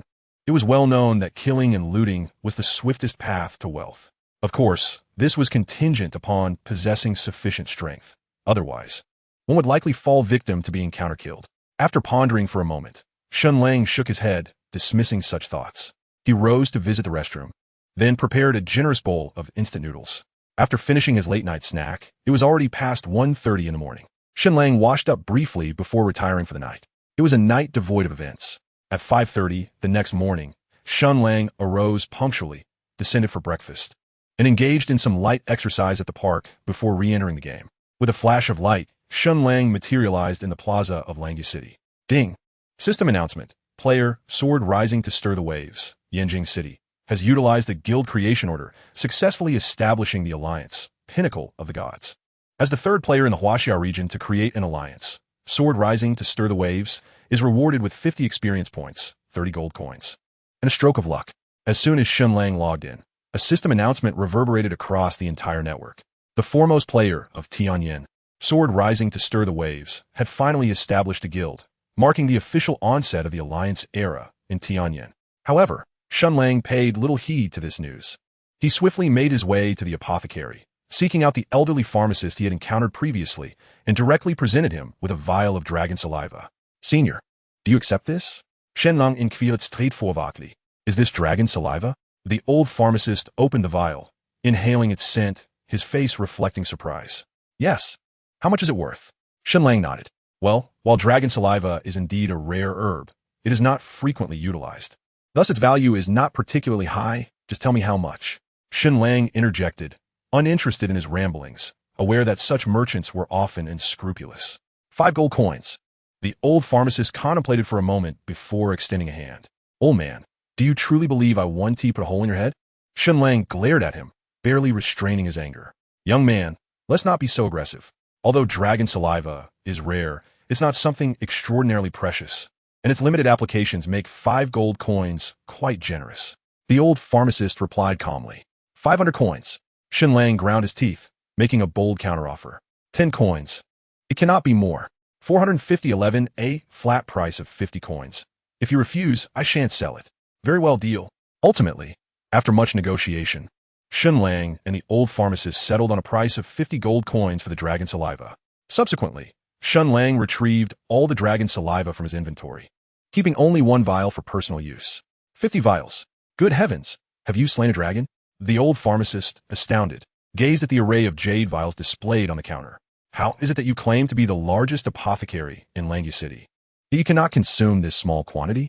Shen Lang scoffed. It is not that, the old pharmacist replied. It is merely that when there is an abundance, it loses its value. Enough. I shall not sell it. Hey, young man, why the urgency?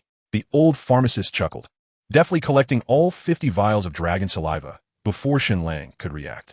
He then instructed the shopkeeper to procure 500 gold coins to complete the transaction with Shen Lang. We have struck it rich this time, Shen Lang mused, watching the gold coins fill his satchel, his excitement rising rapidly. This must be worth at least several 100,000. Come, Laifu. Please inform all the apothecaries in Langya City that we have a batch of dragon saliva available for auction. Additionally, reach out to the shops in other counties as well. Meanwhile, the old pharmacist summoned his steward, handing over the 50 vials of dragon saliva while offering a few instructions. Let us set a preliminary price of 500 gold coins per vial. They can bid as they see fit. Old man, this is outrageous, Shen Lang exclaimed, bewildered, suddenly finding the pile of coins less appealing. The old pharmacist patted Shen Lang on the shoulder with a grin, his tone serious. You're quite ruthless. Shen Lang glared at the old pharmacist, wishing he could swiftly end his life for his unscrupulousness, feeling utterly cheated, yet the old man still feigned innocence. Ah, young man, should you ever come across this again, do remember my name, though the price will likely not be as high, for this batch alone will suffice for some time. I need 2 stalks of resurrection grass and 50 grams of deer antler, Shen Lang said, uninterested in further conversation, as he handed over 50 gold coins. An hour later, at the entrance of the Adventurers Guild, Qinghai Xiaofeng rushed over, breathless. My apologies, Tian Yan brother. I was delayed. No rush. Given your demeanor, I assume you have acquired something valuable. Shen Lang inquired with a smile. Indeed, I have obtained a guild establishment order. Qinghai Xiaofeng replied, excitement evident in his voice. In Langya City, there was currently only 1 guild in the Snow region, and a first-tier guild could only accommodate 100 members. This meant that the majority of skilled players remained guildless, and establishing a new guild held considerable advantages. Really? That is indeed a cause for celebration, Shen Lang said with a respectful nod. Haha, you are too kind. After exchanging pleasantries, Qinghai Xiaofeng shifted to serious matters. I happen to have a substantial amount of gold coins, and I wonder if you could manage it. Shen Lang inquired directly, what price are you offering for them? He had waited an hour for Qinghai Xiaofeng, eager to sell the coins, knowing that their value diminished the longer he held onto them. How much are you looking to sell? Qinghai Xiaofeng asked. 2,400 coins. 2,400? Have you perhaps robbed the lordess estate? Qinghai Xiaofeng was momentarily taken aback, questioning whether he had misheard, or had Shen Lang procured such a fortune. Ha, as if. Shen Lang smiled and asked, I wonder if Brother Feng is able to take over? Of course, no problem. Qinghai Xiaofeng hesitated for a moment before finally nodding in agreement. However, Brother Tian Yan, the amount of gold coins this time is rather substantial. I can only offer you the standard trading price. He added, in their previous transactions, Shen Lang had always received a slightly higher price than the market rate, as a personal favor, but this time the quantity was simply too great to accommodate that. That's perfectly fine. Shen Lang nodded, expressing no objections, as long as he could part with the gold coins. All right. That's a total of 2,400 gold coins. The trading price this morning was 170 per coin, which amounts to 408,000 in total. Qinghai Xiaofeng calculated twice, then turned to Shen Lang and said, let's do it this way, Brother Tian Yan. We'll transfer in increments of 40,000. It's not that I don't trust you. It's just that this sum is rather large. That is indeed reasonable, Brother Feng. No need for explanations, I understand. Shen Lang nodded, and the two commenced the transaction. As he observed the ever-increasing balance in his bank account, Shen Lang couldn't help but swallow hard, his heart racing with excitement. He had never seen such a large sum of money before. Ultimately, the figures on the bank card settled at 47, 410, 335. Once the transaction was complete, Qinghai Xiaofeng hurriedly departed. The guild youth song had already been established, and Qinghai Xiaofeng was one of its vice leaders. Almost 500,000. Shen Lang checked the balance on his card again, a smile involuntarily spreading across his face, one that he could hardly contain. He still possessed over 90 gold coins, having not sold all of them, as he intended to use them for alchemy later. Subsequently, Shen Lang did not linger any longer and made his way back towards Shaoqi Town. Chapter 56. Do we know each other? Upon arriving at Shaoqi Town, it was nearly 9 o'clock. However, unlike the previous quietness, today the place was bustling with activity, as players had gathered in teams to hunt the specters, and there were quite a few of them, presumably from the same faction. Shen Lang was not surprised by this, with the player population exceeding 10 million in Langya City. And Shaoqi Town being just an hour's journey away, it was only natural for some to come here. Ignoring the other players, Shen Lang activated his stealth mode and made his way deeper into Shaoqi Town, where fewer players lingered. Before long, in less than an hour and a half, Shen Lang had defeated 8 specters, finally gathering 100 soul orbs. He then sought out the witch in Shaoqi Town and presented the soul orbs to her. The old woman appeared as frail as ever, trembling as she retrieved a blood-red ginseng from her bosom and handed it to Shen Lang. Thank you, Granny. Shen Lang hurriedly accepted the blood spirit ginseng, carefully placing it into a wooden box he had prepared in advance. At last, he could finally relax, as he had accomplished his task. Granny, may I ask what you intend to do with these soul orbs? With the last medicinal herb in hand, Shen Lang was in a particularly good mood and casually inquired. Young lad, it is wise not to pry into matters that do not concern you. Be cautious lest you lose your own life. The old woman cast a fleeting glance at Shen Lang before shakily making her way into the dilapidated house. Leaning on her cane, it seemed there were secrets hidden within. Shen Lang blinked, curiosity piquing his interest as he gazed toward the dwelling. However, he had no intention of investigating further. His priority lay in transitioning to the role of an inconspicuous one. Was that the wanderer from the ends of the earth? Just as Shen Lang was about to depart, a group of players approached from a distance, one of whom immediately recognized him. Shen Lang furrowed his brow and turned to face them. There were 3 men and 2 women, none of whom he knew. It's him. What should we do? Should we confront him? Yes. Let us record a video. If we defeat him, our Heavenly Earth Guild will surely make a name for itself in Langya City. Let us go for it. Oh, he is fleeing. As they debated, Shen Lang had already activated his stealth mode, vanishing from their sight. In Langya City, Shen Lang found the old apothecary once more and handed him the formula. How much will it cost to concoct this elixir? Shen Lang inquired directly. 100 gold coins. The old apothecary replied, holding up a finger. Why don't you go rob someone then? Shen Lang glared at the apothecary, incredulous that it would cost 100 gold coins simply to brew a potion. Oh, come now, young man. We are old acquaintances. Surely, I wouldn't deceive you. The old apothecary chuckled, his face wrinkled with mirth. Moreover, I have a 70% success rate.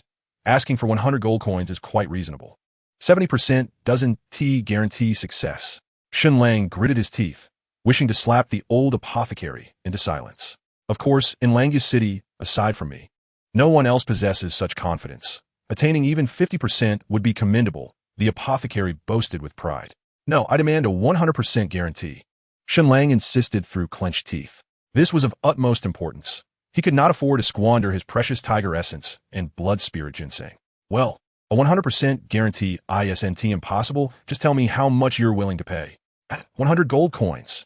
50. Fine, 50 it is. After a moment of hesitation, the old apothecary finally nodded, willing to settle for 50. Having agreed on a price, Shen Lang produced all the required ingredients and handed over his soul 100 gold coins to the old apothecary. Having just slain 8 specters, he had precisely accumulated the necessary amount. 5 drops of dragon spittle were sufficient, and the remainder could be exchanged for 50 gold coins. You're quite the shrewd negotiator. However, dragon spittle has depreciated in value and is now worth only 1 gold coin. Then I shan't brew it. Oh, come now, fine. Given our familiarity, I'll assist you this once. The old apothecary chuckled as he collected the gold coins and ingredients for the tonic.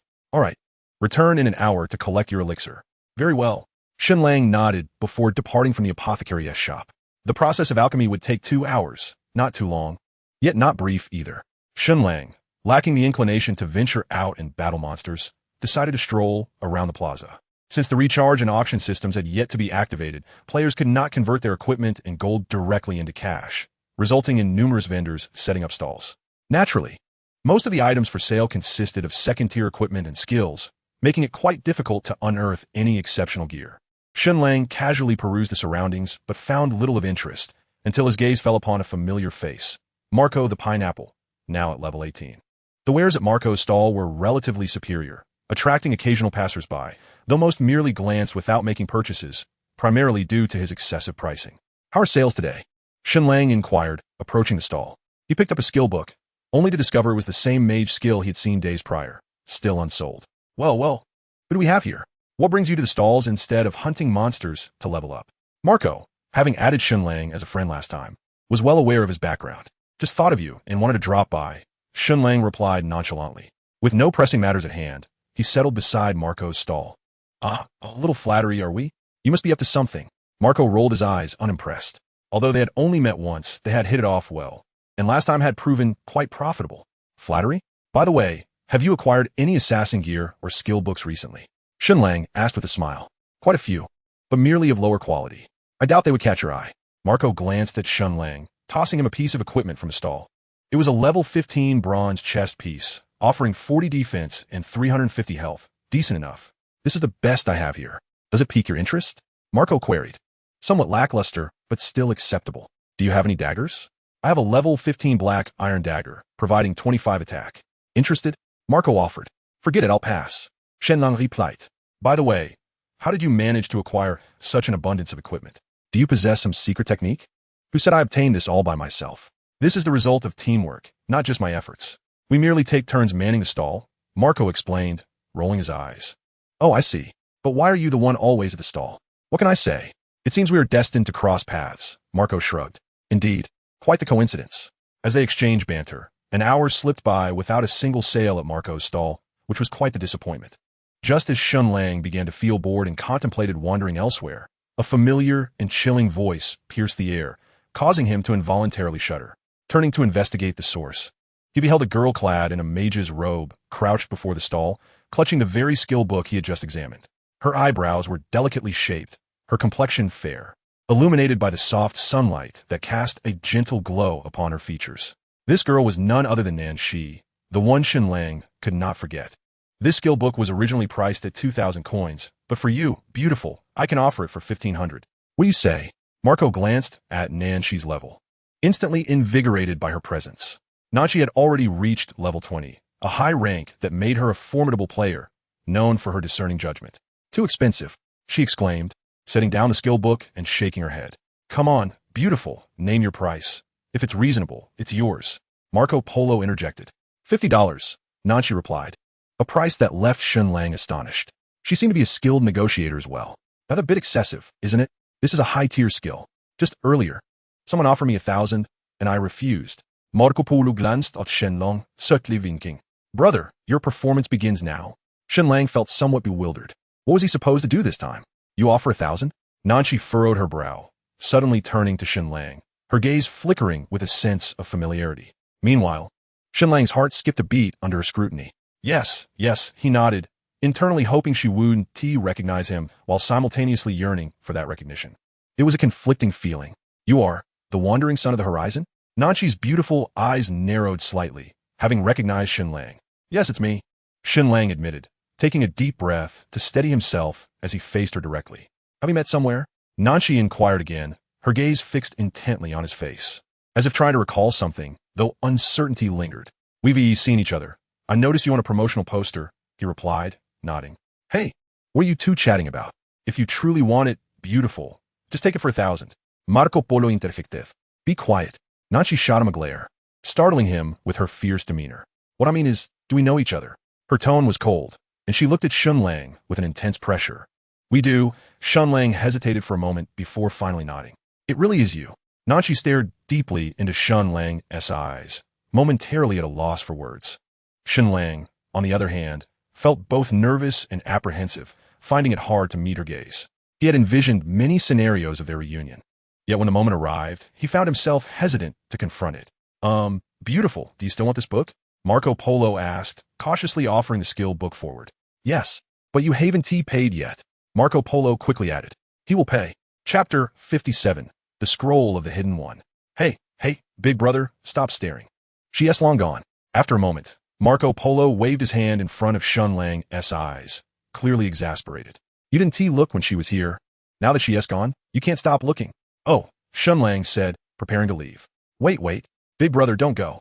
Seeing Shen Lang about to walk away, Marco Polo looked bewildered and quickly blocked his path. What is the matter? What is going on? Marco Pine demanded, his eyes wide with suspicion. She told me to pay you 1,000 yuan. Hand it over. She said to pay you. So why are you asking me? Well, what else is there? Fine, 200 yuan. Send me your card number. Brother, 800 is the lowest I can go. Stop talking nonsense. 300. If you can't accept it, then forget it. Go ask her for it. 600. 500. Deal. Ultimately, Shen Lang transferred 500 yuan to Marco Pine, acquiring the rights to the skill book. Inside the apothecary, the old pharmacist was punctual, delivering a blood-red pill to Shen Lang precisely at the appointed hour. At that moment, as the pill was finally in his possession, Shen Lang felt a wave of relief wash over him. It truly is a potency pill, he murmured softly, carefully placing the pill into a jade vial he had prepared beforehand. He thanked the old pharmacist and hurriedly left the apothecary. In Alangya Prefecture, Shen Lang approached, clearly stating his purpose, and discreetly offered a guard 10 silver coins. Oh, young hero, you're too kind. Follow me, I will escort you inside. The guard glanced around, quickly pocketing the coins, and led Shen Lang into the prefecture. The prefecture was vast, resembling an inner city. Under the guard's guidance, Shen Lang encountered no obstacles and soon arrived at the small villa located on the western side of the prefecture. Along the way, he spotted a few players, seemingly in a hurry to collect quests. Well then, young hero, you can go in by yourself. I shall not accompany you further. The guard halted at the entrance. Thank you. Shen Lang nodded in acknowledgement and, with a heart full of trepidation, stepped into the villa. This time, there were no enticing sounds emanating from within. The courtyard was remarkably tranquil. Your Excellency, I have completed the task you entrusted to me and have come to report back. Shen Lang respectfully called toward the hall. Come in. After a brief pause, a cold voice responded, devoid of any emotion. Taking a deep breath, Shen Lang opened the door and entered the grand hall. Laurent sat as ever, alone upon a large stone chair, his cheeks gaunt and pale, his eyes sunken, exuding an air of indulgence. Laurent's gaze was frigid, akin to that of a venomous serpent, as he scrutinized Shen Lang and inquired, What do you have to report? Under the weight of that chilling stare, Shen Lang involuntarily shivered. He quickly produced the jade vial containing the pill, cautiously approaching to present it to Laurent. Very good, Laurent exclaimed, accepting the vial.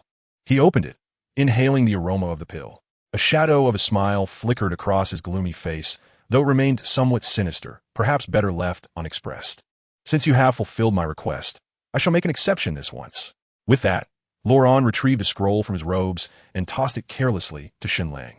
As long as you can pass the test of the Shadow Clan, you may become my closed-door disciple. Go. Thank you, master.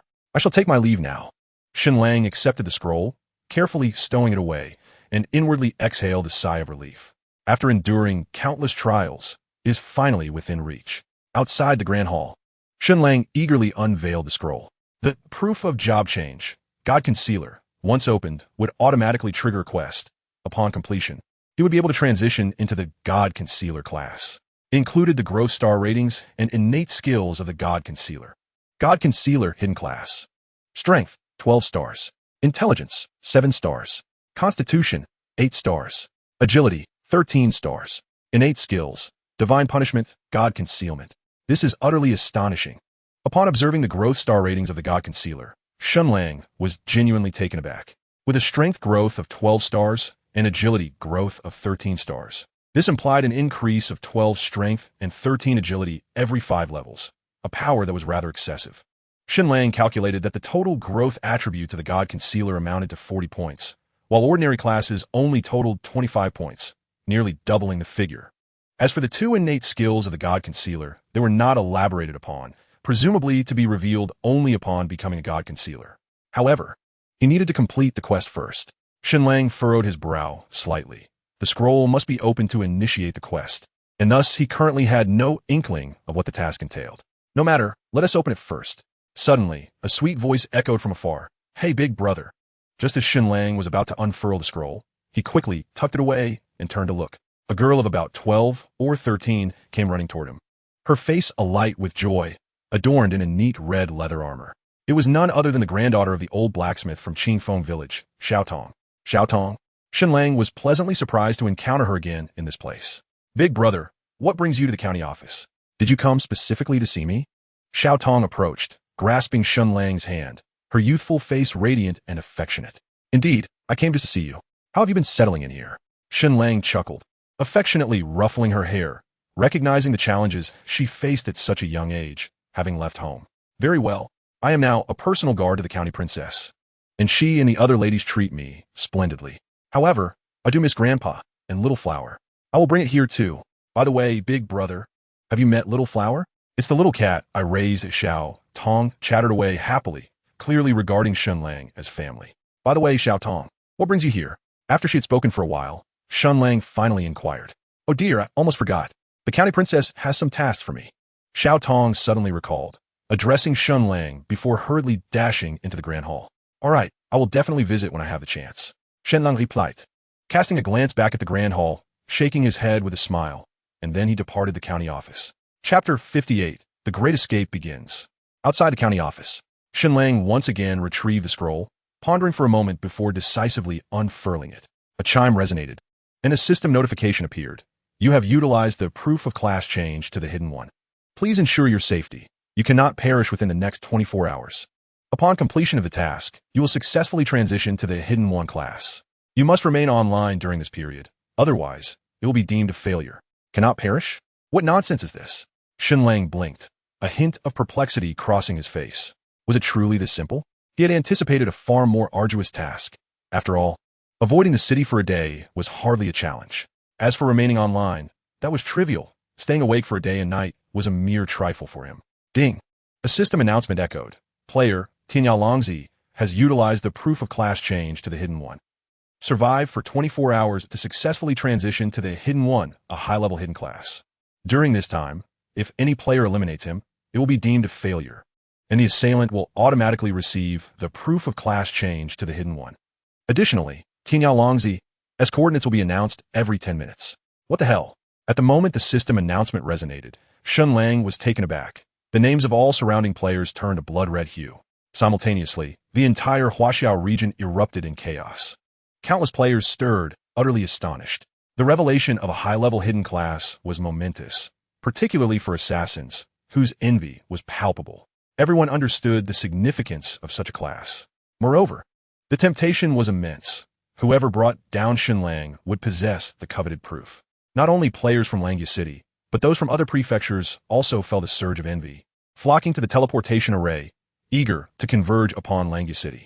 Upon hearing the announcement, Lin Jiafengxian, leading a group of players in battle, was instantly incensed, issuing a public announcement within the Snow Domain Alliance and offering a staggering 1 million yuan as a bait.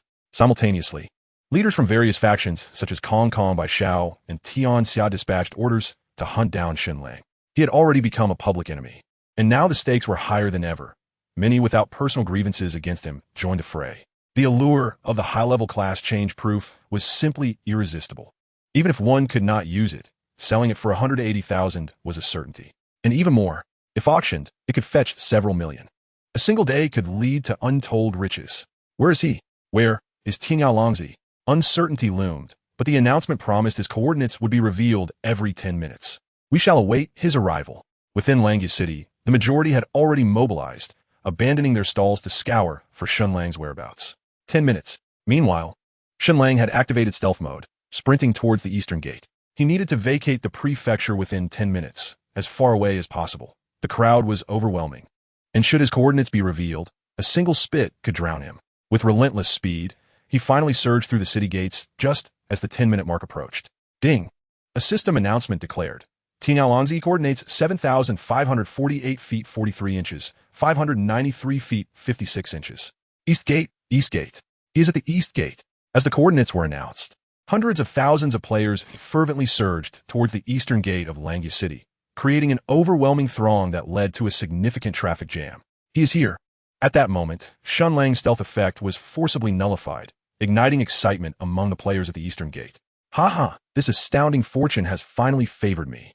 A swordsman laughed heartily, raising his long sword to strike at the approaching Shen Lang. Shen Lang reacted with remarkable swiftness, deftly evading the attack with a nimble slide. Before the swordsman could strike again, Shen Lang rapidly fled towards a nearby thicket. Meanwhile, a few mages and archers behind him took their shots, but they were mere novices, inflicting minimal damage that Shen Lang's current health could easily withstand. Soon, he dashed into the thicket, while those pursuing him lagged behind, quickly losing track of his presence. This stealth mode seems to last an eternity. After shaking off his pursuers, Shen Lang swiftly climbed a large tree, exhaling in relief. The thicket was not vast, and with over 4 minutes of stealth remaining, should he be discovered and ensnared, he would undoubtedly be overwhelmed. Players soon flooded into the thicket, hastily pursuing him. On the other side of the woods, several nearby players training also arrived, intent on cutting off Shen Lang's escape. As time ticked by, though many traversed the woods, none discovered Shen Lang concealed among the branches. They hadn't even considered looking in that direction. Finally, after 5 minutes, his stealth cooldown concluded. Yet Shen Lang did not immediately make his move. He awaited the announcement. For once the announcement sounded, his stealth would dissipate, and 5 minutes would hardly suffice for any significant action. Another 5 minutes passed, and at last, the system announcement resounded, revealing Shen Lang's current coordinates. Something feels off. PS behind. Concurrently, Shen Lang sprang from the tree, activating his stealth mode. However, instead of fleeing towards the opposite end of the thicket, he dashed swiftly towards Langi City. Boom! Boom! Boom! In no time, players surrounded the tree, frantically attacking, leaving not a blade of grass untouched. Where the hell did he go? Naturally, he must have fled eastward. Inform the boss that Tian Yan likely slipped past. Let them unleash their firepower. In stealth, Shen Lang's speed was remarkable. He burst forth from the forest and quickly headed north. Beep, beep, beep. His friend list was inundated with incoming call requests. But Shen Lang had no time to respond. Survival was paramount.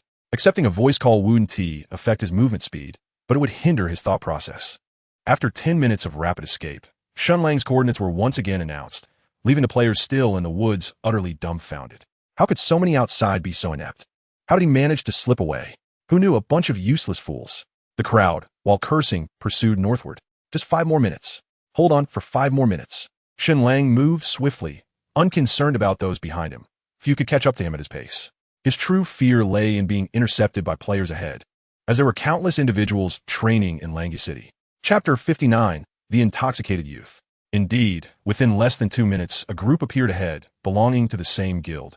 Youth Song. They were one of the 3 major factions in Langi City. At the forefront was a young man, a level 21 berserker, known as the Intoxicated Youth, wielding a crimson long blade, the very blood-tooth sword Shen Lang had sold to Qinghai Xiaofeng. Flanking the Intoxicated Youth were a man and a woman. The woman was unfamiliar to Shen Lang, but the man was none other than Qinghai Xiaofeng. Brother Tian Yan, you have certainly stirred quite a commotion, captivating the entire Huaxia region. Qinghai Xiaofeng greeted Shen Lang, a hint of envy in his voice. Are you here to block my path? Shen Lang haitet, gazing at the gathering while silently calculating the time remaining in his stealth. There were still over 3 minutes left. Brother Tian Yan, everyone desires a hidden class, but... Qinghai Xiaofeng's words trailed off as he glanced at the intoxicated youth beside him. Tian Yan, I have heard much about you. Join Youth Song, and I will ensure your class transition is successful, the intoxicated youth directly proposed, without any superfluous conversation. What must I do? Shen Lang inquired, his brow slightly furrowed. Quite simple. Obey my commands, and let everything revolve around me. The intoxicated youth spoke with an air of authority that was hard to ignore. Apologies, but I must decline. Shen Lang replied without a moment's hesitation, firmly rejecting the proposal. How about this? Let's make a wager. If you can withstand 5 minutes against me, I shall let you go. Should you fail, you must join Youth Song. What do you say? The intoxicated youth's confidence was palpable. That works, let's begin. Shen Lang nodded without a trace of doubt. 5 minutes was far too underestimated. Then let us commence. The intoxicated youth smiled slightly, eschewing further words as he charged at Shen Lang with his long blade. Simultaneously, a green light emerged as a priest in the crowd raised their staff, casting a blessing upon the intoxicated youth.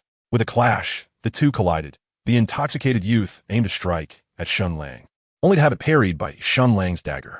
In a fluid motion, Shen Lang spun around, positioning himself behind the intoxicated youth, and thrust his dagger fiercely toward the back of his neck.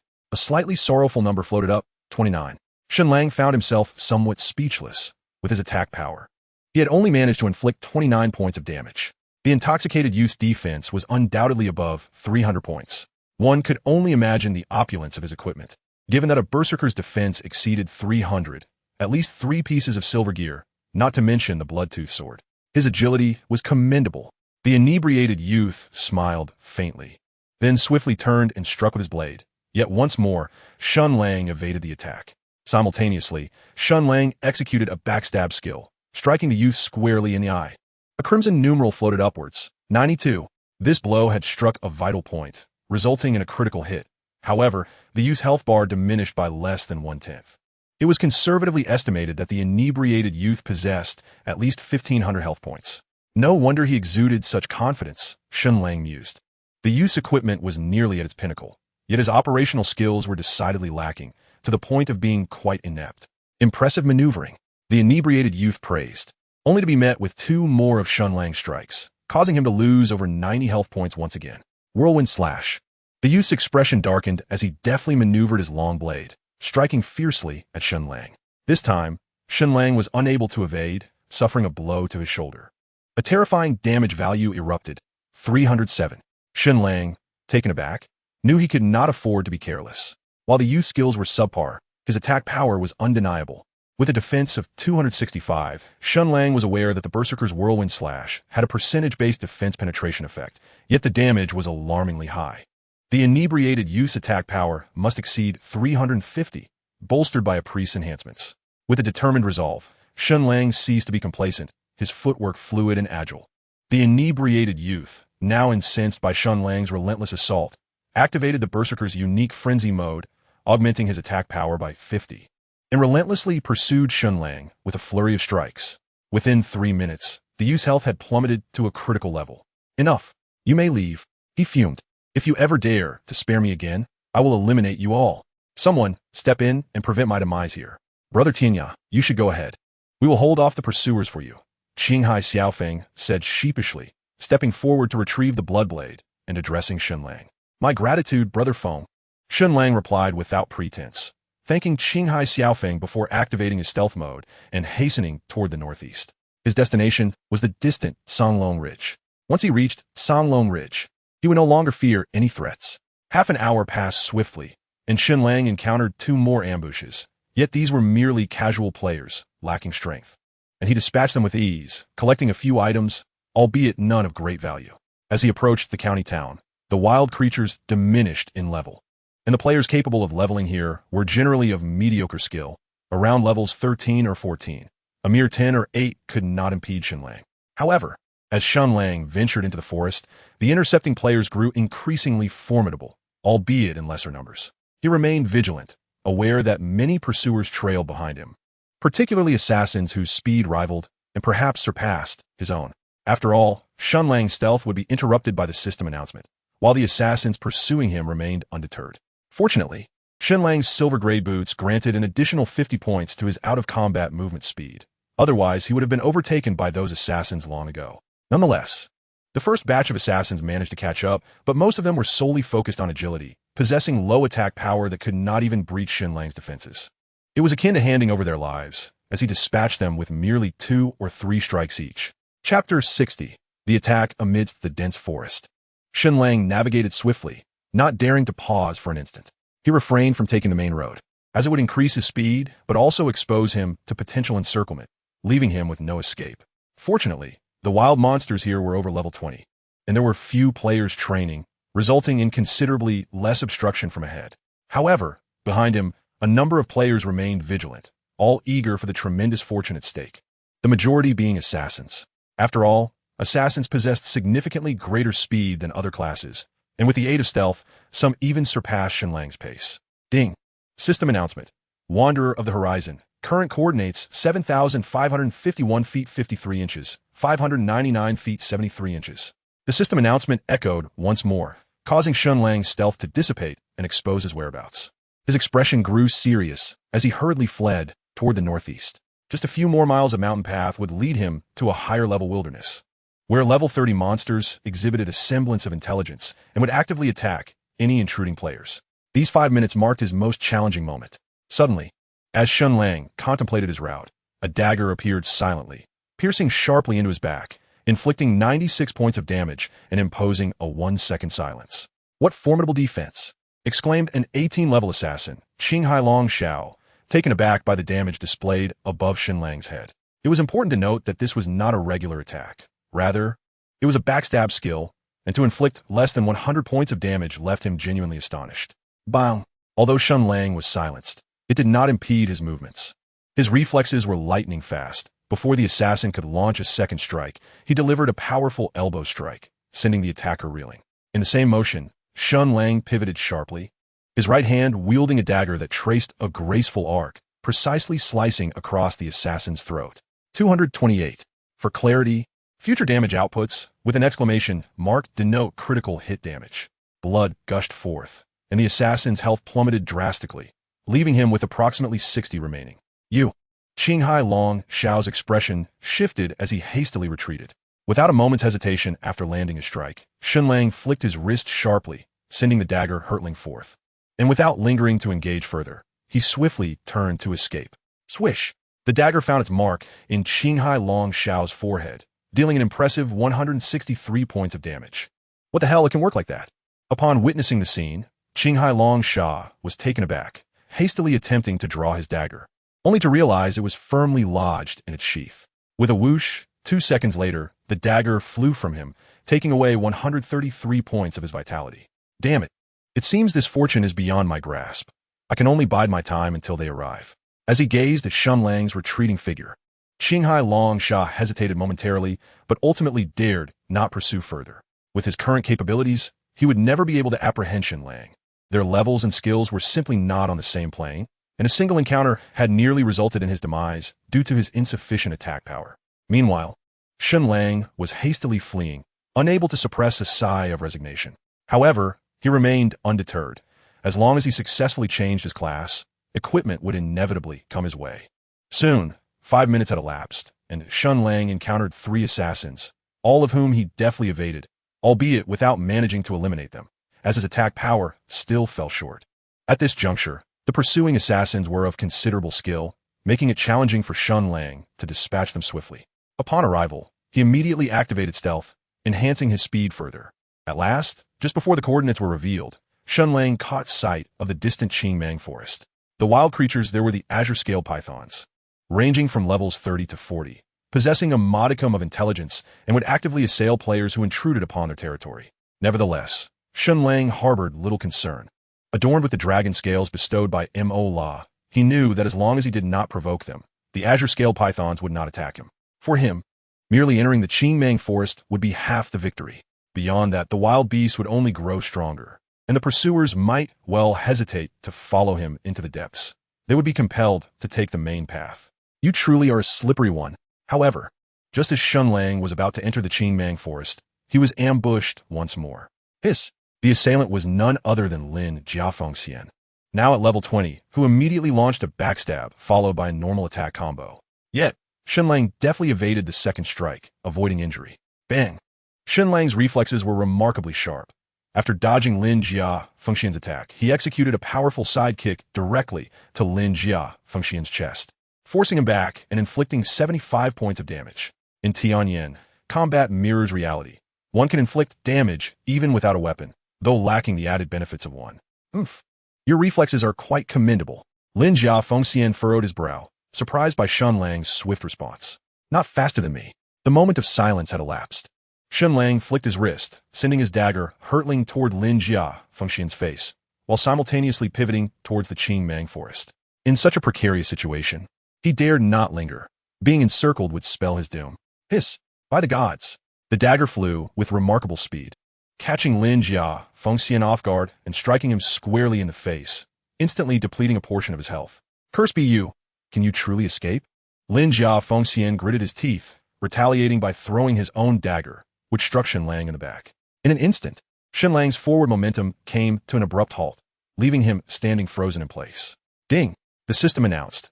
Lin Jiafengxian employed the skill Pierce the Void, inflicting 223 points of damage upon you and stunning you for 1 second.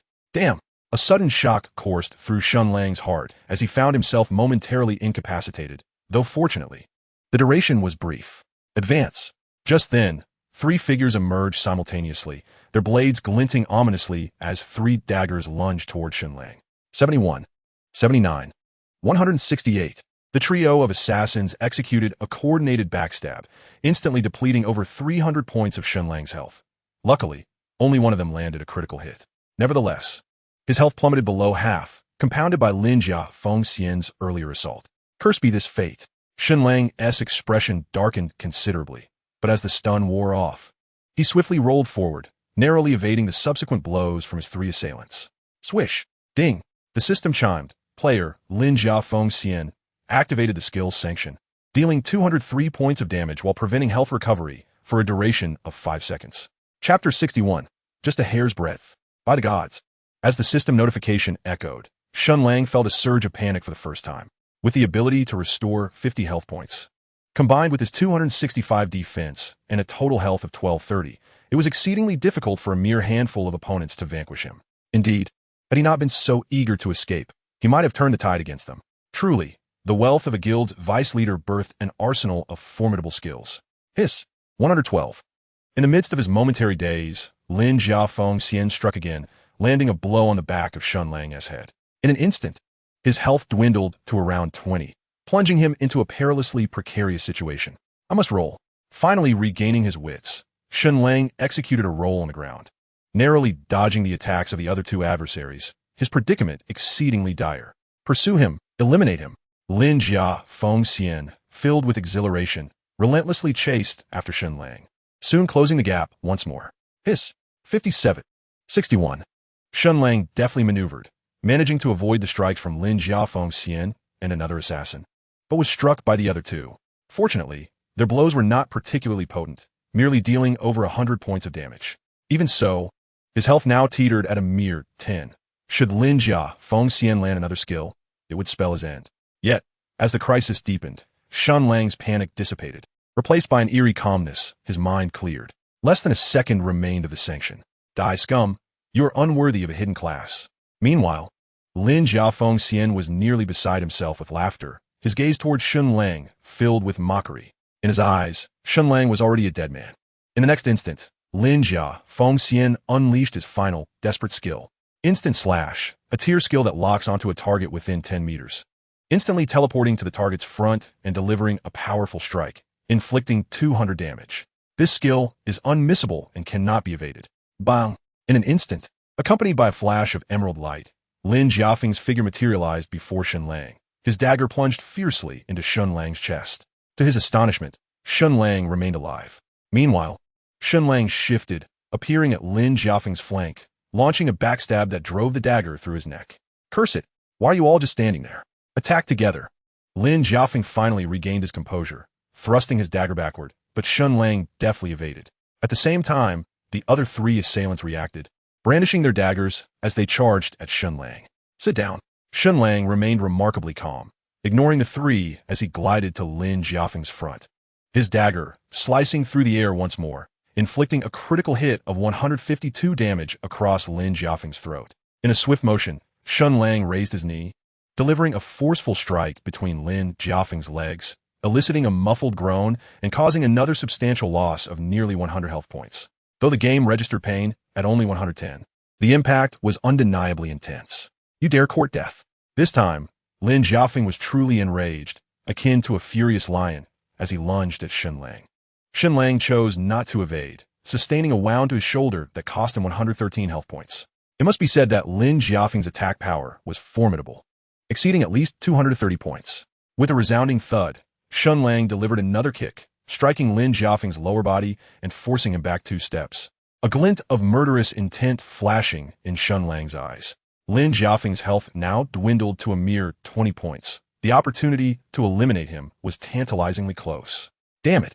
Just as Shen Lang prepared to strike the fatal blow, Lin Jiafeng sensed Shen Lang's murderous intent and hastily consumed a health potion, instantly restoring 200 health points. Simultaneously, the other 3 assassins finally closed in, attacking in unison. However, only one managed to land a hit on Shen Lang, causing a mere 60 points of damage.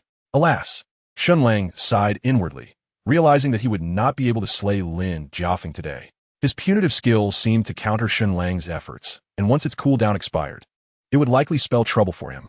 Moreover, there could be other assassins lurking in the shadows, waiting for the opportune moment to strike. With this thought, Shen Lang dismissed the trio from his mind, flicking his wrist to hurl his dagger at Lin Jiafeng before swiftly retreating towards the green python forest. The dagger flew with remarkable speed. Lin Jiafeng had no chance to evade, and once again he was struck, losing over 100 health points. "Shall we pursue him, young master?" one of the assassins inquired. "Chase, are you blind? Look at my health." Lin Jiafeng seethed, glaring at Shen Lang's retreating figure, his eyes filled with unfulfilled ambition. So close, just a breath away from claiming that elusive hidden class for himself. Suddenly, the dagger vanished, and Lin Jiafeng's already sparse health bar diminished further. Damn it, damn it, damn it. Lin Jiafeng was driven to the brink of madness, yet he found himself utterly helpless. He dared not pursue. His health was depleted, and without a healer, recovery was not an option in the short term. "Young master, do not be anxious. We have over 20 hours left, and ample opportunities await us." Old Seven spoke wisely. His coordinates were announced every 10 minutes. Where could he possibly escape? The other two assassins chimed in. Nevertheless, Lin Jiafeng's expression remained grim. His concern was not whether Shen Lang could evade capture, but rather the fear that Shen Lang might be slain by others. In that case, the fortune would slip from his grasp. "Let me recover for a moment before we continue the chase. Also, inform Xiao Tong and the others to hurry over." Chapter 62 finally arrived at the Green Python Forest. Ding. System announcement. Tian Yan, current coordinates 7,573 feet 11 inches, 609 feet 96 inches. Suddenly, a system announcement echoed, and a figure materialized out of thin air. Shen Lang had fortunately escaped unscathed into this realm.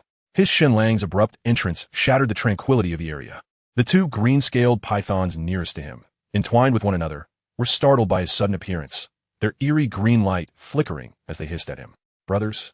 Continue as if I am not here," Shen Lang awkwardly greeted the two pythons, gradually retreating a few steps. Noticing that the pythons did not pursue him, he exhaled in relief and hastened deeper into the green python forest. Hiss as he ventured further. Although the green-scaled pythons refrained from attacking, they regarded him with utmost vigilance. Shen Lang dared not hasten his pace, fearful of provoking their wrath. Clearly, these pythons had developed a sense of autonomous aggression, yet they held back, deterred by the aura emanating from Shen Lang. Finally, a measure of safety seemed to envelop him. While walking briskly, Shen Lang felt a wave of relief wash over him. However, he remained cautious until he laid eyes on Long Go. Absolute safety was an illusion. Indeed, he had not anticipated the players' fervor. They were willing to sacrifice their lives for the elusive Hidden One's class change scroll. Within less than half an hour of entering, he encountered 3 ambushes, the most intense involving 7 assassins who nearly succeeded in taking his life. Fortunately, the strength of those assassins was relatively weak, most hovering around level 16 or 17, with limited offensive capabilities, allowing Shen Lang to narrowly escape disaster. Had there been a formidable expert like Lin Jiafeng among them, he might have met his demise there. Thus, Shen Lang had to remain on high alert. Although stealthy assassins could not be detected, after hours of fleeing, he had begun to discern certain nuances. He realized that sound could serve as a guide. Assassins in hiding were invisible, yet still present. If one were within 5 meters, the faintest footfalls could be heard. Another key point was to rely on intuition for prediction. In life, much like in the realm of gaming, one can sense a subtle shift in the atmosphere when being observed intently or when an aura of danger looms nearby. The more sensitive individuals perceive this sensation more vividly. In the game, should one be targeted by an assassin, an instinctual feeling of peril arises. Naturally, this perception is delicate, ineffable, and not everyone possesses the ability to discern it. For Shen Lang, his escape spanned several hours as he traversed mountains and valleys, all in pursuit of meeting Long Go. As he delved deeper into this journey, the level of wild creatures escalated, eventually rendering their attributes and levels invisible. During this time, the frequency of ambushing assassins diminished, often. Half an hour would pass without a single attack. After all, Shen Lang had ventured far, and the high-level creatures he encountered would spell certain doom for any assassin foolish enough to abandon their stealth, as some creatures could even detect them through scent. After a relentless 6-hour journey of intermittent running and pausing, Shen Lang finally approached Songlong Ridge, with just half an hour remaining. By this point, fatigue began to weigh on him. He had maintained a heightened state of alertness, unable to afford even a moment of relaxation. Nevertheless, He had narrowly escaped death on several occasions. Suddenly, a flicker of intuition stirred within him, prompting him to sharply turn his head towards a particular direction, where he sensed a faint trace of malice. This instinct had been honed through his arduous flight. The evening breeze whispered through the trees, creating a rustling sound as a few emerald leaves drifted away, lost to the distance.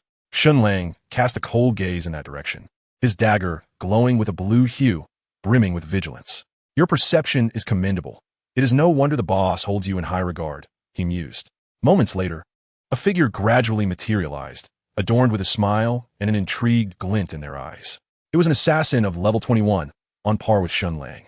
Not from Langya City, are you? Shen Lang inquired, a slight frown creasing his brow, for Langya City did not boast assassins of such high caliber. Indeed not, replied the assassin, a smirk playing on his lips. I hail from Yinjing City and have come to meet you, while also considering a transition to a Shadow Walker. Oh, so you are a friend from Yinjing City. Since you have journeyed such a distance, I shall indulge you. Shen Lang responded with a faint smile, drawing his azure dagger, its edge gleaming menacingly. Huh, allow me to let you strike first. The assassin, arms crossed behind his back, exuded confidence. Very well, Shen Lang nodded. In the next instant, he flicked his wrist, hurling the azure dagger towards the approaching figure. This tactic will not suffice against me. The assassin easily sidestepped Shen Lang's attack with a graceful movement. Why are you running? He shouted, but to his astonishment, he realized Shen Lang had already covered a distance of 2 miles, leaving him bewildered. Not running would be foolish. Under ordinary circumstances, he might have relished the opportunity to spar with someone of such skill, but given the current situation, he had no time to spare. Stop right there, he called after Shen Lang. After the brief encounter, the atmosphere grew tense as both parties pursued each other through the forest with comparable speed. Shen Lang found himself unable to shake off the relentless pursuer, while the latter struggled to close the gap.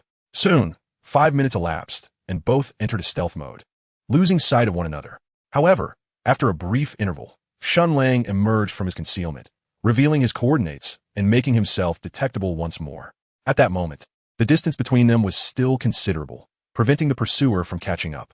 Moments later, as the pursuer was on the verge of closing in, Shen Lang once again activated his invisibility, eluding detection once more. This cycle repeated several times until Shen Lang finally reached the precipice beside a mountain gorge. Chapter 63. So you are also from an ancient martial arts family? You're quite the sprinter. As Shen Lang prepared to descend in search of Long Ge, a figure suddenly appeared before him, charging forward without a moment's hesitation.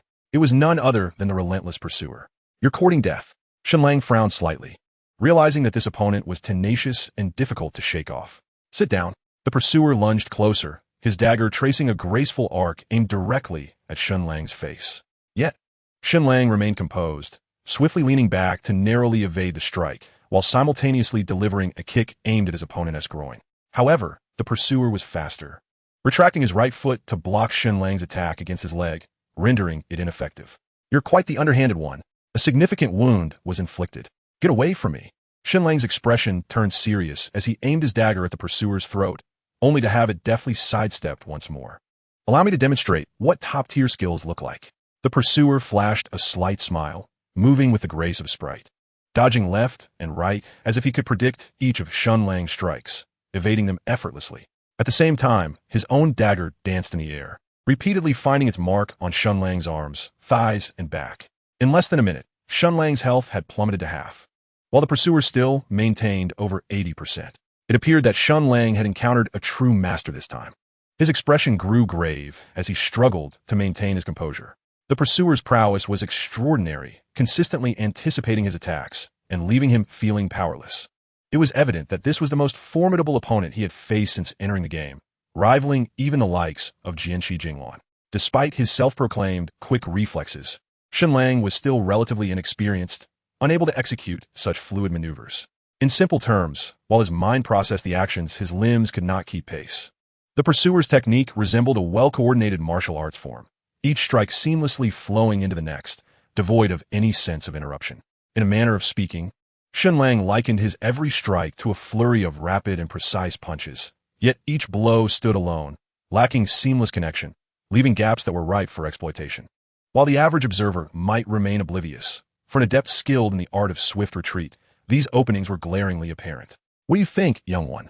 This technique is known as the butterfly steps. Perhaps you're familiar with Allen Iverson, the basketball player renowned for his extraordinary footwork. With a grin, he brandished his dagger, reveling in his own prowess. Not bad, I suppose, merely average. Shen Lang inhaled deeply, spreading his feet slightly apart into a defensive stance. Ha, splendid. I expect nothing less than average from you. With a grin, the opponent darted forward once more, executing a fluid, zigzagging advance, launching another assault against Shen Lang. The sounds of strikes echoed, 77, 73, 75, as damage numbers flared. Shen Lang's reactions lagged, enduring 3 or 4 hits before managing to land a counterstrike. Yet, his eyes gleamed with determination. Soon, his health bar dwindled perilously low, prompting him to swiftly consume a healing potion and sidestep a few paces out of the fray. The opponent, rather self-satisfied, regarded Shen Lang's retreat. So, still average, are we? Whenever my health reaches a critical threshold, I become exceedingly composed. Oh, you're just putting on a show. I assure you, you are unworthy of the title Vanisher. With a slight smile, the opponent surged towards Shen Lang once again. Dagger poised at a treacherous angle aimed directly at his throat. In a heartbeat, Shen Lang sprang into action. Though his body remained still, his feet executed a minuscule lateral shift, deftly evading the lethal thrust. In that instant, Shen Lang launched a backstab, though the opponent had yet to reach him. Shen Lang had already anticipated the strike, as if predicting the very next moment. The dagger plunged with precision into the side of the opponent's neck, unleashing a terrifying damage number, 224. Simultaneously, the opponent's expression altered dramatically, but before any reaction could materialize, Shen Lang's knee was already positioned between his legs. The impact sent him reeling, completely unprepared for such a devastating blow. With his butterfly steps, Shen Lang swiftly maneuvered, darting left and right, his dagger relentlessly striking the back of the opponent's neck, side, and thigh. In no time, Shen Lang's health surged above 70, while the opponent's health bar plummeted below 50 for the first time. Goodness, the opponent finally grasped the situation, yet Shen Lang had seized the upper hand, leaving him no choice but to retreat, while Shen Lang opted not to pursue. I told you, merely average. You see, I can do this too. Shen Lang chuckled, casting a glance at his adversary. Are you really a gaming prodigy, or perhaps a martial arts genius? Incredibly, after delivering a swift strike, he gazed at Shen Lang with a sense of astonishment. It is worth noting that he hails from an ancient martial arts family, having learned various martial arts from a young age. As he matured, he skillfully blended his acquired techniques, ultimately creating a unique set of movements known as the butterfly through flowers. However, witnessing Shen Lang execute the moves with such finesse after only a few attempts was utterly preposterous. Indeed, my parents have remarked upon my innate talent for martial arts since childhood, Shen Lang acknowledged with a nod. Ah, so you two hail from a distinguished lineage. May I inquire about the martial arts you practice? Upon hearing this, the man who strikes and flees brightened, contemplating Shen Lang with newfound respect. No wonder, he was a peer, possessing a solid foundation. I have been practicing Tai Chi since I was a child, following closely behind my grandmother, Shen Lang replied. He spoke the truth, having learned the art in the town square from a young age. So you're from a Tai Chi school. No wonder you have learned so swiftly, the man noted, his earlier shock diminishing. I have also self-studied the 18 dragon-subduing palms, although I have yet to master it. What? Next time be more attentive. You dare to deceive me? The man mused, realizing that his earlier oversight had allowed Shen Lang to gain the upper hand. With more caution, Shen Lang, a mere novice, would not have been his match. Wait. Shen Lang raised a hand to halt the man. What, are you afraid? The man scoffed. Not at all, Shen Lang replied, shaking his head as he surveyed their surroundings. This place is unsuitable. There may be other assassins lurking in the shadows. Let's find a more secluded location to settle our differences. A secluded place? That works. Where shall we go? The man furrowed his brow slightly, but soon nodded in agreement, recognizing the wisdom in Shen Lang's suggestion. If they were to engage in a fierce battle, they risked being interrupted by others, especially given that Shen Lang's location was widely known. Let me think. After a brief glance around, Shen Lang suddenly pointed towards a cliffside below, where a large cave entrance was partially obscured by the canopy of a massive tree, revealing only half of its opening. Do you see that cave? It should be inaccessible to the average person. Really? Excellent. The man's eyes lit up, and he did not consider other options, acknowledging it as a suitable refuge. I'll go down first. You follow closely. Without hesitation, Shen Lang drew another dagger and skillfully began his descent down the cliff. The man, emulating him, also retrieved 2 daggers and followed Shen Lang, down the rocky incline. "Why are you climbing so adeptly?" After a short while, the man found himself lagging behind, calling out in confusion. "I live in the mountains. There are no paths, and I've had to climb to school since childhood. So I'm quite familiar with this terrain," Shen Lang responded earnestly. Could it be that this young man truly belongs to an ancient martial arts family? The man began to harbor doubts. He knew that many such families concealed themselves deep within the mountains, shunning the outside world. Before long, within less than half an hour, Shen Lang reached the base of the cliff, while the man had only climbed 2/3 of the way. Of course, given that it was his first attempt, he was progressing quite rapidly. "Wait for me." After completing his task, he called out from the cliff. "I will wait for you in the cave and see what treasures lie within." Shen Lang, however, had little patience for waiting. He swiftly dashed to the opposite side of the cliff and began his ascent. Finally, after more than 7 arduous hours of traversing mountains and rivers, Shen Lang arrived at the territory of the mighty dragon Mo, feeling a wave of relief wash over him. Half an hour later, after much struggle, he managed to reach the cave's entrance. "Where have you been?" he inquired, noticing the darkened cave before him, an instinctive wariness rising within him. His intuition warned him that this was no ordinary place. "I'm inside, come in. There is ample space." Shen Lang's voice echoed from within, easing some of the tension in the heart of his companion. As long as Shen Lang was unharmed, there should be no cause for concern. Besides, it would be better this way, as they wouldn't have to worry about being robbed by others. With a furtive glance, he stealthily entered the cave. In the enveloping darkness, it wasn't long before his vision brightened, dispelling the shadows as he reached the cave's deepest chamber. What he beheld left him utterly dumbfounded.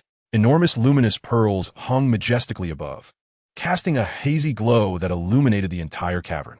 Below, thick chains dangled, ensnaring a colossal black creature. The beast's purplish-black body was adorned with wings and covered in scales resembling rock, emanating an eerie light that instilled fear in his heart. This is a dragon," he stammered, swallowing hard, frozen in fear. "Brother Dragon, I told you I wasn't mistaken. There are many more behind." Leaning casually against a stone platform beside the dragon was Shen Lang, seemingly at ease, as if he were merely enjoying a snack. At last, noticed Shen Lang, who appeared rather unassuming beside the imposing Mo, and his face reflected a look of inquiry. "It's nothing to worry about. This is our brother dragon." Just as Shen Lang finished his reassurance, the great dragon, Mo, suddenly opened its massive jaws and unleashed a torrent of dragon fire. A crimson 6-digit number floated into view as met a swift demise, succumbing to the flames without a trace of agony.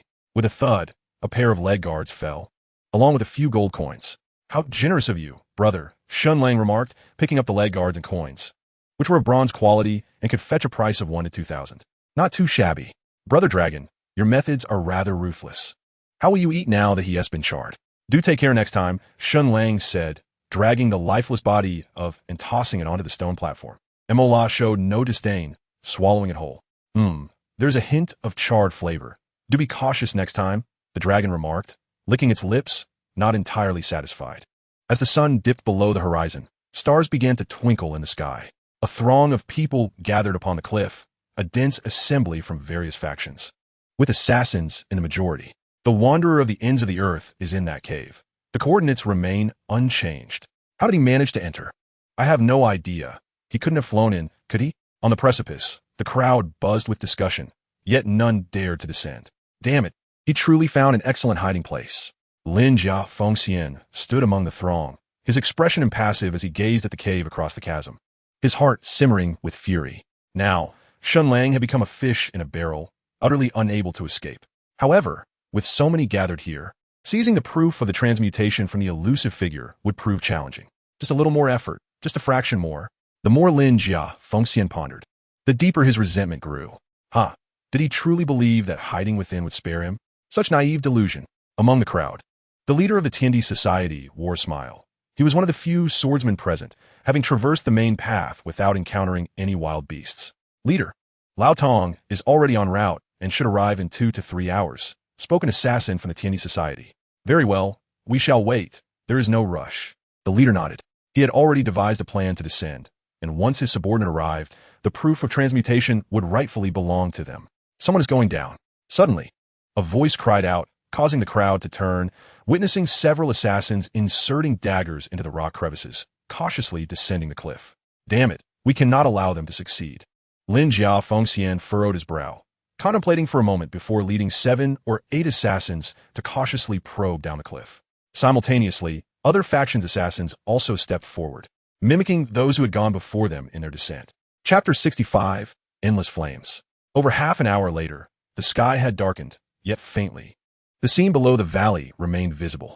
A multitude of tiny black dots wriggled along the cliff face, assassins, at least 100 in number, making their descent. Meanwhile, the crowd above grew denser, a mass of bodies resembling a bustling market. Of course, not all were there for the proof of transmutation. Many had merely come to witness the spectacle. Damn, there are far too many people. I hope that scoundrel isn't in trouble. In the crowd, Guan Sao and Chun Ming positioned themselves at the forefront, whispering to one another. Surrounding them was a group from the Snowy Realm. Lin Tong had not come. Instead, Yu Luo Dengming and Ji Nambuwan led the group, with Nanshi among them. There's nothing to see. He can't escape. Let's go. We're wasting time that could be spent leveling up, Ji Nambuwan remarked, somewhat bored. He held no interest in the proof of transmutation, as none among them were assassins. Even if they obtained it, it would merely benefit Lin Jiafengxian. Since we are here, let's wait a while. Consider it a mere spectacle, Yu Luo Dengming said, grasping a silver longbow and casting a glance below. After all, Lin Jiafengxian was Lin Tong's cousin and the face of the Lin family in this generation. It would be somewhat impolite to disregard his request. Very well. Let us watch for a moment. Ji Nambuwan nodded, choosing not to comment further. Xiao Shi, you seem troubled. Are you worried that your brother Fengxian may not secure the proof of transmutation? As the rain fell, Yuluo Dengming glanced at the frowning Nanshi beside her and could not help but tease, "What troubles you, my dear?" In response, Nanshi merely shot her a glare, remaining silent. "Is something weighing heavily on your mind?" The straightforward yet unbending companion inquired, a hint of confusion evident in her gaze. "I'm willing. It's none of your business." Nanshi retorted, her tone sharp. "Ah, that shouldn't be the case. Weren't you indifferent to Lin Fengxian?" The unyielding companion's curiosity piqued, but before she could finish her thought, Nanshi struck her with her staff, nearly sending her tumbling off the cliff. "Oh dear, my temper. Fine, isha lindure." The unyielding one sighed, suppressing her frustrations. This young lady undoubtedly harbored some secrets. Meanwhile, Yuluo Dengming cast a sidelong glance at Nanshi, blinking playfully as a smile graced her lips. "Look, someone has crossed to the opposite side." At that moment, a voice rang out, prompting everyone to turn their attention to the cliff across. A group had stealthily made their way to the opposite precipice, some wielding grappling hooks and climbing gear. "It's the Qinghai Fengyun Alliance." Someone recognized them, noting that their leader was none other than the notorious Kong Kong by Xiao. What could they possibly be up to? In the crowd from the snowy domain, Guan Sao and Chun Ming gazed anxiously at the figures across the chasm. Of course, they intend to descend. It appears they have long been prepared. "The Tianyalongzi will likely fall into their hands," the unyielding one lamented. Despite their differences with the Lin family, they were still part of the snowy domain, and if possible, he would prefer to support Lin Fengxian. Kong Kong by Xiao seemed to have plotted well, having brought along these supplies, indicating his firm resolve to prevent Tianyalongzi from successfully changing professions. Yuluo Dengming's brow furrowed. The enmity between Kong Kong by Xiao and Tianyalongzi was well known throughout the Huaxia region. Thus his meticulous preparations came as no surprise. "They are truly despicable," Nanshi remarked coldly as she observed the group across the way. "What's the issue? They are simply two opposing factions. There's nothing particularly despicable about it." Yuluo Dengming countered, shaking her head. Suddenly, she realized something and looked intently at Nanshi. "Xiao Shi, what is going on with you today? Has Kong Kong by Xiao offended you?" "No, not at all. I merely find him unattractive and disagreeable," Nanshi mumbled, pursing her lips. "Unattractive? How can you discern that from such a distance?" "I saw it on the forum video." "Very well." As the conversation unfolded, the members of the Qinghai Fengyun Alliance had already lowered their ropes, with a dozen knights swiftly sliding down to reach the cave entrance. Following them were the swordsmen led by Kong Kong by Xiao, and lastly, the assassins, priests, and mages, nearly 100 members of the Alliance entering the cavern. Meanwhile, most of the assassins on the cliff were also reaching the bottom, attempting to scale the opposite cliff, albeit much slower than Kong Kong by Xiao and his group. I refuse to believe he can escape this time. The fortune shall surely belong to our Fengyun Alliance." Kong Kong by Xiao stood at the cave entrance, casting a glance at the crowd on the opposite cliff, scoffing lightly. "What good is their number if they lack wit? Let us proceed, knights in the lead, assassins cloaked in stealth, and mages covering fire. Be cautious not to let him escape." With that, Kong Kong by Xiao was the first to step into the cave. followed closely by the others. Ding! System announcement. Tian Yan Wanderer. Current coordinates 7,588 feet 19 inches, 632 feet 81 inches. Could it be that the cave is rather deep, as it has not revealed an end, even after 10 minutes? The group began to murmur, somewhat perplexed. Since Shen Lang's coordinates were disclosed, it indicated he was still alive. Could it be that Kong Kong by Xiao and his companions had fallen victim to Shen Lang's trickery? Some could not help but speculate thus. However, the next moment, this notion was dismissed. What could the situation be? Perhaps he is hiding, yet to be discovered. After all, no one has ventured into the cave, and its vastness remains unknown. Indeed, this possibility cannot be overlooked. As the discourse continued, several more assassins stealthily climbed into the cave. As long as Shen Lang remained alive, everyone held a chance. Soon, another 10 minutes passed, with a significant number of assassins having entered, yet the cave remained ominously silent. Shen Lang's coordinates continued to be published, unchanged and unmoving. This time, confusion began to spread among the group. This shouldn't be the case. Sister Yu, Sister Shi, perhaps we should retreat a bit, one suggested. At that moment, Chun Ming and Guan Su exchanged a glance and simultaneously stepped back, beckoning Yu Luo and Deng Ming to follow. What is the matter? Yu Luo inquired, brow furrowing in confusion. Nothing, it's dry here. A fire could easily ignite, they chuckled, continuing to move back. What a peculiar behavior, Yu Luo muttered, eyeing the two but remaining still. Suddenly, the entire ravine began to tremble, akin to an earthquake, with the nearby giant trees swaying ominously. The crowd's expressions shifted, utterly bewildered by the unfolding events. Boom! Before anyone could react, an incredibly fearsome black fire pillar erupted from the cave, crashing against the cliffside. In an instant, the ravine was engulfed in chaos, as black flames surged forth, with damage notifications soaring, reducing all assassins within the ravine to mere ashes. Chapter 66. A grudge must exist. The earth quaked, boulders tumbled, and endless flames roared, transforming the ravine into a sea of fire, where everything was reduced to dust. Many perched upon the cliff were also caught in the inferno, plummeting downwards, their demise tragically unjust. Among them was the previously defiant Yu Luo. What in the world is happening? Is this a volcanic eruption? The black flames surged, scorching the cliff dwellers, their health rapidly depleting, and they retreated in panic. What? A dragon? Yes, a dragon. This black flame is spewed forth by that beast. In a moment of sheer astonishment, everyone found themselves awestruck by the presence of a dragon within the cave, an occurrence that far exceeded their expectations. Ding! The system announcement echoed. Wanderer of the Horizon, currently located at 7,588 feet 19 inches, 632 feet 81 inches. Just then, another system announcement resounded, leaving everyone momentarily stunned. How could the Wanderer of the Horizon still be alive? Who knows? Could it be that he and the dragon are somehow connected? It seems highly probable. Otherwise, why would he venture here specifically? This is utterly infuriating. Meanwhile, at the location of the snowbound populace, Rainfall Lantern, having stood too close to the edge, tragically fell, while the others remained unharmed. This is excessively brutal. Surely the ones below must be dead. Straightforward, yet unnerved. He recalled how he had almost plummeted alongside Rainfall Lantern just moments ago, barely managing to stabilize himself after giving her a push. Nanshi pursed her lips. Her previously furrowed brow now relaxed into a smooth expanse. I did not intend for that to happen. You know it, Xiaoxi, he protested defensively. Sister Rain has already logged off to find you in your dormitory. It would be futile to discuss it with me. Nanshi smiled softly. Meanwhile, Lin Jiafeng had descended into madness, incessantly cursing in the guild channel. I have long since muted him. I can no longer see his messages. Inside the cave, the flames had subsided, leaving a grim scene of player corpses strewn about, nearly indistinguishable from one another. Amidst the chaos lay an array of equipment and gold coins, a dazzling sight that was impossible to count. We've struck gold this time, Shen Lang exclaimed, gathering all the equipment and coins, unable to suppress his grin. Ultimately, he counted a total of 73 pieces of equipment, 2 silver items, 13 bronze items, and 58 black iron items, along with 230 gold coins. Sufficient, I suppose. What a thrill. Shen Lang could not help but emit a laugh reminiscent of the elders of the Soul Hall.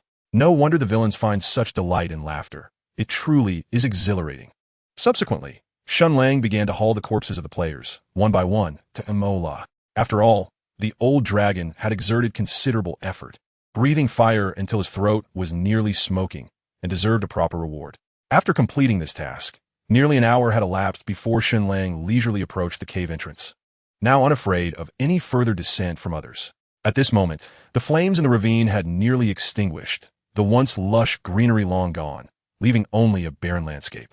Scattered across the ground were still numerous pieces of equipment, glimmering vibrantly in the remnants of the firelight.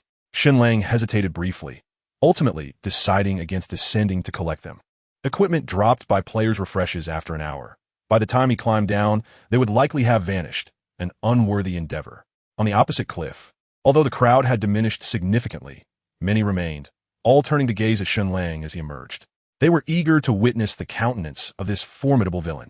Shen Lang waved his hand toward them, calling out loudly before disregarding them entirely and retreating back into the cave. Damn it, I am so furious.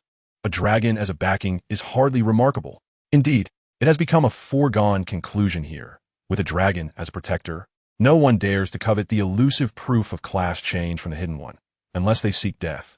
The straightforward man greeted the crowd from the snowy realm, only to find that he had inadvertently lost a precious rainfall lantern while witnessing the commotion, which he now regretted. Had he known, he would have refrained from attending. Do you two happen to know the Wanderer of the Horizon? Nanshi, radiant and lively, suddenly appeared before them, inquiring. Not at all. The two, initially taken aback, shook their heads in unison. Is that so? Absolutely certain. We do not know him in the slightest. If you don't know him, then so be it. But there must be some enmity with that wanderer, surely. At 10 p.m., Shen Lang sat listlessly on the stone platform, his expression reflecting discomfort. Half of the 24 hours had elapsed, and it had been 16 hours since he last logged in. He could endure skipping meals and staying up all night without issue. But the agony of holding his bladder was unbearable. After a full 16 hours, even in a state of light sleep, he could no longer withstand it. His mind was occupied solely by this pressing need. Beside him, the mighty dragon Mola, well-fed and content, lay in slumber, drooling profusely like a leaky faucet. Exacerbating Shen Lang's discomfort. Damn it, enough is enough. Can a living person truly be killed by holding in their urine? After a brief moment, Shen Lang could no longer hold out. He gritted his teeth and swiftly ran to the cave wall, releasing the floodgates. As for whether he would wet the bed in reality, he could no longer be concerned. It was just urine, after all, and no one would be the wiser. Afterward, he rummaged through his equipment. Half of it was leather armor, but he found little of use, save for a commendable silver grade helmet.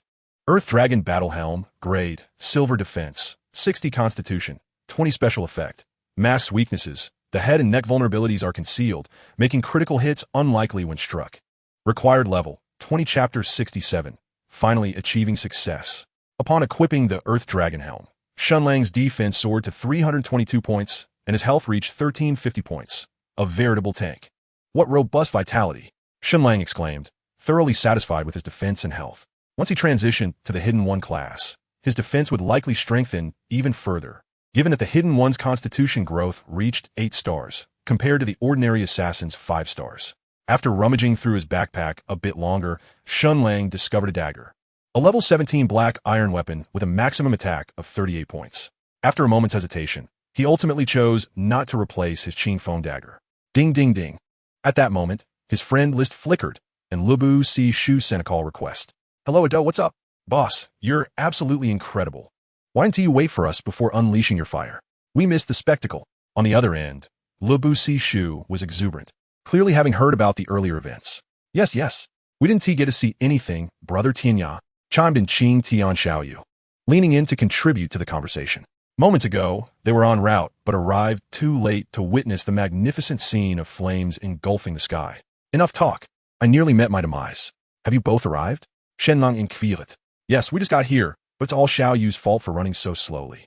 I was quite swift, thank you very much. My legs are on the verge of giving out, and you dare blame me. It's simply a fact that you ran slowly. Zhao Zihan, are you seeking trouble? What I said is the truth. I shall inform Mama and have you punished. The siblings immediately fell into a quarrel, leaving Shen Lang utterly speechless. Goodbye, brother Tianya. MHM. The two bid farewell to Shen Lang and promptly ended the call. Ding. Just as Shen Lang concluded his conversation with Lubu Si Shu, his friend list flickered again, this time with a call request from Guan Sa. What's the matter? Guan? Shen Lang answered directly. Lang Zi, that fellow Lin Jia, Fengxian's silver-grade helmet has shattered. You have no idea. He has gone completely mad in the guild channel. Guan Suo laughed exuberantly, reveling in Lin Jia, Feng Xian's misfortune more than he would during a festival. So that helmet belonged to him. I wondered who was so generous. Shen Lang chuckled. Moreover, the forums are in an uproar. They claim you have set back the players of Langya City by 3 days. The Kong Kong by Xiao has even formed a thieves' alliance vowing to seek revenge against you. Guan Suo continued. No need to concern myself with them. Let them frolic for now. They are but a rabble, and once I complete my class transition, I shall deal with them in due time. Shen Lang was not particularly bothered by the likes of Kong Kong by Xiao. As an assassin, he had little fear of being hunted. By the way, Guan, please do not reveal our association. It may attract unwanted attention, Shen Lang cautioned. Rest assured, we are discreet. No one knows of our acquaintance. Guan Suo nodded earnestly.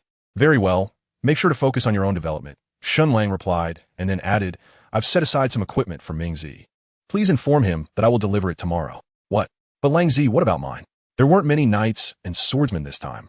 So only a few pieces of equipment dropped, and nothing of great value. All right then.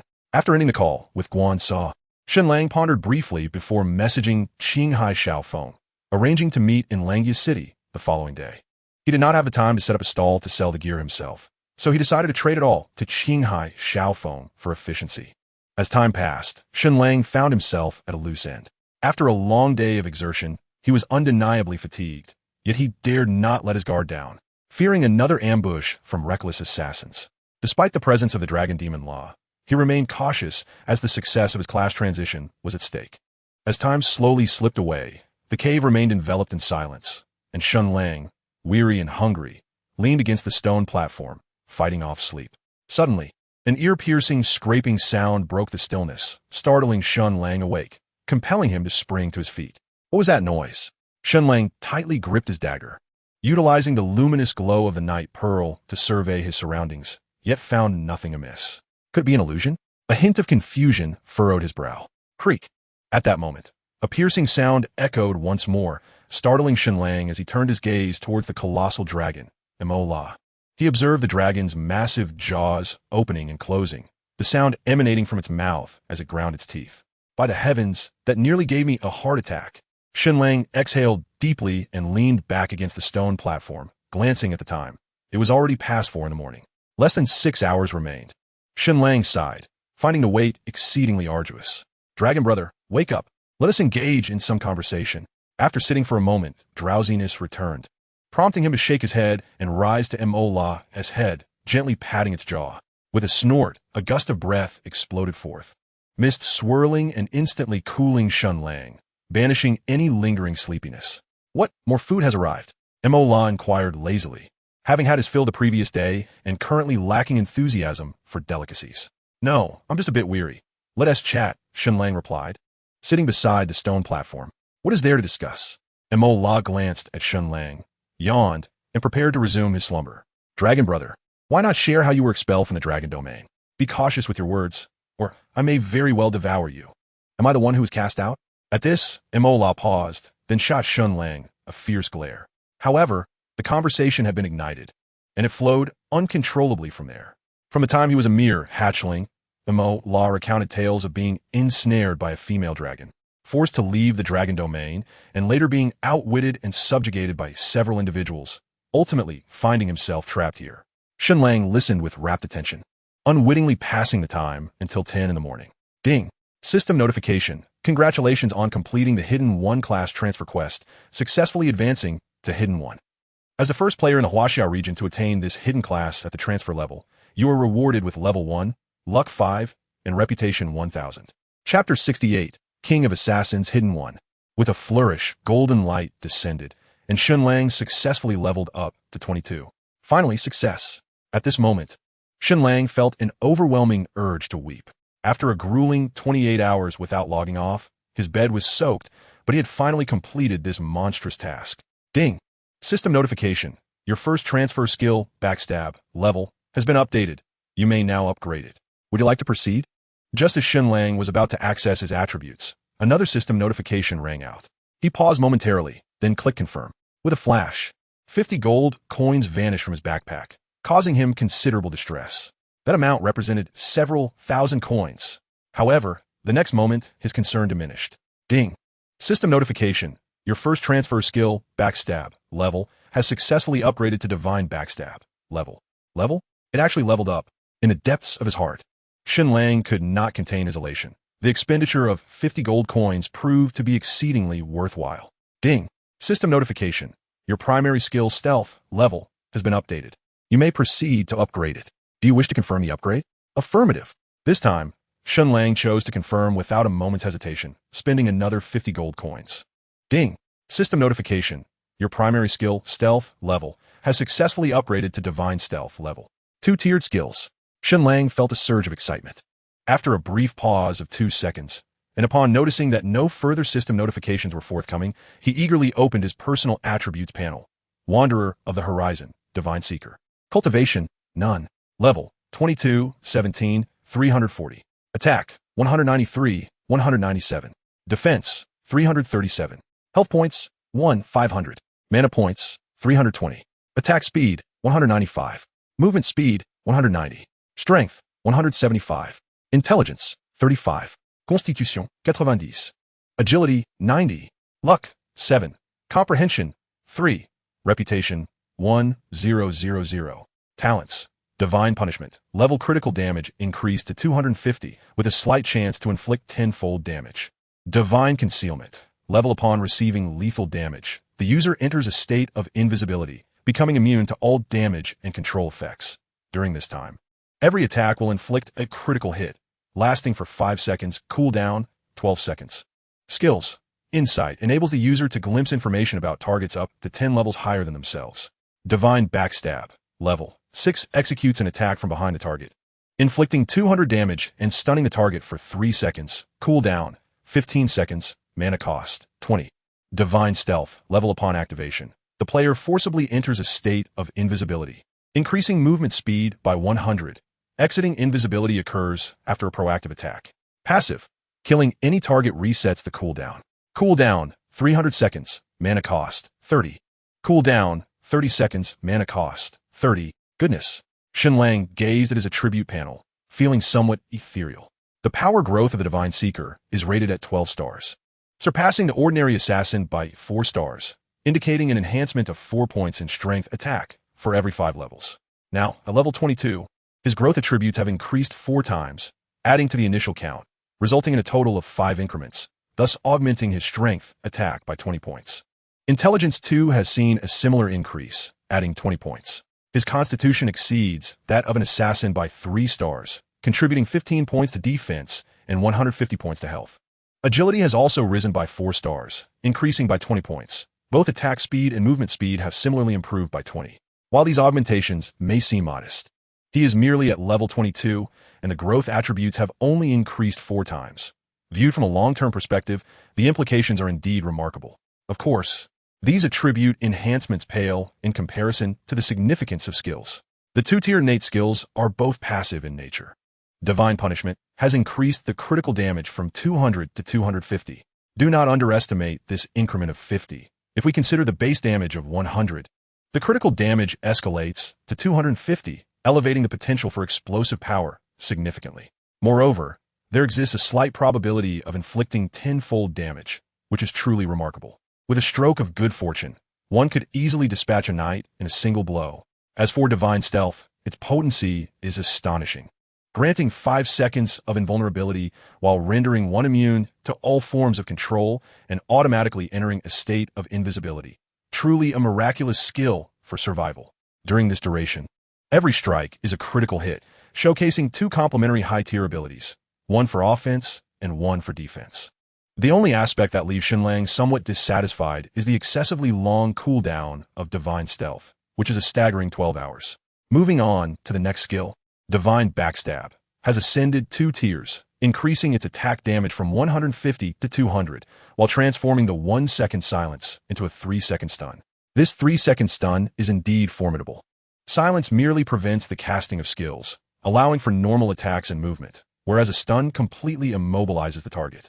Few can withstand Shen Lang's blade for 3 seconds, save for fully equipped, high-health knights.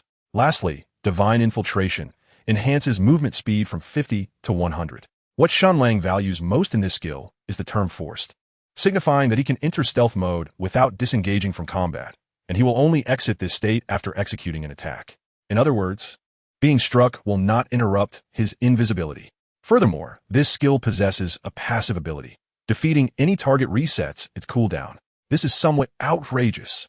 Shen Lang can easily envision the scenario, initiating with a backstab followed by a stun, then delivering several normal attacks to eliminate one adversary, subsequently activating stealth, and after a 15-second cooldown for backstab, dispatching the next foe.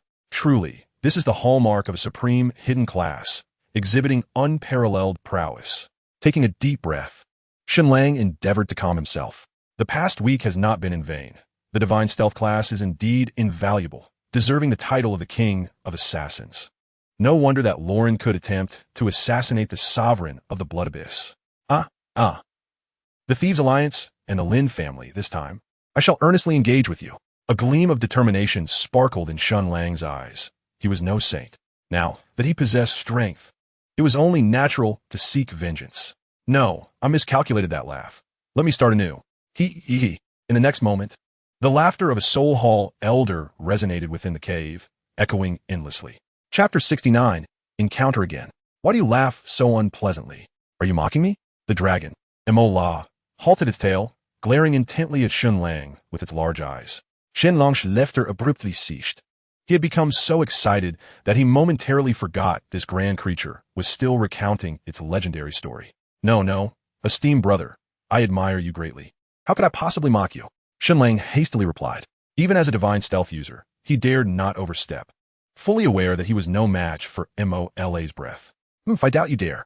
Mola let out a cold snort, his enormous eyes lingering on Shen Lang for a moment before suddenly stating, not bad, you've actually become a shadow seeker. Yet, you are dreadfully weak, lacking even the slightest bit of cultivation. Cultivation? Shen Lang paused, suddenly recalling the entry in his attributes that mentioned cultivation. Brother Long, what exactly is this cultivation? It is simply cultivation. What else could it be? Mola rolled his eyes, too apathetic to elaborate. If you could kindly articulate, how might I acquire this cultivation? Shen Lang rose and respectfully clasped his hands towards Mola. Since there was such an entry in his attributes, it must hold significance, and a considerable one at that. Technique, Mola replied succinctly. Technique? But I don't possess one. Shen Lang blinked, realizing that his transition to Shadow Seeker had not granted him any techniques. Well, I happen to have a manual for human cultivation, but Mola trailed off, clearly hinting at some conditions. If Brother Long requires anything from me, please command me. I shall not hesitate to brave any peril. Shen Lang understood the implication and spoke hastily. Very well. As long as you can steal the mystic seal from Lan Patian and release me from this wretched cage, I shall grant you that manual. The colossal dragon Mola spoke, his massive frame shaking, nearly shattering the chains that bound him. Rest assured, Brother Long, I will fulfill this mission without fail. Shen Lang hesitated for a moment, but ultimately agreed. After all, Mola had shown him kindness. Without him, completing the transition task would have been exceedingly difficult. Even if he managed it, he would likely have to sell himself to that drunken youth. Ding! System notification. You have accepted the main quest, Rescue the Black-Winged Dragon Mola. Quest difficulty, level 4. Players are to infiltrate the City Lord's mansion within a month. Steal the mystic seal held by City Lord, Lan Patian, and present it to Black-Winged Dragon Mola. Upon completion, you will receive a reward from Black-Winged Dragon Mola. Failure to complete the task will result in resentment from Black-Winged Dragon Mola. A month should be manageable. Shen Lang took a deep breath. Another level 4 mission awaited him. It seemed that the technique Mola mentioned was indeed quite valuable, likely not inferior to the proof of his transition to Shadow Seeker. With the mission accepted, Shen Lang did not linger and respectfully bid farewell to Mola. Be cautious. Lan Patian is formidable. Even as a Shadow Seeker, evading his perception will be quite challenging. It is best to strike when he is absent, Mola advised. Indeed, I will be careful. Take care, Brother Long. With a flash of white light, Shen Lang sent messages to Qinghai Xiaofeng and Chun Ming before finding a relatively secluded spot to sit, leaning against the wall and closing his eyes for a brief rest. He had been online for nearly 30 hours. Had it not been for the fluctuating prices of equipment and gold, he would have logged off to sleep long ago. Before long, Chun Ming rushed over, rousing the drowsy Shen Lang. Here, this is your equipment. Make haste to develop your character. Shen Lang opened his eyes and handed over the 4 pieces of equipment he had prepared in advance to Chun Ming, 2 of which were of bronze quality and the other 2 of black iron, all boasting commendable attributes. Thank you, Lango. How much should I transfer to you? Chun Ming said with a beaming smile as he accepted the gear. Transfer? Spare me that nonsense. Hurry up and scram. Shen Lang rolled his eyes and scoffed. Hee hee. Then I want to be polite. You should log off and get some sleep, lest you collapse from exhaustion. Chun Ming retorted without further formality. Understood. Once I handle these items, I'll log off. You go level up? Don't mind me, Shen Lang replied, leaning back and closing his eyes once more. I'll take my leave then. Make sure you log off quickly once you're done. Shen Lang waved his hand dismissively, not even bothering to open his eyes. After a short while, Shen Lang, in a drowsy state, sensed someone approaching. However, the person did not speak, and he was too lethargic to open his eyes to look. Soon enough, he felt something was amiss. The individual seemed to linger, fixating their gaze upon him. In the next moment, Shen Lang slowly opened his eyes. Before him stood a tall and graceful figure, clad in a blue and white robe that gently swayed, accentuating a slender waist. The hem of the dress brushed against her calves, exposing her fair and smooth ankles, adorned with delicate white mage boots that appeared remarkably light. Shen Lang was momentarily taken aback. The moment he recognized the visitor's appearance, his drowsiness evaporated, and he hurriedly stood up. What brings you here? He stammered, staring at the elegant Nan Shi, his mind momentarily blank. You haven't logged off? Nan Shi inquired, her figure statuesque, and her demeanor calm, with a hint of coolness in her fair complexion. No, I'll log off shortly. Shen Lang scratched his head, feeling an inexplicable trepidation under her piercing gaze. Nan Shi said nothing further, merely observing Shen Lang in silence. Uncertain of what to say, Shen Lang found himself locked in a mutual gaze with her, a subtle tension filling the air. How did you find me? He mustered the courage to break the silence after a moment. I came with that sun and moon holy sun, she replied, pursing her lips. That guy. I distinctly told him not to mention my involvement. Shen Lang muttered through gritted teeth. He didn't say anything. I just deduced it. Nan Shi's keen eyes remained fixed on him as she spoke calmly. How did you deduce that? Shen Lang asked awkwardly. Guess, she replied with a fleeting smile, which quickly faded back to her composed demeanor. Can't guess. Shen Lang shook his head, his mind struggling to keep pace. Such a fool. Nan Shi murmured softly, then turned her gaze back to Shen Lang. You should log off and sleep now. All right, I'll log off soon. Shen Lang nodded. Do it now, Nan Shi insisted, her tone leaving no room for argument. Chapter 70. May I add you as a friend? I still have some equipment to sell, Shen Lang said, glancing at Nan Shi with a hint of unease. How long will it take? Nan Shi asked, her brows slightly furrowed, resembling a delicate painting. Very soon, Shen Lang replied awkwardly, then swiftly sent a message to Qinghai Xiaofeng, who was 5 minutes away. All right, Nan Shi nodded and chose not to say more. The two fell into a brief silence, a subtle tension lingering in the air. Before long, within 5 minutes, Qinghai Xiaofeng arrived in a flurry. Brother Tian Yan, congratulations. You must have struck it rich this time. Qinghai Xiaofeng beamed. Brother Feng, you jest. It's a miracle I'm still alive. Wealth is the least of my concerns, especially after offending so many people. The future may be challenging, Shen Lang sighed. Haha, does Brother Tian Yan fear offending others? If you truly do, then join us. The leader has declared that as long as you come, he will handle everything for you, including online opinions. What do you say, Brother Tian Yan? Care to consider? Qinghai Xiaofeng laughed. Thank you for the offer, but I must decline, Shen Lang replied politely. Very well, to each their own. I shan't press you. Qinghai Xiaofeng nodded. Suddenly, his gaze caught Nan Shi standing nearby, and he paused, then remarked to Shen Lang, no wonder, it seems Brother Tian Yan already has a choice. Being a local player from Qinghai City, he naturally recognized Nan Shi, whose game poster was still prevalent everywhere. Hearing this, Shen Lang discreetly glanced at Nan Shi. He understood that Qinghai Xiaofeng had misunderstood, yet he chose not to clarify. Meanwhile, Nan Shi stood gracefully to the side, silent. Brother Tian Yan, let's discuss business. How much are you planning to sell?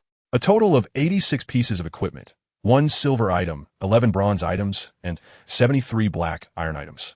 I've sent you the inventory. Take a look, Shen Lang stated, sharing the inventory of all his equipment with Qinghai Xiaofeng. He had collected 73 pieces in the cave and nearly 20 more during his escape, leaving a total of 86 after setting aside some for Chun Ming. Goodness, Brother Tian Yan, it would be a pity if you didn't become a guild leader with your exceptional loot drop rate. Qinghai Xiaofeng exclaimed, in awe of Shen Lang's extraordinary fortune. Beside them, Nan Shi couldn't help but smile, though she quickly composed herself. I cannot bear the responsibilities of a guild leader. Shen Lang shook his head, dismissing the notion. Ha! Let's do this, Brother Tian Yan. I want to inspect each piece. I'll just give you a price. For the silver leg armor, I'll estimate it at 10,000. The bronze items at 2,000 each, and the black iron ones at 400 each. That totals to 61,200. How's that sound? Qinghai Xiao Feng calculated using the System S calculator and quoted directly. Sounds good. Shen Lang pondered for a moment before nodding in agreement. He had modest expectations regarding the price. As long as Qinghai Xiaofeng made a one-time purchase, he was content. Furthermore, the equipment had indeed depreciated significantly, and the price offered by Qinghai Xiaofeng was not particularly low. By the way, I also have 150 gold coins. Let us include those as well, Shen Lang added. All right, but the price of gold coins has already dropped to 110 yuan today. No problem, 110 is fine. In that case, the total amounts to 77,800. As per usual, we will conduct the transfer in 2 installments. Excellent. Soon, under Nanshi's witness, the two completed the transaction. Another 80,000 in hand. Gazing at the balance on his bank card, Shen Lang felt a surge of delight. His personal wealth had now soared to over 560,000, leaving him just a few million shy of Seaside Villa. Are you quite familiar with him? Nanshi suddenly inquired after Qinghai Xiaofeng departed. Yes. We know each other well. We've conducted numerous transactions. Shen Lang nodded in affirmation. Oh, so you often trade? Nanshi remarked, her bright eyes assessing Shen Lang. Don't get the wrong idea. I used to sell him gold coins. Shen Lang scratched his head, offering an explanation, as he wished to avoid any misunderstandings with Nanshi. Did I say something? Nanshi smiled gently, her expression like a blooming lily, causing Shen Lang's heart to flutter. All right, you've sold all the equipment. It's time for you to log off, Nanshi said, her smile fading. Shen Lang nodded, glanced at Nanshi, and opened his mouth, hesitating before speaking. Is there something else? Nanshi fixed her gaze on him, slightly furrowing her brow. Well, could I add you as a friend? After a moment's hesitation, Shen Lang steeled himself and finally voiced his request. Upon hearing this, Nanshi was momentarily taken aback, simply observing Shen Lang without responding. Noticing her silence, Shen Lang gave a sheepish smile, a wave of disappointment washing over him. Ding! Player, Luo Shi, has requested to add you as a friend. Would you like to accept? Just as Shen Lang believed his request was in vain, a notification sounded. In an instant, his heart raced uncontrollably. All right, you should log off now. Nanshi feigned calmness as she spoke, yet her fleeting gaze betrayed her inner turmoil, which Shen Lang remained oblivious to. Shen Lang suppressed his excitement, bid farewell to Nanshi, and subsequently logged off from the game. Chapter 71, A Promising Beginning. Yes.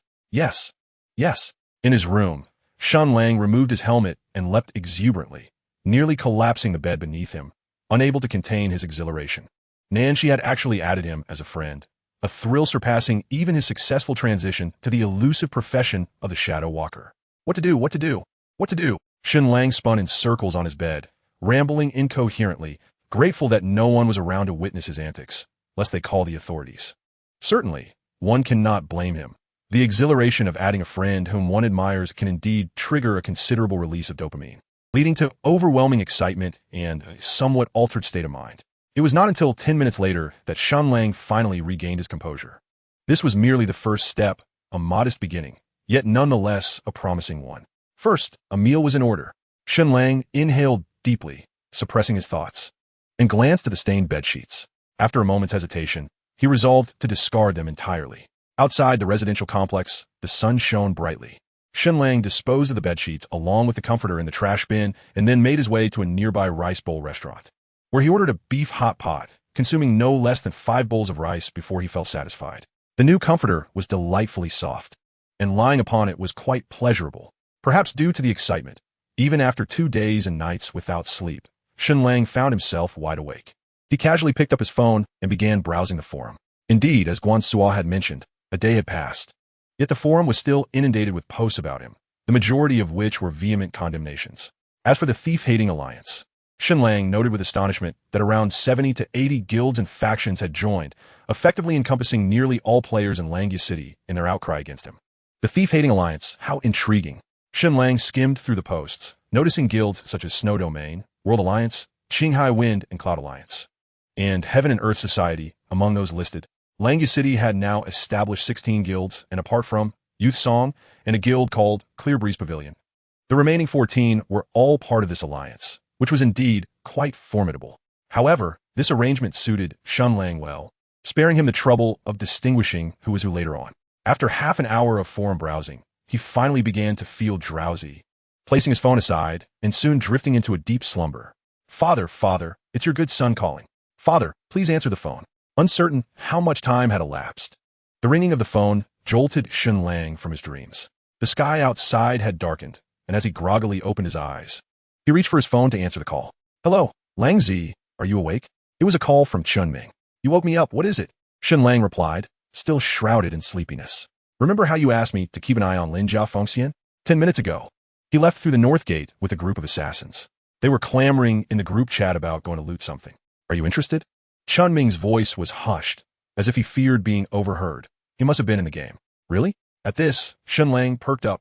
Glancing at the time, it was already past 9 in the evening. "Give me a moment. I'll log on." With that, he ended the call. In a flash of white light, Shen Lang reappeared in the square of Langya City. Noticing his friend list, he saw that Nan, she was indeed online. But what did it matter whether she was online or not? Had they mentioned where they were headed? Shen Lang quickly sent a message to Chun Ming. "Snow Peak Valley." "Got it." Shen Lang unfolded the map, glancing at the location of Snow Peak Valley, situated a little over 40 miles directly north of Langya City. Not a considerable distance. With Shen Lang's current speed, activating stealth would allow him to arrive in approximately an hour.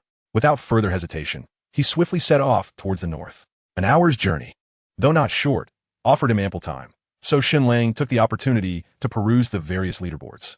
There were 3 in total: the guild ranking, level ranking, and equipment ranking. The first 2 were further divided into separate lists for Langya City and Huaxia region, while the third, the equipment ranking, was unified. Langya City had established a total of 21 guilds, 5 more than earlier that day. Among them, Snow Domain, Youth Song, and Alliance of the World occupied the top 3 positions, all having achieved level 2 and reached full capacity. It is noteworthy that the maximum capacity for guilds is as follows: Level 1, 100 members; Level 2, 200 members; Level 3, 500 members; Level 4, 1,000 members; Level 5, 2,000 members; Level 6, 5,000 members; Level 7, 1 member; Level 8, 2 members; Level 9, 5 members; Level 10, 10 members. Furthermore, a guild's experience is derived from the total experience earned by all its members. The remaining 18 guilds remained at Level 1, but were also largely at full capacity. In the broader Huaxia region, the top-ranked guild was the first established, Wei Yang Palace, which had now advanced to Level 3, making it the only Level 3 guild in the region. The second and third positions were held by Pinnacle of the Gods from Yinjing City and Palace of the First Emperor from Chang'an City, respectively. Notably, Snow Domain, ranked first in Langya City, held the 4th position across the entire Huaxia region. Youth Song and Alliance of the World were ranked 11th and 19th, respectively, which was commendable. Shen Lang, however, had little interest in the remaining listings. As for the personal levels, the top player in the Huaxia region, Splendid Years, had reached level 27, closely followed by Sword Awakening the Waves at level 26. The highest level player from Langya City was Lin family's Little Tong, at level 25, placing 5th in the entire region. As for Shen Lang, he had not engaged in leveling up for 2 consecutive days, and, despite a quest reward elevating him by 1 level, he had only reached level 22, dropping to 19th in Langya City and nearing 300th in Huaxia region. Nevertheless, Shen Lang remained unconcerned. He had successfully transitioned to the class of Shadow Seeker, and his leveling speed would likely accelerate significantly from this point forward. He was confident that he would catch up in no time, and he understood that level alone did not define capability. If he were to encounter Sword Awakening the Waves now, he would not feel intimidated in the slightest. The equipment ranking had already revealed the emergence of golden tier equipment, comprising 3 items: a robe, a helmet, and a pair of leg guards, currently in the possession of Splendid Years, Sword Awakening the Waves, and Long Live My Emperor, respectively. The remainder consisted of a row of silver tier weapons, including several daggers that made Shen Lang's mouth water. As night fell, a light rain began to patter softly from the sky. Soon, the time approached 10 o'clock, and after more than an hour of travel, Shen Lang finally arrived at Snow Peak Valley. Amidst a shroud of silvery white, the gentle rain from the sky has, unbeknownst to anyone, transformed into delicate snowflakes, gracefully descending upon the ancient pines. The expanse of Snow Peak Valley is vast, especially now that it is the deep of night, rendering its boundaries invisible. Suddenly, a furious roar reverberates from the depths of the valley, accompanied by a burst of firelight that pierces the darkness, standing out vividly against the night. There, Shen Lang's eyes glimmer with determination as he swiftly races towards the source of the firelight. Chapter 72. The Blade's Fierce Strike. In Snow Peak Valley, numerous level 25 snow spirits meander through the pine forest. Their intellect is limited, and they do not initiate attacks on players. Shen Lang hastens onward, soon reaching the heart of the valley. Ahead lies an open expanse, more precisely, a small lake, its surface encased in a thick layer of ice, blanketed by snow, creating the illusion of solid ground. At this moment, dozens of players are gathered, relentlessly bombarding a colossal snow spirit. The spectacle is nothing short of magnificent. Surrounding them, several players are engaged in combat with lesser creatures, likely summoned by the snow spirit. Are these members of the Heavenly Society? Shen Lang's heart quickens as he recognizes that the assailants hail from the same guild, the Heavenly Society. They are also a part of the Thief Alliance. It appears that Lin Jia Fengxian intends to play the part of the opportunist. Shen Lang observes that no members of the Snow Domain are present, and with the information provided by Chan Ming indicating that Lin Jia Fengxian has only brought a cadre of assassins, it is clear he aims to steal. However, this suits Shen Lang perfectly. He allows them to engage in their own conflict, intending to seize the moment to strike later. His primary objective is to loot, while eliminating foes is merely a secondary consideration. On the distant ice, the snow spirit's health bar dwindles to a mere 30%, its roars echoing in desperation, yet proving futile. Confronted by almost an entire guild of players, the snow spirit lacks any means of defense, unable to claim even a single victim among them. The players of the Heavenly Society exhibit commendable skill and coordination. Knights and swordsmen lead the charge, while mages, archers, and priests follow, forming a well-structured team capable of overwhelming a silver-tier creature with ease. Even the snow spirit's attempts to summon lesser creatures are rendered ineffective. As time ticks away, the snow spirit's vitality continues to diminish, with no more than 20 minutes remaining before it succumbs to the collective onslaught. Be wary of the surrounding snow, and guard against any potential thieves, commands the leader of the Heavenly Society, Chun Jela. It must be said, he demonstrates commendable prowess as a guild leader. With a single command, he positions everyone strategically, eliminating any chance of surprise. Currently, the majority of archers lack illuminating arrows, rendering them unable to detect the lurking assassins, leaving them only to remain vigilant. While assassins can become invisible, they are not entirely undetectable. Their movements leave faint footprints and subtle sounds, allowing for detection if one remains alert. This individual is indeed quite cautious. Shen Lang had quietly approached, albeit cautiously, careful not to draw too close for fear of being detected by the players of the Tiandi Society. Such a situation would jeopardize his chances of seizing the opportunity. It was inherently challenging to snatch anything in the presence of nearly 100 guild members. If Lin Jia Fengxian refrained from intervening, Shen Lang would likely find it exceedingly difficult to make a move. The chaotic battle raged on, and soon 10 minutes had passed, leaving the besieged figure in a pitiful state, with only 10 health points remaining. Shen Lang concealed himself at the back of the crowd, his gaze fixed intently on Chun Jialoa. To successfully seize the moment, he needed to first eliminate Chun Jialoa. This would plunge the entire Tiandi Society into disarray, perhaps affording him a chance. Suddenly, as Shen Lang prepared to strike down Chun Jialoa, a thunderous roar echoed through the air. In an instant, the already massive creature seemed to grow even larger, and the white horn atop its head transformed into a brilliant gold, gradually spreading across its entire form. Bang! 987. 1121. Damn it, this snow demon has evolved into a golden tier. We cannot withstand this. All swordsmen fell back, while knights held their ground, utilizing taunts in a crossfire to maintain aggro. The priests were urged to disregard their mana consumption and focus on healing, while the archers continued their assault, determined to hold the line. In contrast, Chun Jialoa felt a surge of exhilaration and quickly began issuing commands. Although the creature had ascended to golden tier, it was left with only 10 health points. Even with a sacrifice, he could ensure its demise. Amidst the cacophony of roars, bursts of white light flashed as the golden tier snow demon unleashed its formidable attacks, now in a state of rage. Ordinary knights could scarcely endure, even with priests present. They fell in seconds. Yet, the Tiandi Society boasted nearly 100 members, with almost 20 knights, sufficient to maintain aggro and prevent the snow demon from targeting the backline archers and mages. After 5 tense minutes, the snow demon's health dwindled to a mere 5 points. Yet the knights of the Tiandi Society had suffered significant losses, over half of their ranks fallen. At that moment, Those lurking in the shadows, led by Lin Jiafengxian, finally launched their assault. Nearly 20 assassins stealthily approached from the lakeside, but before they could close the distance, they were detected by the members of the Tiandi Society. Their tracks were too conspicuous to remain unnoticed. From the 1 o'clock position, mages unleashed indiscriminate area attacks, interrupting their stealth, while swordsmen formed ranks to confront the intruders. With others continuing their offensive, Chen Lang remained unperturbed, gesturing for the 10 or so mages behind him to unleash their spells. In an instant, a myriad of skills intertwined and cascaded onto the icy surface ahead, forcing Lin Jiafengxian and his compatriots into the open. Following this, nearly 20 swordsmen swiftly lined up and charged toward Lin Jiafengxian's group. Foolishness! Can't they even execute a proper ambush? Why not spread out and attack? Shen Lang was at a loss for words. He had overestimated Lin Jiafengxian, whose abilities paled in comparison to Chen Jialuo's. With their stealth compromised, Lin Jiafengxian and his allies were doomed. Even if a few managed to slip through, it would be of little consequence. It appeared he would have to rely on himself. Taking a deep breath, Shen Lang rose onto his toes and swiftly darted through the crowd, making a beeline for Chen Jialuo. Moments later, Chen Jialuo suddenly furrowed his brow, as if sensing something amiss.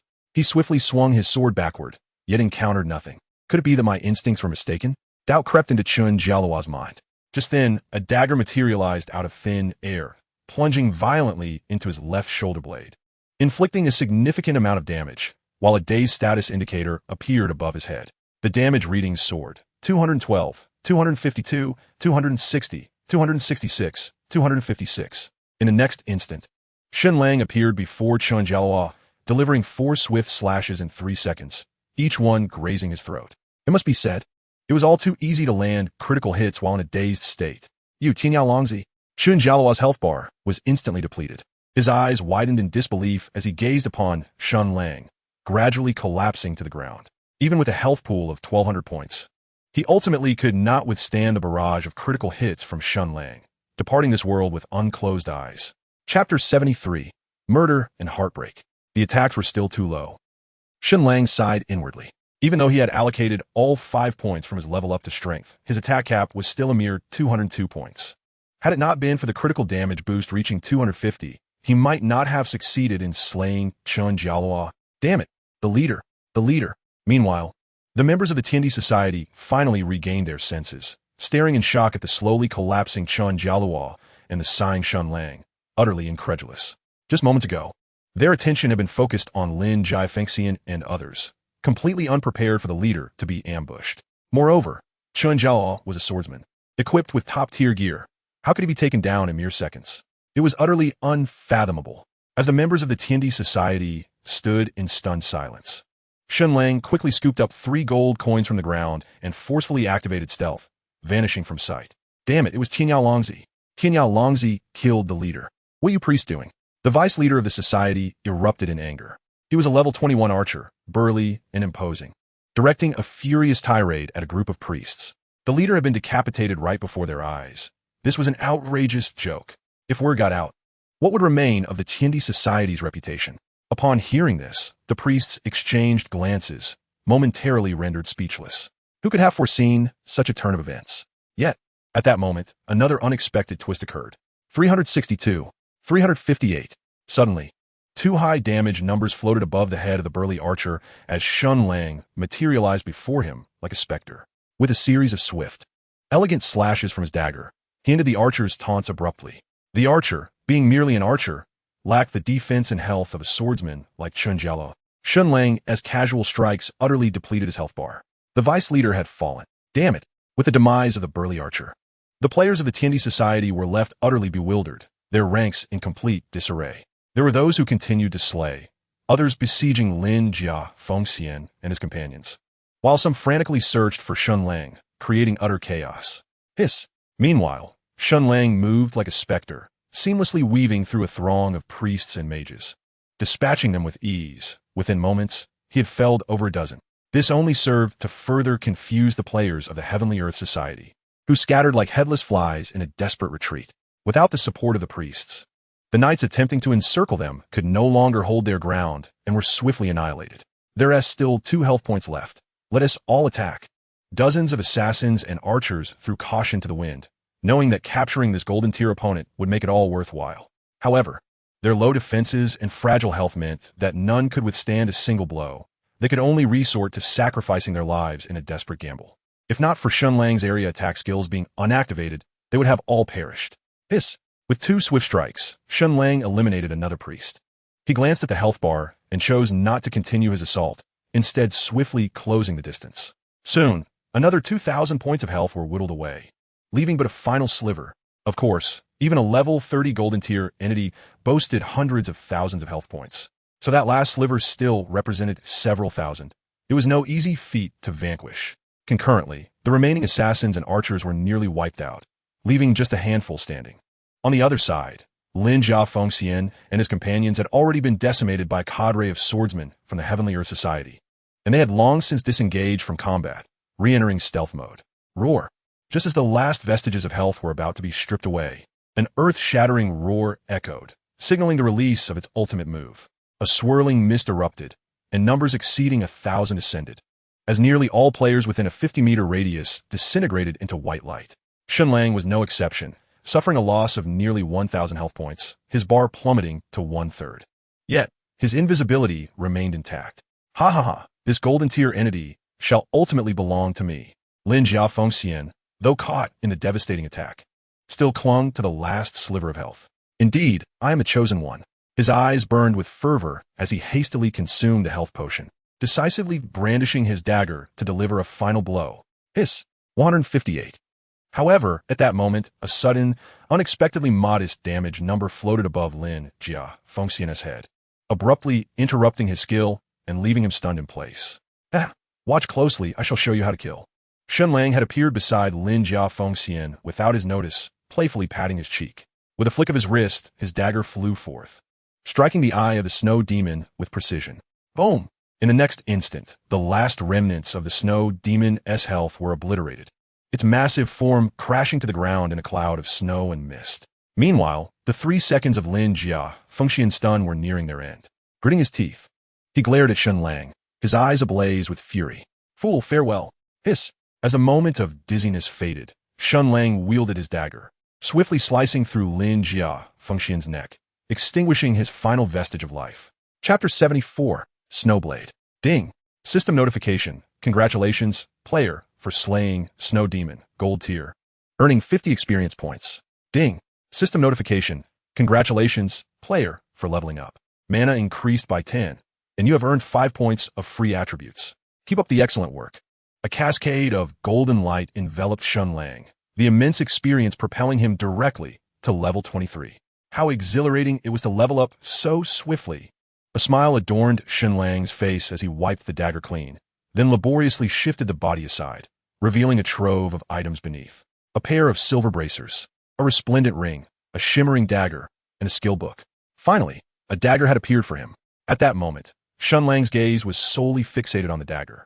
Overwhelmed with excitement to the point of tears, judging by its appearance, it was highly probable that it was a gold-tier piece of equipment. Taking a deep breath, Shen Lang stifled his exhilaration and quickly collected all the gear, skill book, and gold before slipping into stealth mode to meticulously scour the battlefield, only to depart afterward. Moments later, perched upon a branch of an ancient pine, Shen Lang eagerly retrieved the dagger. Oh, divine artifact, reveal yourself to me, he silently chanted before examining the dagger's attributes. Snowblade, tier gold, attack, 205 to 225, strength, 35, special effect, gale, increases attack speed by 50 after a critical hit. Required level, 25. How fortunate that Lin Fengxian did not seize it away. Gazing at the attributes of the dagger, Shen Lang couldn't help but marvel at its excellence. Truly, it was a gold-tiered dagger, boasting a maximum attack of 225 points, along with a 35-point strength bonus, culminating in a staggering potential attack of 260 points. Simply extraordinary. Additionally, with the special effect granting a 50-point increase in attack speed following a critical hit, it seemed tailor-made for him. Of course, daggers were inherently designed for assassins. Level 25, and just 1.5 levels to go. Shen Lang inhaled deeply, admiring this snowblade, for a while before carefully stowing it away. Next, he retrieved the bracers. Snow Demon Bracers. Tier, Silver. Defense, 50. Constitution, 18. Attack speed, 20. Required level, 25. The defense and constitution bonuses were modest. Yet the 20-point increase in attack speed was commendable, qualifying it as a minor treasure. These bracers also required level 25 to equip, and Shen Lang promptly added them to his inventory. Then, he unveiled the resplendent ring. Ice ring. Tier gold. Intelligence 55. Constitution 25. Mana 100. Special effect. Ice. Increases damage of all frost-type skills by 20. Required level 25. What a predicament this was. Shen Lang gazed at the resplendent ring in his hand, unable to resist scratching his head. This ring was undoubtedly a masterpiece of mage equipment, enhancing intelligence by 55 points, as well as adding 25 points to constitution and mana, significantly augmenting the damage resistance and endurance of mage players.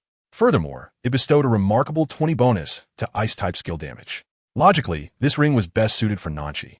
Yet Shen Lang was at a loss as to how to present it to her. Would it not seem somewhat abrupt to gift a ring immediately after adding her as a friend? Nevertheless, he resolved to give it a try, dismissing his doubts. After a moment's contemplation, Shen Lang ultimately decided to bestow the ring upon Nanchi. If necessary, he could always make a slight financial sacrifice, considering it akin to a sale. He stowed away the ice ring and then retrieved the skill book.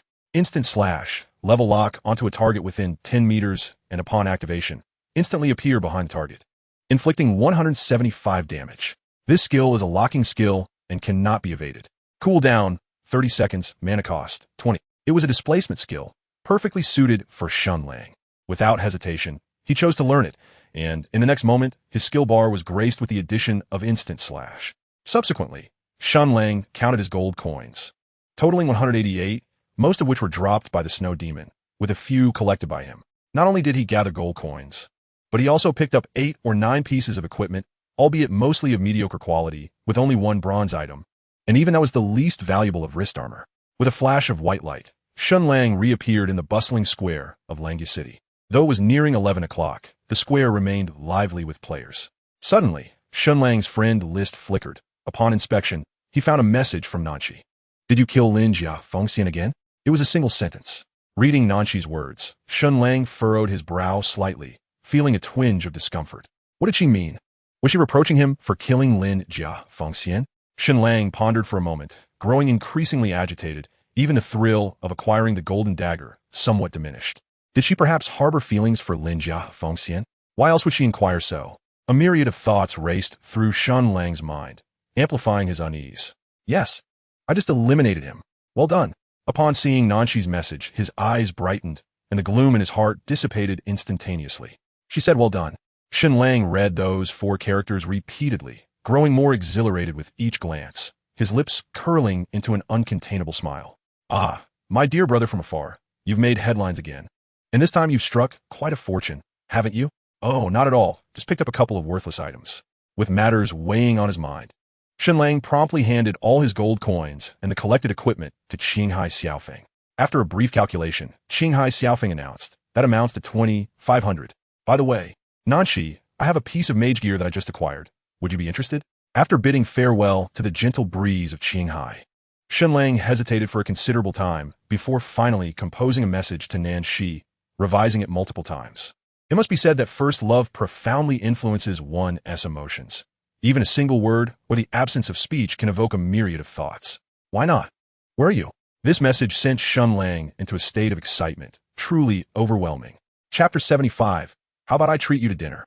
As night deepened, the skies sparkled with countless stars, and a magnificent Milky Way stretched across the heavens from south to north. In a corner of the square in Langya City, Shen Lang sat alone on a stone platform, idly toying with the newly acquired dagger, his gaze drifting, seemingly betraying his inner turmoil. After an indeterminate amount of time, a slender figure approached from afar, wielding a scepter, her robe gently swaying, her steps light and graceful. It was Nanshi. "You've arrived." Upon seeing her, Shen Lang hurriedly stood up, feeling a twinge of awkwardness. "Am I that intimidating? You seem a bit fearful of me." And she observed, her bright eyes shimmering with a soft light. "No, not at all. How could that be?" Shen Lang quickly shook his head. "Umph." Nanshi let out a light huff, her enchanting gaze flickering as she shot Shen Lang a playful glare, asking, "What equipment are you gifting me?" "This, right here." At her words, Shen Lang hastily retrieved the icebound ring, presenting it in his palm. Under the hazy moonlight, the ring lay delicately in his hand, radiating a subtle glow, truly exquisite. Nanshi's gaze lingered on the ring for a moment before she turned her attention to Shen Lang. Are you giving me this? Yes. It's mage equipment with quite good attributes, Shen Lang replied, scratching his head. Upon hearing this, Nanshi blinked and suddenly asked, Have you given a ring to someone else? No, never. Shen Lang shook his head vigorously. Well then, thank you. Nanshi's eyes sparkled as she smiled gently, reaching for the ring in Shen Lang's palm. The fleeting touch of her fingertip against his hand sent a tingling warmth coursing through his heart, a tender beginning. Is this a piece of golden-grade equipment? Upon seeing the ring's attributes, Nanshi's eyes lit up with surprise. It is known that there were fewer than 10 golden items on the equipment leaderboard at that time. Yes, it is golden-grade. Observing Nanshi's astonished expression, a sense of pride swelled within Shen Lang. You're giving me something worth at least 40 to 50,000 yuan? Nanshi glanced at the shimmering icebound ring in her hand, suddenly shifting her gaze to Shen Lang, her eyes imbued with an inexplicable meaning. Well, you're my only mage friend. Shen Lang replied with a smile. You are quite generous with your friends, Nanshi remarked softly, gazing at Shen Lang for a moment before she slid the ring onto her left hand. How does it look? Pretty, right? Nanshi extended her hand, playfully waving it in front of Shen Lang, her smile radiant. Though Nanshi had not yet reached level 25, she could still adorn the icebound ring, albeit its attributes would not take effect. It looks beautiful, truly beautiful. Shen Lang nodded hastily and spoke truthfully. The girl's skin was as fair as jade, and her fingers were long and slender, resembling green onions. She was indeed quite beautiful. Umph. Nanshi's lips curved slightly, clearly pleased by Shen Lang's compliment. Suddenly, Nanshi spoke up. All right, when? Shen Lang was taken aback for a moment, then quickly responded. The day after tomorrow, as there are no classes on the weekend. I shall treat you to the cafeteria. The food at our school is quite delicious. After pondering for a moment, Nanshi replied, All right, then it's settled for the day after tomorrow. Shen Lang nodded. Well, I shall take my leave for now. Be cautious of Lin Jia Fengxian. He will not let this matter rest easily. Nanshi said, There's no need for concern. He should be the one watching out. Shen Lang replied, Very well. See you the day after tomorrow. See you then. By the way, what is your name? Nanshi, about to depart, suddenly remembered and turned to Shen Lang. She still did not know his name. Shen Lang. Shen as in deep, Lang as in wave, Shen Lang chuckled. You certainly have a unique way of introducing yourself. Nanshi shot him a playful glance, then smiled coyly. I am Nanshi. I know you know. After bidding farewell to Nanshi, Shen Lang's heart remained unsettled for quite some time, filled with anticipation for their second meeting 2 days hence. After standing still for a moment to calm his emotions, Shen Lang checked the time. It was already 11:45 p.m. Shall we go out for a drink? With midnight approaching, he decided against leveling up and sent messages to Chen Ming and Guan Suo. Sure, I'll treat, same old place. Subsequently, Shen Lang logged off directly. At midnight, the three met outside a 24-hour barbecue restaurant. Although it was now late, the establishment was still bustling with activity. Most patrons were young, primarily freshly logged out players discussing in-game matters, with the name Tian Yan being mentioned several times. It was undeniable that Shen Lang's name had gained some notoriety, albeit of a controversial nature. The trio found a secluded spot to sit down, ordered a case of chilled beer, and indulged in a bottle before the food arrived. Now in the midst of deep summer, the night air was quite warm. A bottle of cold beer was refreshingly delightful. Guan Suo spoke ina asht don, causing the others to erupt in laughter. Indeed, moreover, Lin Tong issued an announcement urging guild members to focus on leveling up and avoid trouble, aiming for an early promotion to level 3. This infuriated Lin Jia Fengxian, who promptly quarreled with Lin Tong in the guild channel. Chun Ming chimed in with a chuckle. Hey, this is just the beginning. Keep an eye on him. I intend to make him too afraid to leave the city. Shen Lang let out a cold laugh, prepared to confront Lin Jia Fengxian. Haha, certainly, this will be entertaining. He has brought misfortune upon himself by crossing you. Guan Suo laughed. By the way, Longzi, do exercise caution. That fellow has considerable influence in his family. While he may not be able to touch you in the game, be wary of potential repercussions in reality. Chun Ming advised, displaying his attentiveness. Yes, I will be careful. In a few days, I will look for a new place to stay. Shen Lang nodded slightly. Although we currently reside in a society governed by law, it is also a realm steeped in personal relationships and social intricacies. Some individuals wield power that transcends legal boundaries, and he had no desire to entangle himself in their affairs. As the trio conversed, dishes began to arrive at their table, and before long, they had polished off an entire crate of beer. Chapter 76, The Moral Sage. The following day, having gone to bed rather late the previous night and consumed a fair amount of alcohol, Shen Lang did not awaken until nearly 7 o'clock. After a brief morning routine, he hurried downstairs for breakfast before immersing himself in the game. With a flash of white light, Shen Lang reappeared in the square of Langya City. His current objective was to swiftly elevate his level to 25. As for engaging in combat, he would leave that to fate. If he encountered members of the Thief Alliance, he would strike, but he had no intention of seeking them out, for he still considered himself a fundamentally benevolent individual. Activating stealth mode, he achieved a remarkable speed of 340 and reached the small town of Shaoqi in just 40 minutes. However, the town was no longer the tranquil place it once was. It was bustling with players forming teams, even more than the number of specters, which left Shen Lang somewhat overwhelmed. The top-tier players had already reached around level 20, and the wild monsters ranging from level 20 to 30 had become prime targets for leveling up, making it no surprise that the area was crowded. As for the monsters above level 30, their formidable attack and defense, coupled with their propensity to engage players, had elevated the difficulty significantly, deterring most adventurers. Longyuan Pavilion, Tianxia Alliance, Shen Lang stealthily infiltrated Shaoqi Town for reconnaissance and discovered that the majority of players belonged to either the Tianxia Alliance or Longyuan Pavilion, while the remaining unaffiliated players were mostly external members of these two factions, with others being outright barred from entry. It was not unusual for large factions to dominate the wild zones for leveling purposes. Shen Lang accessed the official forum of Tian Yan and searched for members of the Thief Alliance, only to find that both the Tianxia Alliance and Longyuan Pavilion were prominently listed among them. Very well, since they were all after him, he would not hold back. With a flourish of his dagger, Shen Lang quietly slipped into a dilapidated house. Inside, he found 3 players from Longyuan Pavilion engaged in a fierce battle with a headless specter, a level 20 knight, a level 19 archer, and an 18-level priest. At that moment, they had already whittled the specter's health down to about 1/3. Shen Lang remained patient, leaning against the doorframe for 2 minutes. Just as the specter's health was nearly depleted, he sprang into action. With swift precision, he struck from behind the priest, delivering 2 rapid slashes across her throat. In an instant, her health was entirely drained, and she collapsed to the ground. Before the other 2 could react, Shen Lang vanished in a blur, activating instant kill, and appeared behind the archer, plunging his dagger deep into the archer's back, inflicting a devastating blow that halved the archer's health.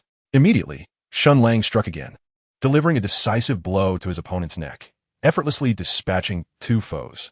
At that moment, the knight finally reacted. Yet in the blink of an eye, Shen Lang had vanished. Mere seconds later, a daze icon suddenly appeared above the knight's head, accompanied by a noticeable decrease in his health bar. With a flurry of swift movements, Shen Lang re-emerged before him, executing 4 consecutive strikes, each a critical hit, depleting the knight's remaining life force. A resounding 1250 echoed, as Shen Lang marveled at the unexpected 10-fold damage, a rarity indeed. Ding! A system notification chimed. Congratulations, player has slain Spectre, earning 3,000 experience points with an additional 1,200 points. With this achievement, Shen Lang had reached level 23, yet the experience gained from slaying a level 25 Spectre was minimal, rendering it somewhat unprofitable. However, considering it was a surprise encounter, it felt justified. The entire ordeal took less than 3 minutes, making it quite advantageous. The experience required to progress from level 23 to 24 had escalated to 50, while Shen Lang's current experience lingered below 30. To ascend to level 24, he would need to eliminate over 50 specters. Stealthy tactics seemed far more enjoyable. With a resigned sigh, he collected the silver coins dropped by the specter and then gathered the 2 gold coins and a pair of shoes from the 3 players he had bested. Subsequently, he activated stealth and proceeded toward another room. For the next 2 hours, Shen Lang executed ambushes, reaping substantial rewards, and his experience surged to 40. However, as the number of players he dispatched increased, he began to notice an unusual trend. These players had ceased attacking monsters.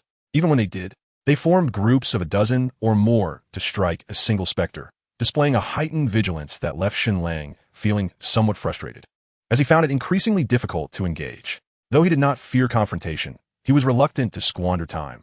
His primary goal was to reach level 25. Alas, he decided it was best to take matters into his own hands and began personally slaying the specters. With many of the players he had defeated now congregated together, the town became eerily quiet once more, and Shen Lang felt no trepidation about the scarcity of specters. Of course, encounters with players from both factions were inevitable, But Shen Lang dealt with them swiftly, disappearing before a larger group could arrive. As the afternoon approached 1 o'clock, Shen Lang finally ascended to level 24, just one level shy of equipping the golden tier dagger, Snowblade.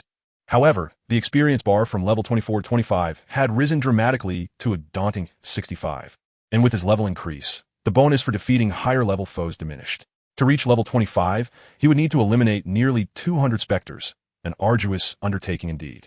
Yet, Shen Lang remained unhurried, planning to continue his pursuit after enjoying a meal. He then ordered 2 servings of dumplings online, costing him a total of 50 coins. As for the reason behind ordering 2 servings, one alone would simply be insufficient. After more than half an hour, Shen Lang had vanquished several phantoms, and the delivery call finally rang. He swiftly ascended a nearby tree and opted to go offline, relishing 2 servings of pork and cabbage dumplings. He casually opened the official forum. To his surprise, he found himself once again at the top of the headlines. The post was authored by the leader of the World Alliance, who vehemently condemned Shen Lang's acts of banditry in Little Pond Town, threatening that he would lead the main force of the Alliance to confront him. Beneath the post lay an avalanche of player curses, along with recordings from World Alliance and Dragon Abyss Pavilion players showcasing Shen Lang's surprise attacks on them. Is it permissible for you to hunt me down while I am not allowed to retaliate? Shen Lang pondered in disbelief. These individuals seemed to have lost their minds, forcing him into the role of a villain while expecting him to remain passive. Truly, they embodied a hypocritical moralism, being lenient with themselves but harsh on others. After perusing several pages of comments without offering any defense, he closed the forum. His reputation had long been tarnished by public opinion, rendering the matter inconsequential. Chapter 77, Astonishment. After finishing his meal, Shen Lang addressed his personal needs before re-entering the game. With a flash of white light, he materialized atop the tree. He observed for a moment, noting with some surprise that the number of players in Little Pond Town had significantly diminished. The World Alliance had proclaimed its intention to confront him on the forum, yet they had withdrawn their members, indicating they were not prepared to deal with him at present. This was understandable. Delaying the entire Alliance's progress for one individual was not a wise investment. After all, World Alliance was only at level 2, with merely 200 members. If they were all bogged down by him, it would severely hinder their competitiveness against the other 2 factions. However, this suited Shen Lang just fine. Fewer players meant less disturbance while he leveled up. Without further hesitation, he embarked once more on his journey of training and monster hunting. Throughout the entire afternoon, he engaged with various forms of phantoms. As the sun set and night descended, the phantoms began to mutate into vengeful spirits, significantly increasing their strength. Yet they remained vulnerable, easily dispatched in groups. This time, however, Shen Lang did not retreat. He stealthily approached the fenced area where the witches of Little Pond Town resided. Where the vengeful spirits were fewer and some were isolated, precisely what he sought. The level 30 vengeful spirits boasted an attack power of 325, which posed no substantial threat to Shen Lang. However, his own attack power was still a weakness, as a standard strike could only deplete less than 100 health points from a vengeful spirit. Fortunately, his skills had improved significantly since before, and with enhanced critical damage. His efficiency was commendable. He could eliminate one vengeful spirit in roughly 13 to 14 minutes. Each vengeful spirit yielded a hefty 6,000 experience points. And considering his level advantage, the total experience gained from a single spirit soared to an astounding 13,200 points, which was immensely gratifying. Naturally, he occasionally attracted the attention of other vengeful spirits, and should more than 2 spirits engage him, he would promptly enter stealth mode. Time gradually slipped away amidst the fierce struggle, and finally, the clock struck midnight. At last, Shen Lang's experience points surpassed 600,000, with less than 50,000 remaining to ascend to the 25th level. Just as the clock chimed past 12, a strange wind suddenly swept through, causing all the vengeful spirits to tremble, their expressions contorting into grotesque visages. This is not good. Shen Lang's complexion shifted slightly as he recalled the words of the witch from Little Pond Town. He hastily entered a stealth mode and swiftly climbed to the top of a large tree to conceal himself. He yearned to uncover the grave peril the witch had spoken of. The howling wind persisted, and all the vengeful spirits stood trembling in place, their pallid eyes gazing skyward, their faces twisted in a blend of fear and rage. Moments later, accompanied by a sound reminiscent of a cloak fluttering, a dark figure emerged outside the witch's dwelling, directly in Shen Lang's line of sight, albeit at a considerable distance. Utilizing the moonlight, Shen Lang peered through the dense foliage and beheld the figure clad in a black cloak shrouding everything in darkness, rendering its features indiscernible. "You've returned." An aged voice resonated from within the house as an elderly woman, leaning on a cane and moving with great difficulty, emerged. "How goes the task?" A deep voice emanated from the cloak, imbued with authority. "Soon, the collection of soul orbs has been plentiful in recent days. I estimate it will be completed within a month.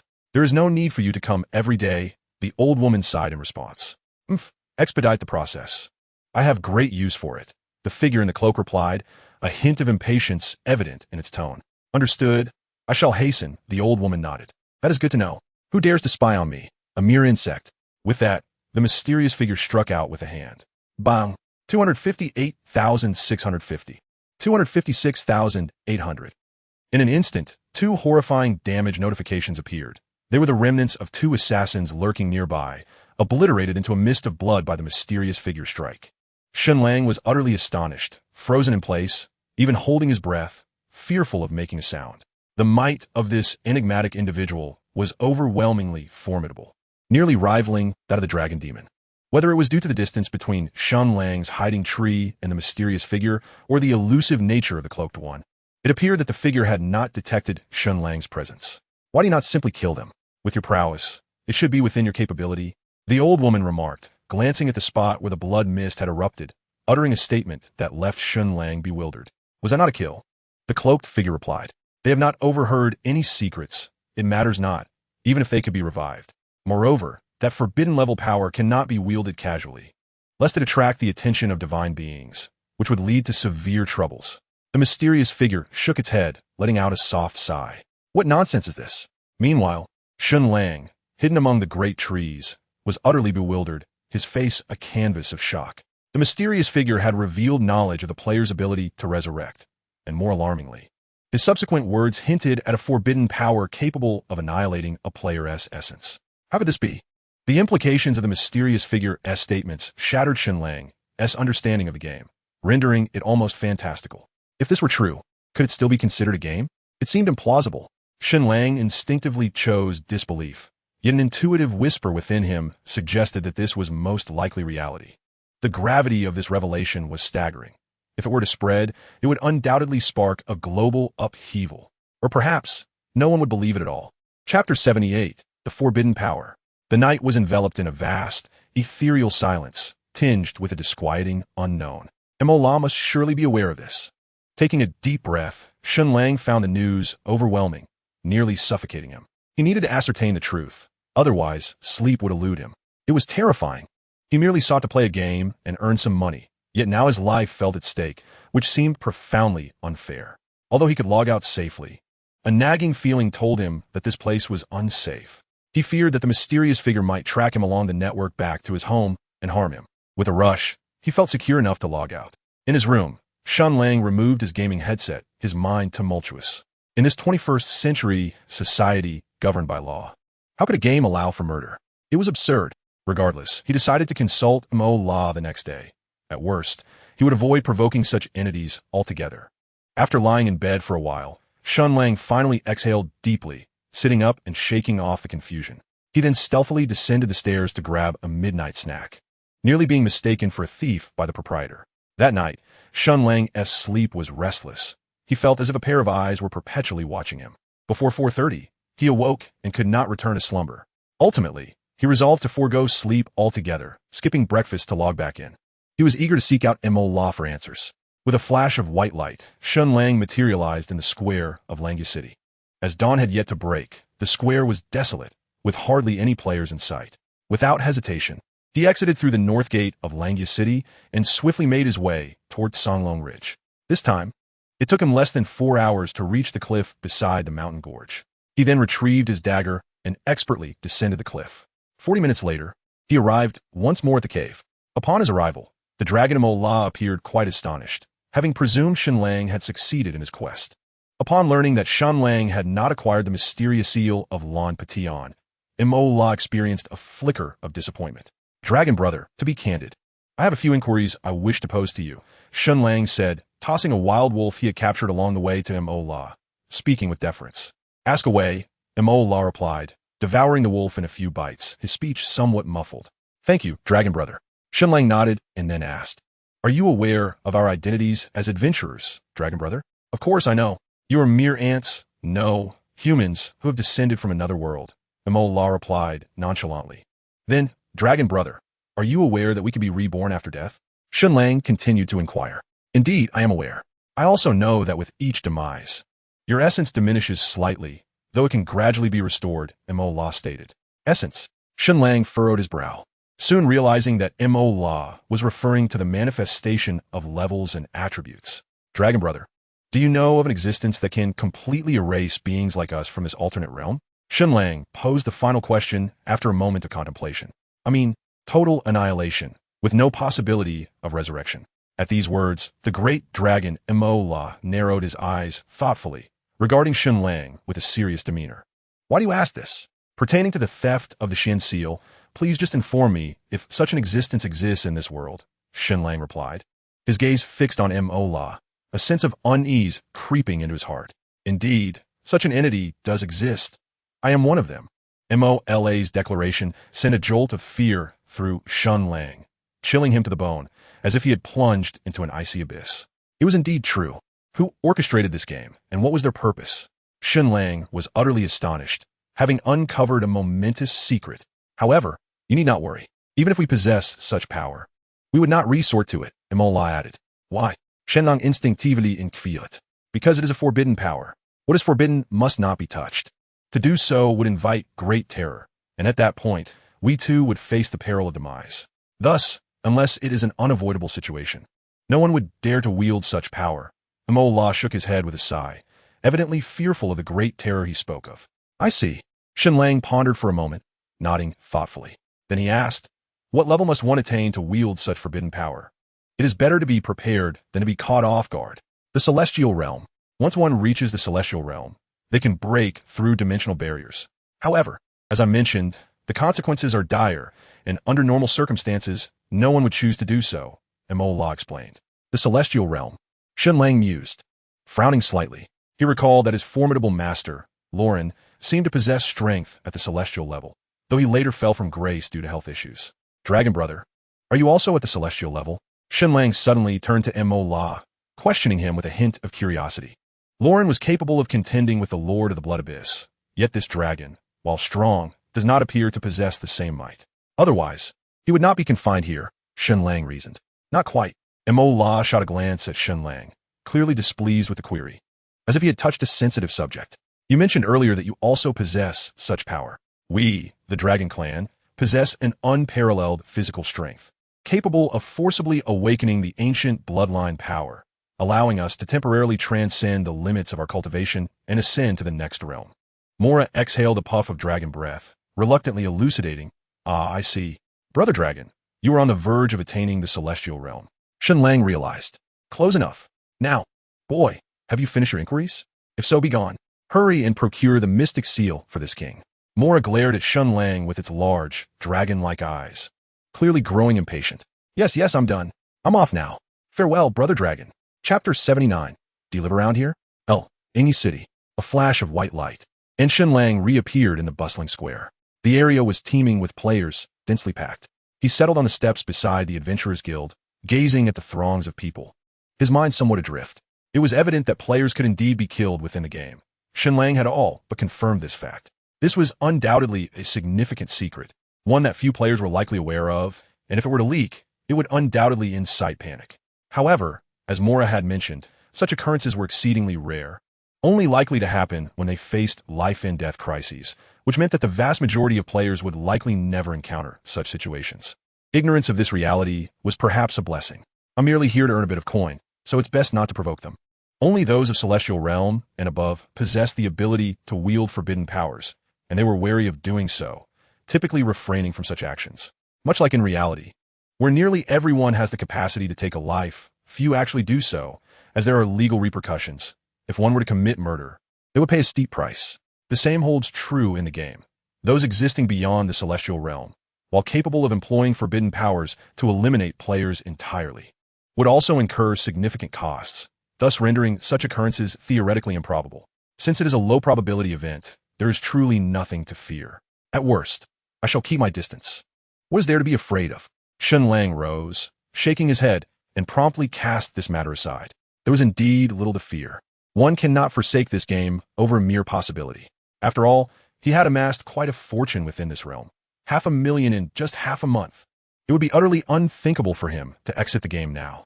With this thought in mind, Shen Lang ceased his musings and swiftly made his way towards Little Pond Town. Regardless of the circumstances, his priority was to reach level 25 and equip the Snowblade Dagger. Beep! Just as Shen Lang dashed out of the southern gate of El Ingi, his friend list flickered. It was a message from Nan Shi. What time will you be arriving?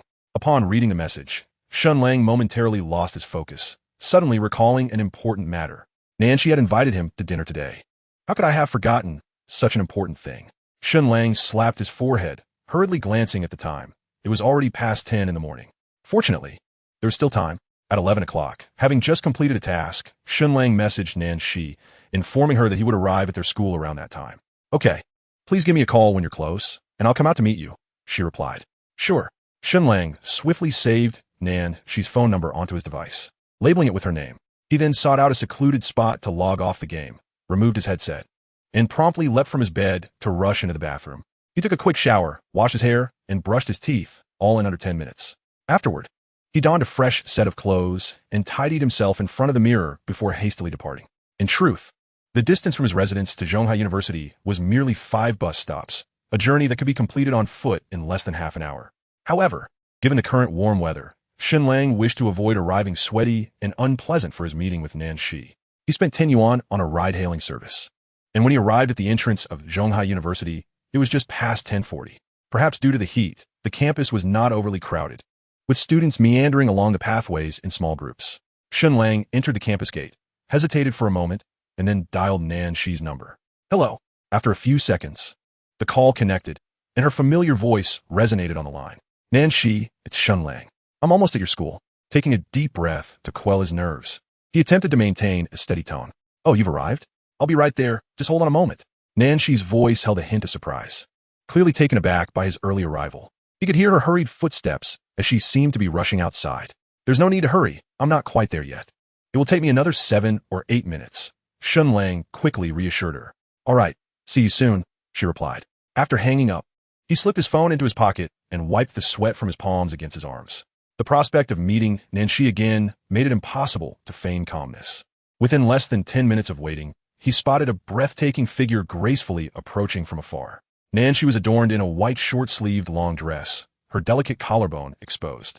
Fair and luminous. On her feet were petite white sandals, playfully embellished with 2 tiny bare ears, adding a touch of charm.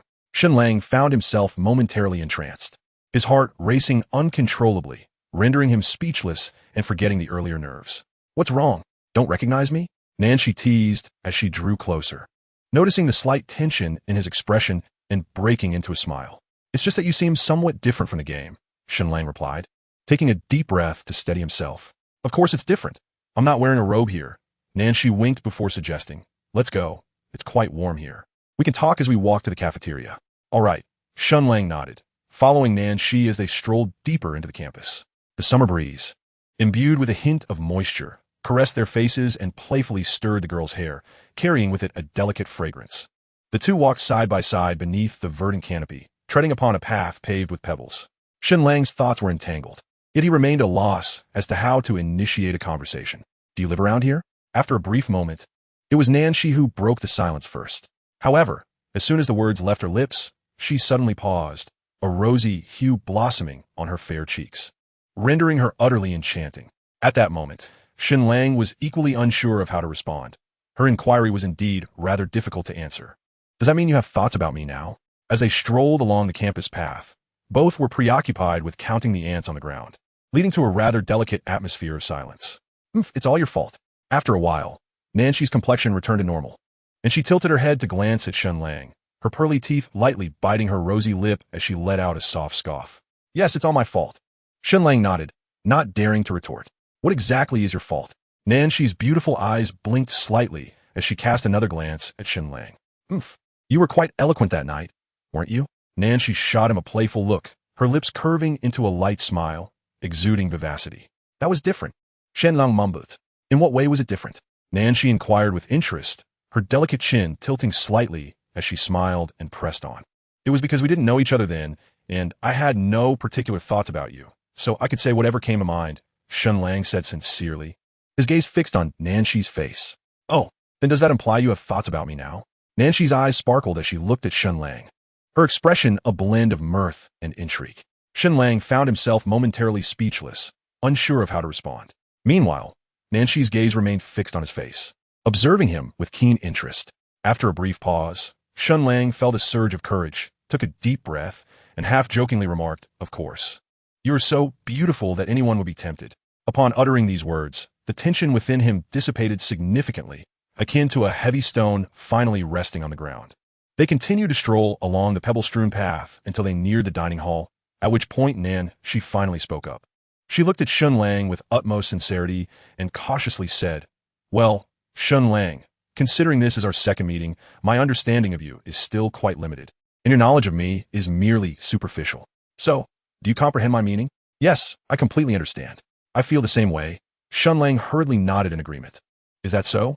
Upon hearing this, Nanshi's face brightened once more, her strikingly clear eyes gazing intently at Shen Lang. "It seems we share some mutual understanding after all." "Absolutely," Shen Lang replied with a smile. "All right, let's go eat. I haven't had breakfast, and I'm nearly starving." Nanshi gently patted her flat abdomen, slightly nodded, and led the way into the dining hall, with Shen Lang closely following. He too had skipped breakfast that morning. The cafeteria at Zhonghai University was spacious and impeccably clean, with 2 levels. At this time, just before 11 o'clock, there were not many students inside. The 2 individuals ascended directly to the second floor, seeking a spot by the window, where Shen Lang promptly took a seat. "What?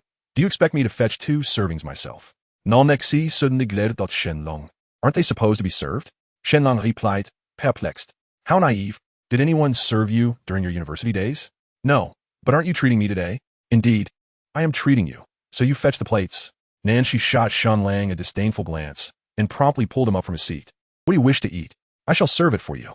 At the cafeteria entrance, Shen Lang held a tray with one hand, while Nanshi wielded a pair of tongs, ready to select dishes. "A bit of that braised pork, it looks quite delectable. It is indeed delicious, though I have yet to taste it myself." "How can you ascertain its deliciousness then? You said it appears appetizing. What else do you desire?" Nanshi placed 7 or 8 pieces of braised pork onto the plate before inquiring further. "The shredded pork with garlic sauce looks good as well. I've tried that. It's a tad sweet, so just a little. 2 of those crab legs, please." "4. 2 for each of us. I want some too. This one tea, make me gain weight. Let us dig in, I'm famished." Shen Lang, feeling quite at ease, called out to Nanshi and began to feast heartily. "Just remember, you ordered all this, so don't waste any." Nanshi observed Shen Lang with a cheerful smile, peeling a mantis shrimp. "Have no worries." Shen Lang, nodding as he ate, added, "If I can't finish, I can always take some with me. You think you can both eat and take away?" Nanshi teased playfully, her demeanor further enhancing Shen Lang's appetite. "I merely suggested that in case I couldn't finish." Nanshi laughed as she continued to peel the mantis shrimp. Her delicate skin glowed with a fair complexion, her fingers slender with healthy pink nails. As she skillfully removed the shell and handed it to Shen Lang with a bright smile, saying, "Here, today you're the guest, so don't be modest." "I'm not being modest. You can peel a few more." "How naive. Just 1 for you. If you want more, peel it yourself." Nanshi shot him a reproachful glance, surprised by his audacity. As she spoke, she picked up a piece of rib and nibbled delicately, embodying grace. "So, how do you find the food at our school?" After a while, Nanshi paused to pour Shen Lang a glass of sour plum soup. "Quite delicious," Shen Lang replied, nodding as he stuffed a mantis shrimp into his mouth and mumbled, "This shrimp is even tastier." "Umph, all you do is jest," Nanshi playfully chided, a charming smile curving her lips. Amidst their laughter and chatter, their meal lasted a full 40 minutes, with most of the dishes having found their way into Shen Lang's belly, while Nanshi had eaten relatively little. After clearing the table, Nanshi returned with 2 glasses of fruit tea. Resting her chin on her hand, she sipped her fruit tea while gazing at Shen Lang. "Yes, I'm almost equipped with that new dagger. Is there something on your mind?" Shen Lang nodded. He needed just 5 more experience points to reach level 25. Once he donned the snowblade, he could venture into the level 30 training area without any pressure. "No worries, I was thinking of showing you around the campus. But leveling up is paramount." Nashi set down her fruit tea and suddenly remarked, "By the way, why do you not clarify the disparaging remarks they make about you on the forum?" Naturally, she had perused the forum and was well aware of Shen Lang's situation, which had garnered considerable attention, not only in Langya City, but throughout the entire Huaxiao region. There's no time for that, and besides, it's impossible to prove oneself in such matters. The more one explains, the more they tarnish their reputation. I'd rather let them hurl their insults. Shen Lang replied nonchalantly. Indeed, one cannot clarify what is merely hearsay. Nashi nodded slightly, reflecting that had she not already known the truth behind the incident involving Kong Kong by Xiao, she might have viewed Shen Lang as a villain. It matters not. They cannot truly affect me. They should be the ones worrying, Shen Lang stated. True, you have nearly driven Lin Jiajun to madness. He has suffered several defeats at your hands, Nashi said, her eyes sparkling, her smile radiant. Chapter 81. Eventually, the truth will be revealed. On the second floor of a university cafeteria, it was now mealtime, and the number of students arriving for lunch was steadily increasing. These students constituted the backbone of Tian Yan. Today, being the weekend, with no classes, most had just logged off from their games, hastily consuming their meals while discussing in-game matters. As the crowd in the cafeteria grew, Nashi slightly furrowed her brow and turned to Shen Lang, expressing her preference for quieter surroundings. All right, Shen Lang nodded in agreement, readily complying.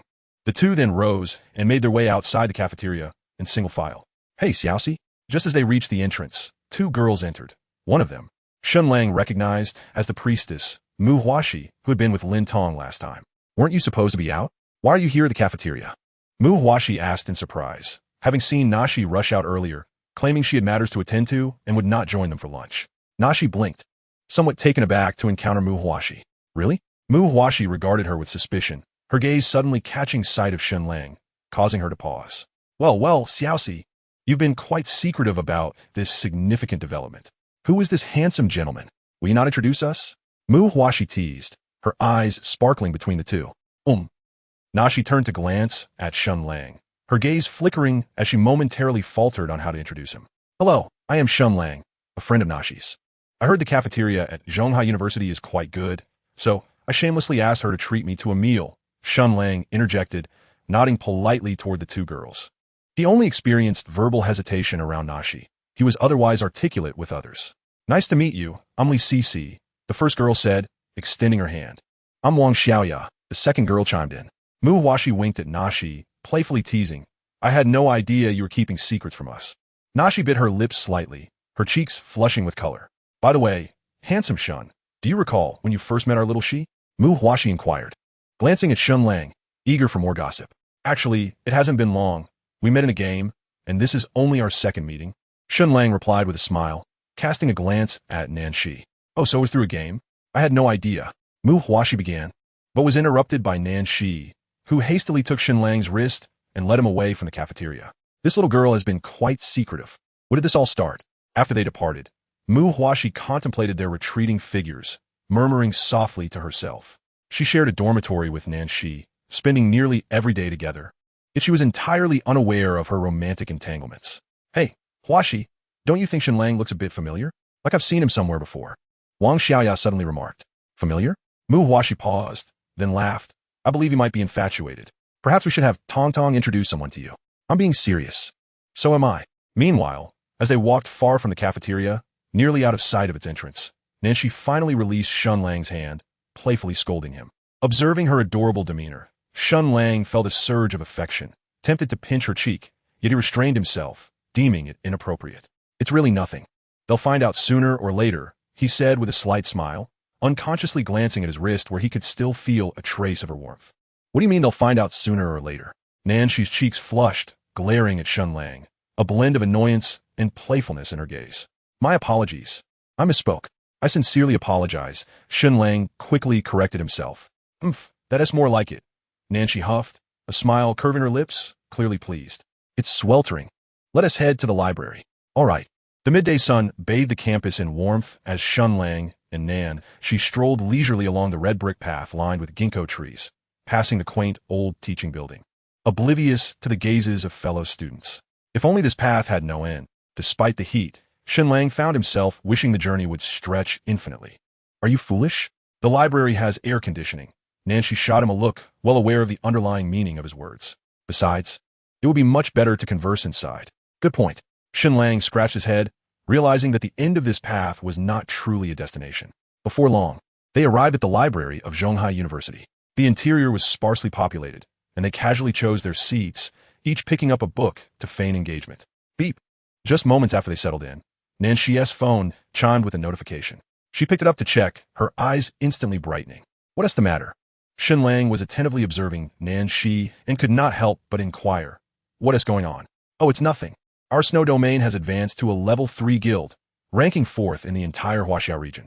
Impressive, isn't it? Nanxi replied, setting her phone aside with a smile. A level 3 guild can accommodate up to 500 members, which is quite a considerable size. Indeed, remarkable. It's astonishing that a group of students has managed to break into the top 5 of the Huaxia region, leaving those prominent forces in a state of dismay. Shen Lang praised generously. Nanxi beamed with pride at the achievements of Snow Domain. By the way, have you considered establishing a guild? Nanxi suddenly turned to Shen Lang. I have no intention of doing so. Besides, even if I were to create a guild, given my reputation, I doubt anyone would dare to join. It's best to let it be. Shen Lang replied with a hint of self-deprecation. He had offended quite a few powerful factions, and if he were to establish a guild, the players within it would likely be subjected to a brutal beating as soon as they stepped outside the city gates. Outside, the sun shone brightly, while the room remained refreshingly cool, reminiscent of spring. In the library, at a small desk near the northern window, Shen Lang and Nanxi sat opposite each other, each engrossed in a book. You possess quite a sense of self-awareness. If you were to truly establish a guild, it's likely that no one would dare to join, as they would have to face the hostility of nearly all the players in Langi City. It could be even worse, she remarked. After all, when Shen Lang was changing classes, several assassins had specifically spent a gold coin to travel from other counties, only to be roasted alive in the process. Have you thought about joining Snow Domain? Nanxi suggested once more. No, I cannot. I harbor enmity with the Lin family. Furthermore, if I were to join Snow Domain, it's probable that you would also become targets. Shen Lang firmly shook his head in refusal. Although Snow Domain was the premier guild in Langia City, it could not possibly suppress the multitude of players from the city who would likely turn against them. That is a valid point. Nanxi nodded, then continued, but you really ought to join a guild. There are numerous attribute bonuses to gain. Attribute bonuses? Shen Lang was taken aback, for he had not been aware of this. Indeed, they are determined by the guild's level. For every level the guild ascends, all members receive a 5-point bonus to all attributes. Currently, Snow Domain is a level 3 guild, granting a total of 15 points. Nanxi affirmed. 15? For all attributes? Hearing this, Shen Lang was slightly astonished and felt a pang of envy. A 15-point bonus to attributes is quite significant, especially as it is derived from a level 3 guild. If the guild were to advance to level 10, that would yield a 50-point bonus. With this thought, Shen Lang could not help but entertain the idea of establishing a guild. However, he quickly dismissed it. Founding a guild was not an easy endeavor. Setting up a guild token alone had thwarted many, requiring at least 200,000 or more, and even then, it might not be obtainable. Moreover, even if he did manage to establish a guild as a solitary figure, how could he possibly elevate it? Indeed, isn't it quite tempting? Nanxi blinked and looked at Shen Lang with a cheerful smile. In the snowy realm, which she and Lin Tong had established together, it felt akin to home. If circumstances permitted, she would undoubtedly wish for Shen Lang to join their ranks. Firstly, Shen Lang's gaming prowess, particularly after his transition to a Shadow Seeker, positioned him among the elite in both Langia City and the entirety of the Huaxia region. His inclusion in their domain would undoubtedly lend them formidable strength. Secondly, on a more personal note, she genuinely enjoyed the company of Shen Lang. However, she recognized that, at this juncture, such aspirations were unattainable. It was not merely a matter of whether their domain could withstand the pressures of his addition. The Lin family, particularly Fengxian, would undoubtedly object.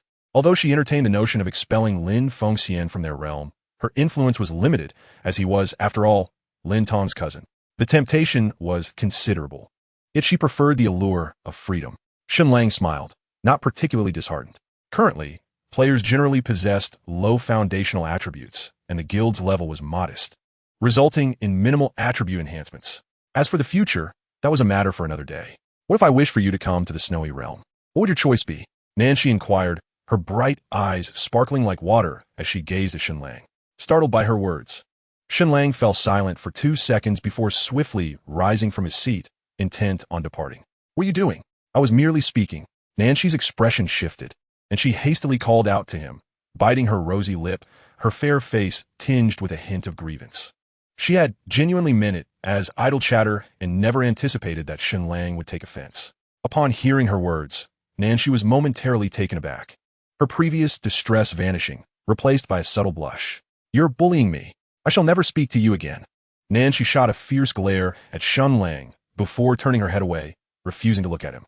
Meanwhile, an unusual emotion began to quietly blossom within her, one she could not suppress. Although she was fully aware that Shen Lang was merely pretending, the sensation was undeniably joyous. That is not what you said about letting me. I want to listen. I want to listen. Nancy covered her ears with her hands, closing her eyes in defiance. How utterly adorable she was. Observing Nancy's charming demeanor, Shen Lang found himself quite enamored, unable to suppress a smile that curled at the corners of his mouth. You're still smiling. After a brief moment, Nancy cautiously opened a slit in her large eyes, only to find Shen Lang gazing at her with a grin, which caused her face to redden even further. Given the atmosphere, was it inappropriate to cry? Shen Lang chuckled. You're laughing at me for laughing. Nancy grew increasingly agitated, and in the next instant, a dainty fist was aimed squarely at Shen Lang's face. Moments later, tranquility returned to the library. Shen Lang regarded Nancy, who sat poised at the small table opposite him, resembling a delicate maiden, one eye slightly bruised from her blow. She truly struck me. Nancy, yes. How old are you? 19, and in a month I shall be 20. Still just a child. Perhaps she deserved a playful jab? I didn't mean to do that. The girl pursed her lips, striving to maintain an innocent facade, suppressing her laughter. I know.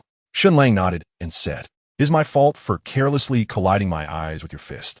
You weren't injured, were you? It hurts a bit. Look, it's already red, the girl replied, extending her fair hand, which bore a slight blush that was almost imperceptible. This seems serious. Should we consider a visit to the hospital? Shen Lang gently stroked the back of her hand and inquired. The girl shook her head in response. Very well, just be cautious in the coming days. Wounds tend to heal slowly in summer. Yes, I understand. I will be careful, she assured him. Chapter 83. Just deceiving. Time always flies during leisurely and delightful moments. The two chatted and laughed in the library until it was past 3:30 in the afternoon, before bidding each other farewell. Had he not been preoccupied with leveling up to 25 to acquire the Snow Edge weapon, Shen Lang might have been tempted to stay for dinner. This encounter held significant meaning for Shen Lang, as it nearly obliterated the unfamiliarity and distance between him and Nancy. Most importantly, it appeared that Nancy did not harbor any dislike for him, and perhaps even held a slight affection. After returning home and taking a shower, Shen Lang donned his helmet once more to enter the game. With a flash of white light, Shen Lang materialized at the southern gate of Langya City. He glanced at his friend list and discovered that Nancy had already logged in. Ding ding. You're quite fast. At that moment, Nancy sent him a message. One cannot afford to dawdle. You are almost catching up to me. Nancy had already reached level 23, just one level shy of Shen Lang. Indeed, closing in rapidly. Catching up to you is a piece of cake. Truly, you are impressive, Nan Xiaoxi. It is undeniable. Where are you currently? Of course. I'm in the city replenishing my mana potions, preparing to venture out with Sister Yu and the others to conquer the map. What about you? I'm at the southern gate. By the way, Xiaoxi, don't leave just yet. I have something to give you. Nancy would surely be pleasantly surprised upon seeing that skill book, wouldn't she? What good thing do you have? Nancy inquired. You'll find out shortly. Let us meet at our usual spot. How mysterious of you. 10 minutes later, in a small alley beside the Adventurers Guild, Nancy stood elegantly in her mage robe, grasping a silver staff, her flowing hair cascading down her back, a vision of enchanting beauty. Hello, beautiful. Long time no see. Shen Lang approached her, smiling warmly. Indeed, it has been a while. Almost half an hour. Nancy playfully chided, glancing at Shen Lang with a gentle smile before extending her delicate hand. What surprise do you have for me? Here, it's the mage skill book I acquired a couple of days ago. I almost forgot about it while it was in my storage until a reader reminded me. Shen Lang presented the shimmering skill book, placing it in her hand. Well, I must express my gratitude to the lovely readers then, Nancy said with a bright smile as she gazed at the skill book in her hand.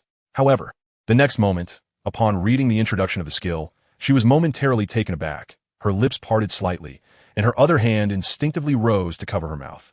Frosted glass, level channeling the essence of frost spirits for 5 seconds. Summon the power of frost to inflict 125 magical damage per second and a slowing effect of 50 on all targets within a radius of 5,050 for a duration of 10 seconds. Cooldown 1. This is a level group attack skill book, Nancy murmured, hardly able to believe her eyes.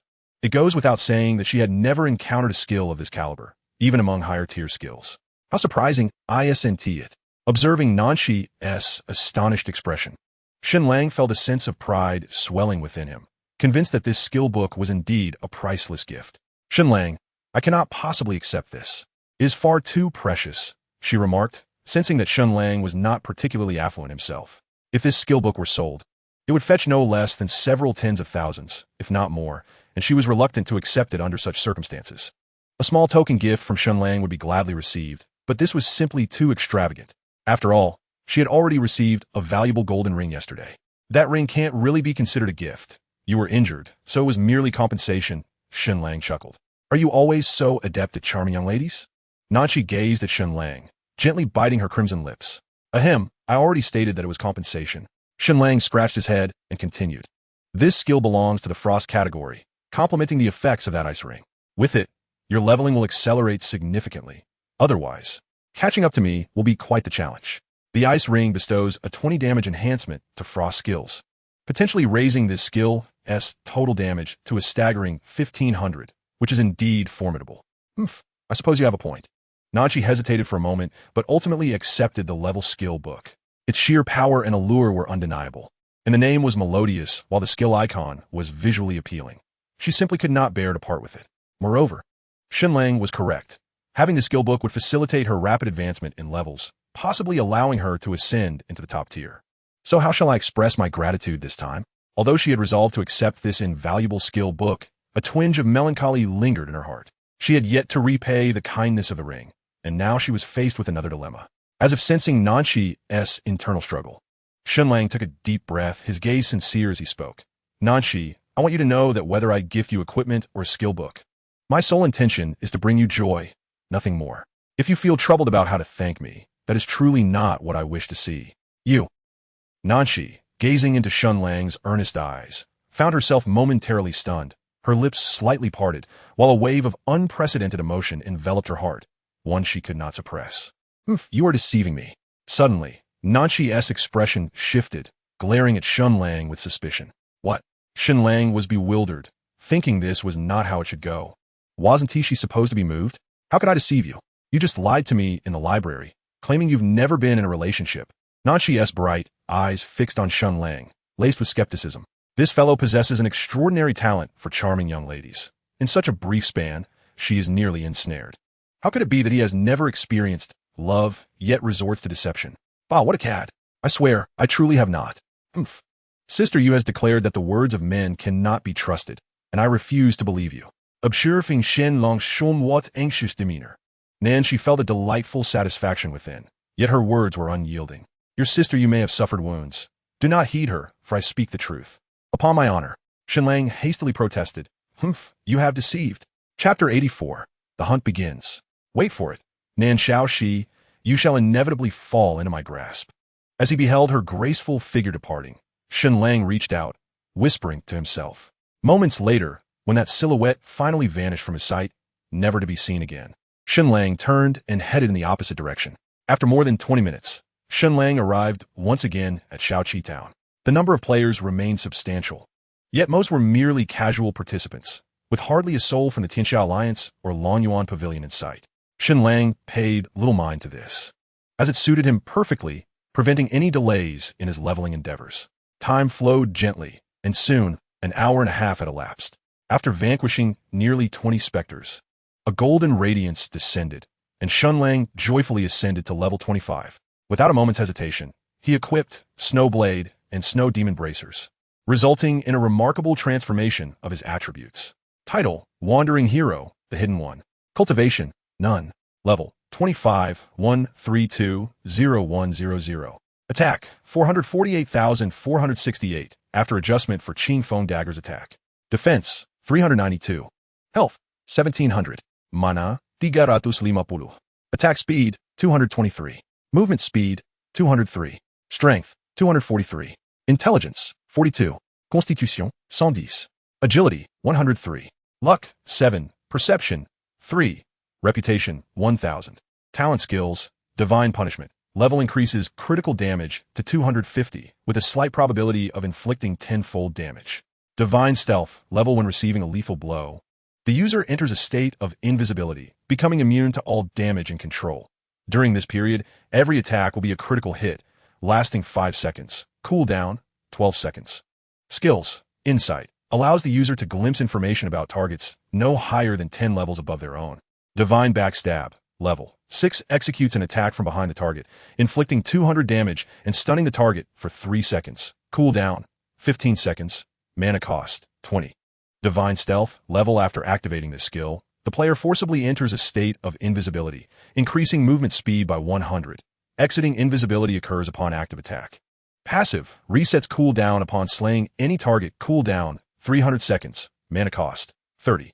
Cooldown, 30 seconds. Mana cost, 30. No further skill reposting will occur henceforth. As it may seem like filler, please self-apply any necessary tags. Damn it, my attack power is no longer a weakness. Gazing at the impressive cap of 468 points in my attribute panel, Shen Lang let out a sigh of relief. Finally, eliminating weak opponents would no longer require 2 or 3 strikes, given that priests and mages possess the least amount of cloth armor defense, usually totaling around 150 points. My formidable attack of 468 reduces their damage mitigation to below 20. A single normal attack would inflict nearly 400 points of health, while a critical hit would likely exceed 1,000. Typically, an average priest or mage possesses a mere 5 to 600 health points, insufficient to withstand even a single thrust from me. As for archers clad in leather armor, they would likely succumb to a single strike, perhaps 2 at most. But no more. Why would an assassin like me bother to hunt down knights? Although it could be accomplished in a few strikes, it would be far too laborious and not worth the effort. In terms of defense, mine is also approaching 400 points, significantly higher than most swordsmen. After all, the growth in physique for shadowy figures like me is akin to that of swordsmen, both boasting an 8-star rating. However, it is worth noting that swordsmen are equipped with heavier armor, which provides greater defense than leather. Of course, this applies to equipment of the same tier. And considering my current array of mostly silver gear, few dare to claim they possess higher defense or health than I do, aside from a handful of elite swordsmen. Now, I wonder who would dare to contest this. At this moment, Shen Lang brimmed with confidence. With his current strength, engaging in petty theft was utterly trivial. What? Leveling up? It is impossible to engage in leveling. Battling monsters is also out of the question. How could one gain experience as swiftly as through robbery? As for farming gold, one might earn a mere 100 coins a day, far inferior to the speed of acquiring equipment through slaying others. Since these individuals insist on branding me as a rogue and a villain, why not embrace their perception? In this city of Langia, whether it descends into chaos hinges solely on my whims. Ha ha ha. Shen Lang chuckled slyly and promptly sent a message to all his friends, excluding Nan Shi, around 7 or 8 individuals in total. He simply requested information, preferably about ongoing battles, promising a 10 reward from any loot acquired. At the coordinates, 7,441 feet 46 inches, 623 feet 11 inches in the Sunset Swamp, the main team of Blazing Inferno was engaged in assaulting a level 30 silver creature. Having just arrived, I wondered if they could make it in time, as it was also from your alliance's guild. Soon enough, a notification from his friend list flashed. An incoming message from Marco Pineapple, who was always eager for excitement. It should be about right, thanks. Shen Lang glanced at the map. The distance was not far, and with his stealthy movement speed of 353, he could arrive in less than 20 minutes. No need for pleasantries, should the theft succeed. Do not forget my reward. Grinning widely, rest assured it will be accomplished. 15 minutes later, in the Sunset Swamp. As dusk fell, the sun gradually sank below the horizon, casting its final rays across the vast marsh, creating a picturesque scene with rippling water. Ding! System notification. Please be advised. You have entered a special terrain, speed reduced by 100. At the moment Shen Lang stepped into the swamp, the system alert sounded, and his speed plummeted. What a wretched place. Shen Lang furrowed his brow slightly, muttering to himself before continuing his stealthy advance. Along the way, numerous players were teaming up to slay monsters, as pink leeches emerged from the muck, their mouths lined with teeth, causing Shen Lang a slight sense of nausea. These were level 2,529 leeches, with an attack power nearing 3 and health points ranging from 152, representing the highest tier of wild creatures that players could currently farm. After all, monsters above level 30 possessed autonomous attack awareness, making them far too intimidating for the average player to confront. After traversing through several miles of marshland for 10 minutes, Shen Lang finally reached his destination. Fortunately, it remained intact. A colossal Leech King was being besieged by the 10-man main team of Blazing Inferno, its health bar dwindling to about 1/3. The principal members of the Blazing Inferno team were not of low level, the highest among them, Feng Hua Shizhu Ho was already at level 25, matching Shen Lang's level as a berserker, unleashing a flurry of attacks. The remaining 9 were all above level 20, with a diverse array of classes, making the battle manageable. At this point, with considerable health remaining, Shen Lang was not in a hurry. He cautiously approached, stopping 10 meters away from the group while casting an insight spell. Blood Leech's King, Silver Grade, level, 30 attack, 405 defense, 350 health points, 22 skills, Cruel Breath, Liquid Petrification. With over 400 in attack and 22 in health, it was quite formidable. As he patiently waited, 10 minutes swiftly passed, and under the relentless onslaught from the team, the Leech King's health dropped below 10. Suddenly, with a tremor, it seemed poised to unleash a devastating attack. Everyone, strike together. We must interrupt its ultimate move. Feng Hua Shizhu Ho exclaimed, and the others were already prepared. 2 knights charged forth instantaneously, while an assassin darted forward for a backstab. However, level 30 skills were not easily interrupted. Neither the knight nor the assassin succeeded in silencing the creature. Fortunately, another knight successfully executed a charge, disrupting the skill and leaving the Leech King in a 1-second stun state with its defense reduced by 50. Seizing the opportunity, the Blazing Inferno team unleashed their most potent attacks, swiftly reducing its health to a mere 5. Just about 10,000 points left. Shen Lang calculated silently. The next moment, he targeted a priest at the rear and activated Instant Slash. In an instant, Shen Lang appeared behind the priest, and without needing to strike, the priest's health was entirely depleted by Instant Slash, causing her to stagger and fall, a look of bewilderment on her face. Without a moment's pause, Shen Lang swiftly moved before another priest, his blade tracing a graceful arc as it swiftly severed her neck. 1022. A 4-digit damage figure floated by, and the second priest, caught off guard, followed in the footsteps of the first.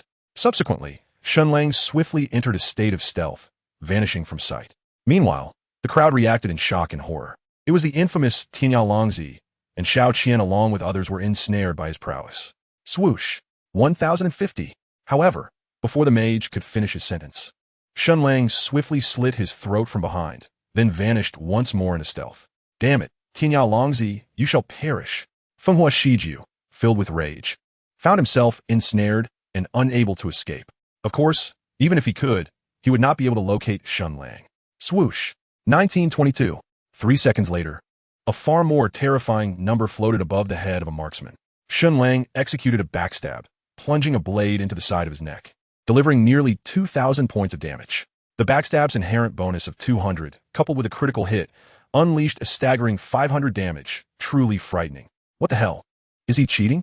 The remaining 6 were dumbfounded. This damage was exceedingly high. What manner of sorcery was this? Just as the crowd marveled, Shen Lang had already dispatched another marksman, leaving the entire range contingent of the 10-man team annihilated. From a moment Shen Lang struck until now, barely 10 seconds had elapsed. Damn it, Tian Yan! A knight roared, charging forth, yet Shen Lang effortlessly evaded and delivered a swift strike to his neck. 2,650.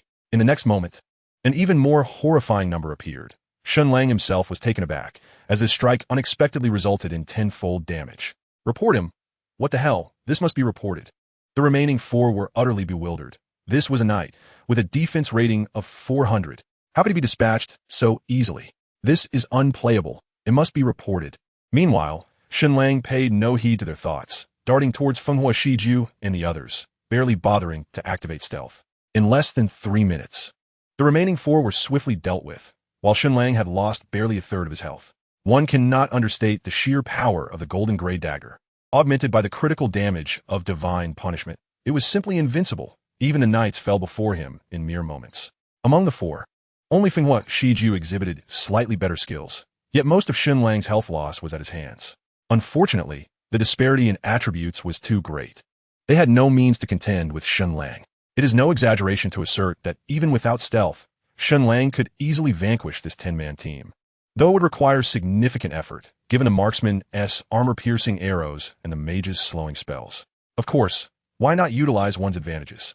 Ding. System notification. Congratulations to the player for slaying Blood Leech King, Silver Grade, earning 35 experience points. 2 minutes later, Shen Lang finished off the bloodied foe, looting a bounty of gold and 2 pieces of equipment. One was a pair of dark crimson leggings, and the other a massive black axe. Blood Leech leggings, leather armor. Grade, silver. Defense, 55. Constitution, 20. Required level, 25. Furious Great Axe. Grade, Silver. Attack, 135150. Strength, 30. Special effect, Severe Injury, with a 10 chance to inflict an additional 500 points of damage with each strike. Required level, 25. Required class, Berserker. Remarkably, in terms of attack power, it must be a two-handed weapon. Gazing at the attributes of the colossal axe, Shen Lang could not help but exclaim in astonishment. Coupled with his strength, the axe's attack ceiling reached an impressive 180 points, nearly rivaling that of the Snowblade. This weapon is likely to fetch a handsome sum. Although it is classified as silver tier, its level and attributes far surpass the blood dagger he sold to Qinghai Xiaofeng. However, times have changed. The silver items have significantly depreciated in value, approximately selling for around 20,000. As for the leg armor, Shen Lang equipped it immediately, replacing the Serpent Hunter leggings he had previously purchased from Hua Wuqing. Consequently, among his 6-piece ensemble, 5 items are now silver tier, with only the cloak remaining. His defense and health points have risen to 441 and 1820, respectively. In this era dominated by black iron and bronze, being nearly fully adorned in silver tier gear is truly extravagant. Of course, this also serves as his assurance for engaging in robbery and murder. As for the cloak, Shen Lang had no worries. He was confident he would acquire one eventually. Ding ding. Ha, my friend. You truly are remarkable. You actually managed to steal it. This message came from Marco Pineapple, extending his congratulations. You seem quite well informed. Shen Lang was somewhat surprised. It had scarcely been 10 minutes since the incident, and Marco Pineapple was already aware. Indeed, the Fire and Fury faction has posted accusations against you. I am pleased to inform you that you are once again in the spotlight. Likes, these people are quite something. It was merely a theft, yet they feel compelled to post about it, lacking any sense of shame. Shen Lang was at a loss for words. Since they had joined the Anti-Thief Alliance, it implied hostility towards him. Yet after being robbed, they still resorted to online slander, truly a sign of insanity. Since they are unable to seek revenge themselves, they must stir the pot online and rally others against you, Marco Pineapple remarked. Let them incite all they wish. By the way, Pineapple, do you prefer gold or equipment? Shen Lang inquired directly. This time, there was more than just the 2 pieces of gear. Several members from Fire and Fury also dropped 4 items, 3 bronze and 1 black iron, all with decent attributes, likely worth several thousand. Considering they are from the main team of the faction. Equipment, please. All right, this haul is worth approximately 40,000. I'll give you 3 bronze items and 2 black iron items. How does that sound? Shen Lang promptly sent over the equipment catalog, including the Serpent Hunter leggings he had removed. 2 silver items along with nearly 100 gold coins amounted to close to 40,000. Excellent, quite satisfactory. Where are you? How shall I deliver the equipment to you? Shen Lang asked again. Head to the square where I set up my stall. There is someone named Hua Wuqing there, and you can hand it over to him. Hua Wuqing? Oh, I see you are working together. Yes, indeed, we are part of the same team. Haha, splendid. Let us collaborate harmoniously, and don't forget to continue providing intelligence to ensure your team benefits as well. Habitually concealing his personal rank and name, Shen Lang approached Hua Wuqiu, who was busy at his stall, and handed over 5 pieces of equipment. Old buddy, let us add each other as friends for convenience in the future. Hua Wuqiu, nearing 40 years of age, beamed at Shen Lang and sent a friend request. Sure. Shen Lang accepted it without hesitation, exchanged a few words with the elder, and then departed from the bustling square. The crowd was rather dense, making it easy to be recognized. Although attacks were prohibited within the city, being identified was nonetheless undesirable. Ding! System announcement. Congratulations to player Jinxiu Nianhua for successfully reaching level 30. As the first player in the entire Huaxia region to undergo a second job transfer, you are rewarded with level 1, luck 3, and reputation 500. Ding! System announcement.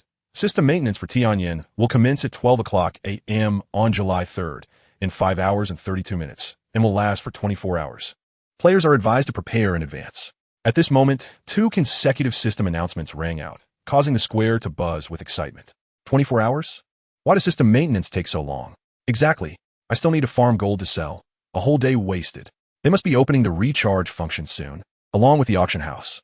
Listening to the discussions among the players, Shen Lang suddenly recalled something and hurriedly sent a message to Qinghai Xiaofeng. He still had over 100 gold coins on hand and could not afford to let them sit idle. Should the system open the recharge function, their value would plummet. Tian Yan brother, I have a bit of a situation. A 1 TB available for the next couple of days. Let's talk about it the day after tomorrow. This was indeed distressing. It seemed he would have to endure this predicament. He could only hope that the decline would not be too severe. Ding ding. Longzi, Guanzi and I are pushing the map with Lin Tong and the others. We VE encountered a level 32 golden boss. Do you want to join?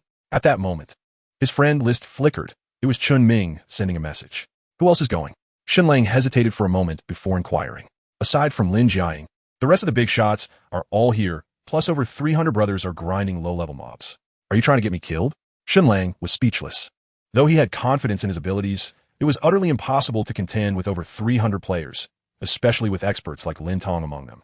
There might even be archers equipped with illuminating arrows. Certainly, a full retreat should not pose a problem, but seizing a drop was an entirely different matter. If Nanshi were to unleash a frosty glass, escape would be unthinkable. Ding ding. Shen Lang, we just cleared it. Are you all tackling level 30 monsters? Shen Lang was slightly surprised. He recognized the location. It was the Qing Mang Forest. The Snow Domain truly deserved its reputation as the only level 3 alliance in Langya City, demonstrating remarkable prowess. Yes. The skill you gave me is incredible. My damage output is the highest in the entire alliance. Even Tong Tong can't keep up with me. Suddenly, dark clouds gathered, and lightning streaked across the night sky.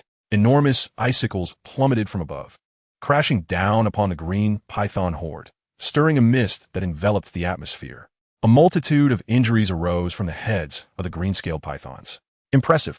It seems your level is on the verge of surpassing mine, Shen Lang remarked, somewhat astonished by the rapid rate of monster elimination. Nanshi spell attacks must exceed 500 points, augmented by the priest's support and the archer's armor-piercing arrows targeting the green-scaled pythons. With a single ultimate move, the health of over 100 green-scaled pythons was nearly reduced by more than a third. It is worth noting that these are level 30 wild monsters, boasting considerable health. Indeed, I only need 70,000 experience points to reach level 25. I estimate I shall level up by the end of this battle, and then I will be just like you. All right, I shall see if I can snag some of those kills. I find myself with nothing else to do. I shall not speak with you further. We are about to engage. With a glare. Chapter 86. A chance encounter in the green python forest. A colossal golden python coiled and hissed fiercely, engaged in a fierce struggle against the elite forces of the Snow Domain, led by Lin Tong. To confront this golden tier beast, Lin Tong had summoned nearly all the top players of the Snow Domain, numbering over 30. Meanwhile, the remaining hundreds of players were strategically positioned around them, showcasing a clear division of roles among various classes as they systematically cleared the remaining green-scaled pythons. Level 30 wild monsters had developed an instinct for self-defense, making it unwise for ordinary players to approach. Even if they dared, they would be unable to contend with them. Only a formidable alliance like the Snow Domain, with its players predominantly above level 20, could gradually advance from the periphery of the battlefield, thereby avoiding being caught in a pincer move. As the premier guild of Langya City, the Snow Domain possessed a strong allure for high-level players, making the Green Python Forest an ideal training ground for them. In the midst of the chaos, the Golden Python's health steadily dwindled as the players of the Snow Domain, under Lin Tong's leadership, executed their assault with remarkable order. Within just an hour, the Golden Python's health was reduced by half, an impressive pace indeed. Guild leader, we have a situation. At that moment, Yu Luo Dengming, who had been idly hovering at the back, suddenly changed countenance and called out to Lin Tong. What is it? Guild leader. The wanderer from the ends of the earth has arrived. Yu Luo Dengming stated solemnly, his expression turning grave. What? The wanderer from the ends of the earth. As soon as his words fell, all the attacking players from the Snow Domain momentarily froze, their expressions shifting with concern. The name held significant weight, despite their numbers.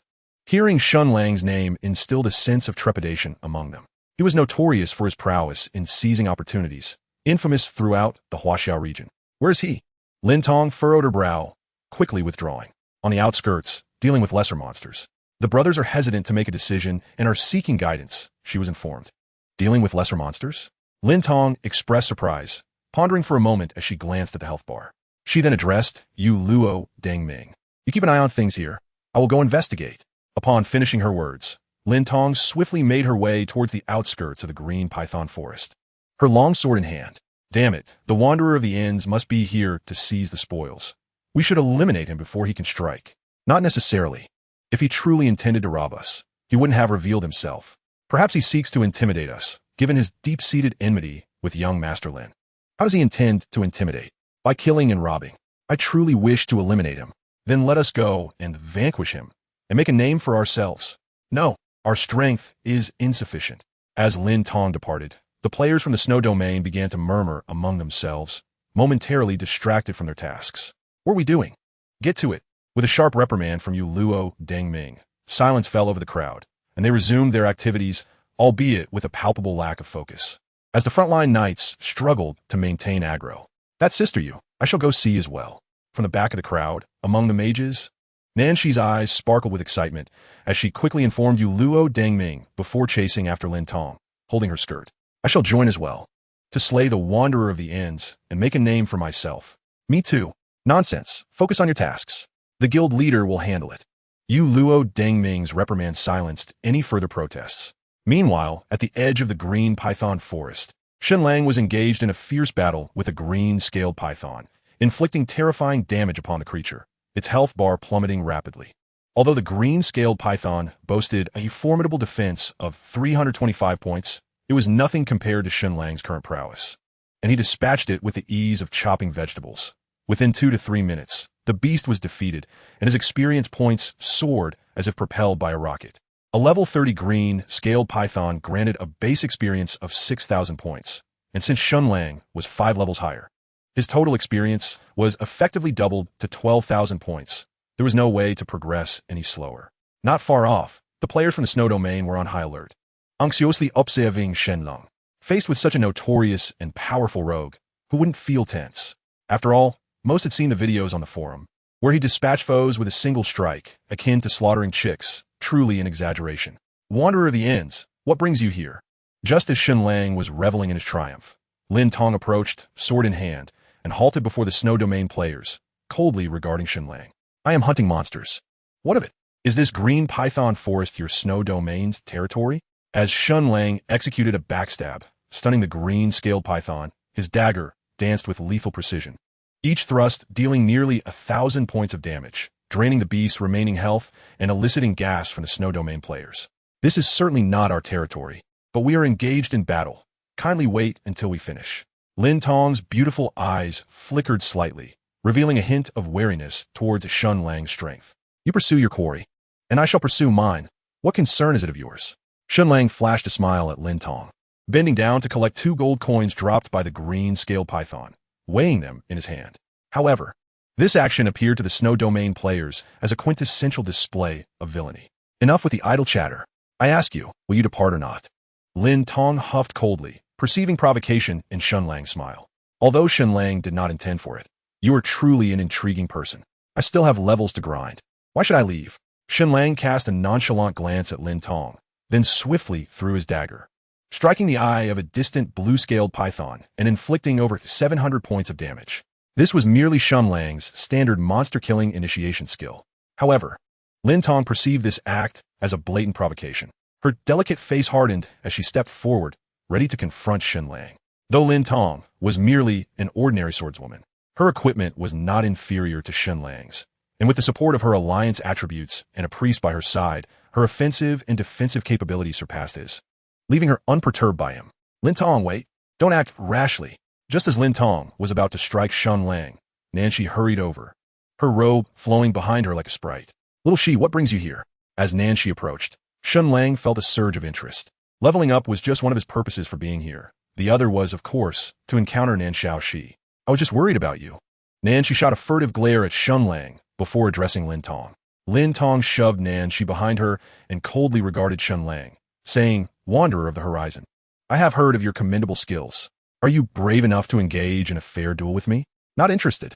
Shen Lang cast a glance at Lin Tong, swiftly dodging the python's attack, and dealt a blow to its head, inflicting 311 points of damage without a critical hit. If you lack the courage, then kindly depart from here. Lin Tong scoffed, clearly disdainful of Shen Lang's arrogance. My comings and goings are of no concern to you. Truly, you are meddling in affairs that do not concern you. Shen Lang continued to strike at the blue-scaled python with ease. Let's keep this civil. Suddenly, non exigle dot Shen Lang. I merely wish to grind monsters and level up here. I have no intentions of troubling you, esteemed Lin. Shen Lang's tone shifted to one of utmost politeness, momentarily leaving Lin Tong bewildered, unsure of how to respond. Since when did the notoriously infamous Wanderer of the Horizon become so agreeable? Lin Tong, why not let him stay? He wouldn't dare to interfere. At that moment, Nancy spoke up again. Very well, since that is the case, you may remain here. However, Wanderer of the Horizon, I warn you, if you dare to attack any player of Snow Domain, I will not let you off easily. Seeing Shen Lang yield first, Lin Tong softened her stance, granting him a reprieve. As for thievery, Lin Tong felt no apprehension. All the elite members of their alliance were present, and with Yu Luo and Deng Ming possessing illumination arrows, and Nanshi wielding frosted glass, even if there were 10 Shen Langs, none could succeed in thievery. Hey, I have slain players from Snow Domain before. Giving you some face does not mean you can threaten me. How audacious. Let's keep this civil. I will only level up here and will not harm any players of Snow Domain. Rest assured, esteemed Lin. Shen Lang nodded earnestly, his sincerity evident. This time, even Lin Tong, despite her usual dullness, sensed that something was amiss. She tilted her head to glance at Nanshi, only to find the young girl casting a gaze at Shen Lang that was a curious blend of affection and reproach. A jolt of realization struck her heart. Nanshi knew the wandering son of the heavens, and their relationship was undoubtedly intricate. This was the intuition of a woman. Coupled with the recent acquisition of the advanced skill by Nanshi, could it possibly have been bestowed upon her by the wandering son? A fleeting thought crossed Lin Tong's mind. Yet, it shouldn't be so. She had previously perused the skill catalog, and it had originally been issued to her by the esteemed Master Guan. Later, when Lin Fengxian intended to purchase it as a gift for Nanshi, Master Guan had mentioned that it had already been sold.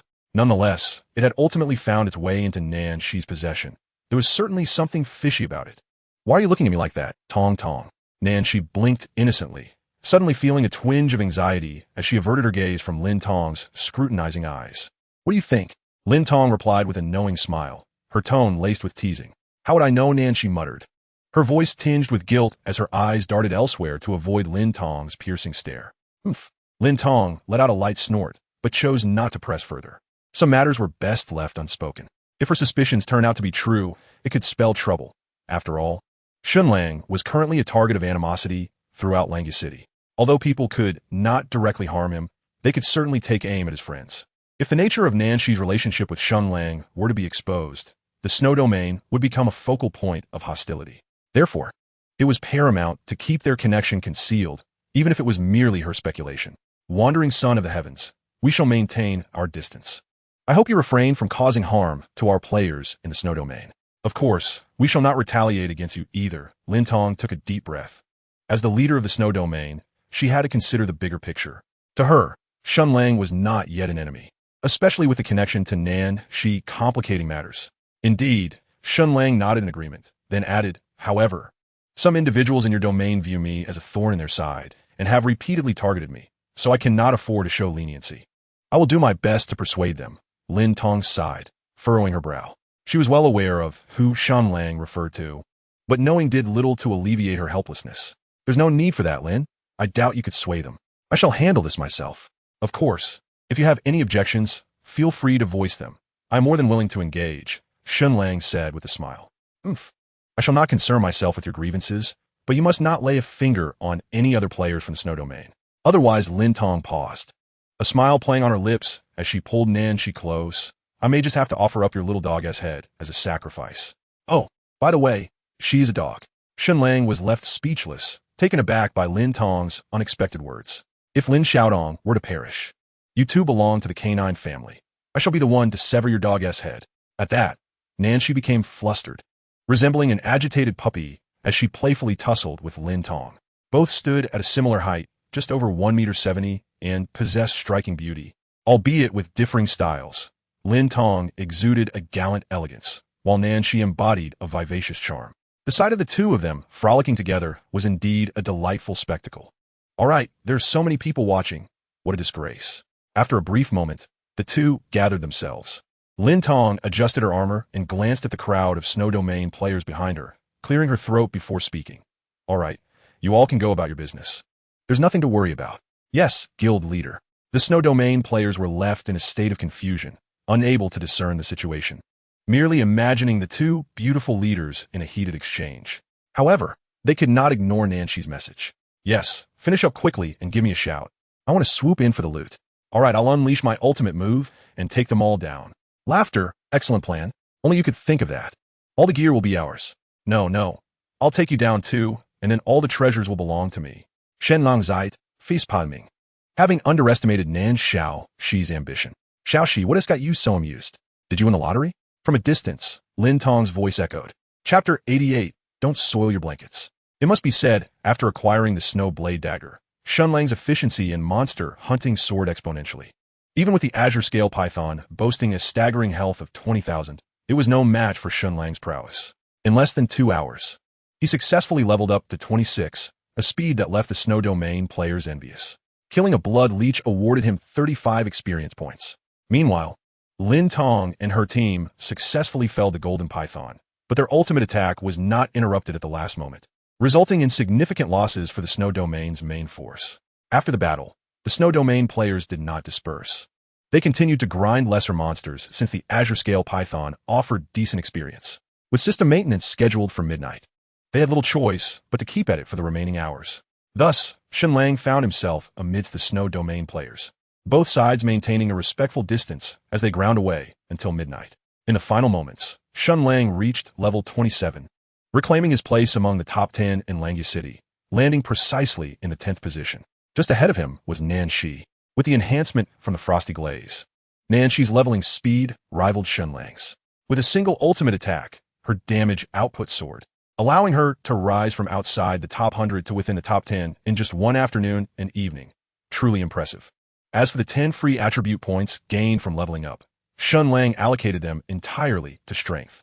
He was following a critical strike build, capable of swiftly refreshing his stealth after a lethal blow. His agility growth, already at an impressive 13 stars, assured him that he would not lag behind other assassins, even without further investment in agility. At 11:58 p.m., Shen Lang exchanged words with Nan Shi, then promptly logged off. In his room, he removed the gaming headset, took a quick trip to the bathroom, and then headed downstairs for a late-night snack. With little available at such an hour, he ventured to the nearby 24-hour convenience store, spending 8 yuan on a large bowl of instant noodles. He filled the bowl with hot water in the store, and 10 minutes later, he finished his meal. Shen Lang perused the forum for a while, noting that the majority of discussions revolved around the recent Tian Yan update. However, no concrete information regarding the specifics of the update had emerged, as the official announcement was still pending, leaving players to speculate. After more than half an hour of reading, drowsiness began to envelop him, prompting him to place his phone on the bedside table before drifting off to sleep. The following day, daylight streamed through the window, illuminating the pristine walls of his room. In a moment of disorientation, he felt as though he had traversed centuries, a sense of regret preventing him from articulating his thoughts. Suddenly, a tightening in his heart reminded him to grasp the blue and white token, a promise to uphold his commitments, as farewells often lingered in the shadows of disappointment. A melodious ringtone pierced through his dreams, rousing Shen Lang from slumber. Groggily, he reached for his phone to check the caller ID. It was a call from Nan Shi. The remnants of sleep dissipated instantly as he rubbed his eyes and hastily answered. Hello, Nan Shi. Lazy pig, you're not still asleep, are you? What time do you think it is? Nan Shi's voice resonated clearly and melodiously on the other end. It's not even 8 yet. What is up? Don't you have classes? Shen Lang glanced at the time. It was merely 7:40. Oh right, summer break is approaching, so we hardly have any classes left. Nan Shi replied. Indeed, I had forgotten that you all still have summer vacation, Shen Lang said, activating the speakerphone and placing the device beside him as he sat up and stretched. It had been a while since he had awoken this late, and the adjustment felt somewhat peculiar. By the way, do you have any plans for today? Nan Shi inquired. What plans could I possibly have? Actually, I'm considering moving to a different place. I'll be looking for a new apartment later, Shen Lang contemplated before responding. Given his tarnished reputation, he felt it prudent to make arrangements. Although no one currently knew his address, and the young couple next door likely hadn't recognized him, it was always wise to prepare for the future. Moreover, he had long wished to relocate, as cohabitation had its inconveniences, and financial constraints had previously forced him into such arrangements. Really? You're moving? Nan Shi expressed her surprise. Yes, indeed. Do you have any good recommendations? Shen Lang casually inquired while dressing. Absolutely. The apartment across from our school is quite nice. Yu Jie and the others live there, and the environment is lovely. Nan Shi suggested. Shen Lang had merely asked out of curiosity, so he was pleasantly surprised by her recommendation. All right, I'll go check it out shortly. What are you waiting for? You should go right now. Nan Shi's voice was slightly breathless, as if she were climbing stairs. Now, why the rush? I haven't even gotten up yet, Shen Lang replied, bemused. Hurry up, I'm already at your doorstep. Nancy suddenly exclaimed. What? Shen Lang was momentarily taken aback. I'm not joking. Get up and let me in. Just a moment, I'll be right there. Shen Lang finally realized the urgency. Hurriedly slipping into his trousers, swiftly folding his summer quilt, and tidying up his bed before darting out of the room. Standing at the entrance, he rubbed his face and took a deep breath before opening the door. Before him stood a familiar and enchanting visage, adorned with a playful glint. The girl stood gracefully at the door, clad in a white t-shirt, a small bag slung across her shoulder, and a dark knee-length skirt that revealed her fair, delicate calves, adorned with a pair of white sneakers. In that moment, Shen Lang was enveloped by a sudden rush of youthful vitality. You lazybones, you truly can sleep, Nancy remarked, a few fine beads of sweat still lingering on her nose. She shot Shen Lang a sideways glance and, with a faint smile, entered the room unceremoniously. It's a rare occasion for the system to update in a day. I must seize the opportunity to rest, Shen Lang chuckled as he casually shut the door behind him. You're just being lazy, Nancy retorted, familiar with the surroundings as she walked into Shen Lang's room. She then turned to him and added, Hurry and wash your face and brush your teeth. We need to go see the house. All right, please take a seat. Shen Lang nodded and swiftly made his way to the bathroom. 5 minutes later, when he emerged, he found Nan, she's standing beside the bed. Her expression blank and her gaze distant, lost in thought. Why aren't you sitting? Shen Lang asked, not thinking much of it as he plopped down on the bed to put on his shoes. I won't sit. I don't want to dirty your blanket. Nan, she glanced at him, her voice somewhat cold, laced with a hint of distance. What's wrong with you? Shen Lang suddenly sensed something amiss. He looked at Nan Shi, utterly perplexed. Just moments ago, everything seemed fine. How had she suddenly become upset? Without a word, Nan Shi turned and walked out the door, leaving Shen Lang sitting on the bed in bewilderment. Chapter 89. Nothing happened. Shen Lang was utterly confounded, completely unaware of what had transpired. He was certain that Nan Shi was indeed angry, but he had no inkling as to why. Nan Shi, wait. After a moment, Shen Lang finally reacted, hastily putting on his shoes and chasing after her. However, by the time he stepped outside, the elevator had already descended to the 3rd floor. Without hesitation, he sprinted down the stairs, taking 3 steps at a time, and managed to catch up to Nan Shi at the entrance of the building. Nan Shi, what's wrong? Everything was fine just a moment ago. Shen Lang intercepted her, his mind swirling with confusion. Nan Shi cast a glance at him, her lovely face tinged with a hint of grievance. Yet she remained silent as she hurried towards the exit of the community. Wait. Seeing this, Shen Lang quickened his pace and once again positioned himself in front of her. Nan Shi, at least enlighten me. What have I done to offend you to such an extent? At that moment, Shen Lang felt utterly wronged. Don't you know? Nan Shi looked at him with an expressionless face, finally uttering a cold remark. I truly don't. Perhaps you could offer me a hint? Shen Lang replied helplessly, completely a loss. All right, let me ask you, what happened to your original betting? Nan Shi bit her lip, her eyes slightly reddening. Betting? Shen Lang was momentarily bewildered, realizing that the blanket was the source of the trouble. Yes, your betting was all new. What happened to the old one? Nan Shi gazed intently at Shen Lang. Her grievance mingled with a glimmer of hope. The last time she visited, it was indeed she who neatly arranged the quilt, which appeared quite new and not at all worn. However, Shen Lang had replaced it entirely, both inside and out, evidently demonstrating his disdain for her. Of course, it was also possible that he had simply put it away, but that likelihood was exceedingly slim. She had just surveyed the room, and it was nowhere to be found. I must have discarded it, she thought. Shen Lang scratched his head and tentatively remarked, as I suspected. Upon hearing this, Nanshi's hopes were utterly dashed. She let out a cold laugh, her eyes misting over, which stirred a sense of pity in Shen Lang. Sorry. It's all my fault for making it dirty. I truly apologize. Nanshi bit her crimson lip, her eyes glistening with unshed tears, and cast a lingering glance at Shen Lang before hastily exiting the community. So, this was what had upset her. Only then did Shen Lang finally grasp the underlying reason. It was indeed the quilt that had caused this turmoil. Nanshi, wait. Shen Lang quickly caught up with her, yet she ignored him, resolutely marching ahead. I just want to say one thing. Please hear me out before you leave. He grasped her wrist firmly. Speak just one sentence. Nanshi struggled to suppress the overwhelming sorrow within her, coldly retorting. I threw away that quilt, but there were other reasons. Shen Lang felt somewhat awkward. He truly did not wish to divulge such an embarrassing incident, but upon meeting Nanshi's still indifferent gaze, he cast aside his reservations. It was during the last time when the recluse changed jobs. I couldn't log off for 24 hours and I simply couldn't hold it any longer. As he spoke, Shen Lang had already drawn a 3-bedroom layout in the dirt, an embarrassment beyond measure. You, what the bed? As Shen Lang recounted the tale, Nanshi's beautiful eyes widened in disbelief, her delicate face reflecting utter incredulity. She had contemplated numerous possibilities, yet this was one she had never imagined. Is this true? Nanshi sought confirmation once more. Of course it's true. Shen Lang's face turned ashen. Since he had already laid it bare, he had little regard for his dignity. Upon hearing his words, Nanshi pressed her lips together, then silently turned away. Squatting on the ground, her arms wrapped around her knees, burying her face within them. Moments later, her body began to tremble, as if she had succumbed to tears. I truly did not deceive you. I had no choice but to discard it, as I had no means to wash it. Shen Lang scratched his head, utterly at a loss for how to console her, merely standing by to explain. After a significant while, Nanshi finally lifted her head, wiped her tears, took a deep breath, and stood up, her expression devoid of emotion as she glanced at Shen Lang. Let us go. We'll view the house now. Shen Lang stared at her in bewilderment. Was this all it took to resolve the matter? What are you looking at? Let us go. Nanshi lowered her head. Yet the hint of a smile at the corner of her mouth was not lost on Shen Lang. Were you just mocking me? No, absolutely not. I swear. Nanshi extended 3 fingers, as white as spring onions, swearing to the heavens, though the mirth in her smile was impossible to suppress. I feel as though you are indeed laughing at me. Indeed, I assure you, Shen Lang. Nanshi inhaled deeply once more, striving to maintain an air of composure. Very well, let us proceed. Shen Lang cast a skeptical glance at Nan, but chose not to pursue the matter further.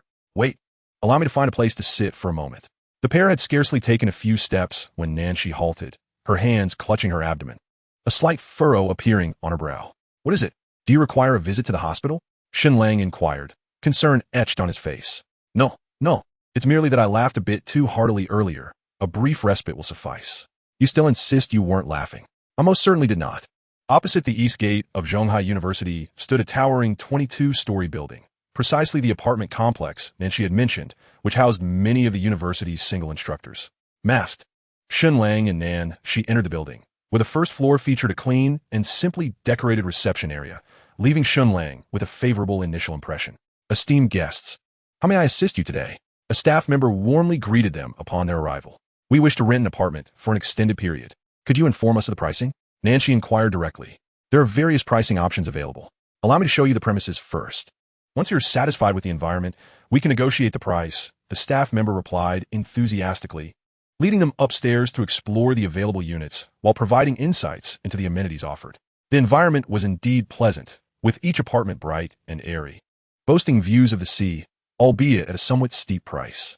Nevertheless, Shen Lang was not particularly constrained by finances at this juncture. Ultimately, they selected a studio apartment on the 10th floor, comprising 1 bedroom, 1 living room, 1 kitchen, and 1 bathroom, approximately 60 square meters in size. Spacious and adorned in soft pink and white tones, exuding warmth and cleanliness, quite pleasing to the senses. Of course, the price was equally appealing, set at 500 yuan per month, requiring a 6-month advance payment. Chapter 90. I'm not spying on you. The total payment of 500 yuan for 6 months indeed pained Shen Lang's heart. Fortunately, a complimentary breakfast was included, albeit limited to that meal alone. There was little to transport. As the apartment was mostly furnished, Shen Lang merely brought over a newly purchased comforter along with some clothing and shoes. The move was completed swiftly with Nanshi's assistance. Unbeknownst to Shen Lang, on the 3rd day following his departure, several strangers visited his former residence, led by the young man next door. However, they failed to locate Shen Lang, resulting in the young man receiving a beating for his troubles. At noon, after a simple meal of rice village mixed rice with Nanshi, the two strolled through a nearby shopping center to procure essential household items. It's sweltering. This weather is hardly suitable for venturing outdoors. I am relieved we did not accompany Tong Tong and the others to the beach. Upon entering, Nanshi collapsed onto the sofa, her cheeks flushed, fanning herself vigorously with an advertisement-laden hand fan. Although Island City is a coastal locale, summer temperatures can be quite oppressive, compounded by high humidity, rendering outdoor excursions nearly unbearable. Perhaps you should take a shower. It might help you cool down. I have new towels. Shen Lang meticulously arranged his belongings and casually addressed Nanshi, stating, I am not hot. No need for a shower. Nanshi glanced toward the bathroom, pressed her lips together, yet did not rise. If you are not showering, then I shall, Shen Lang replied without further ado, taking a garment and entering the bathroom. However, once inside, he suddenly realized the glass was indeed semi-transparent. While not entirely visible from the outside, a general outline could still be discerned. Never mind. I shall forego the shower and simply turn on the air conditioning. Shen Lang sighed, exiting the bathroom once more. I won't peek, go ahead and shower. Nan, she remarked with a smile, evidently having known about the bathroom's transparency all along. No shower for me. I'm not hot anymore. Shen Lang shook his head, feeling a touch embarrassed. Humph. If you won't shower, then you may leave first while I do. Nancy blinked playfully, taking the clothing from Shen Lang's hands and gesturing towards the front door. Having sweated so much, I do feel rather uncomfortable. All right then, Shen Lang acquiesced, obediently opening the door to step outside. You are not allowed to enter. Come back only when I call for you. Nancy cast a glance at Shen Lang before shutting the door. It's not as if I haven't seen before, Shen Lang muttered, aimlessly wandering the corridor. On the west side of the corridor, a window faced Zhonghai University, offering a panoramic view of the entire campus below. The scenery here was indeed quite splendid. In that moment, Shen Lang felt that the expense was not in vain. Although his previous residence was also in the city center, it was merely an old family building, far inferior to this apartment. Leaning against the window, he lost track of time, and soon, 20 minutes quietly slipped by. Suddenly, the door creaked open. I'm done. You may come in now. Ninshi's voice emerged from within. Shen Lang replied affirmatively and re-entered the room. At that moment, Nancy was clad in his oversized t-shirt, towel in hand, drying her hair. The garment, clearly 2 sizes too large, functioned almost like a dress, covering half of her fair, alluring thighs, while her feet were adorned with black slippers, recently purchased by Shen Lang. Gazing at the freshly bathed Nancy, Shen Lang was struck by her beauty. He discreetly swallowed, his gaze inadvertently drifting toward her legs. Nancy possessed a stunning leg shape, long, straight, and fair, partially concealed by the t-shirt, enhancing her allure. What are you staring at? If you keep looking, I shall poke your eyes out. Nancy noticed Shen Lang's gaze, pursed her lips, and playfully kicked her slippers toward him before gracefully walking into the adjoining bedroom, which lacked a door. Feel free to shower. I assure you, I will not peek. Shen Lang donned the slippers and retrieved another garment before stepping into the bathroom. In less than 10 minutes, he emerged, feeling considerably refreshed.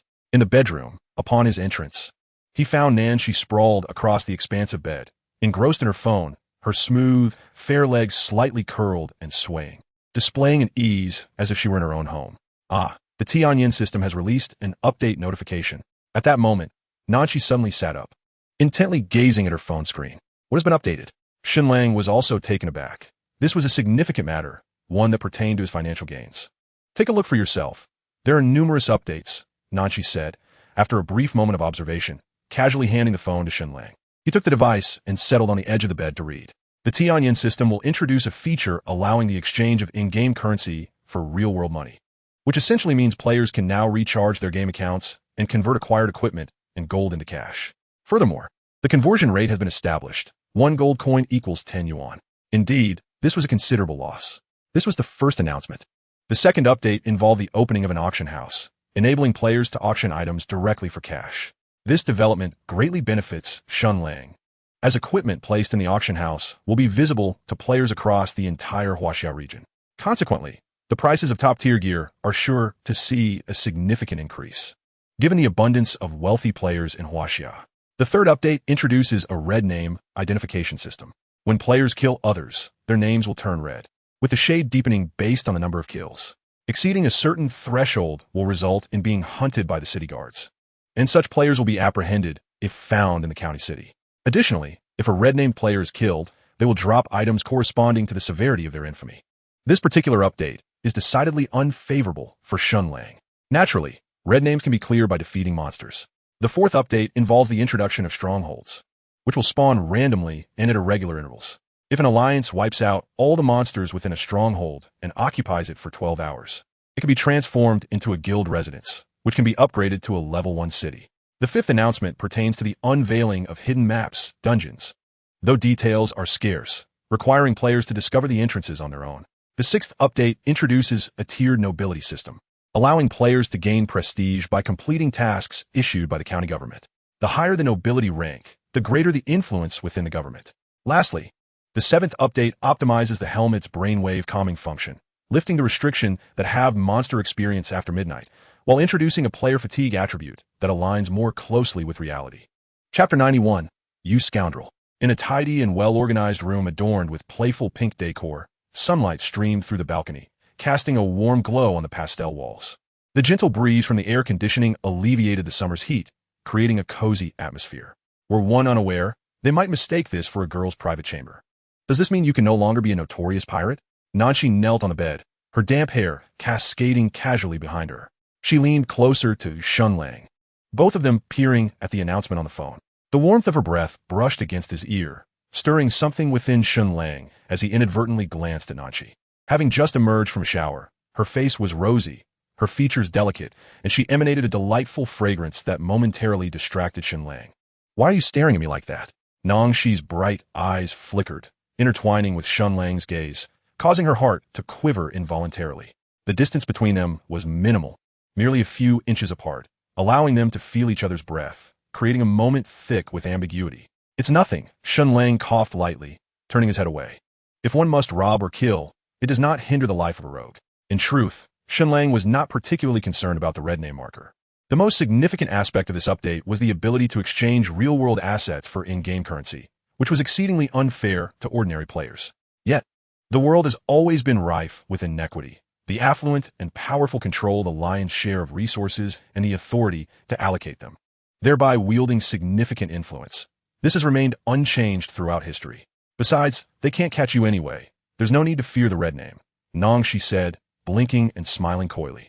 It was fortunate that Shen Lang had successfully transitioned to the role of a shadow walker. Otherwise, mingling in Langya City would have been quite precarious.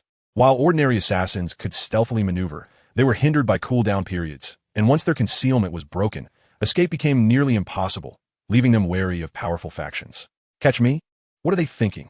If I don't provoke them, they ought to be grateful, Shen Lang scoffed, exuding the aura of a true antagonist. Indeed, Brother Lang is formidable.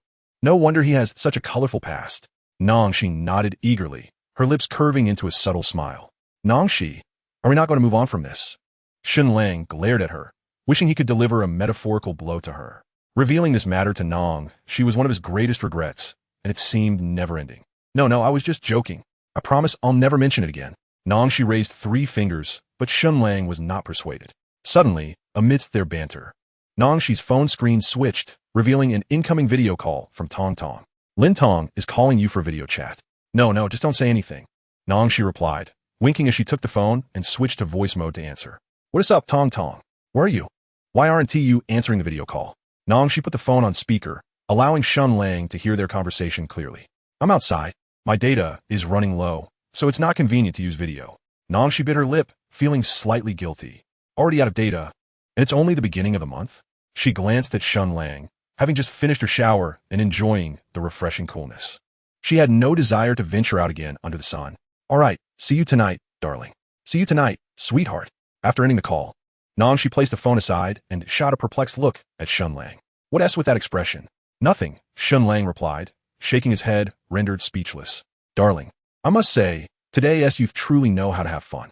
For the next 2 hours, as the heat outside was unbearable, the two of them remained in the apartment, choosing not to venture out again, as if she were in her own home, completely unconcerned about being an outsider.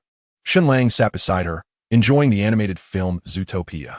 It was not until nearly 5 in the afternoon that Nangshi finally rose and retreated to her bedroom to change her clothes. Outside her door, she entered the elevator and waved goodbye to Shen Lang. I'll accompany you downstairs, Shen Lang offered. No need. You could just wave from the living room window. There's no need to come down, Nangshi replied with a smile. All right then, I want to come down, Shen Lang nodded, not pressing the matter further. The apartment's living room window faced west, providing a perfect view of Zhonghai University, allowing him to see Nangshi off. Well, I'm off. Be good, and don't wet the bed again, Nangshi teased with a playful smile as she prepared to leave. Nangshi, you're going too far, Shen Lang exclaimed, exasperated. A young man nearing 30, still wetting the bed, is quite concerning. As the elevator doors slowly closed, Nangshi, undaunted by Shen Lang's remarks, stuck out her tongue playfully at him. Simply outrageous, Shen Lang thought, wishing he could pull her back and give her a good scolding. However, he ultimately chose to endure the moment. After spending the day together, Shen Lang felt their relationship had grown more intimate, teetering on the brink of friendship and romance. Perhaps due to their newfound closeness, There was hardly any barrier or unfamiliarity between them, a seamless connection that Shen Lang thoroughly enjoyed. Yet, after a considerable amount of time had passed without a glimpse of Nanqi, he began to feel a twinge of worry. Could she be stuck in the elevator? Just as Shen Lang was about to go down to look for her, his phone suddenly buzzed twice. He quickly picked it up, and indeed, it was a message from Nanqi. That was close. I almost ran into Tong Tong and the others at the entrance. It was a near disaster. Panic. Fortunately, I quickly thought on my feet and said I was looking for Sister Yu. What are they doing here? Going to Sister Yu's place. She lives on the 11th floor, diagonally across from you. Do you want to come up for a chat? Sure, I'll head up right away. Wow, you really dare to come up? What is there to be afraid of? They can't eat me. TSK, TSK, TSK, I don't believe you. If you dare to come up, you surely won tea with the bet again. Laughter. Nan Xiaoxi, I advise you not to push your luck. Otherwise, I won be so kind. Oh, please. What will you do? Are you a little puppy? Playful gesture. Cough. I recall someone else had an incident of wetting the bed. Shen Lang, you scoundrel. Just wait. Nanqi's voice was filled with suppressed indignation, and Shen Lang could almost envision her gritting her teeth in frustration. Oh no, I think I may have angered her. Shen Lang thought, feeling a pang of regret for having taken the joke too far. After a moment's contemplation, he was about to send her a voice message to apologize when he was abruptly interrupted by a loud knocking at the door. Oh no, this is bad. Shen Lang knew immediately who it was, though he feigned ignorance. However, the relentless banging on the door grew increasingly forceful, threatening to shatter it. After a brief hesitation, he mustered his resolve and opened the door. Standing outside was a furious little tigress, her large eyes fixed on Shen Lang with a gaze that suggested she might devour him whole at any moment. Observing the girl's flushed and exasperated expression, Shen Lang felt a twinge of trepidation, forcing a sheepish smile as he instinctively took a step back. You forgot, you scoundrel, she hissed, her teeth clenched. And in the next instant, she advanced, her delicate fist aimed squarely at his face. Moments later, the girl departed, leaving Shen Lang alone on the sofa, lost in melancholy. His eyes were darkened with bruises, and his body bore marks of various hues. Truly, it was a case of joy turning to sorrow.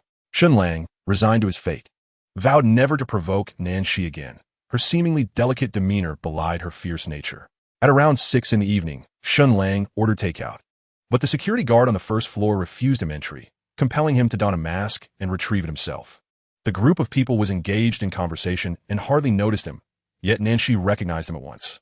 With a resounding thud, she kicked the wall outside the elevator, her fair face paling instantly.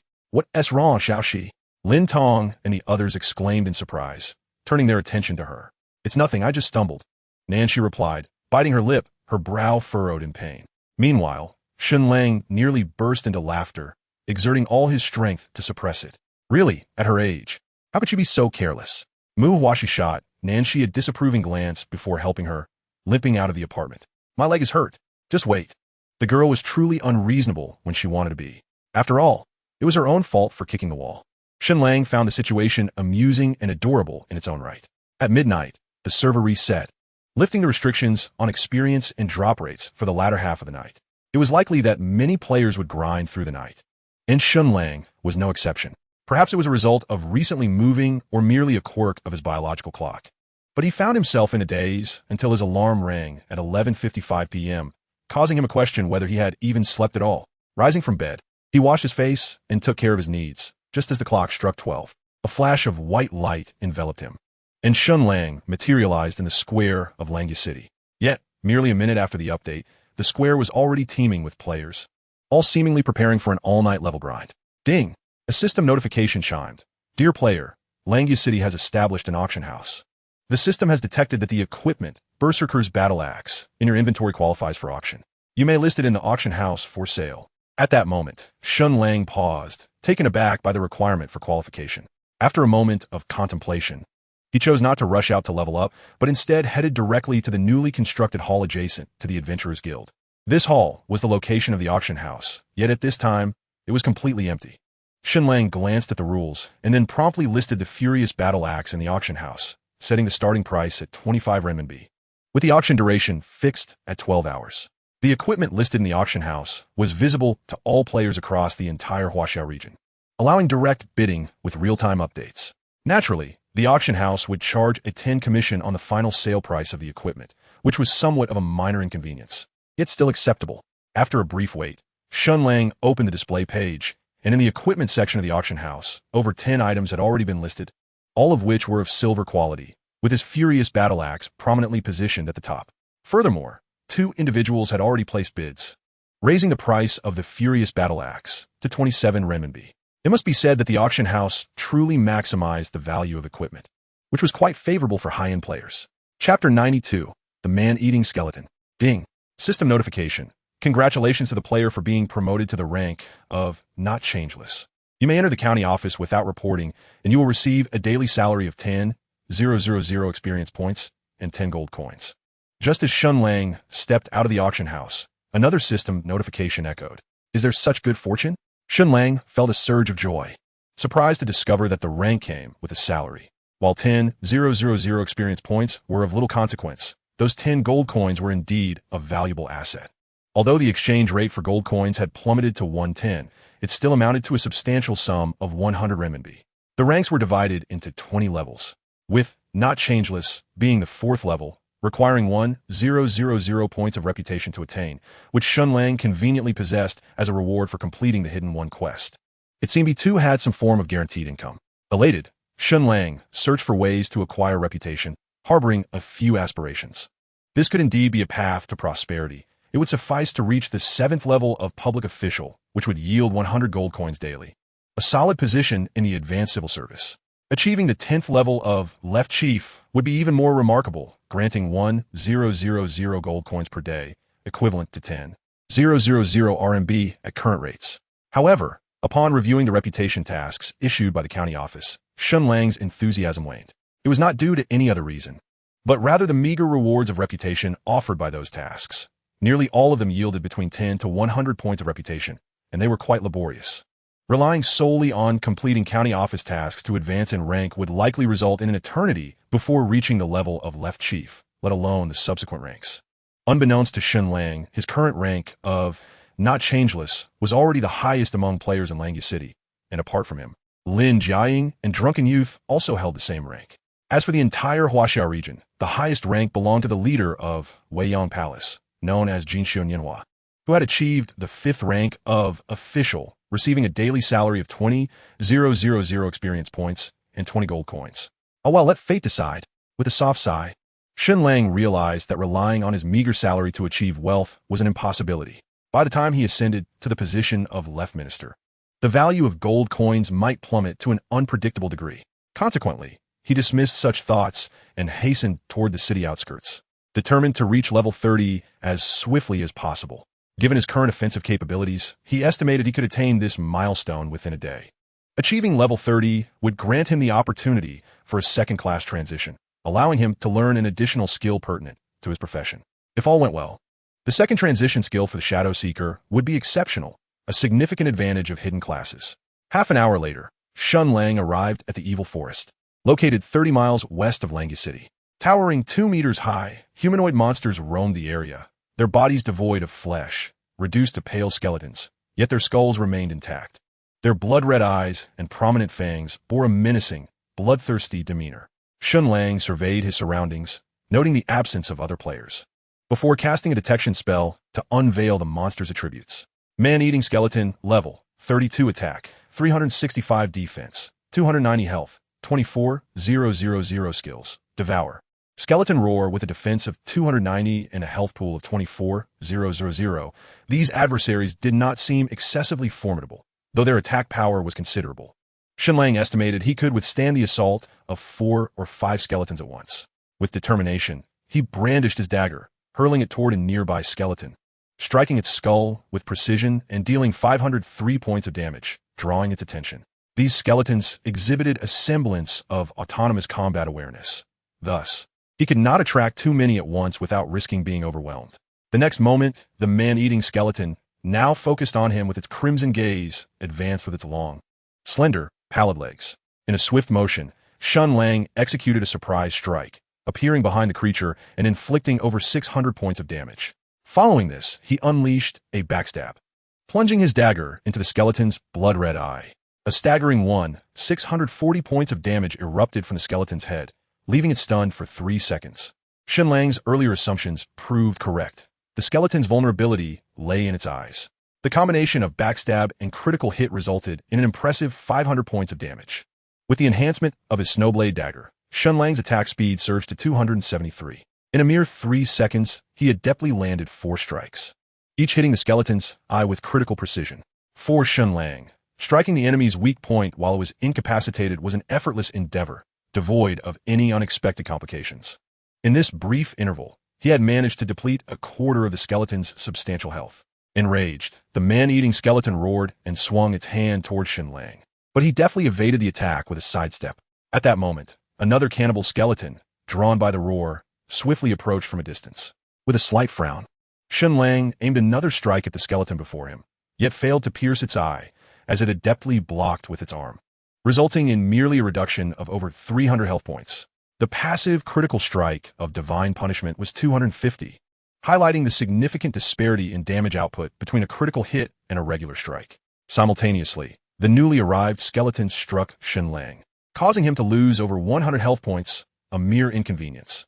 Soon after, 2 more skeletons emerged from afar, launching a coordinated assault against Shen Lang. Lacking area of effect skills proved to be quite a challenge.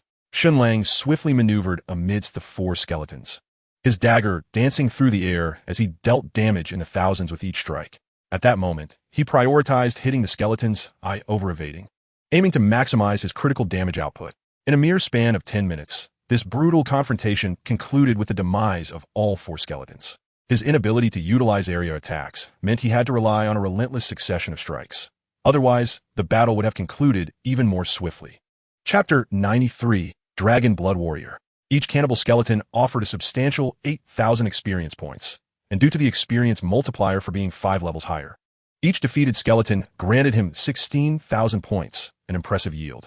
However, the experience requirement for leveling from 27 to 28 had swelled to 160, an excessively high threshold that necessitated the defeat of over 100 skeletons, despite their generous experience yield.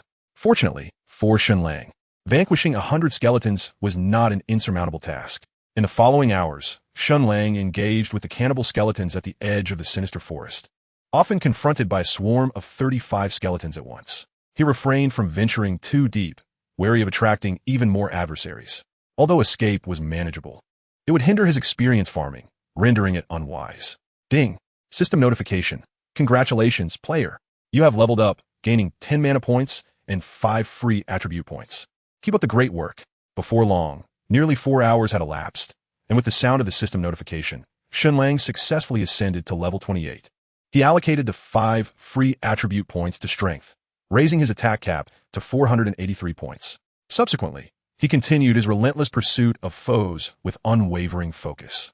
However, with his recent level increase, the experience required for the next upgrade had risen to 190, while the experience gained from defeating the skeletons had decreased to 400 points. This indicated that he would need to eliminate over 130 more skeletons to reach level 29. Time passed slowly, and before long, daylight broke. It was nearly 10 a.m. when Shen Lang finally attained level 29. After a night of uninterrupted monster slaying, his fatigue level had exceeded 50 points. Once fatigue surpassed 80 points, all his attributes would diminish to merely half of their normal capacity. Fatigue can be restored through offline rest. Naturally, each individual's fatigue levels differ, much like their physical constitutions. Moreover, the accumulation of fatigue can vary in pace. For instance, in the high-intensity state of battling, such as that of Shen Lang, fatigue escalates rapidly, whereas in a marketplace setting, it increases at a much slower rate. The Tian Yan system monitors players' brainwaves via a headset, providing real-time assessments of their condition, mirroring their actual state in reality. After allocating 5 additional attribute points to strength, Shen Lang chose not to continue grinding monsters. He was somewhat hungry and decided to glance at the auction house, where the Fury Battle Axe had already been bid up to 58. With over 2 hours remaining until the auction's conclusion, Shen Lang speculated that the final price of the Fury Battle Axe would likely surpass 6. It must be said that the affluent in the Huaxiao region are truly numerous. At this moment, the Fury Battle Axe remained the most valuable piece of equipment in the auction house, with no gold-tier items available for bidding. Furthermore, the silver-tier items were scarce, totaling only a little over 20. Shen Lang was not particularly surprised by this, as the players capable of obtaining silver-tier equipment predominantly belong to major guilds, and any dropped equipment is typically consumed within their own guilds, rarely making it to the auction house. As Shen Lang perused other listings in the auction house, he stumbled upon a level transfer scroll in the treasure section. The Dragon Blood Warrior Transfer Certificate, a level item, would automatically trigger a quest upon activation, allowing completion of the quest to transition into a Dragon Blood Warrior. Applicable professions include swordsman and berserker. The scroll even detailed the growth star ratings and a brief introduction of the Dragon Blood Warrior. Dragon Blood Warrior, a hidden profession of level. Strength, 11 stars. Intelligence, 6 stars. Constitution, 10 stars. Agility, 8 stars. Talent skills, Dragon Flame and Dragon Blood Battle Intent. The growth star rating of the Dragon Blood Warrior reached an impressive 35 stars, only 5 stars lower than Shen Lang's Shadow Walker, making it a formidable presence. What shocked Shen Lang the most was the staggering price of the Dragon Blood Warrior Transfer Certificate, which had soared to an alarming 210 renminbi. Once again reshaping Shen Lang's perception of the wealthy individuals in the Huaxia region. Notably, this was not the final price. In that instant, Shen Lang even felt a pang of regret for choosing to transition into the Shadow Walker. The Shadow Walker Transfer Certificate, if auctioned, would conservatively start at 5 million. He could have simply chosen to relax. Of course, the treasures within the game possess no fixed value. Their worth is determined by the whims of the wealthy elite. Were Shen Lang to place a bid on the Dragon Blood Warrior Transfer Certificate, he would value it at no more than 20 renminbi. Below the Dragon Blood Warrior Transfer Certificate, a level skill book for swordsmen was also up for auction, having been inflated to a high price of 9, which was indeed quite shocking for a mere level skill. Truly, what extravagance! After a brief observation, Shen Lang couldn't help but marvel once more at the abundance of wealth in the Huaxia region. Inside the room, he removed his helmet and exhaled deeply, feeling as if his stomach were about to collapse from hunger.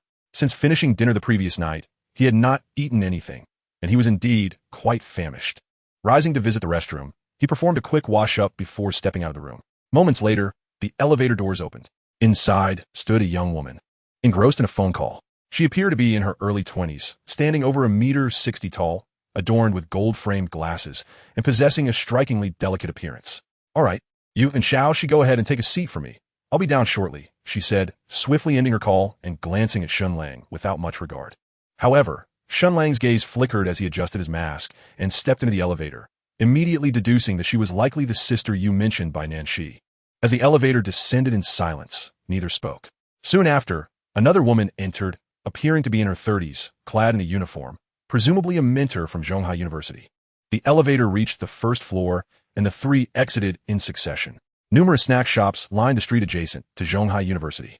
Shen Lang casually chose one and ordered a pork rib rice for 30 yuan, finishing his meal within 20 minutes. Ding! As Shen Lang stepped back into his room, his phone emitted a notification sound. "Hey Shen Lang, why are you wandering around aimlessly?" It was a message from Nanxi.